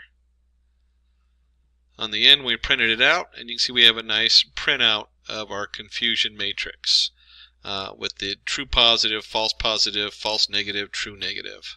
And so the blue ones, we want those to be the biggest numbers because those are the better side. And then we have our false predictions on here as far as this one. So it had no side effects, but we predicted, let's see, no side effects predicting side effects and vice versa. If getting your learning started is half the battle, what if you could do that for free? Visit SkillUp by Simplilearn. Click on the link in the description to know more. Now, saving and loading models with Keras. We're going to dive into a more complicated demo. And you're going to say, oh, well, that was a lot of complication before. Well, if you broke it down, we randomized some data, we created the Keras setup, we compiled it, we trained it, we predicted, and we ran our matrix. So we're going to dive into something a little bit more fun. Is we're going to do a face mask detection with Keras. So we're going to build a Keras model to check if a person is wearing a mask or not in real time. And this might be important if you're at the front of a store. This is something today which is might be very useful as far as some of our, making sure people are safe. And so we're going to look at mask and no mask. And let's start with a little bit on the data. And so in my data I have with a mask. You can see they just have a number of images showing the people in masks. And again, if you want some of this information, contact Simplilearn, and they can send you some of the information as far as people with and without masks, so you can try it on your own. And this is just such a wonderful example of this setup on here. So before I dive into the mask detection, talking about being in the current with COVID and seeing if people are wearing masks. This particular example, I had to go ahead and update to a Python 3.8 version. It might run in a 3.7, I'm not sure. I kind of skipped 3.7 and installed 3.8. So I'll be running in a Python 3.8, and then you also want to make sure your TensorFlow is up to date, because they call functional layers. That's where they split. If you remember correctly from back, let's take a look at this. Remember from here, the functional model and a functional layer allows us to feed in the different layers into different nodes into different layers and split them. Very powerful tool, very popular right now in the edge of where things are with neural networks and creating a better model. So I've upgraded to Python 3.8, and let's go ahead and open that up and go through our next example, which includes multiple layers, programming it to recognize whether someone wears a mask or not, and then saving that model so we can use it in real time. So we're actually almost a full end-to-end development of a product here. Of course, this is a very simplified version, and there'd be a lot more to it. You'd also have to do like recognizing whether it's someone's face or not. All kinds of other things go into this. So let's go ahead and jump into that code, and we'll open up a new Python 3. Oops. Python 3. It's working on it. There we go. And then we want to go ahead and train our mask. We'll just call this train mask. And we want to go ahead and train mask and save it. So it's save mask, train mask detection, not to be confused with masking data. A little bit different. We're actually talking about a physical mask on your face. And then from the Keras standpoint, we got a lot of imports to do here. And I'm not going to dig too deep on the imports. We're just going to go ahead and notice a few of them. So we have in here, oops, let me go Alt-D, there we go. Have something to draw with a little bit here. We have our image processing, and the image processing right here, let me underline that, deals with how do we bring images in, because most images are like a square grid, and then each value in there has 3 values for the 3 different colors. Keras and TensorFlow do a really good job of working with that, so you don't have to do all the heavy listening and figuring out what's going to go on. We have the mobile net average pooling 2D. This again is how do we deal with the images and pooling them. Dropout's a cool thing worth looking up. If you haven't, as you get more and more into Keras and TensorFlow, it'll auto drop out certain nodes. That way you'll get a better, the nodes just kind of die. And they find that they actually create more of a bias than a help, and they also add processing time, so they remove them. And then we have our flatten. That's where you take that huge array with the 3 different colors and you find a way to flatten it so it's just a one-dimensional array instead of a 2 by 2 by 3. Dense input, we did that in the other one, so that should look a little familiar. Oops, there we go. Our input, our model, again, these are things we had on the last one. Here's our optimizer with our atom. We have some pre-processing on the input that goes along with bringing in the data in. More pre-processing with image to array, loading the image. This stuff is so nice. It looks like a lot of work. So you have to import all these different modules in here. But the truth is it does everything for you. You're not doing a lot of pre-processing. You're letting the software do the pre-processing. And we're going to be working with setting something to categorical. Again, that's just a conversion from a number to a category. 0, 1 doesn't really mean anything. It's like true, false. Label binarizer, the same thing. We're changing our labels around. And then there's our train test split classification report. Our IM utilities, let me just go ahead and scroll down here a notch for these. This is something a little different going on down here. This is not part of the TensorFlow or the sklearn. This is the scikit setup in TensorFlow above. The path, this is part of OpenCV. And we'll actually have another tutorial going out with the OpenCV. So if you want to know more about OpenCV, you'll get a glance on it in this software, especially the second piece when we reload up the data and hook it up to a video camera. We're going to do that on this round. But this is part of the OpenCV thing, and you'll see CV2 is usually how that's referenced. But the IM utilities has to do with how do you rotate pictures around and stuff like that, and resize them. And then the matplot library for plotting, because it's nice to have a graph, tells us how good we're doing, and then of course our numpy numbers array and just a straight OS access. Wow, so that was a lot of imports. Like I said, I'm not going to I spent a little time going through them, but we didn't want to go too much into them. And then I'm going to create some variables that we need to go ahead and initialize. We have the learning rate, number of epochs to train for, and the batch size. And if you remember correctly, we talked about the learning rate to the -4.00001. A lot of times it's 0.001 or 0.001. Usually it's in that variation depending on what you're doing and how many epochs, and they kind of play with the epochs. The epochs is how many times we're going to go through all the data. And now I have it as 2. The actual setup is for 20, and 20 works great. The reason I have it for 2 is it takes a long time to process. One of the downsides of Jupyter is that Jupyter isolates it to a single kernel.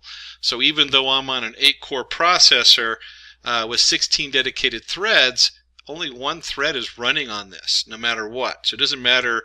So it takes a lot longer to run, even though TensorFlow really scales up nicely. And the batch size is how many pictures do we load at once and process. Again, those are numbers you have to learn to play with depending on your data and what's coming in. And the last thing we want to go ahead and do is there's a directory with a data set we're going to run. And this just has images of masks and not masks. And if we go in here, you'll see data set. And then you have pictures with masks. They're just images of people with masks on their face. And then we have the opposite. Let me go back up here. Without masks. So it's pretty straightforward. They look kind of askew because they tried to format them into very similar setup on there. So they're mostly squares. You'll see some that are slightly different on here. And that's kind of an important thing to do on a lot of these data sets. Get them as close as you can to each other. And we actually will run in this processing of images up here, and the Keras layers and importing and dealing with images. It does such a wonderful job of converting these that a lot of it we don't have to do a whole lot with. So you have a couple things going on there. And so we're now going to be, this is now loading the images, and let me see. And we'll go ahead and create data and labels. Here's our here's the features going in, which is going to be our pictures, and our labels going out. And then for categories in our list directory, and if you remember I just flashed that at you, it had face mask or no face mask. Those are the two options. And we're just going to load into that. We're going to append the image itself and the labels. So we're just going to create a huge array. And you can see right now this could be an issue if you had more data. At some point, thankfully I have a 32 gig hard drive or RAM. Even that, you could do with a lot less of that. Probably under 16 or even 8 gigs would easily load all this stuff. And there's a conversion going on in here. I told you about how we are going to convert the size of the image so it resizes all the images. And that way our data is all identical the way it comes in. And you can see here with our labels, we have without mask, without mask, without mask. The other one would be with mask. Those are the two that we have going in there. And then we need to change it to the one-hot encoding. And this is going to take our, up here we had, what was it, labels and data. We want the labels to be categorical. So we're going to take labels and change it to categorical, and our labels then equal a categorical list. We'll run that. And again, if we do labels and we just do the last or the first 10, let's do the last 10 just because minus 10 to the end. There we go. Just so we can see what the other side looks like. We now have 1. That means they have a mask. 1, 0, 1, 0, so on. 1 being they have a mask, and 0 no mask. And if we did this in reverse, I just realized that this might not make sense if you've never done this before. Let me run this. 0, 1. So 0 is, do they have a mask on? 0. Do they not have a mask on? 1. So this is the same as what we saw up here without mask. 1 equals, the second value is without mask. So with mask, without mask. And that's just with any of your data processing, we can't really, if you have a 0, 1 output, it causes issues as far as training and setting it up. So we always want to use a hot encoder if the values are not actual linear value or regression values, are not actual numbers, if they represent a thing. And so now we need to go ahead and do our train X, test X, train Y, test Y, train, split, test data. And we'll go ahead and make sure it's going to be random, and we'll take 20% of it for testing and the rest for setting it up as far as training their model. This is something that's become so cool. When they're training these sets, they realize we can augment the data. What does augment mean? Well, if I rotate the data around and I zoom in, I zoom out, I rotate it, share it a little bit, flip it horizontally, fill mode, as I do all these different things to the data, it is able to, it's kind of like increasing the number of samples I have. So if I have all these perfect samples, what happens when we only have part of the face, or the face is tilted sideways, or all those little shifts cause a problem if you're doing just a standard set of data. So we're going to create an augment in our image data generator, which is going to rotate, zoom, and do all kinds of cool things. And this is worth looking up, this image data generator and all the different features it has. A lot of times, the first time through my models, I'll leave that out because I want to make sure there's a thing what we call build to fail, which is just cool to know. You build the whole process, and then you start adding these different things in so that you can better train your model. And so we go and run this, and then we're going to load. And then we need to go ahead, and you probably would have gotten an error if you hadn't put this piece in right here. I haven't run it myself because the guys in the back did this. But we take our base model, and one of the things we want to do is we want to do a mobile net v2. And this is a big thing right here. Include the top equals false. A lot of data comes in with a label on the top row. So we want to make sure that that is not the case. And then the construction of the head of the model that will be placed on the top of the base model. We want to go ahead and set that up.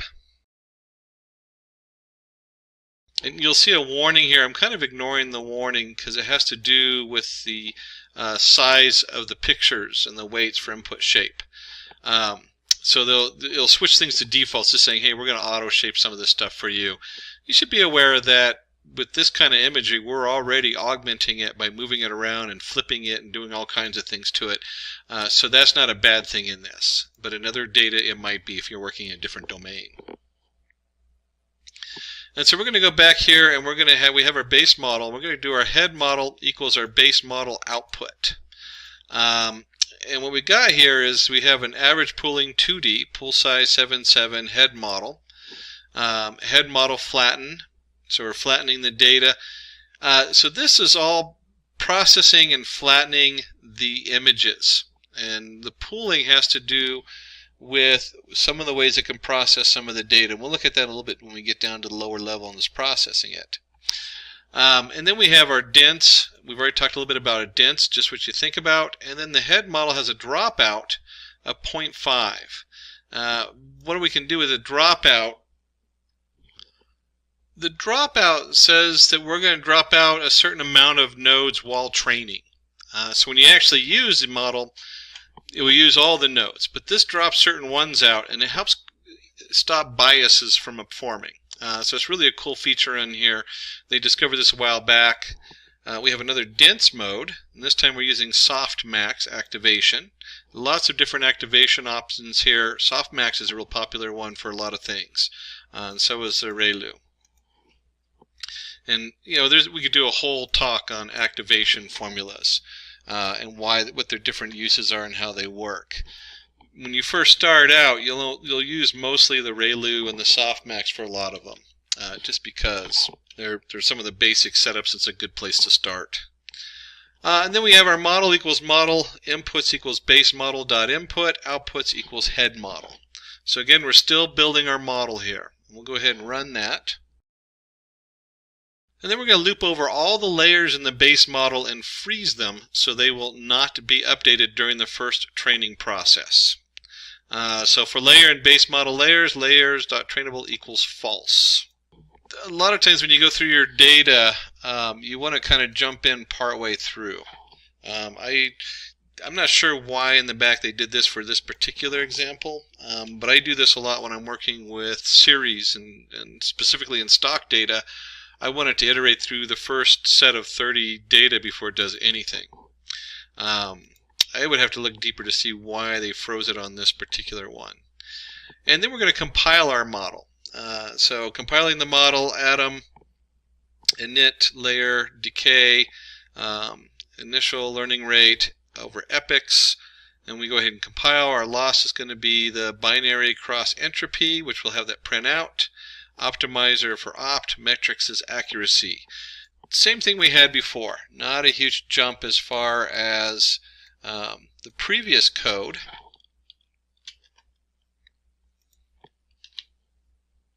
And then we go ahead and we've gone through all this, and now we need to go ahead and fit our model.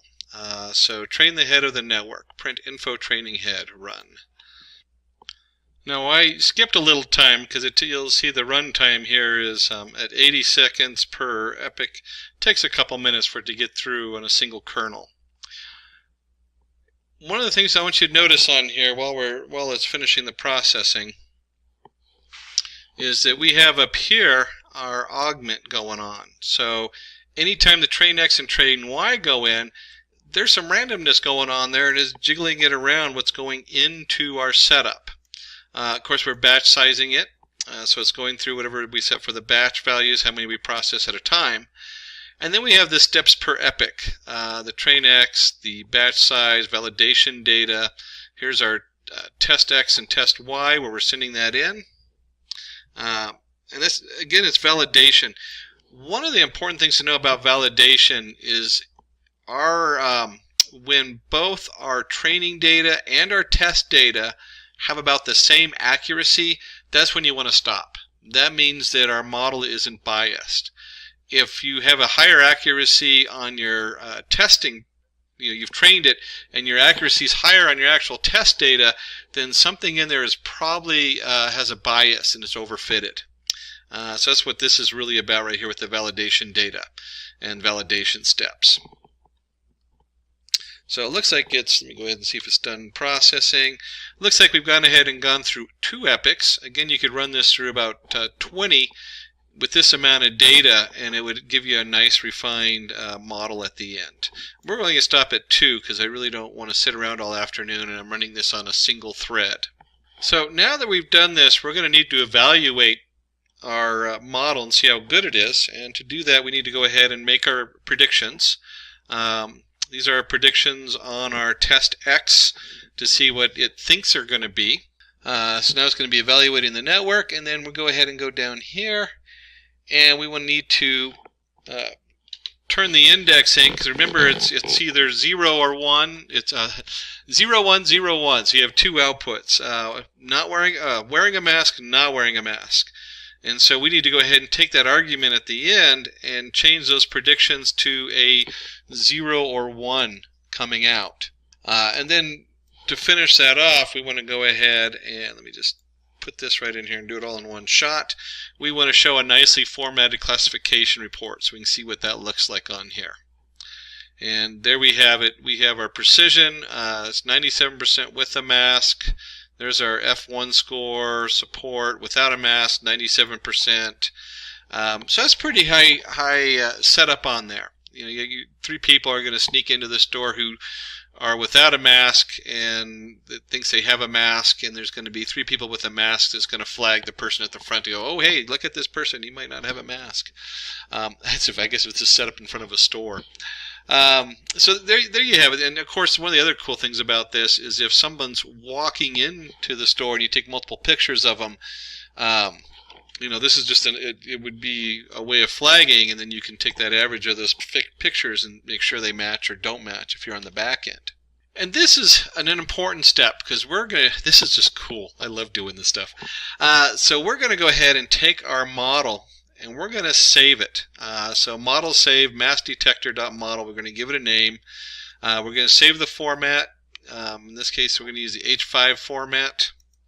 And so this model we just programmed has just been saved. So now I can load it up into, say, another program. What's cool about this is, let's say I want to have somebody work on the other part of the program. Well, I just saved the model. They upload the model. Now they can use it for whatever. And then if I get more information and we start working with that, at some point I might want to update this model. Make a better model. And this is true of so many things, where I take this model and maybe I'm running a prediction on making money for a company, and as my model gets better, I want to keep updating it, and then it's real easy just to push that out to the actual end user. And here we have a nice graph. You can see the training loss and accuracy as we go through the epochs.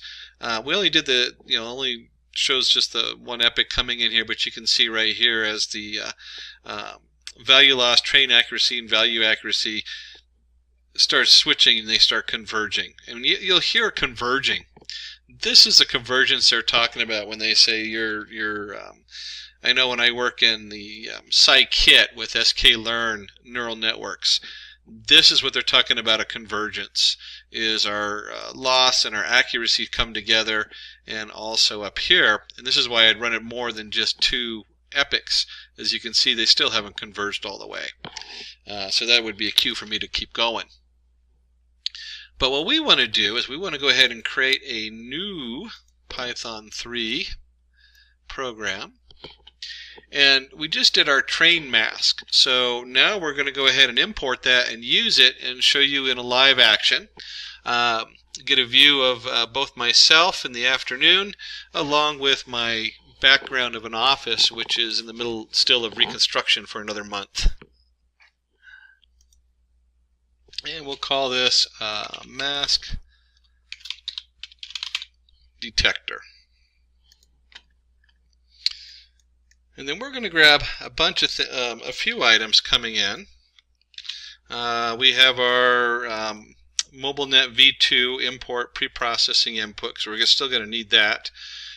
We still have our TensorFlow image to array. We have our load model. That's where most of the stuff's going on. This is our CV2 or OpenCV. Again, I'm not going to dig too deep into that. We're going to flash a little OpenCV code at you, and we actually have a tutorial on that coming out. Our NumPy array, our IM utilities, which is part of the OpenCV or CV2 setup. And then we have, of course, time and just our operating system. So those are the things we're going to go ahead and set up on here. And then we're going to create, this takes just a moment,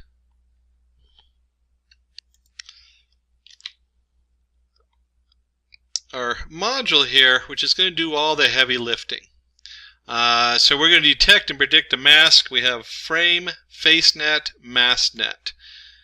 These are going to be generated by our OpenCV. We have our frame coming in, and then we want to go ahead and create a mask around the face. It's going to try to detect the face and then set that up so we know what we're going to be processing through our model. And then there's a frame shape here. This is just our height versus width. That's all HW stands for. They've called it blob, which is a CV2 DNN blob form image frame. So this is reformatting this frame that's going to be coming in literally from my camera. And we'll show you that in a minute, that little piece of code that shoots that in here. And we're going to pass the blob through the network and obtain the face detections. So FaceNet.setImport blob, detections FaceNet forward, print detections shape. So this is what's going on here. This is that model we just created. We're going to send that in there, and I'll show you in a second where that is, but it's going to be under FaceNet. And then we go ahead and initialize our list of faces, their corresponding locations, and the list of predictions from our face mask network. We're going to loop over the detections, and this is a little bit more work than you think as far as looking for different faces. What happens if you have a crowd of faces? So we're looping through the detections and the shapes going through here. And probability associated with the detection. Here's our confidence of detections. We're going to filter out weak detection by ensuring the confidence is greater than the minimum confidence. So we've set it, remember, 0 to 1. So 0.5 would be our minimal confidence, probably is pretty good. And then we're going to put in compute bounding boxes for the object. If I'm zipping through this, it's because we're going to do an OpenCV, and I really want to stick to just the Keras part. And so I'm just kind of jumping through all this code. You can get a copy of this code from Simplilearn and take it apart, or look for the OpenCV coming out. And we'll create a box. The box sets it around the image. Ensure the bounding boxes fall within the dimensions of the frame. So we create a box around what we hope is going to be the face. Extract the face, ROI, convert it from BGR to RGB channel. Again, this is an OpenCV issue. Not really an issue, but it has to do with the order. I don't know how many times I've forgotten to check the order colors when working with OpenCV. Causes all kinds of fun things when red becomes blue and blue becomes red. And we're going to go ahead and resize it, process it, frame it, face frame setup. Again, the face, the CVT color, we're going to convert it. We're going to resize it, image to array, pre-process the input, pin the face, locate face, start X, start Y, and X. Boy, that was just a huge amount, and I skipped over a ton of it, but the bottom line is we're building a box around the face, and that box, because the OpenCV does a decent job of finding the face, and that box is going to go in there and see, hey, does this person have a mask on it? And so that's what all this is doing on here. And then finally we get down to this where it says predictions equals masknet.predict faces batch size 32. So these different images where we're guessing where the face is are then going to go through and generate an array of faces, if you will. And we're going to look through and say, does this face have a mask on it? And that's what's going right here is our prediction. That's the big thing that we're working for. And then we return the locations and the predictions. The location just tells where on the picture it is, and then the prediction tells us what it is. Is it a mask or is it not a mask? Alright, so we've loaded that all up. So we're going to load our serialized face detector model from disk. And we have the path that it was saved in. Obviously you're going to put it in a different path depending on where you have it or however you want to do it and how you saved it on the last one where we trained it. And then we have our weights path. And so finally our facenet, here it is, equals cv2.dnn.readnet prototext path weights path. And we're going to load that up on here. So let me go ahead and run that. And then we also need to, I'll just put it right down here. I always hate separating these things in there. And then we're going to load the actual mask detector model from disk. This is the model that we saved. So let's go ahead and run that on there also. So this is pulling in all the different pieces we need for our model. And then the next part is we're going to open up our video. And this is just kind of fun because it's all part of the OpenCV video setup. And let me just put this all in as one. There we go. So we're going to go ahead and open up our video. We're going to start it and we're going to run it until we're done. And this is where we get some real kind of live action stuff, which is fun. This is what I like working about with images and videos, is that when you start working with images and videos, it's all right there in front of you. It's visual and you can see what's going on. So we're going to start our video streaming. This is grabbing our video stream source 0 start. That means it's grabbing my main camera I have hooked up. And then, starting video, you're going to print it out. Here's our video source equals 0 start. Loop over the frames from the video stream. Oops, a little redundancy there. Let me close. I'll just leave it. That's how they had it in the code. So while true, we're going to grab the frame from the threaded video stream and resize it to have the maximum width of 400 pixels. So here's our frame. We're going to read it from our visual stream. We're going to resize it. And then we're returning. Remember, we returned from our procedure the location and the prediction. So detect and predict mask. We're sending it the frame. We're sending it the face net and the mask net. So we're sending all the different pieces that say this is what's going through on here.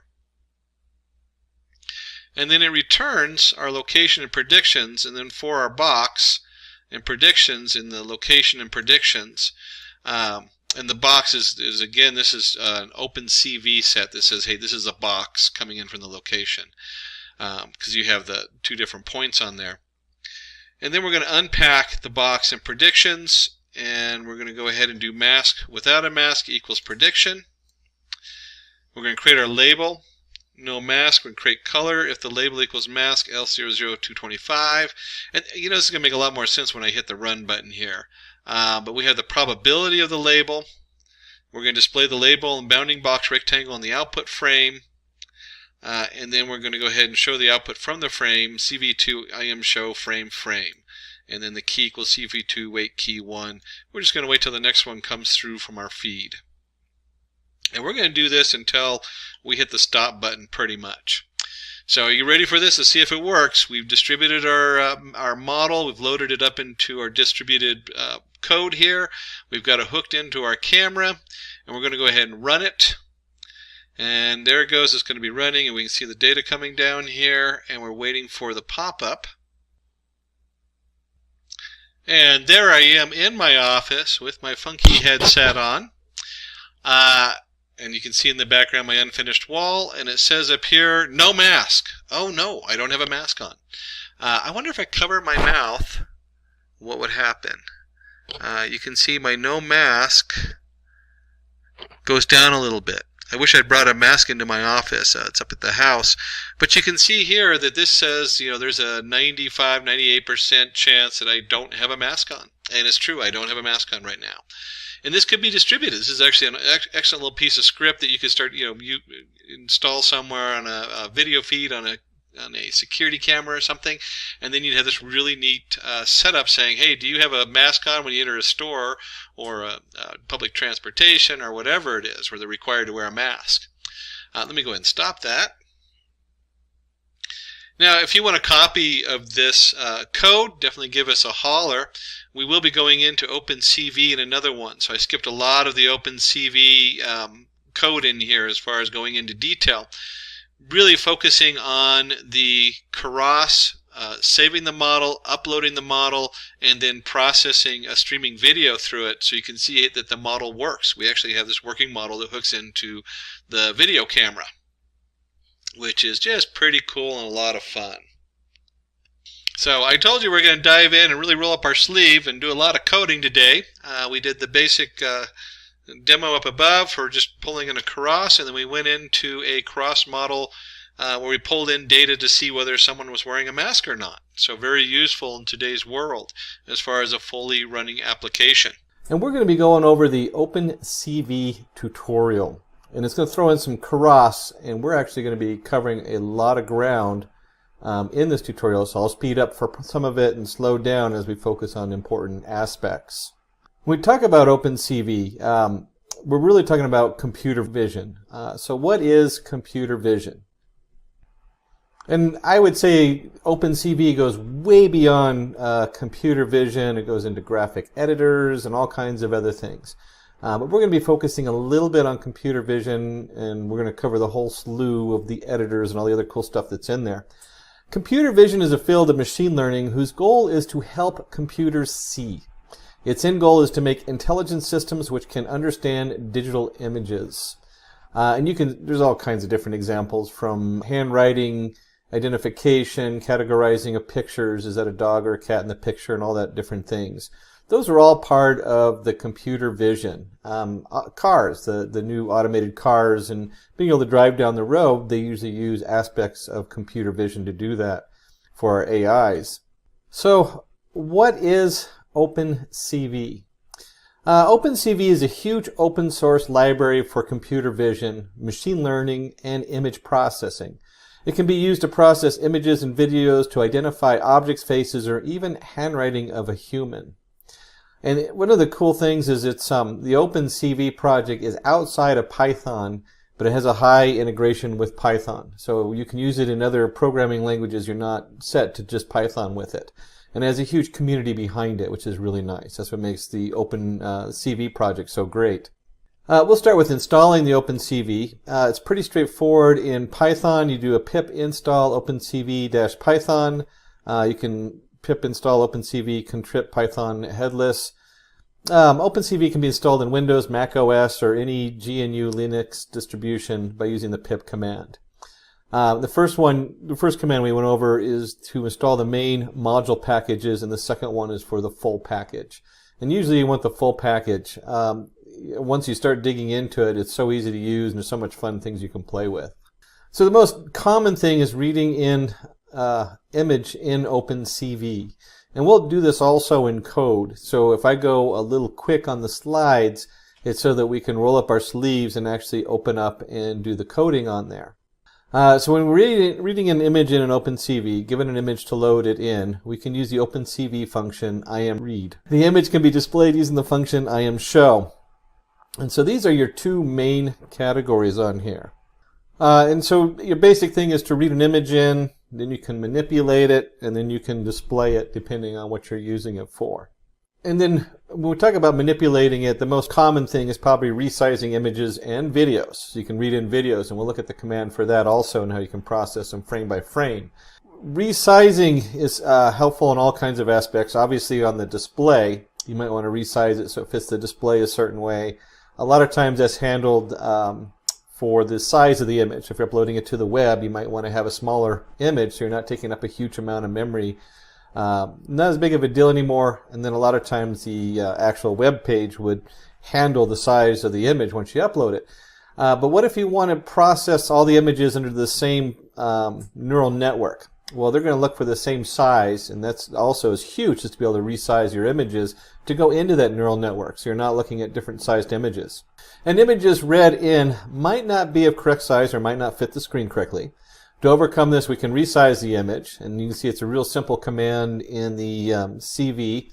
And we're actually using what they call CV2. A lot of times people will just they'll import CV2 as, or OpenCV2 as CV just to make it easy. Because they might have old code or something like that, and it's easy to swap things in and move forward.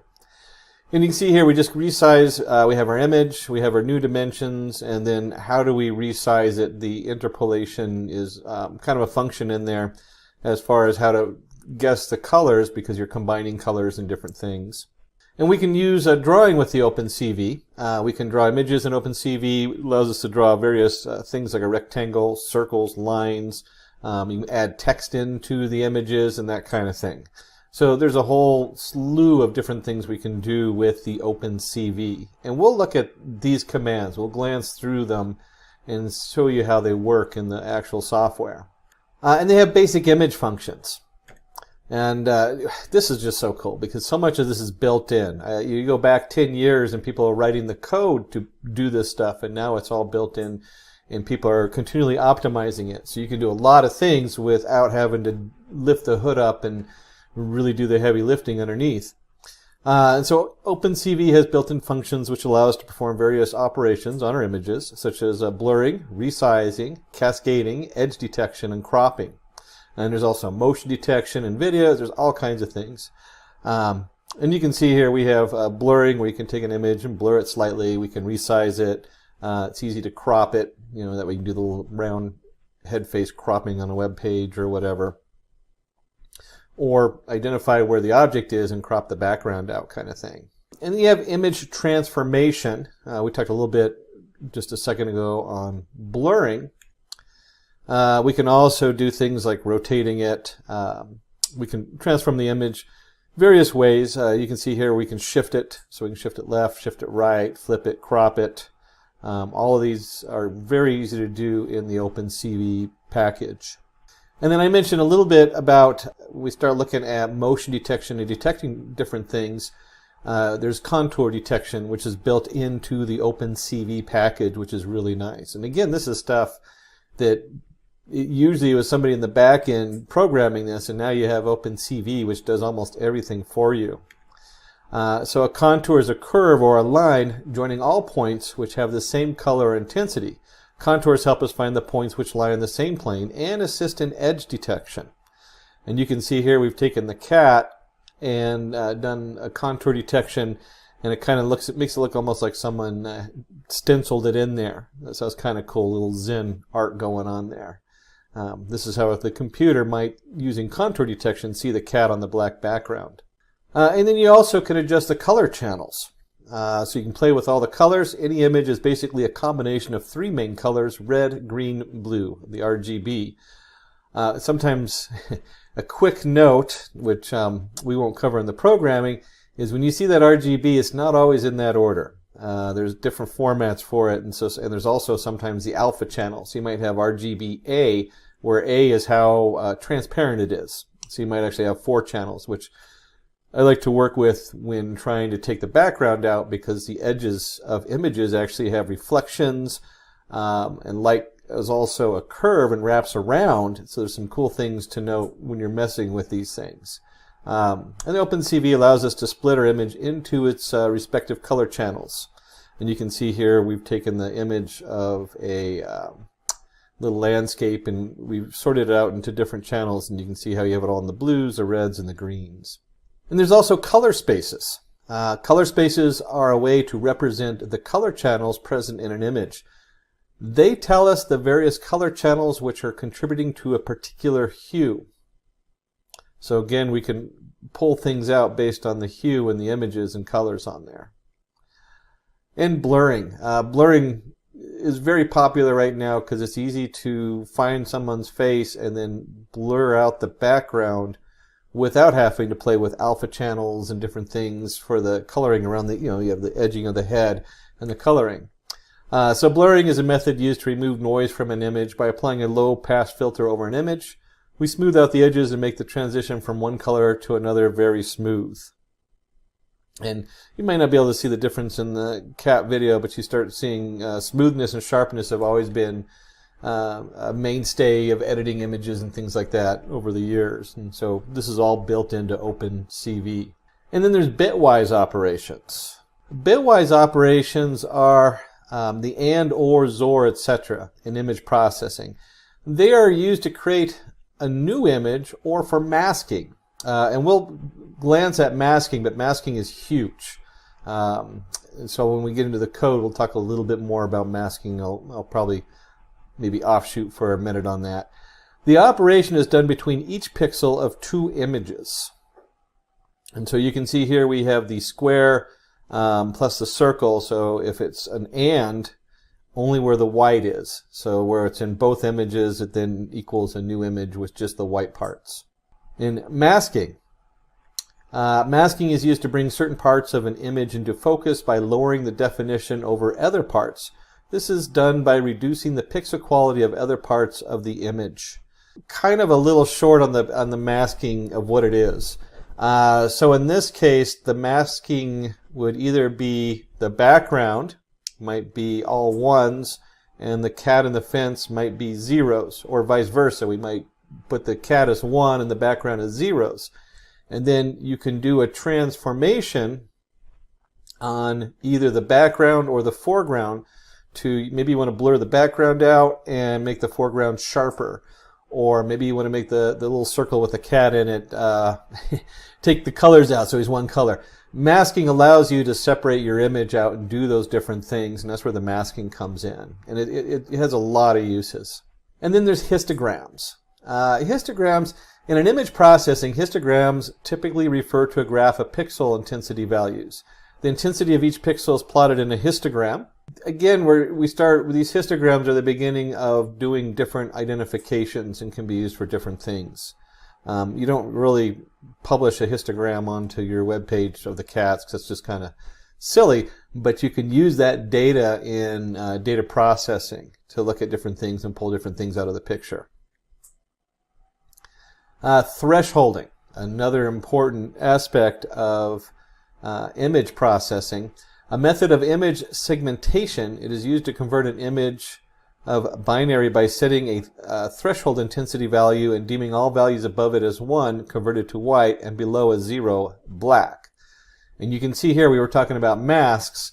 In the threshold, we're able to actually create a mask of the image. In this case, you have the cats, which are mostly white, stand out because we put whatever the value is to pull those cats out and put the background further back. Edge detection. Just like threshold, it's another tool we can use to bring out an image. So we can find different things on there. A lot of cool things we can do with that.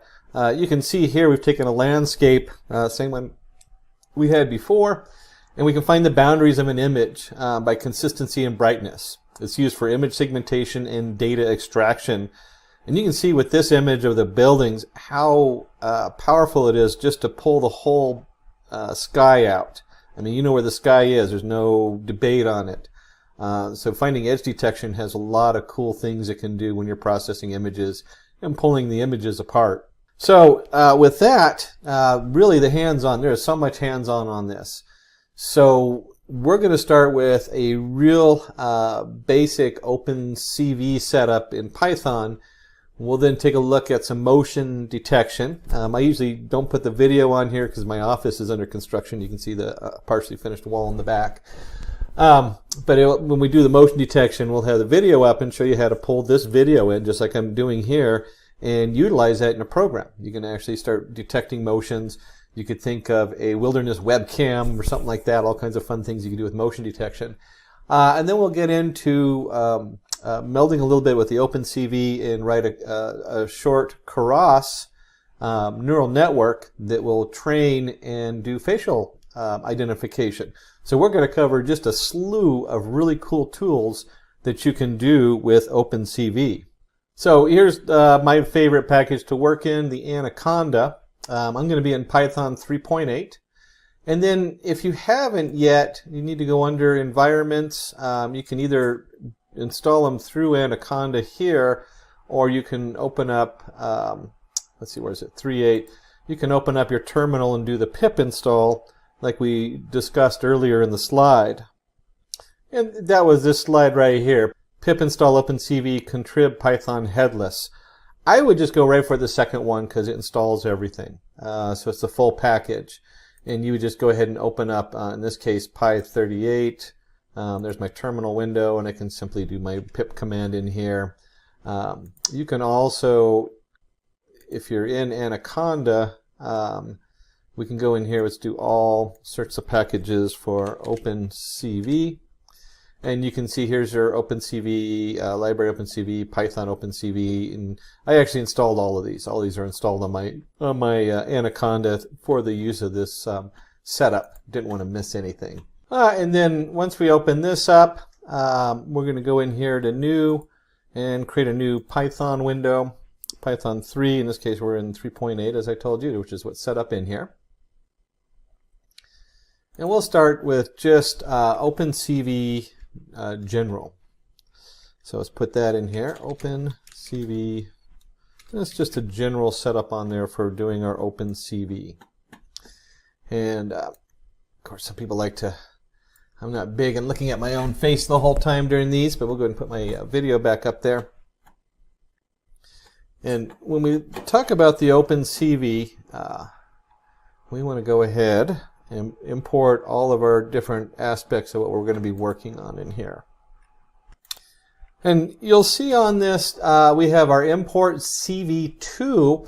And I mentioned earlier that a lot of people, when they see the import CV2, they just go ahead and automatically do it as CV. That way, if you're using older code, it doesn't bother me too much to use CV2, but a lot of people prefer to just keep that as an open. Someday they'll probably have CV3, who knows. We want our numpy for our numbers array. Sometimes that comes in. We have our matplot library kind of by default, and we'll do our matplot library inline just because we're in Jupyter Notebook. That way if we do any plotting, it's not really going to affect what we're working on. I just do it as a standard. Pretty straightforward. And then before we get started, let me go ahead and pull over, we have a file set up on here with some images in it and some videos. And just like any of our other setups in Simplilearn, if you need a copy of some of these images, of course it's pretty easy to come up with your own images and your own videos nowadays. But if you wanted to rerun this and set this up, you can certainly have them send the information over there with, in this case we have the cat, which is going to be an image. We have a dog, which is going to be an MP4 video. And then we have, when we do facial recognition, we took some of our very well-known actors out there, like Ben Affleck, Elton John, the musician, Jerry Seinfeld, and other people. So we can actually train a Keras setup on there and do a facial recognition on there. And again, all of this you can send to Simplilearn and say, hey, can I get a copy of some of this information? And so we're going to start out, the first thing we want to do is just the most basic thing, which is read in an image and display it. And then I'm going to go ahead and, let's see, I'm going to cut this in half. I used to have this in Windows 10 where I just hit a button and it dropped my background and everything. So we're going to look at the horrible blue color of the Windows default. You'll just have to ignore my icons up there. And so we're going to be reading images. And the reason I did a half screen here is because when they pop up, they don't necessarily pop up by default in front in the Jupyter Notebook. So you're not even going to see them. They'd be hidden behind there. The first thing we want to do is just a basic reading of an image. In this case, we're just going to read the file cat.jpg. There's no path in here because I went ahead and saved it in the same folder that the program's running in. But if you have it in a separate folder, you'd want to put that full path in there. And so it's real simple. We have image, we have cm.imread or read. I don't know which one they use. imread. And then cv imshow. And that just stands for image show. And cats and then image.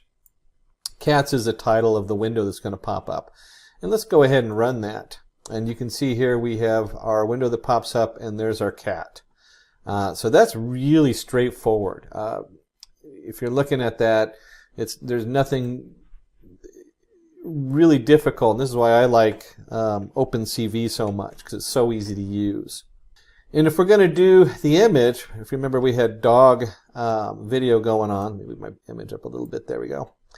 We can go ahead and play a movie. And that is really cool. And by the way, when I was messing with this, it does actually store the sound file with the MP4. So if you have the video playing and the microphone going, it will store both of those as a separate, there's like another channel that stores in the CV when it's reading these things.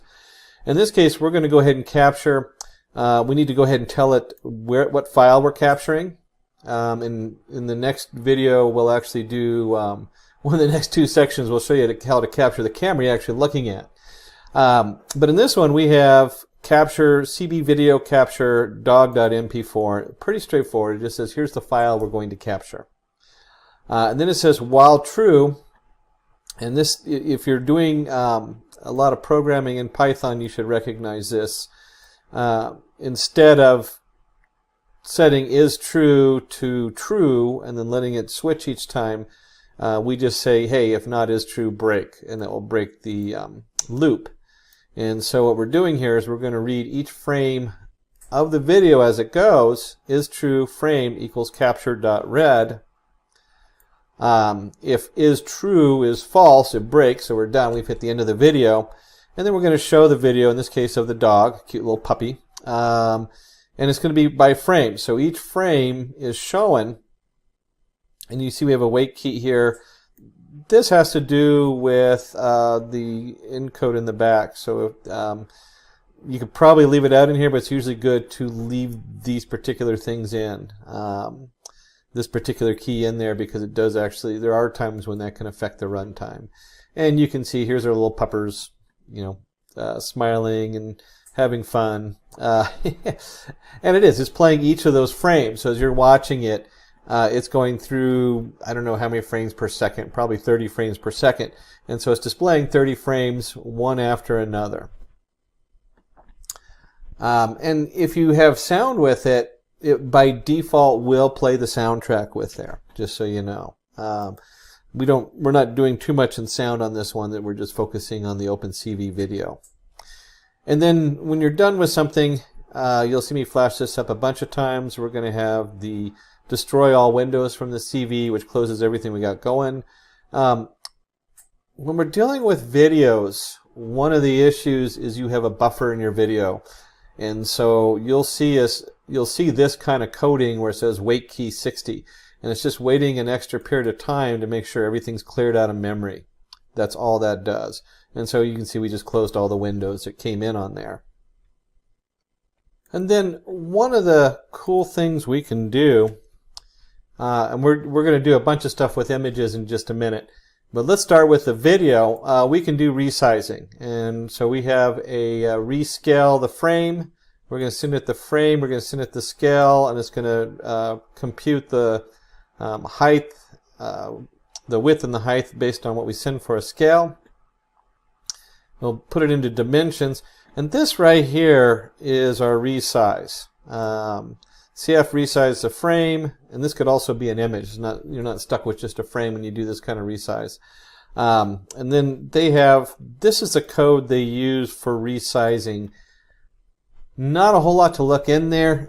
It does come up sometimes because there are a couple different mathematical codes of how to blend the colors together and make it smaller without it becoming really chunky or really, I mean, they used to just delete, like if you cut it in half, you just delete every other pixel. And then, of course, you're deleting information instead of melding it together. And this moves it over. That's what this is doing right here, this interpolation equals CV inter area. And then we have the change the res. We're going to be doing a live video, so when you change the resolution, again, there's not a whole lot to look in here. It's just helping us so that the resolution keeps it looking nice on there. And then we have this should look familiar from above. We do our capture. We need to set up where the video is coming from. We got to let the CV, the OpenCV, know what the video, which file it's using. And then it says while true. This is again just like above. If not true, if not is true, break. And here's our frame resize. And then we're going to do CV IMShow frame, and then we're going to do CV IMShow frame to resize. This would look just like you saw before. And then we have our this extra code here in case we need to break early. Now I'm going to run this, and we're going to get if you're looking at this, you should say, oh, we have two different videos going. One of them is labeled video, and it's based on frame, and one is video resized based on frame. So we're going to end up with two completely separate videos playing at the same time. And let's go ahead and run and see what that looks like. You'll know one of the videos is obviously going to be the dog because we saw him before, and you can see right here, there the dog is resized. And we could easily take this scale, here we'll go this way just a little bit, and instead of 0.5, maybe we want to do 0.25 because we want it to be like a little thumbnail on there. Let me run that, and you can see how it nicely rescales it down to a quarter of the size. And then I'm going to keep the split screen. You'll see why in just a second. Let me go ahead and destroy the windows and clean up our desktop that we're working on. And we're going to go back to image editing. So we're going to go through a bunch of different editings you can do on here. Now, this next part, we're zooming through. There are so many things you can do with the OpenCV. First, we're going to just draw a blank box. We'll go ahead and run this. Here's my blank box. It's got nothing in it. And we can take, if you notice, I've created blank. Oops, there's my blank. We filled it with zeros. So this is a 500 by 500 by 3 channel. There's actually can be 4 channels if you have the alpha, which is the see-through. And this will handle an alpha channel, but you have the 3 channels in here, and you create a nice blank box. It's just black in there. And then if we're going to do a blank box, we can actually take, let me go back in here. There we go. We're going to take this blank box, and we're just going to fill it. I'll leave it called blank.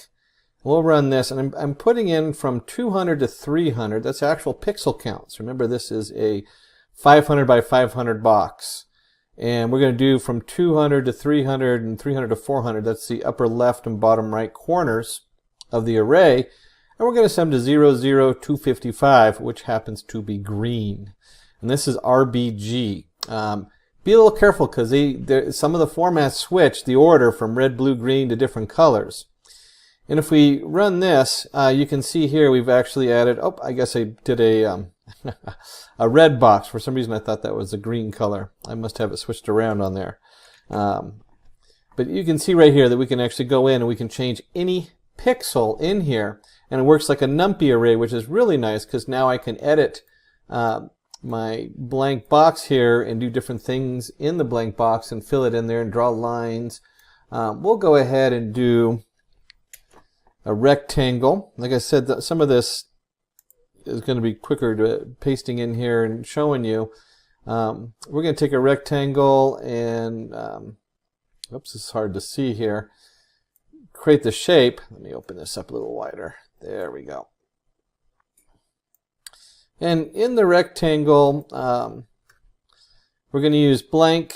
I'm going to show it. We're going to give it a new window. That's what this is doing down here. If I left this blank, it just put the rectangle on top of everything.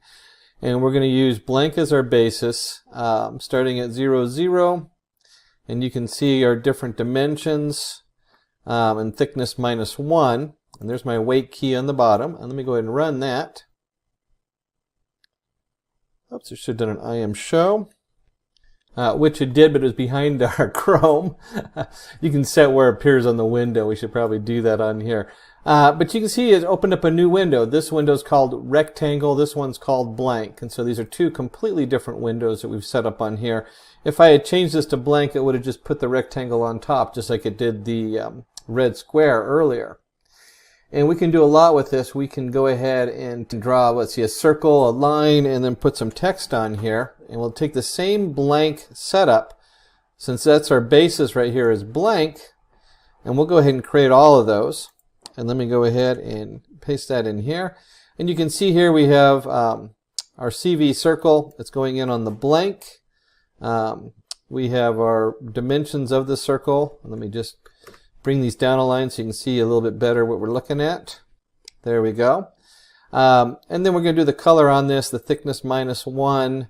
And this is basically a radius of the circle kind of setup. I'd have to look up to remember the exact what these different numbers represent. But you have the different sizes of the circle. We have a line here. We're going to draw a line blank. In this case, we have 300, 400, 255, and you can see a setup in here. This is again the color, the starting point, the end point, and a thickness of 3. So a lot of this is pretty straightforward, and this is going to open up a new window called line, because that's what we called it instead of putting it on the blank.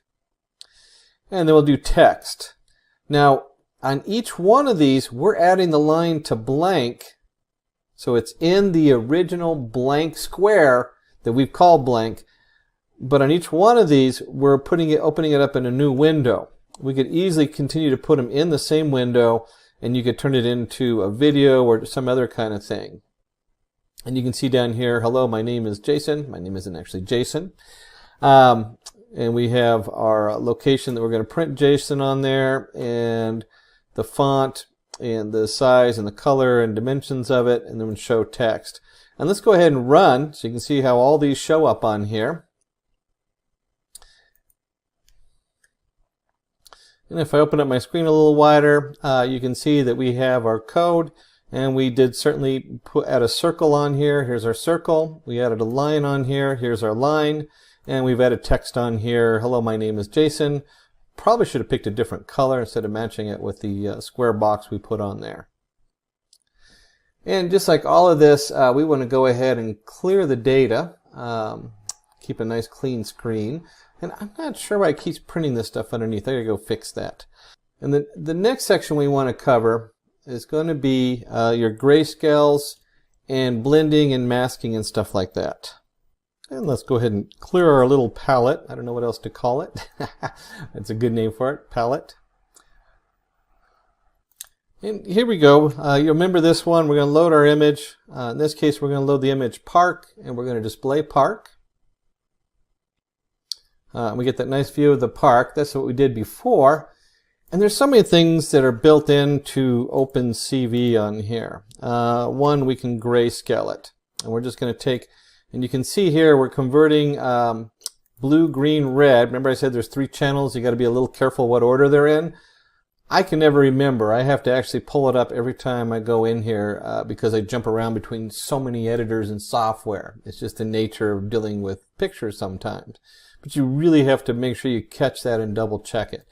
And so we're just going to, this is just a conversion, and that's what the CVT stands for, color. And then we'll display this in grayscale it. And you can see it did a nice job. There's our park. Oops, if I can grab it. And there's the grayscale on there. And then we can do such things as blur. So I can come in here and we can go ahead and this uses CV Gaussian blur. And there's a lot of settings as far as how the blur works. And then you can see here we got border default, CV border default 7.7. I believe that has to do with the square and the pixel range. When you do a lot of blurring, then you start messing with it. And we can see here's the park up here. We went ahead and grayscaled it. Oops, there we go. Gray not responding because I hit the wrong button on this. And blur. There's our blur on there. So we have a couple different setups on that. There's also edge cascade. Some of these you just pretty much, you really have to know you're editing on videos. I'm not a huge video editor. So when I do a lot of this stuff, I'm not really sure what it is I'm doing. Like I know what blur is obviously, but I don't know what edge cascade is. Except for now that it comes out, you can clearly see that it draws lines dealing with where the different colors meet and how they connect. That's a really neat tool. It puts a nice it literally creates a nice mask of the edging. And you could see where you could use this to pull out, in this case, the sky quite easily from the whole picture. And there's dilated. Let me go ahead and run that. We can see what that looks like. Oops, give it a second to pop up to the top. Keep in mind that the dilated used the edge as our input. So we took the canny, the blur. Oh, there we go. Yeah, canny blur. Dilated used the canny, so we have our blurred coming in from the canny edges. Quite the terminology there if you're trying to follow it all. We have eroding. Let me just show you some of the settings on there. We have the number of iterations for doing eroding, so let's go ahead and run this one. And you can see how it changes the settings or the view on there. And this brought in the dilated and then eroded it back into, I'm guessing it kind of sharpens it from the blurriness we saw in the one before it, the dilated. And then of course probably one of the ones that I use the most, and I use the resize. And the reason I use this a lot is because I work in data science. And so if I have it coming in as a certain size on there, if the neural network is processing an image with a certain size, all the images coming in have to be that size. And so we have here resizing our image. And let's go ahead and run that. And you can see how we took the, in this case we used the original image and we just resized it to a smaller view on there. And if we can resize the image, we can also crop it. Again, data science loves cropping. This is, you could literally crop pictures and resize them and rotate them and make that your new input for doing categorization. And we'll actually show you how we can automate that when we get to the facial recognition Keras part of this tutorial. But we can see here we can also crop it. And we just take the picture and crop a small piece off of it there. And just like we did before, let's go ahead and clean our palette, start it over again. And again, we're just chugging through these. These are commands that, depending on what you're doing, depends on what you need. So if we're looking at changing it to grayscale, sometimes processing something in grayscale in Keras is easier. It's able to pull out the dimensions better. Blurring, that's more of a display kind of thing, where you're going to display it with a slight blur. Finding the edges, that was kind of cool. You can actually come in there and maybe use those edges to help you find something in the foreground and in the background. Dilated, give it that little blurry look. Eroded, bring it back into sharpness. Resize it and crop it. All those are things that are just neat tools to have at your fingertips and easy to use. Some of them might be more for a website and bringing up icons and cropping the headshot or something like that, where others are kind of more general use in just about any industry. Another feature is being able to translate. Transmat Float 32. Remember, a lot of these things, let me just full screen this here real quick. We have our image coming in, and then we can translate it 100 in different directions on here. There's so many different things we can do with this. So as we go through this, oh my goodness, I hit a button on here. Okay, give me just a second. There we go. Okay, so let's go to translate. So I'm translate on there, and we have the cat, and you can see how we've translated it down instead of the full image of the cat that we had before. We can also rotate. Rotation, like I mentioned earlier, is a fun thing to do. And we'll actually do that when we do the Keras thing, because you can process the same image at different angles, and then you've just multiplied your input as far as doing an identification. In this case, you can rotate on here. We have the angle, the rotation point, none. I believe it puts it in the center. I'd have to look that up. And then you have the image shape, height, width. Rotate point is none. Width, height. So this is actually going to put the rotate point in the middle. If we send it a none to this little routine that they put together in the back. And then we're going to warp. This is the actual command here, warp affine. And you have the image, you have your rotate map, and you have your dimensions on here. And if we go ahead and plug that in, and we put the rotate in image at -45, let's see what happens. And we're going to run that. And you can see how it nicely rotated the cat's head, although it's a little creepy the way it looks like it cut the cat's head off on there. Maybe move it, translate it down a notch just so you can't see the cutoff point.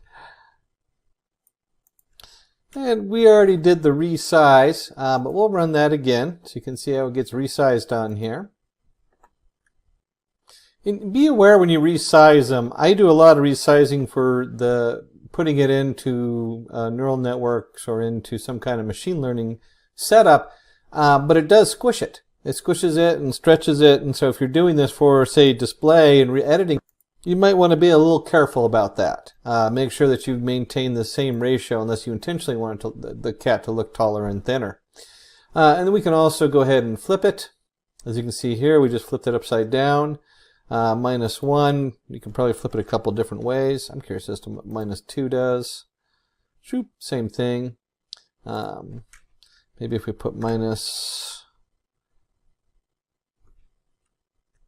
and a 1 is not, well, 1 is just flipping it all the way to the opposite side from left to right. So you can see here we can flip it around a little bit. That's kind of a fun thing to have.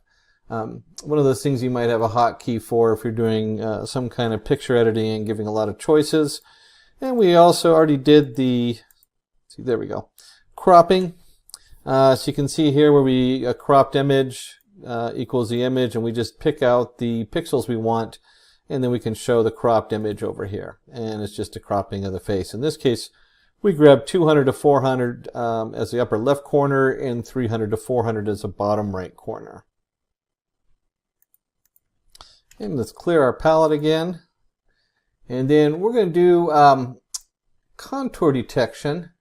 And there is so much that goes into all this. I mean, we're flashing through a lot of things, and you can see how you might combine them and use them for different things. So we're going to go ahead and get our cat back up as our image. And let's go ahead and do image shape. We're going to take an image shape and we're just going to create a blank screen for it. So this is just a blank screen here based on the shape of the cat. And strangely enough, this is done a lot. The reason that we would create a blank thing is or a blank image, is you might start filling in information on there and using that as your template for different things. And so it becomes a mask of sorts. There's an actual mask in the program, a little bit different, but you can imagine if this is your blank screen you start with, you might add circles or squares or whatever on there. And we can do the same thing here with, we can convert our picture to gray. We did that earlier, which is always kind of fun to see the cat comes back. And being that I'm messing with a lot of different feeds and stuff like that, it's you can see I got an auto-responding going on there. When you do a lot of this stuff, that's what you'll start seeing more of that as you mess with it. It'll eventually come in. You just got to give it some time. There it is. There comes in my gray one on there. And we have the Gaussian blur, so we can take it and blur the image. And in this case, we fed it the gray one. So you can see the very clear mouth underneath on the gray one, and then the more blurry one on top on there.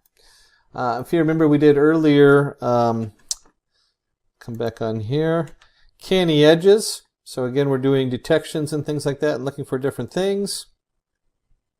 And there's another feature called CV threshold, or the CV threshold. And in this case, we're going to send it the gray picture. And let me just pull the coding down here. There we go. And you can see here we're going to do CV threshold based on binary. Let's set up on here, and we'll go ahead and just run this so you can see what this looks like. Run. There we go. That's actually really cool how it picks up on that, on the threshold. And you can see how it just turns it into almost a black and white image. That can be a lot of fun too. And we can also look at the contours in the OpenCV. So we talk about that. We have our, let me just open this up all the way so we can see the code. We're going to return the contours and the hierarchies. And we're going to pull this off of Canny, the Canny one that we sent up here earlier.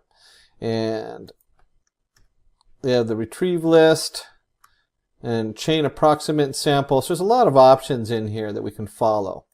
Let's go ahead and run that. Let's go back down here. Where are you? Up there we go. And when we run this, we get a nice setup on this. It says, hey, there's 74 contours found on here. And that's actually starts turning this into a math on, whoops, which one did we feed it? We fed it the Canny up here. So we start to look at these different setups. Let me get this out of the way. Where's Canny? There's Canny in the back. And you can see that this drew 74 different like line connections on here. So now we're starting to actually turn this into almost a mathematical formula on this. And while we're looking at these, we'll go ahead and do draw contours. And here's our contour. Let's return the contours up here. And we're going to put this on the blank. Remember how we did the blank earlier? So we are actually going to take the blank as, remember I told you could use it like a base setup on there, and we can now redraw the contours, but in this case we changed the color. So now we're drawing the contours in red. So that's just kind of a fun thing you can do on there to change the, literally change the appearance and the setup on there. And let's go, of course, clean up our setup, destroy all our windows, and move on to the next section. And we're going to look at color spaces. And let's start with, in the color spaces, we're going to read an image in. And I'm going to go ahead and show the image park. Let me just run that. Oops, I forgot to put the wait key in there. A lot of times the wait key just helps because I'm pushing all these graphics out through a single kernel because I'm working in Jupyter Notebook, and things get hung up. And so waiting that extra 60 milliseconds can sometimes really help. Sometimes as we start flashing these pictures up and down, you'll see there's no response and other things come up. That really is just because we're pushing so much out there. Now, one of the interesting things on this is we imported Matplot library. And so Matplot library can now easily be integrated with our imagery. And you can just see all we got to do is just dump the image into the Matplot library. And now I have the image here showing on my Matplot library setup. One of the things you're going to notice on this is the colors all look off. Well, again, you see that, and you see that they're supposed to be the same thing, and you should jump and say, oh, one of these is RBG and the other is GBR or BGR or something like that. And so it's reading reading the colors in a different order. That's all that means, and you have to do a transformation at some point to fix that. So let's go ahead and take a look at, we'll go and go back and grayscale it again. We're going to take our image of the park. We'll put it into gray. Run. There we go. And in here we can convert our color, and this is what we were just talking about. We can convert the color scheme. Let me go ahead and run this. And you can see here we swapped the scheme out. And then I'm curious, because we did up here plot it. What does this look like when we plot this new color down here? This new scheme. What does that look like on our setup? Let me go ahead and just go down. There we go. And we called this HSV. So we'll go down here, and instead of image, I'm going to plot HSV. And let's run that. And still way off on color schemes. You can see we can really mess up with this. HSV is another type of color scheme. I was curious because I did not think it would come up correctly, but I wanted to see if it would. And we can also do a conversion to what's called, there we go, BGR, blue, green, red, to lab. And lab is just another color scheme on here. And so you can see when we swatch the color scheme, it has some really cool effects as far as what it looks like in their view. Lab ranges from, it's kind of luminosity, and then it has like then the channels coming in. So it's a little bit different setup on this, but really you have to just play with these to see what they look like. And we talk about all these different color schemes and all these switches on here. Now, the one that we were talking about earlier, I mentioned, was the BGR to RGB, because we use the BGR. We'll just run this, and we see the color change on that. And then we'll go back up, because I'm still curious. Okay, there we go. Copy. If this is the same that Matplot Library uses.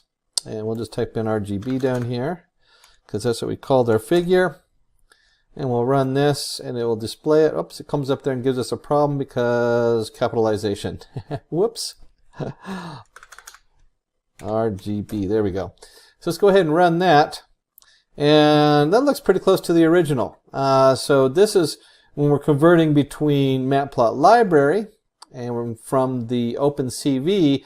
We really want the blue, green, red to red, green, blue. That's the conversion you want to use to get to the original picture on there. And then we can also convert from HSV to the lab. Like I said, these conversions, you have to look them up most of the time, but it's important to start recognizing them. So the very fact that you're in here looking at this, and we're talking about blue, green, red versus lab versus the where was it, HSV setup on there. When you're dealing with pictures, they come in all varieties, and so really being able to switch between them is important on here. So let's go ahead and take that particular setup, conversions, and we'll go ahead and clean up our palette. Hopefully that will save us some problems down the road. And we're going to start looking at the color channels. And with this, we'll go ahead and reload the park back up. We'll display that just so you can remember what the original picture looked like. And then for right now, let's go ahead and take a blank screen and create ourselves a blank zeros, basically same shape as our park image. D-type, U integer 8. Don't really, usually that's the default anyway, so you don't really need to even put that in there, but it's good to have. And this is an interesting line here that OpenCV allows you to do. CV split image. And this basically just takes the 3 channels in your NumPy image and you could use the NumPy code and figure it out, I'm sure, and splits it into blue channel, green channel, and red channel. And what we're going to do is we're going to go ahead and, there we go. We're going to do a CV merge, blue, green, and red. And what we're doing is we're merging the blank one as far as blue, the blank green blank, blank blank red. So these are the new channels as we combine them. That's what this merge thing does. This is kind of fun because you could merge, you could take like your cat with just the red whiskers, merge that with something, and then kind of mess with the images as far as like, you know, what sticks out and what sets back on there. You can get pretty creative with the imagery. And then we're just going to go ahead and show blue, green, red. We'll just do all these at once. And you can see here, the same image. Oops, there we go. I'll take it a second to pull it down. And we can now see it's either black or blue, red or blue, or you know, the different colors in here, green or black. Kind of fun. I mean, you can really pull out the different colors and see how you can mess with them on there. And then if we go ahead and just do a quick print of these shapes, we go run. You can see here that, as you expected, you have the image shape, which is 427, 640 by 3. Well, it's only 640 by 640, so each one of these is just the color of just the one color. That's all we're showing on here. The fact that we used the shape on here is very similar to your NumPy, and these are actually NumPy in the back end. So if you haven't messed with NumPy, real powerful setup on there. You can dive in there and do a lot of stuff in NumPy that comes back right into this over here. And then we'll merge them back in. Shoop, there we go. And we see the original picture. Give it a second to pop to the front. And you see here we merge the colors back. We separated the colors, we merge them back, same image. And that's what we expect on this, because we didn't mess with any of the colors. Let's go ahead and destroy all that. So we have another clear setup. And let's go in and look at some more alterations we can do with blurring and altering the image in different ways. For this, we'll go back to our cat picture. Here's our image, CV, AM red, cat JPEG. And if we run that and view it, there's our cat. I guess we got tired. I guess the guys in the back got tired of the cute puppy running around. And the first thing we'll go ahead and give a shot on here is averaging. These are different ways we can blur the image. So if we average it, it takes the average pixels based on 3 by 3. And if we change this to 30, just for fun, you can see how it really blurs it on there. So this is like a 30 by 30 pixel. Each pixel averages around it. We'll go back to 10. Kind of a little bit of fun stuff you can do on there. And you can see that because I'm doing the average blur, it knows to go to this frame right here. That's why I can so easily jump in here and just make some changes on that.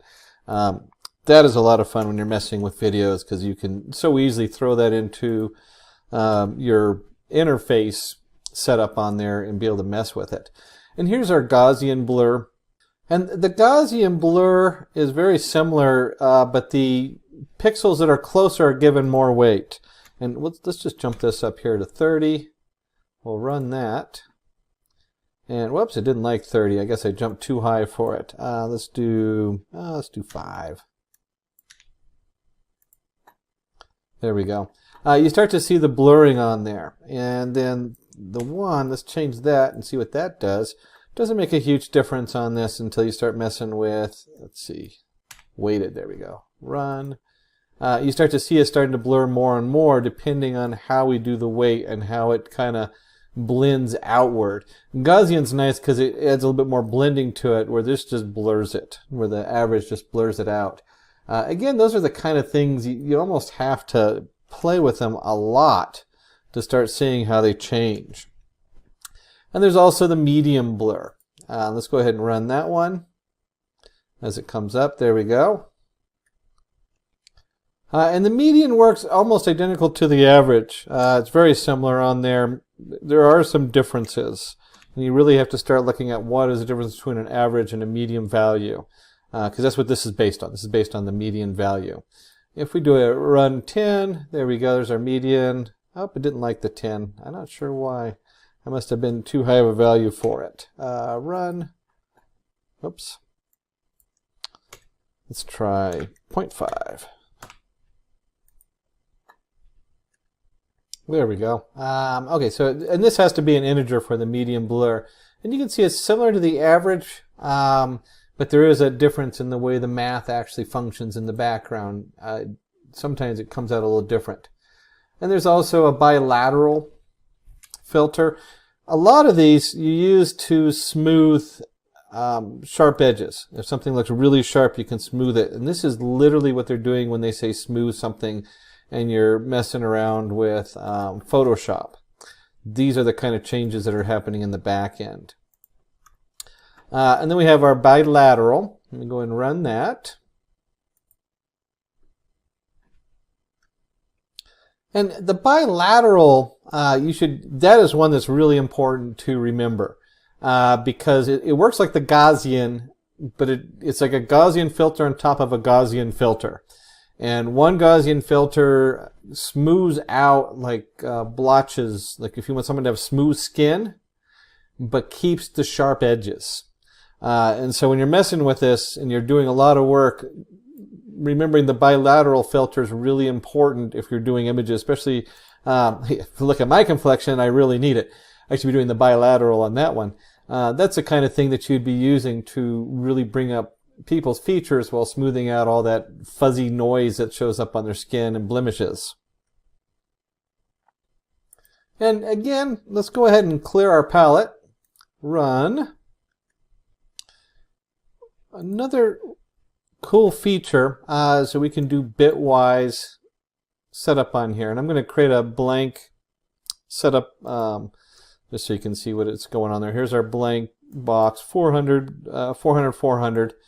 And it has a rectangle we're going to do from the blank copy, and then we're going to do a circle. The circle is going to be 200, 200 set up on here. So we're just building a circle and a rectangle like we did before. Let me just show you all the numbers on there so you can see what we're doing.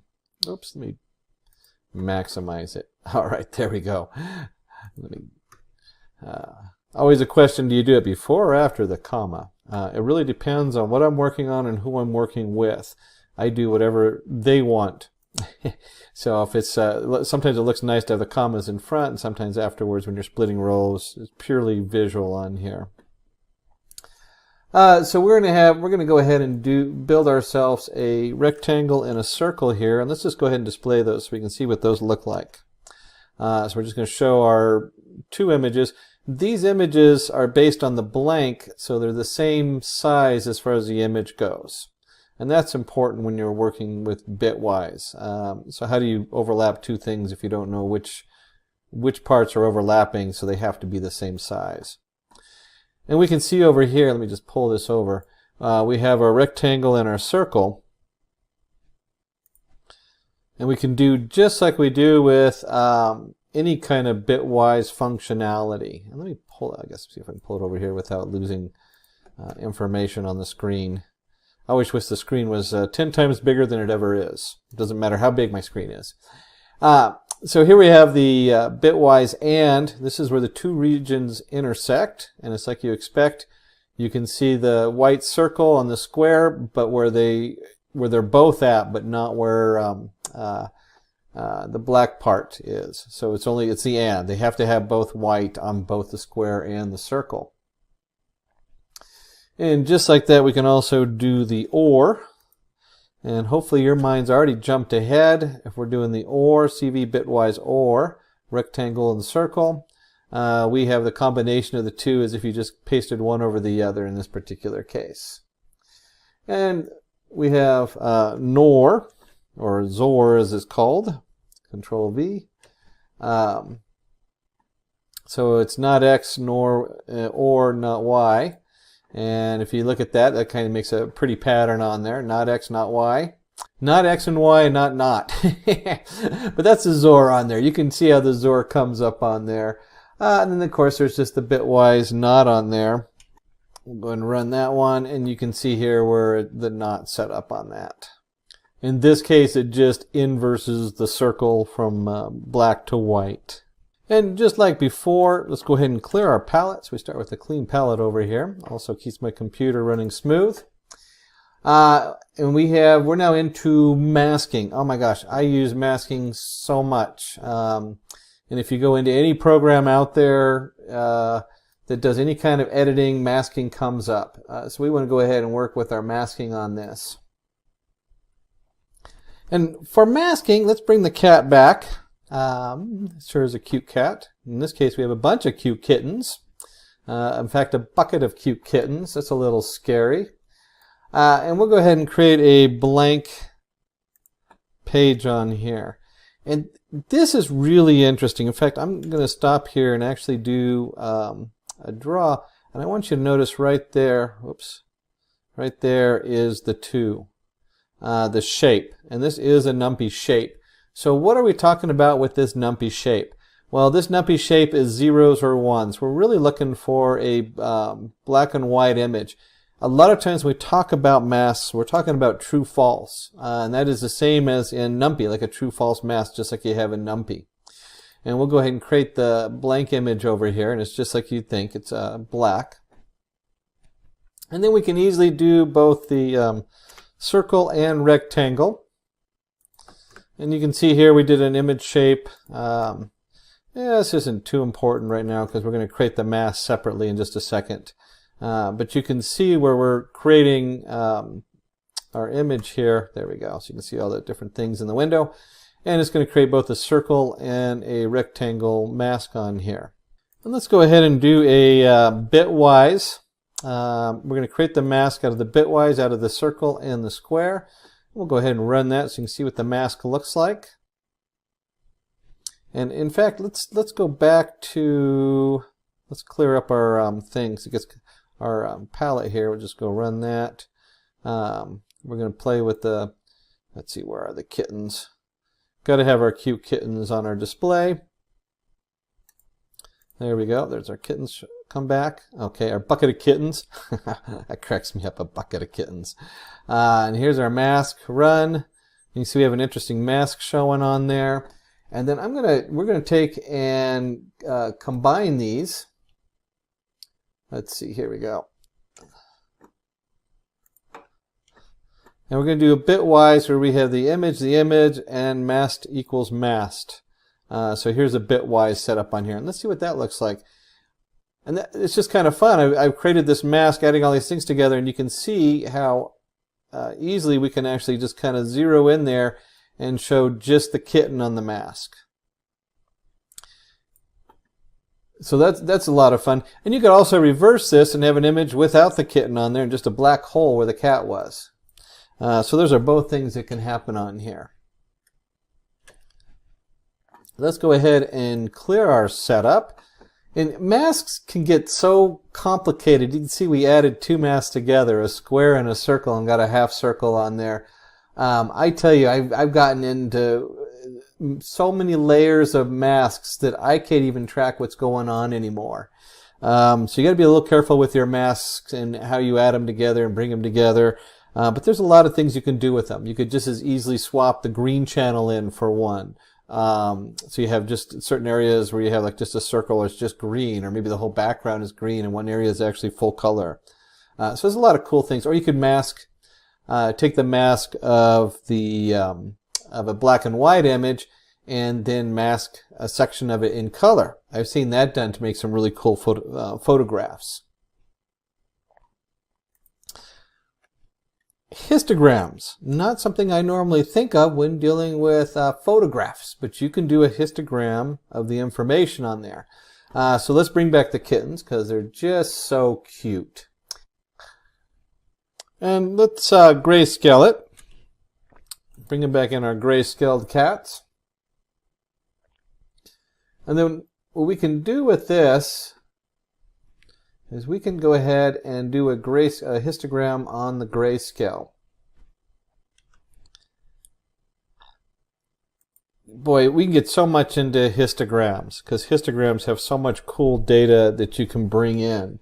So a lot of times you can take images of something, you can start looking at the number of pixels, the bins that they fall in, different setups as it pulls in. But you can see we have a grayscale, the histogram of the grayscale here. And just like we do the grayscale, we can also do a histogram of the colored scale too. Boom, there we go. And the same setup, we got our plot figure, our title, we're just doing a histogram. We're just going to throw in the colors blue, green, red. And then we just go through each of the colors and we go ahead and mask them and then plot them on here. Let me just pull that over so you can easily see what's going on. And the same thing with the grayscale. All we did was come in here and just drop the grayscale right on here with the setup. And so we have our figure, our bins, and a number of pixels. And if we plot the red histogram of the colors, you can see here some really kind of fun patterns. And you could analyze these patterns on different things too. I don't know about kittens. I don't really think of kittens with histograms. Wouldn't really do a histogram of a cat. But you could see if this image was like a heartbeat image or something like that, the histogram would really be showing and telling you exactly what's going on. And we'll keep the cute kittens up there and look at thresholding. So we have the threshold, the thresh, and you can do a threshold on here as far as, there we go. Let me just bring that down so you can see some of the numbers that go into there. And we're going to use the grayscale and just do a simple thresholding view on here. And what we're looking at is the colors that come forward. You can do different thresholds on different colors. And here we're just saying, hey, if it's, because we're dealing with grays, if the certain color is over 150 or 255, you can see we have a nice, or if it's over 150, then it just turns it black, otherwise it's white. And so we create a nice threshold. And you could actually turn around and use this as a mask back on the original picture, and it would bring the cats out and make some interesting pictures on there. But that's a basic threshold on there. There's what they call an inverse threshold. Let's go ahead and take a look and see what that looks like so you have an idea. We'll run this. And this is just, you'll see right here, up here we had threshold gray, very similar. But when we get down to, there we go, thresh binary inverse, there's the key that changes it. So it's still is thresh inverse equals the same call, the same module, CV threshold. It's just how do we process it on the end. And if we run that, if you guessed it, inverse means inverse, then you are correct. Oh, give it a second to pop back up here on top. There we go. So very similar to the original thresh inverse, but opposite. And also makes for kind of a cool picture. You could imagine taking either one of these and doing some cool things with them over the original pictures. And then finally there's an adaptive threshold on here. And the adaptive threshold, let me just pull that over here. There we go. It doesn't quite show up on this. We have adaptive threshold Gaussian, so we're going to use the Gaussian. If you remember, Gaussian means that it is slow to bring it up. Slow, that's not even quite the right word. There we go. Okay, I wanted to bring that over so you could see a little bit better. Gaussian means it's adaptive, so that the weight closest to the pixel is very different than as you get further and further away as far as adaptive threshold. And then the adaptive is based more on the difference between the pixels as opposed to the grayness on there. And let's go ahead and when we run it, let's take a look on this and see what that looks like. And we can see just quite the wild imagery. Again, it almost makes it like a black and white etching or something like that. So it has a really cool effect. So a lot of these things are designed to help find edges, which is our next section we're going to go over is pulling out the edges and finding the edge detection. And so you can see how complicated it is. It's not an easy thing to find the edges on these pictures. What is the edge? What are the colors? How do you find that? With the histogram we saw in the color scheme, how they did a certain setup, and you might be able to pull that information and use it to find an edge. And so there's a whole thing on edge detection. This is so central to a lot of stuff being worked on now because, well, let's face it, if you're doing like any kind of imagery, you want to know where the edges are so you can draw a box around it, whether you're trying to program it to do a facial recognition, as we'll do in the third section we're going to cover. We're in the first section. But let's go ahead and bring back our park, run that. And we're also going to do a nice gray picture on here. Oops, let me put the wait key back in there. I don't know why it does not. When I run it without giving it that extra 60 milliseconds or whatever to pull it in there, it sure gives me a lot of problems on this machine. And again, it's because I'm doing the Jupyter Notebook. When I put this into a widget or something like that and start using OpenCV or use it as a backend for code, I don't see these kind of problems. It has a lot to do with just using it in Jupyter Notebook. And so let's start with the Sobel, the Sobel X, or the Sobel line detection on here. We're going to put in our grayscale setup on here. There's a lot of different settings on the Sobel X, Sobel Y, and combining them back together. So let's go ahead and take that. And we want to go ahead and show, oops, I forgot to bring my shows over. And I'm doing Sobel first, and the reason I wanted to do Sobel first is because the other one is based on the math behind Sobel that we're going to hit, the second one, which is which happens to be the Laplacian. And so this works on the intensity from one pixel to the next. And it kind of creates a formula for it. And as you can see, as we get into the intensity from one setup to the other, let me bring this down, we can start to see some lines in here. We have from the Y direction and the X direction, and we combine them, and you can see there's an interesting kind of pattern set up in here. Now, for a scene like the park, it's not really pulling it in that good. And like I said, each one of these has a different strength to it. With this one, you might do images a little bit better, close-up shots. But let's look at the Laplacian. Now, the Laplacian is very similar to how it works in the background as the Sobel as far as intensity. But you take that formula for generating the intensity on there, and whoops, what happened there? Okay, we take the intensity for the Laplacian. There it is. And they use the second derivative. And you can see how it really transforms the edges on this image. And there's a lot of things we could do with this. If you remember from earlier, we talked about taking out noise, blurring. If you use some of those features on here, like the foreground would just disappear with the right blurring technique or the right transposition technique. And it really becomes an art form trying to jump between all these and figure out which one's going to work for your picture and your setup on there. And then you run the histogram to kind of maybe try to find a mathematical thing behind it. It's really a challenge to take the background out or bring the background in and sort those things out. And all these tools are slowly being built, and that's what OpenCV works so good, just to address that. And then we already did the Canny setup. We'll go ahead and run the line detection under Canny.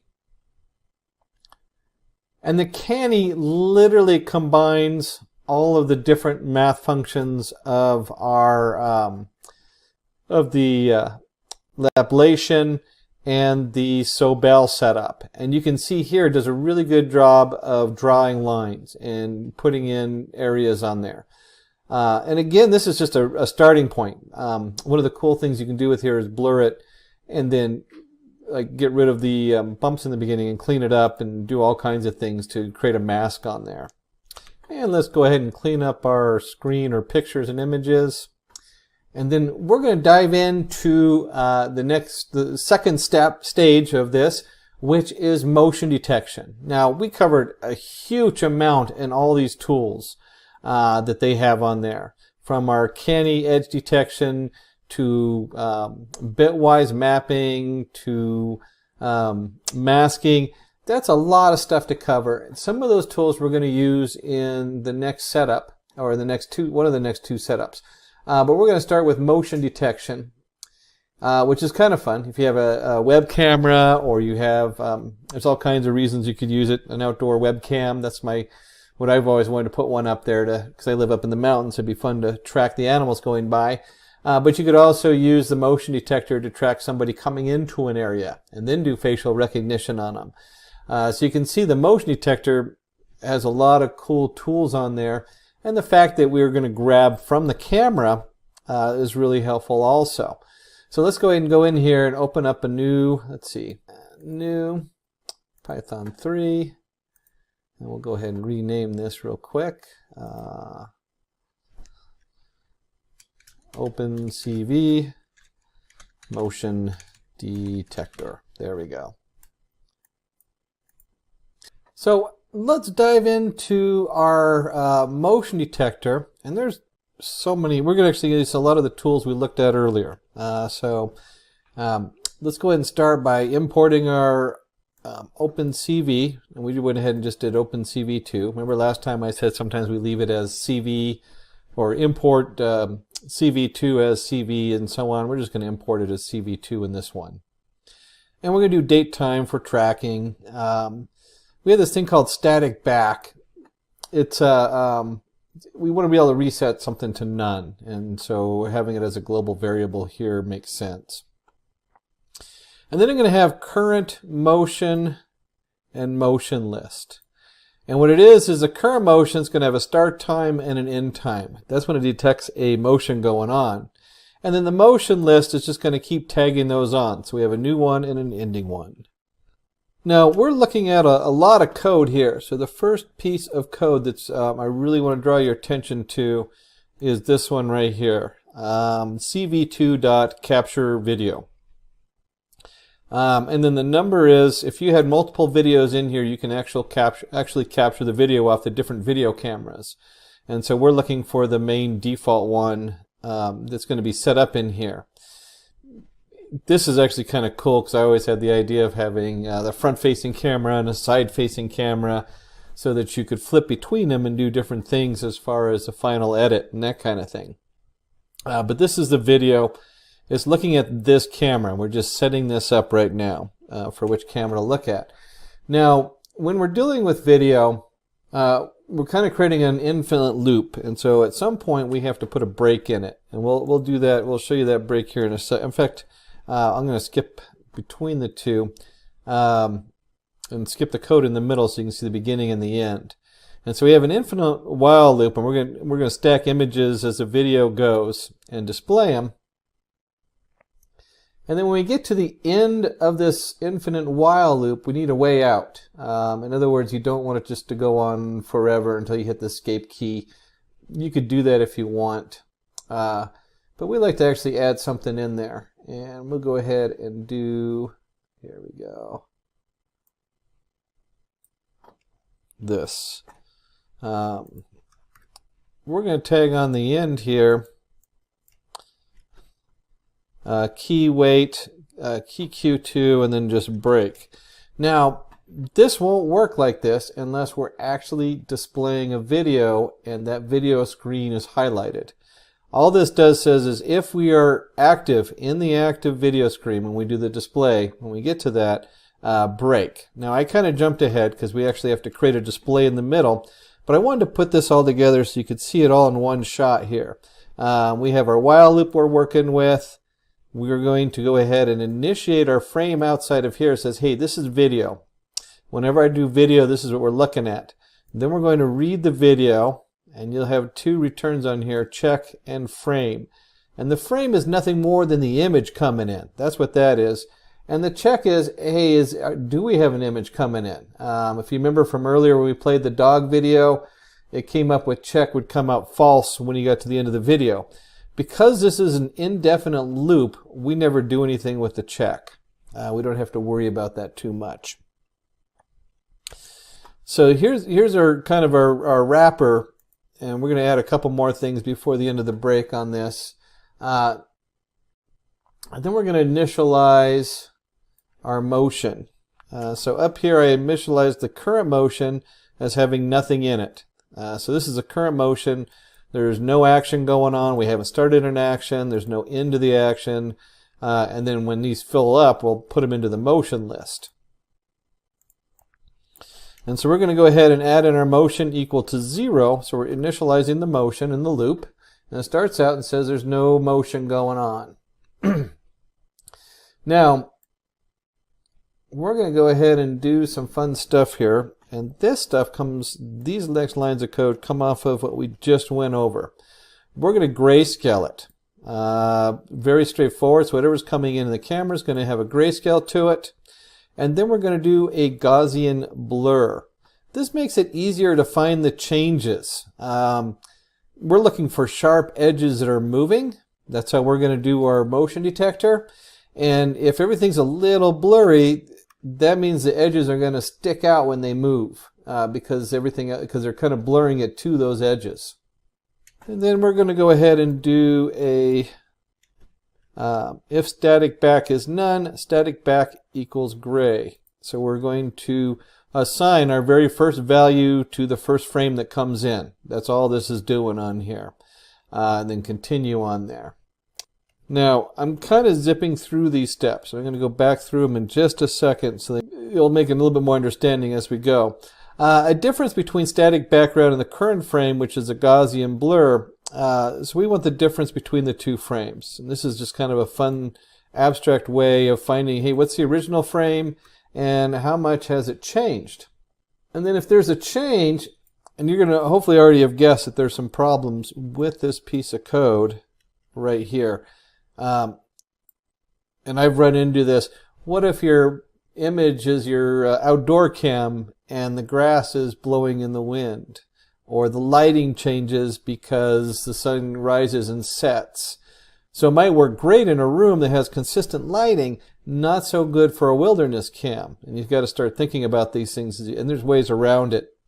And if there's a change between the static background and the current frame is greater than 30, it will show white color. So this is kind of fun. Here's our first threshold. We're looking for a threshold between the background and the foreground. So we're starting to find a little bit there on the setup, and then we're going to go ahead and take our threshold frames, the difference from the background and the foreground, and we're going to put that into the thresh frame copy into a find contours, and we're going to use the chain approximate sample for finding the contours. So this is going to find some contours for us. And then what we want to look at is on the contours, so we're counting lines. We're counting how many contours or how many lines are in here. And if there's over 10,000 of these lines that are the different initial frame and the new frame, then the motion's going to be 1. Wow, that's a lot to unpack. So let's go back up here and just go over that real quick, because I did each line as we went in there. First thing we're doing is we're converting it to gray. Why? It's easier to see gray. You can see the differences in movements and things like that in gray a lot better than in color. Next, we're going to blur the gray. This just makes it so it's easier to see the changes going on. We've reset our static back to none, so we initialize our background to gray. So if it's none, then we want the static back to be whatever the gray value is of our first frame. So when I turn the camera on, I'm going to be outside the camera, so you can see the back wall of my office, which is still under construction. Just a wall socket and some weird stuff back there. And that's what I'm going to use for my basic setup, and then when I go back in and move around, or actually I'll just be in it and just try to hold still and move around a little bit. And then we have the difference between the static background and the gray frame. So this is the gray frame coming in versus the static background. And then we take that and we make our threshold, and we basically create a bunch of lines. We find the contours of the threshold, the difference between those.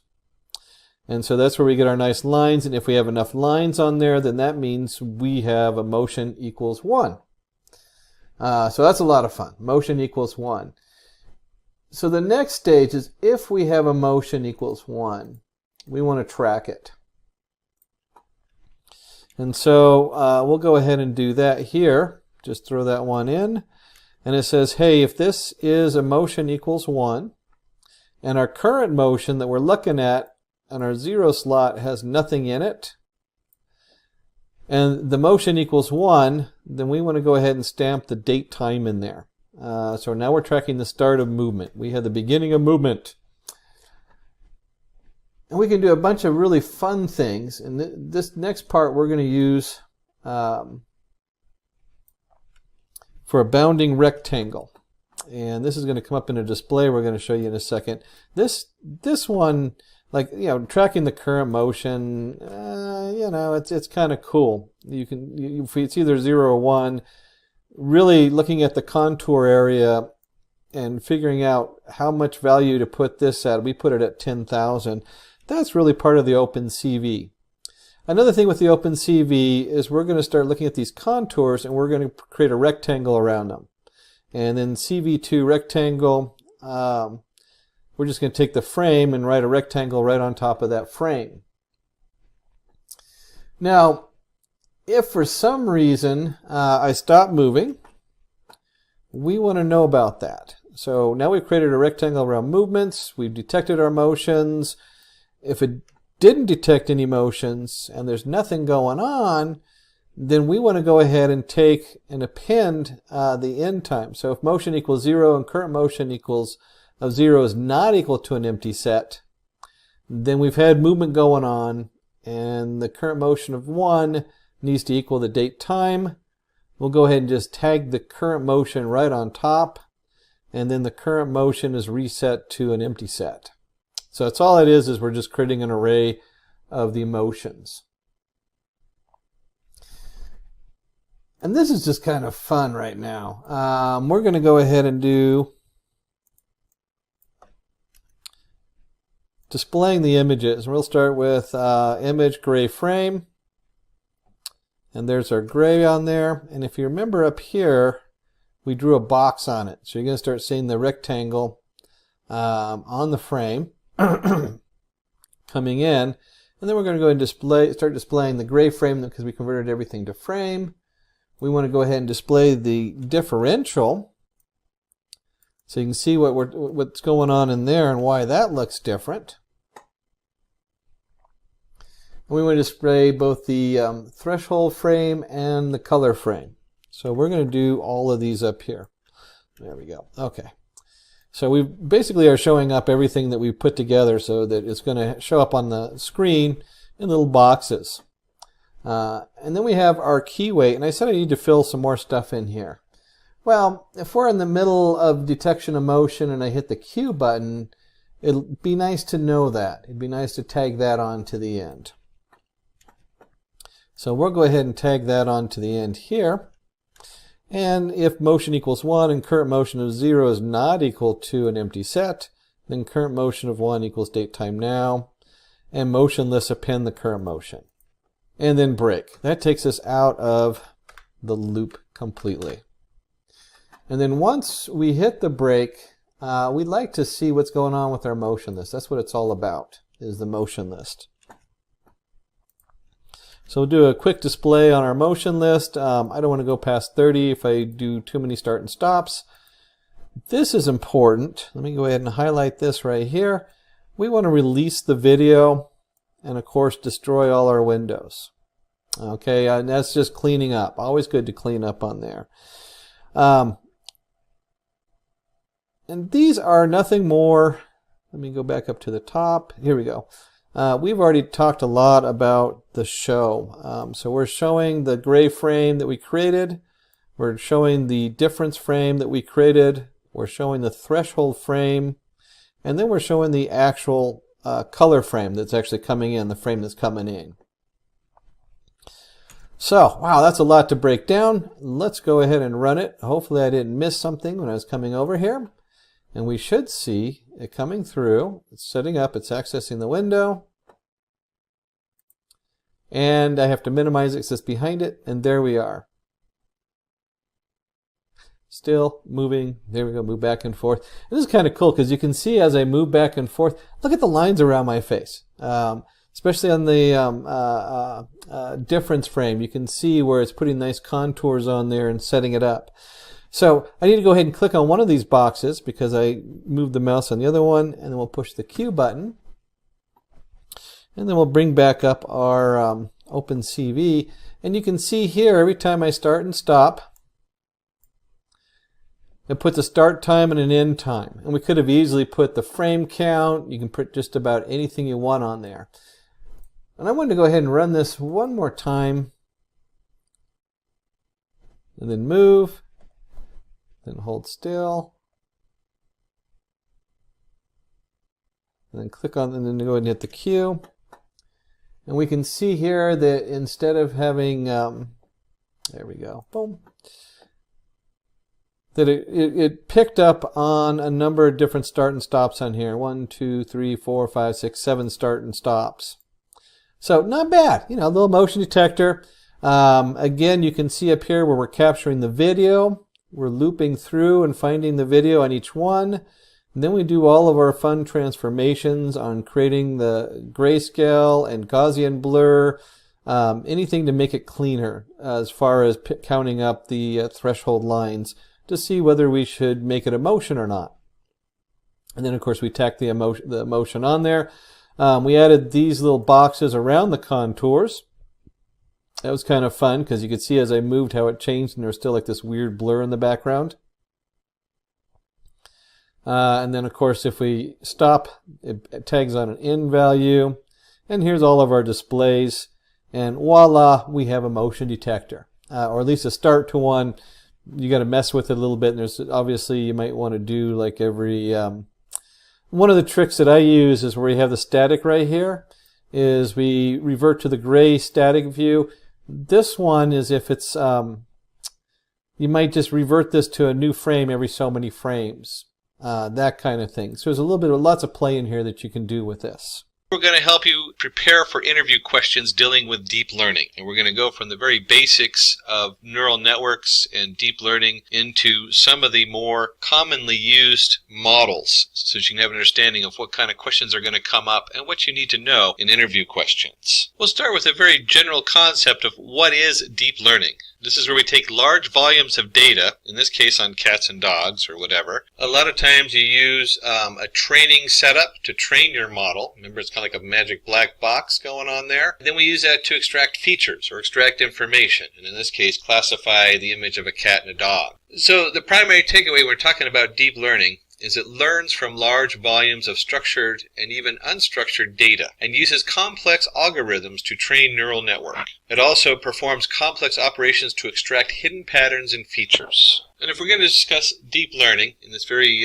simplified overview, then we also have to go over what is a neural network. This is a common image you'll see of a drawing of a forward propagation neural network. And it's a human brain inspired system which replicate the way humans learn. So this is inspired how our own neurons in our brain fire, but at a much simplified level. Obviously it's not ready to take over the human population and be our leader yet, not for many years. It's very much in its infant stage. But it's inspired by how our brains work. And they use a lot of other inspirations. You can study brains of moths and other animals that they've used to figure out how to improve these neural networks. The most common one consists of 3 layers of network, and this is generally how you view these networks, is you have an input, you have a hidden layer, and an output. And the neural network is broken up into many pieces, but when we focus just on the neural network, it's always on the hidden layers that we're making all the adjustments and figuring out how to best set up those hidden layers for their functions to both train faster and to function better. When we look at this, of course, we have our input, hidden, and output. Each layer contains neurons called as nodes that perform various operations. And you can see here we have the list of the nodes. We have both our input nodes and our output nodes, and then our hidden layer nodes. And it's used in deep learning algorithm like CNN, RNN, GAN, etc. We'll address some of these models a little closer, at least the most common models, as we go down the list and we study the deep learning and the neural network framework. Let's start with what is a multi-layer perceptron, or MLP, a lot of time is referred to. And you'll see these abbreviations. I'll be honest, I have to write them down on a piece of paper and go through them because I never remember what they all mean, even though I play with them all the time. What is a multi-layer perceptron? Well, if you look at the image on the right, it's very similar to what we just looked at. You have your input layer, your hidden layer, and your output layer. And that's exactly what this is. It has the same structure of a single layer perceptron with one or more hidden layers, except the input layer. Each node in the other layers uses a nonlinear activation function. What that means is your input layer is your data coming in, and then your activation function is based upon all those nodes and weights being added together, and then it has the output. MLP uses supervised learning method called backpropagation for training the model. Very key word there is backpropagation. Single layer perceptron can classify only linear separable classes with binary output, 0, 1, but the MLP can classify nonlinear classes. So let's break this down just a little bit. The multi-layer perceptron with an input layer and a hidden layer and an output layer. As you see that it comes in there, it adds up all the numbers and weights depending on how your setup is, that then goes to the next layer, that then goes to the next hidden layer if you have multiple hidden layers, and finally to the output layer. The backpropagation takes the error that it sees. So whatever the output is, it says, hey, this has an error to it, it's wrong. And then sends that error backwards from where it came from. And there's a lot of different functions used to train this based on that error and how that error goes backwards in the nodes. So forward is you get your answers, backward is for training. You see this every day. Even my Google Pixel phone has this. They train the neural network, which takes a lot more data to train than it does to use. And then they load up that neural network into, in this case I have a Pixel 2, which actually has a built-in neural network for processing pictures. And so it's just the forward propagation I use when it processes my photos. But when they were training it, you used the back propagation to train it with the errors they had. We'll be coming back to different models that are used. For right now, though, multi-layer perceptron, MLP. Put that down as your vocabulary word. And, of course, backpropagation. What is data normalization and why do we need it? This is so important. We spend so much time in normalizing our data and getting our data clean and setting it up.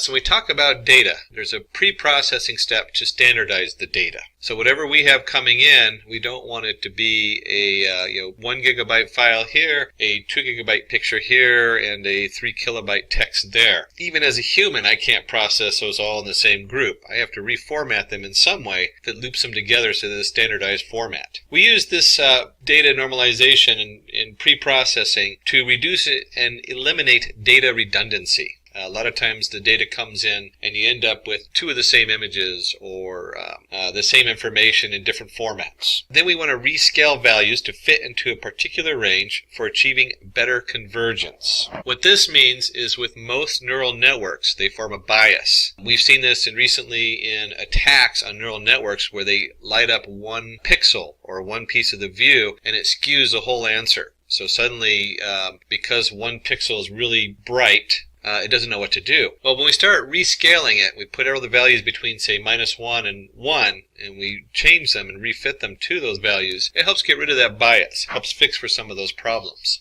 And then finally, we restructure the data and improve the integrity. We want to make sure that we're not missing values or we don't have partial data coming in. One way to look at this is bad data in, bad data out.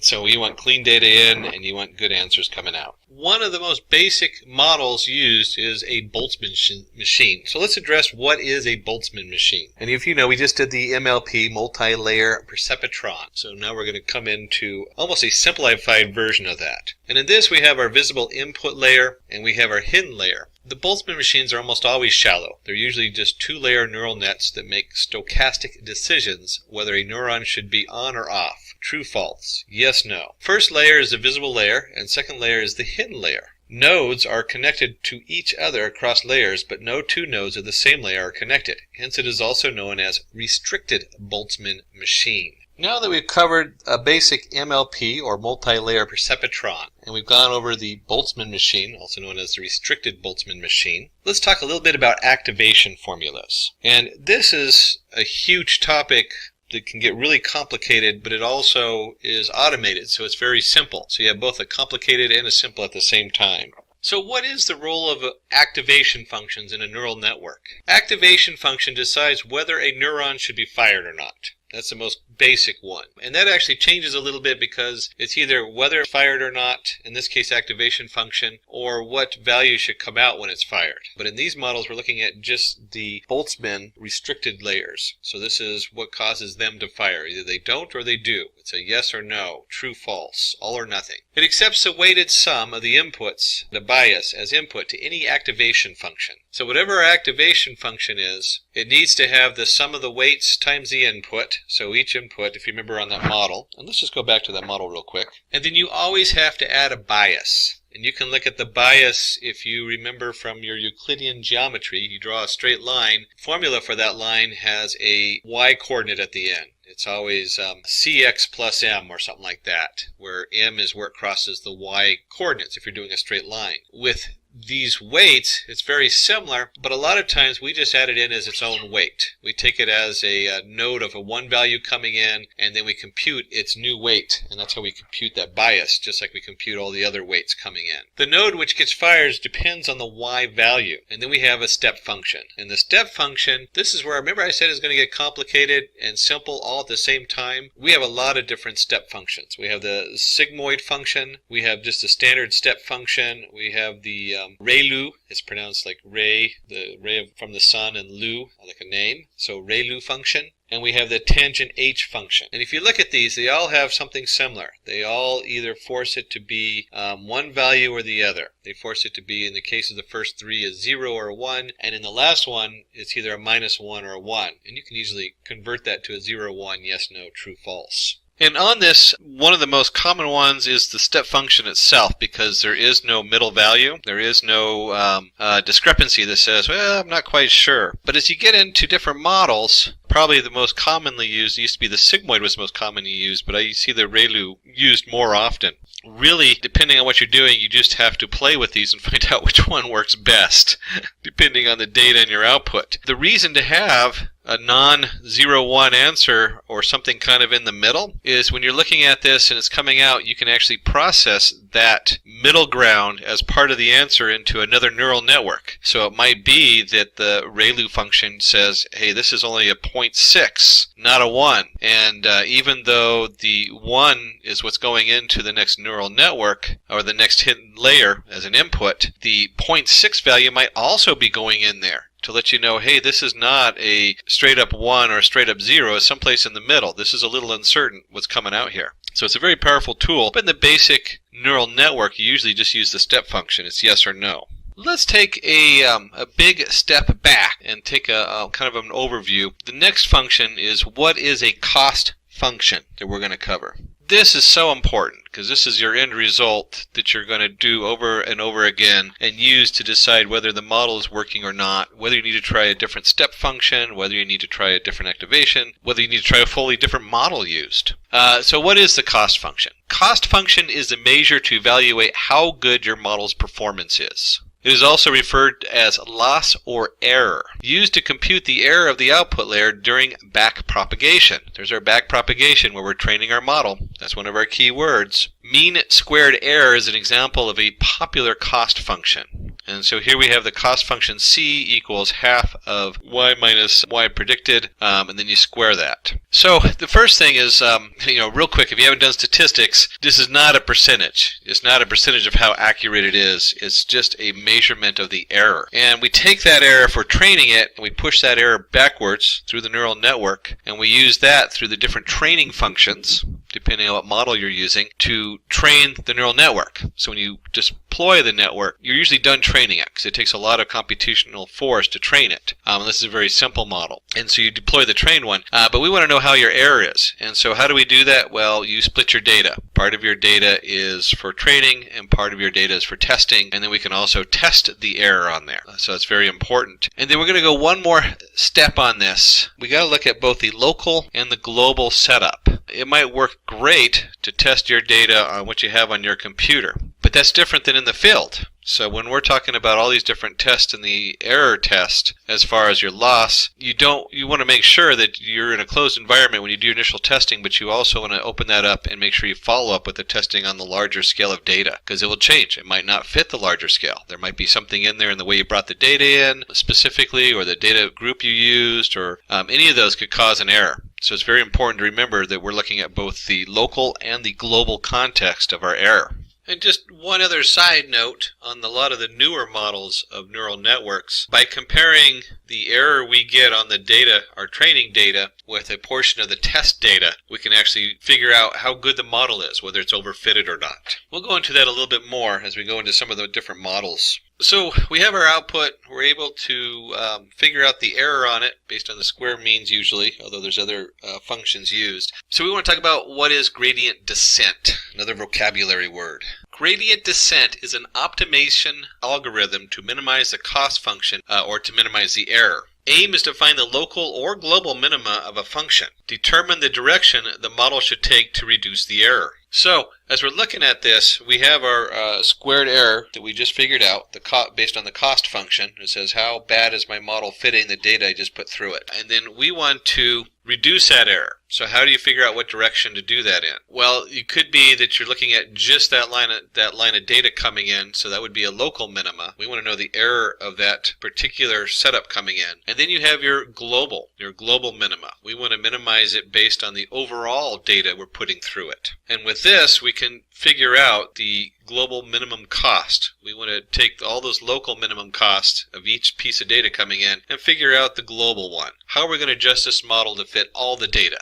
We don't want it to be biased just on 3 or 4 lines of data coming in. We want it to kind of extrapolate a general answer for all the data coming in. And this, of course, we mentioned it briefly about back propagation. This is where it really comes in handy, is training our model. Neural network technique to minimize the cost function helps to improve the performance of the network, back propagates the error, and updates the weights to reduce the error. So as you can see here is a very nice depiction of a back propagation. We have our predicted Y coming out, and then we have, since it's a training set, we already know the answer, and the answer comes back, and based on, in case of the square means was one of the functions we looked at, one of the activation functions based on cost function. That cost function then, depending on what you choose for your back propagation method, and there's a number of them, will change the weights. It will change the weight going to each of one of those nodes in the hidden layer, and then based upon the error that's still being carried back, it'll change the weights going to the next hidden layer.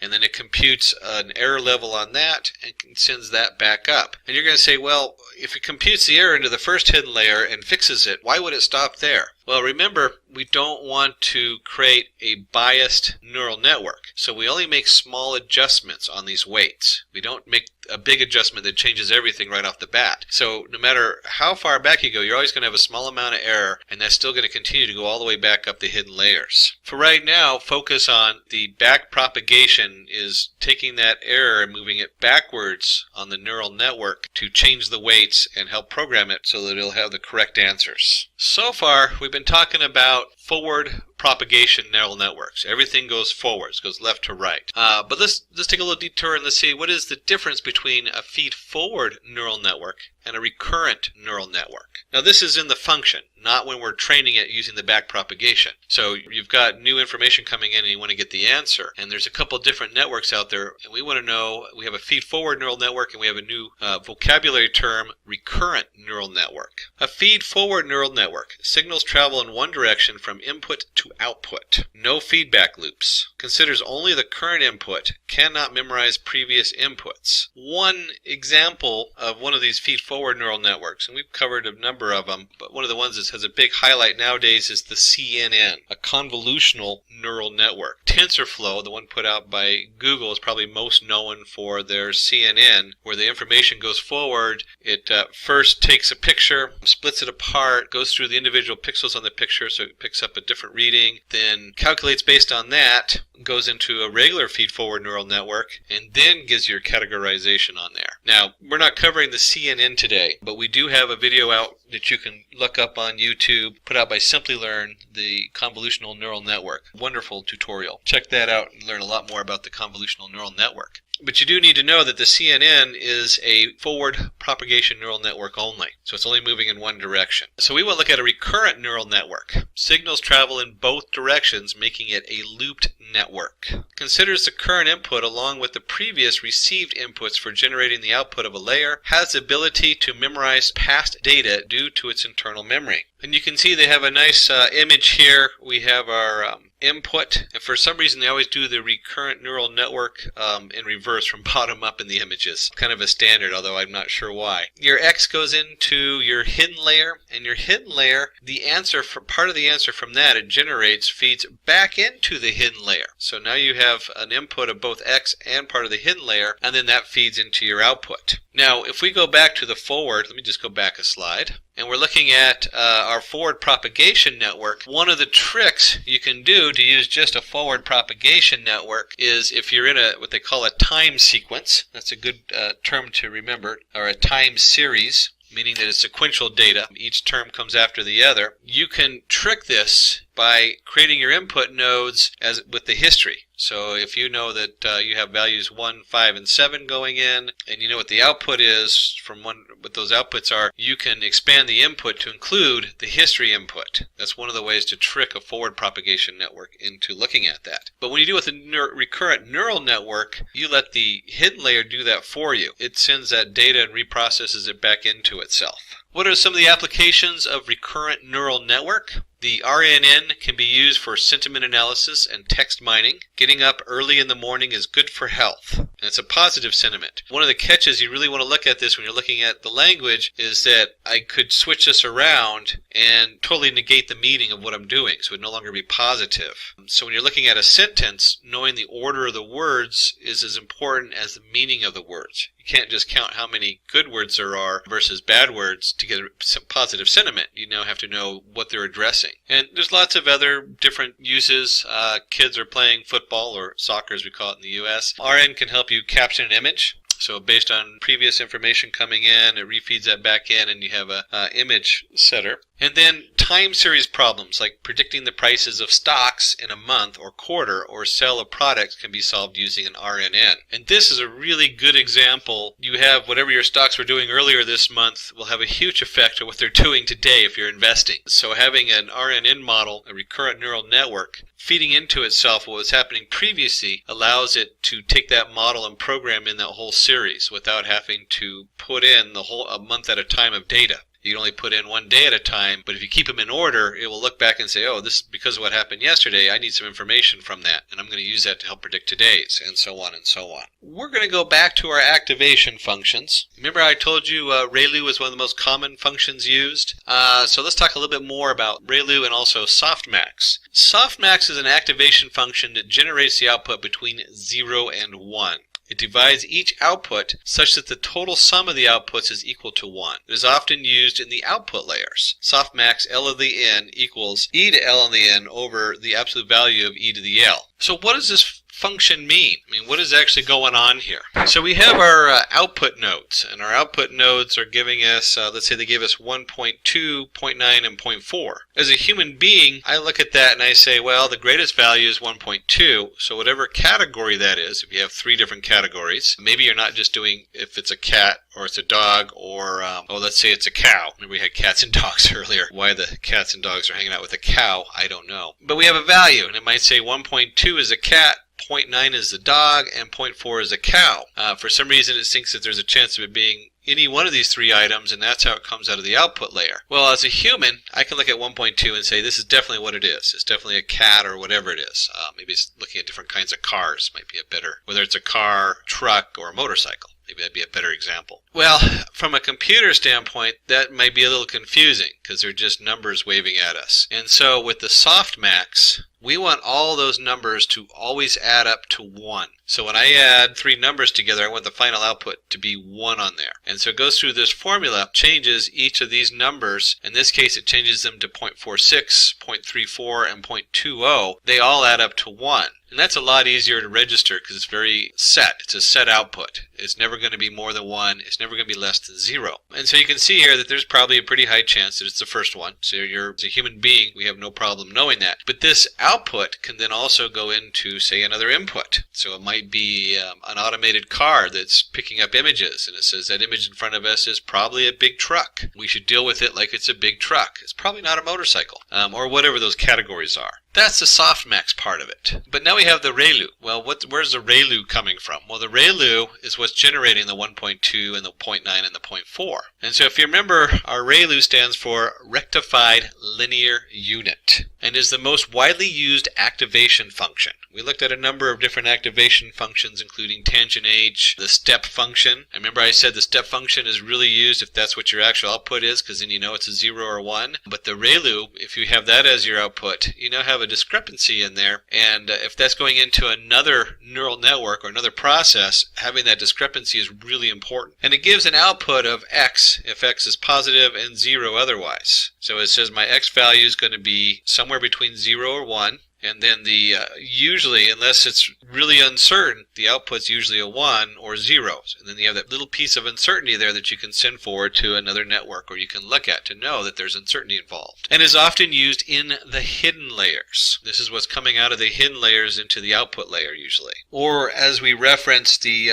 convolution neural network, the CNN, you'd have to go to another video to review. The ReLU is the most common used for convolutional part of that network. It has a bunch of little pieces that are very simplified, looking at all the different images or different sections of the map, and the ReLU works really good for that. And like I said, there's other formulas used, but this is the most common one, and you'll see that in the hidden layers going maybe between one layer and the next layer. So just a quick recap, we have our softmax, which means that if you have numerous categories, only one of them is going to be picked, but you also want to have some value attached to it, how well it picked it. And you put that between 0 and 1, so it's very standardized. So we have our softmax. We looked at that. Let's go back one. We looked at that here, where it transforms in numbers. And then we have our ReLU function, which takes the information and the summation and puts it between a 0 and a 1, where it's either clearly a 0 or, depending on how confident our model is, it'll go between the 0 and 1 value. What are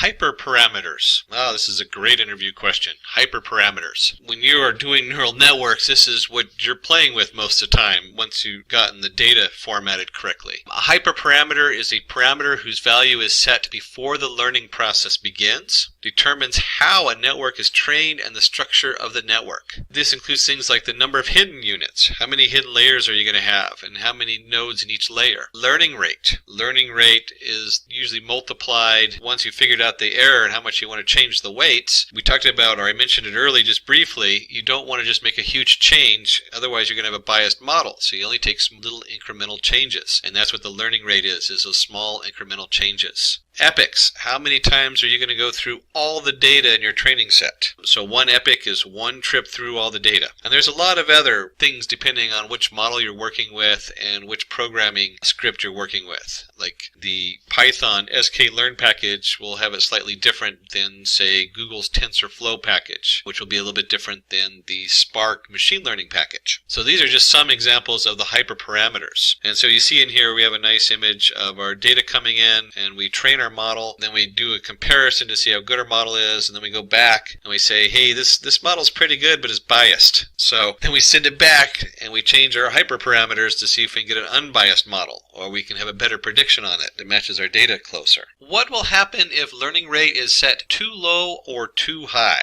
We have a nice couple graphs here. We have one over here that says the learning rate set too low, and you can see that it slowly works its way down the curve. And on the right, you can see a learning rate set too high. It's just bouncing back and forth. When your learning rate is too low, that's what we studied in 2 slides ago, that's what the learning rate was, training of the model will progress very slowly as we are making very tiny updates to the weights. We'll take many updates before reaching the minimum point. So I just mentioned epoch, going through all the data. You might have to go through all the data 1,000 times instead of 500 times for it to train. Learning rate too high causes undesirable divergent behavior to the loss function due to drastic updates in weights. At times it may fail to converge or even diverge. So if you have your learning rate set too high and it's training too quickly, maybe you'll get lucky and it trains after one epoch run, but a lot of times it might never be able to train because the weights are changing too fast. They flip back and forth too easy. And you see down here we've introduced 2 new terms, converge and diverge.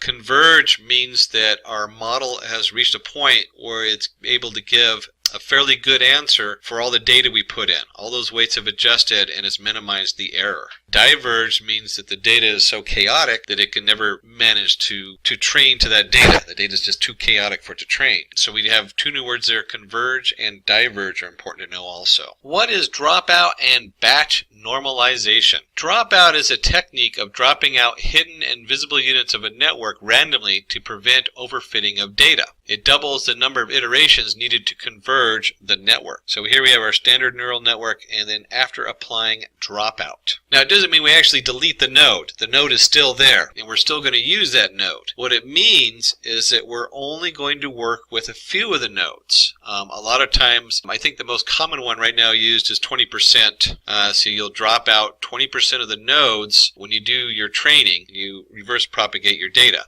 and then you'll randomly pick another 20 nodes the next time you go through an epic data training. So each time you go through one epic, you will randomly pick 20 of those nodes not to mess with. And this allows for less overfitting of the data. So by randomly doing this, you create some, I guess it just kind of pulls some nodes off to the sides and says we're going to handle the data later on so we don't overfit. Batch normalization is a technique to improve the performance and stability of a neural network. The idea is to normalize the inputs in every layer so that they have mean output and activation of 0 and standard deviation of 1. This question covers a lot of different things, which is great. It's a great interview question because it pulls in that you have to understand what the mean value is. So a mean output activation of 0, that means our average activation is 0. So when you normalize it, remember usually we're going between -1 and 1 on a lot of these. It's a very standard setup. So you have to be very aware that this is your mean output activation of 0. And then we have our standard deviation of 1. So we want to keep our error down to just a 1 value. The benefits of this doing a batch normalization is it provides regularization, it trains faster, higher learning rates, and weights are easier to initialize. What is the difference between batch gradient descent and stochastic gradient descent? Batch gradient descent. Batch gradient computes the gradient using the entire data set. It takes time to converge because the volume of data is huge and weights update slowly. So you can look at the batch as, a lot of times if you're using big data, batch the data in, but you still go through a full epic. You still go through all the data on there. So batch gradient descent means you're going to use it to fit all the data and look for convergence there. Stochastic gradient descent. Stochastic gradient computes the gradient using a single sample. It converges much faster than batch gradient because it updates weight more frequently. Explain overfitting and underfitting and how to combat them. Overfitting happens when a model learns the details and noise in the training data to the degree that it adversely impacts the execution of the model on the new information. It is more likely to occur with nonlinear models that have more flexibility when learning a target function.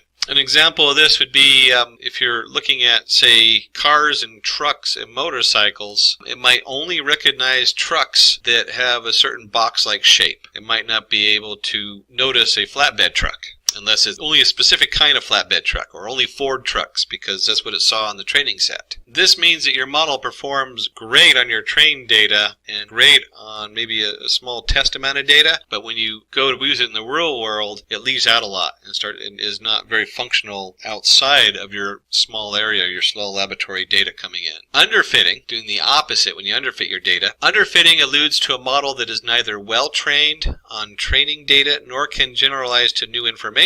Usually happens when there is less and improper data to train a model, has a poor performance and accuracy. So if you're using underfitted data and you generate a model and you distribute that in a commercial zone, you'll have a lot of people unhappy with you because it's not going to give them very good answers. So we've explained overfitting and underfitting, so now we want to ask how to combat them. Combating overfitting and underfitting. Resampling the data to estimate the model accuracy, k-fold cross-validation. Having a validation data set to validate the model. So when we do the resampling, we're randomly going to be picking out data, and we'll run it a few times to see how that works, depending on our random data and how we sample the data to generate our model. And then we want to go ahead and validate the data set by having our training data, and then keeping some data on the side, testing data to validate it.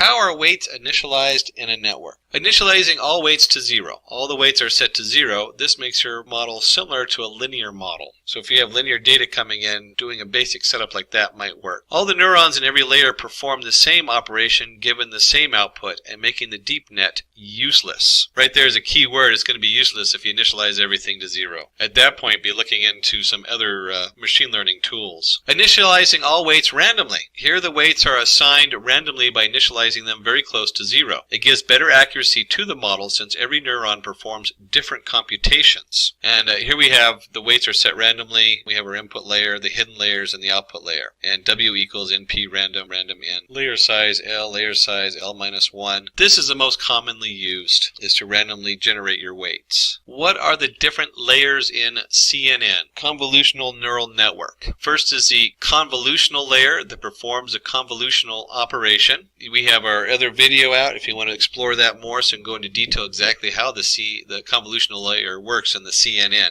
as far as creating a number of smaller picture windows that go over the data. The second step is as a ReLU layer. ReLU brings nonlinearity to the network and converts all the negative pixels to 0. Output is rectified feature map. So it goes into a mapping feature there. Pooling layer. Pooling is a downsampling operation that reduces the dimensionality of the feature map. So we have all our ReLU layer, which is pulling all these little maps out of our convolutional layer. It's taking that picture and creating little tiny neural networks to look at different parts of the picture. Then we need to pool it together. And then finally, the fully connected layer. So we flatten our pooling layer out, and we have a fully connected layer recognizes and classifies the objects in the image. And that's actually your forward propagation, reverse propagation training model, usually. I mean, there's a number of different models out there, of course. What is pooling in CNN and how does it work? Pooling, used to reduce the spatial dimensions of a CNN, performs downsampling operation to reduce the dimensionality, creates a pooled feature map by sliding a filter matrix over the input matrix. I mentioned that briefly on the previous slide. It's important to know that you have, if you see here, they have a rectified feature map. And so each one of those colors, like the yellow color, that might be one of a smaller little neural network using the ReLU. It'll just kind of go over the main picture and look at all the different areas on the main picture. So you might step 1, 2, 3, 4 spaces. And then you have another one that's also looking at features. And it has a 2, 7, 8, 5. Each one of those is a map. So it might be, the first one might be a map looking for cat ears, and the second one looking for human eyes. When it does this, you then have this rectified feature map looking at these different features. And the max pooling with a 2x2 filters and a stride of 2. Stride means instead of skipping every pixel, you're going to go every 2 pixels. You take the maximum values. And you can see over here, when we look at a pooled feature map, one of the features says, hey, I had a max value of 8, so somewhere in here we saw a human eye labeled as 8, pretty high label. And maybe 7 was a human hand, and maybe 4 was cat whiskers, or something that we thought might be cat whiskers. 4 is kind of a low number in this particular case compared to the other ones. So you have your full pooled feature map. You can see the process here as we have our stepping. We look for the max value, and then we create a pooled feature map of the maxed values. How does a LSTM network work? And that's long short-term memory. So the first thing to know is that an LSTMS are a special kind of recurrent neural network capable of learning long-term dependencies. Remembering information for long periods of time is their default behavior. We did look at the RNN briefly, talked about how the hidden layer feeds back into itself. With the LSTM, it has a much more complicated feedback, and you can see here we have the hidden layer of T-1 and the hidden layer, that's what the H stands for, hidden layer of T, and the formula is going in. As we can see here, we have the hidden layers. We have T-1 and then H of T, where T stands for time. So this is a series. Remember, we're working with series, and we want to remember the past. And you can see you have your input of T, and that might be a frame in a video. As a frame comes in, they usually use in this one the tangent H activation formula, but you also see that it goes through a couple other formulas, the omega formula. And so when it combines these, that then goes into the next layer, your next hidden layer. That then goes into the data that's submitted to the next input. So you have your X of T plus 1. So when you have that coming in, then you have your H value that's coming forward from the last process. And depending on how many of these omega structures you put in there, depends on how long-term the memory gets. So it's important to remember this is more for your long-term recurrent neural networks. The 3 steps in an LSTM. Step 1 decides what to forget and what to remember. Step 2 selectively updates cell state values. So based on what we want to remember and forget, we want to update those cell values, and then decides what part of the current state make it to the output. So now we have to also have an output on there. What are vanishing and exploding gradients? This is a great question that affects all our neural networks. While training an RNN, your slope can become either too small or too large, and this makes the training difficult. When the slope is too small, the problem is known as vanishing gradient.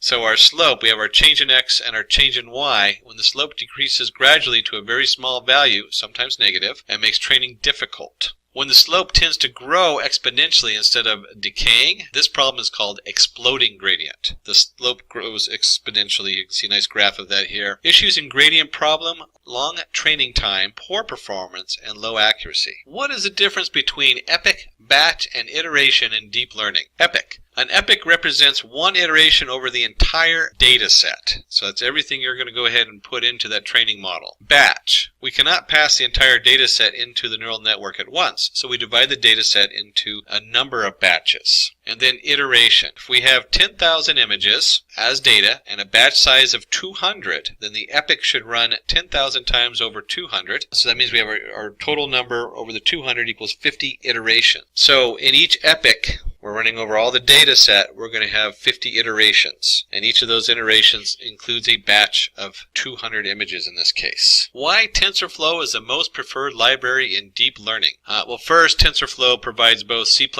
and Python APIs that makes it easier to work on. Has a faster compilation time than other deep learning libraries like Keras and Torch. TensorFlow supports both CPUs and GPUs computing devices. So right now TensorFlow is at the top of the market because it's so easy to use for both programmer side and for hardware side and for the speed of getting something up and running. What do you mean by tensor in TensorFlow? Tensor is a mathematical object represented as arrays of higher dimension. These arrays of data with different dimensions and ranks that are fed as input to the neural network are called tensors. And you can see here we have a tensor of dimensions 5, 4. So it's a two-dimensional tensor coming in. You can look at an image like this, that each one of those pixels is a different value if it's a black and white. So it might be 0 and 1s, and then each one represents a black and white image. In a color photo, you might either find a different value system, or you might have a tensor value that has the XY coordinates as we see here, plus the colors. So you might have 3 more different dimensions for the 3 different images, the red, the blue, and the yellow coming in. And even as you go from one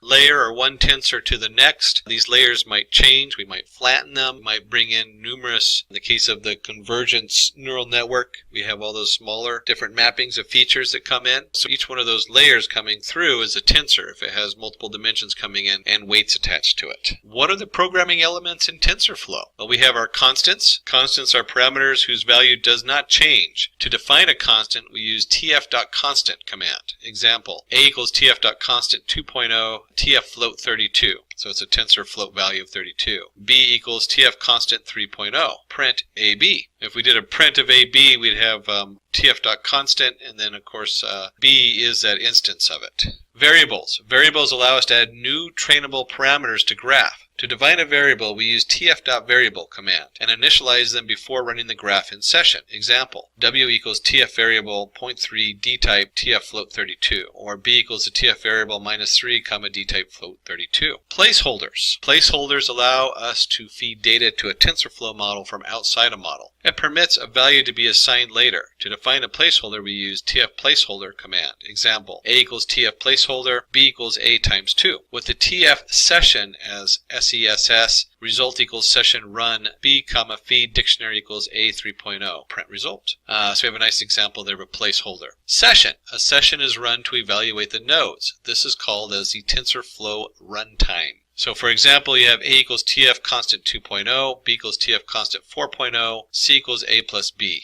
And at this point, you'd go ahead and create a session equals tf session, and then you could evaluate the tensor c print session run c. That would input C as an input into your session. What do you understand by a computational graph? Everything in TensorFlow is based on creating a computational graph. It has a network of nodes where each node performs an operation. Nodes represent mathematical operation and edges represent tensors. Since data flows in a form of a graph, it is also called a data flow graph. And we have a nice visual of this graph, or graphic image of a computational graph. And you can see here we have our input nodes, our add, multiply nodes, and our multiply node at the end. And then we have the edges where the data flows. So we have from A going to C, A going to D. You can see we have a 2 flowing, 4 flowing. Explain generative adversarial network along with an example. Suppose there is a wine shop that purchases wine from dealers, which they will resell later. So we have our dealer going to the wine, our shop owner that then sells it for a profit. But there are some malefactor dealers who sell fake wine. In this case, the shop owner should be able to distinguish between fake and authentic wine. The forger will try different techniques to sell fake wine and make sure certain techniques go past the shop owner's check. So here's our forger, fake wine, shop owner. The shop owner would probably get some feedback from the wine experts that some of the wine is not original. The owner would have to improve how he determines whether a wine is fake or authentic.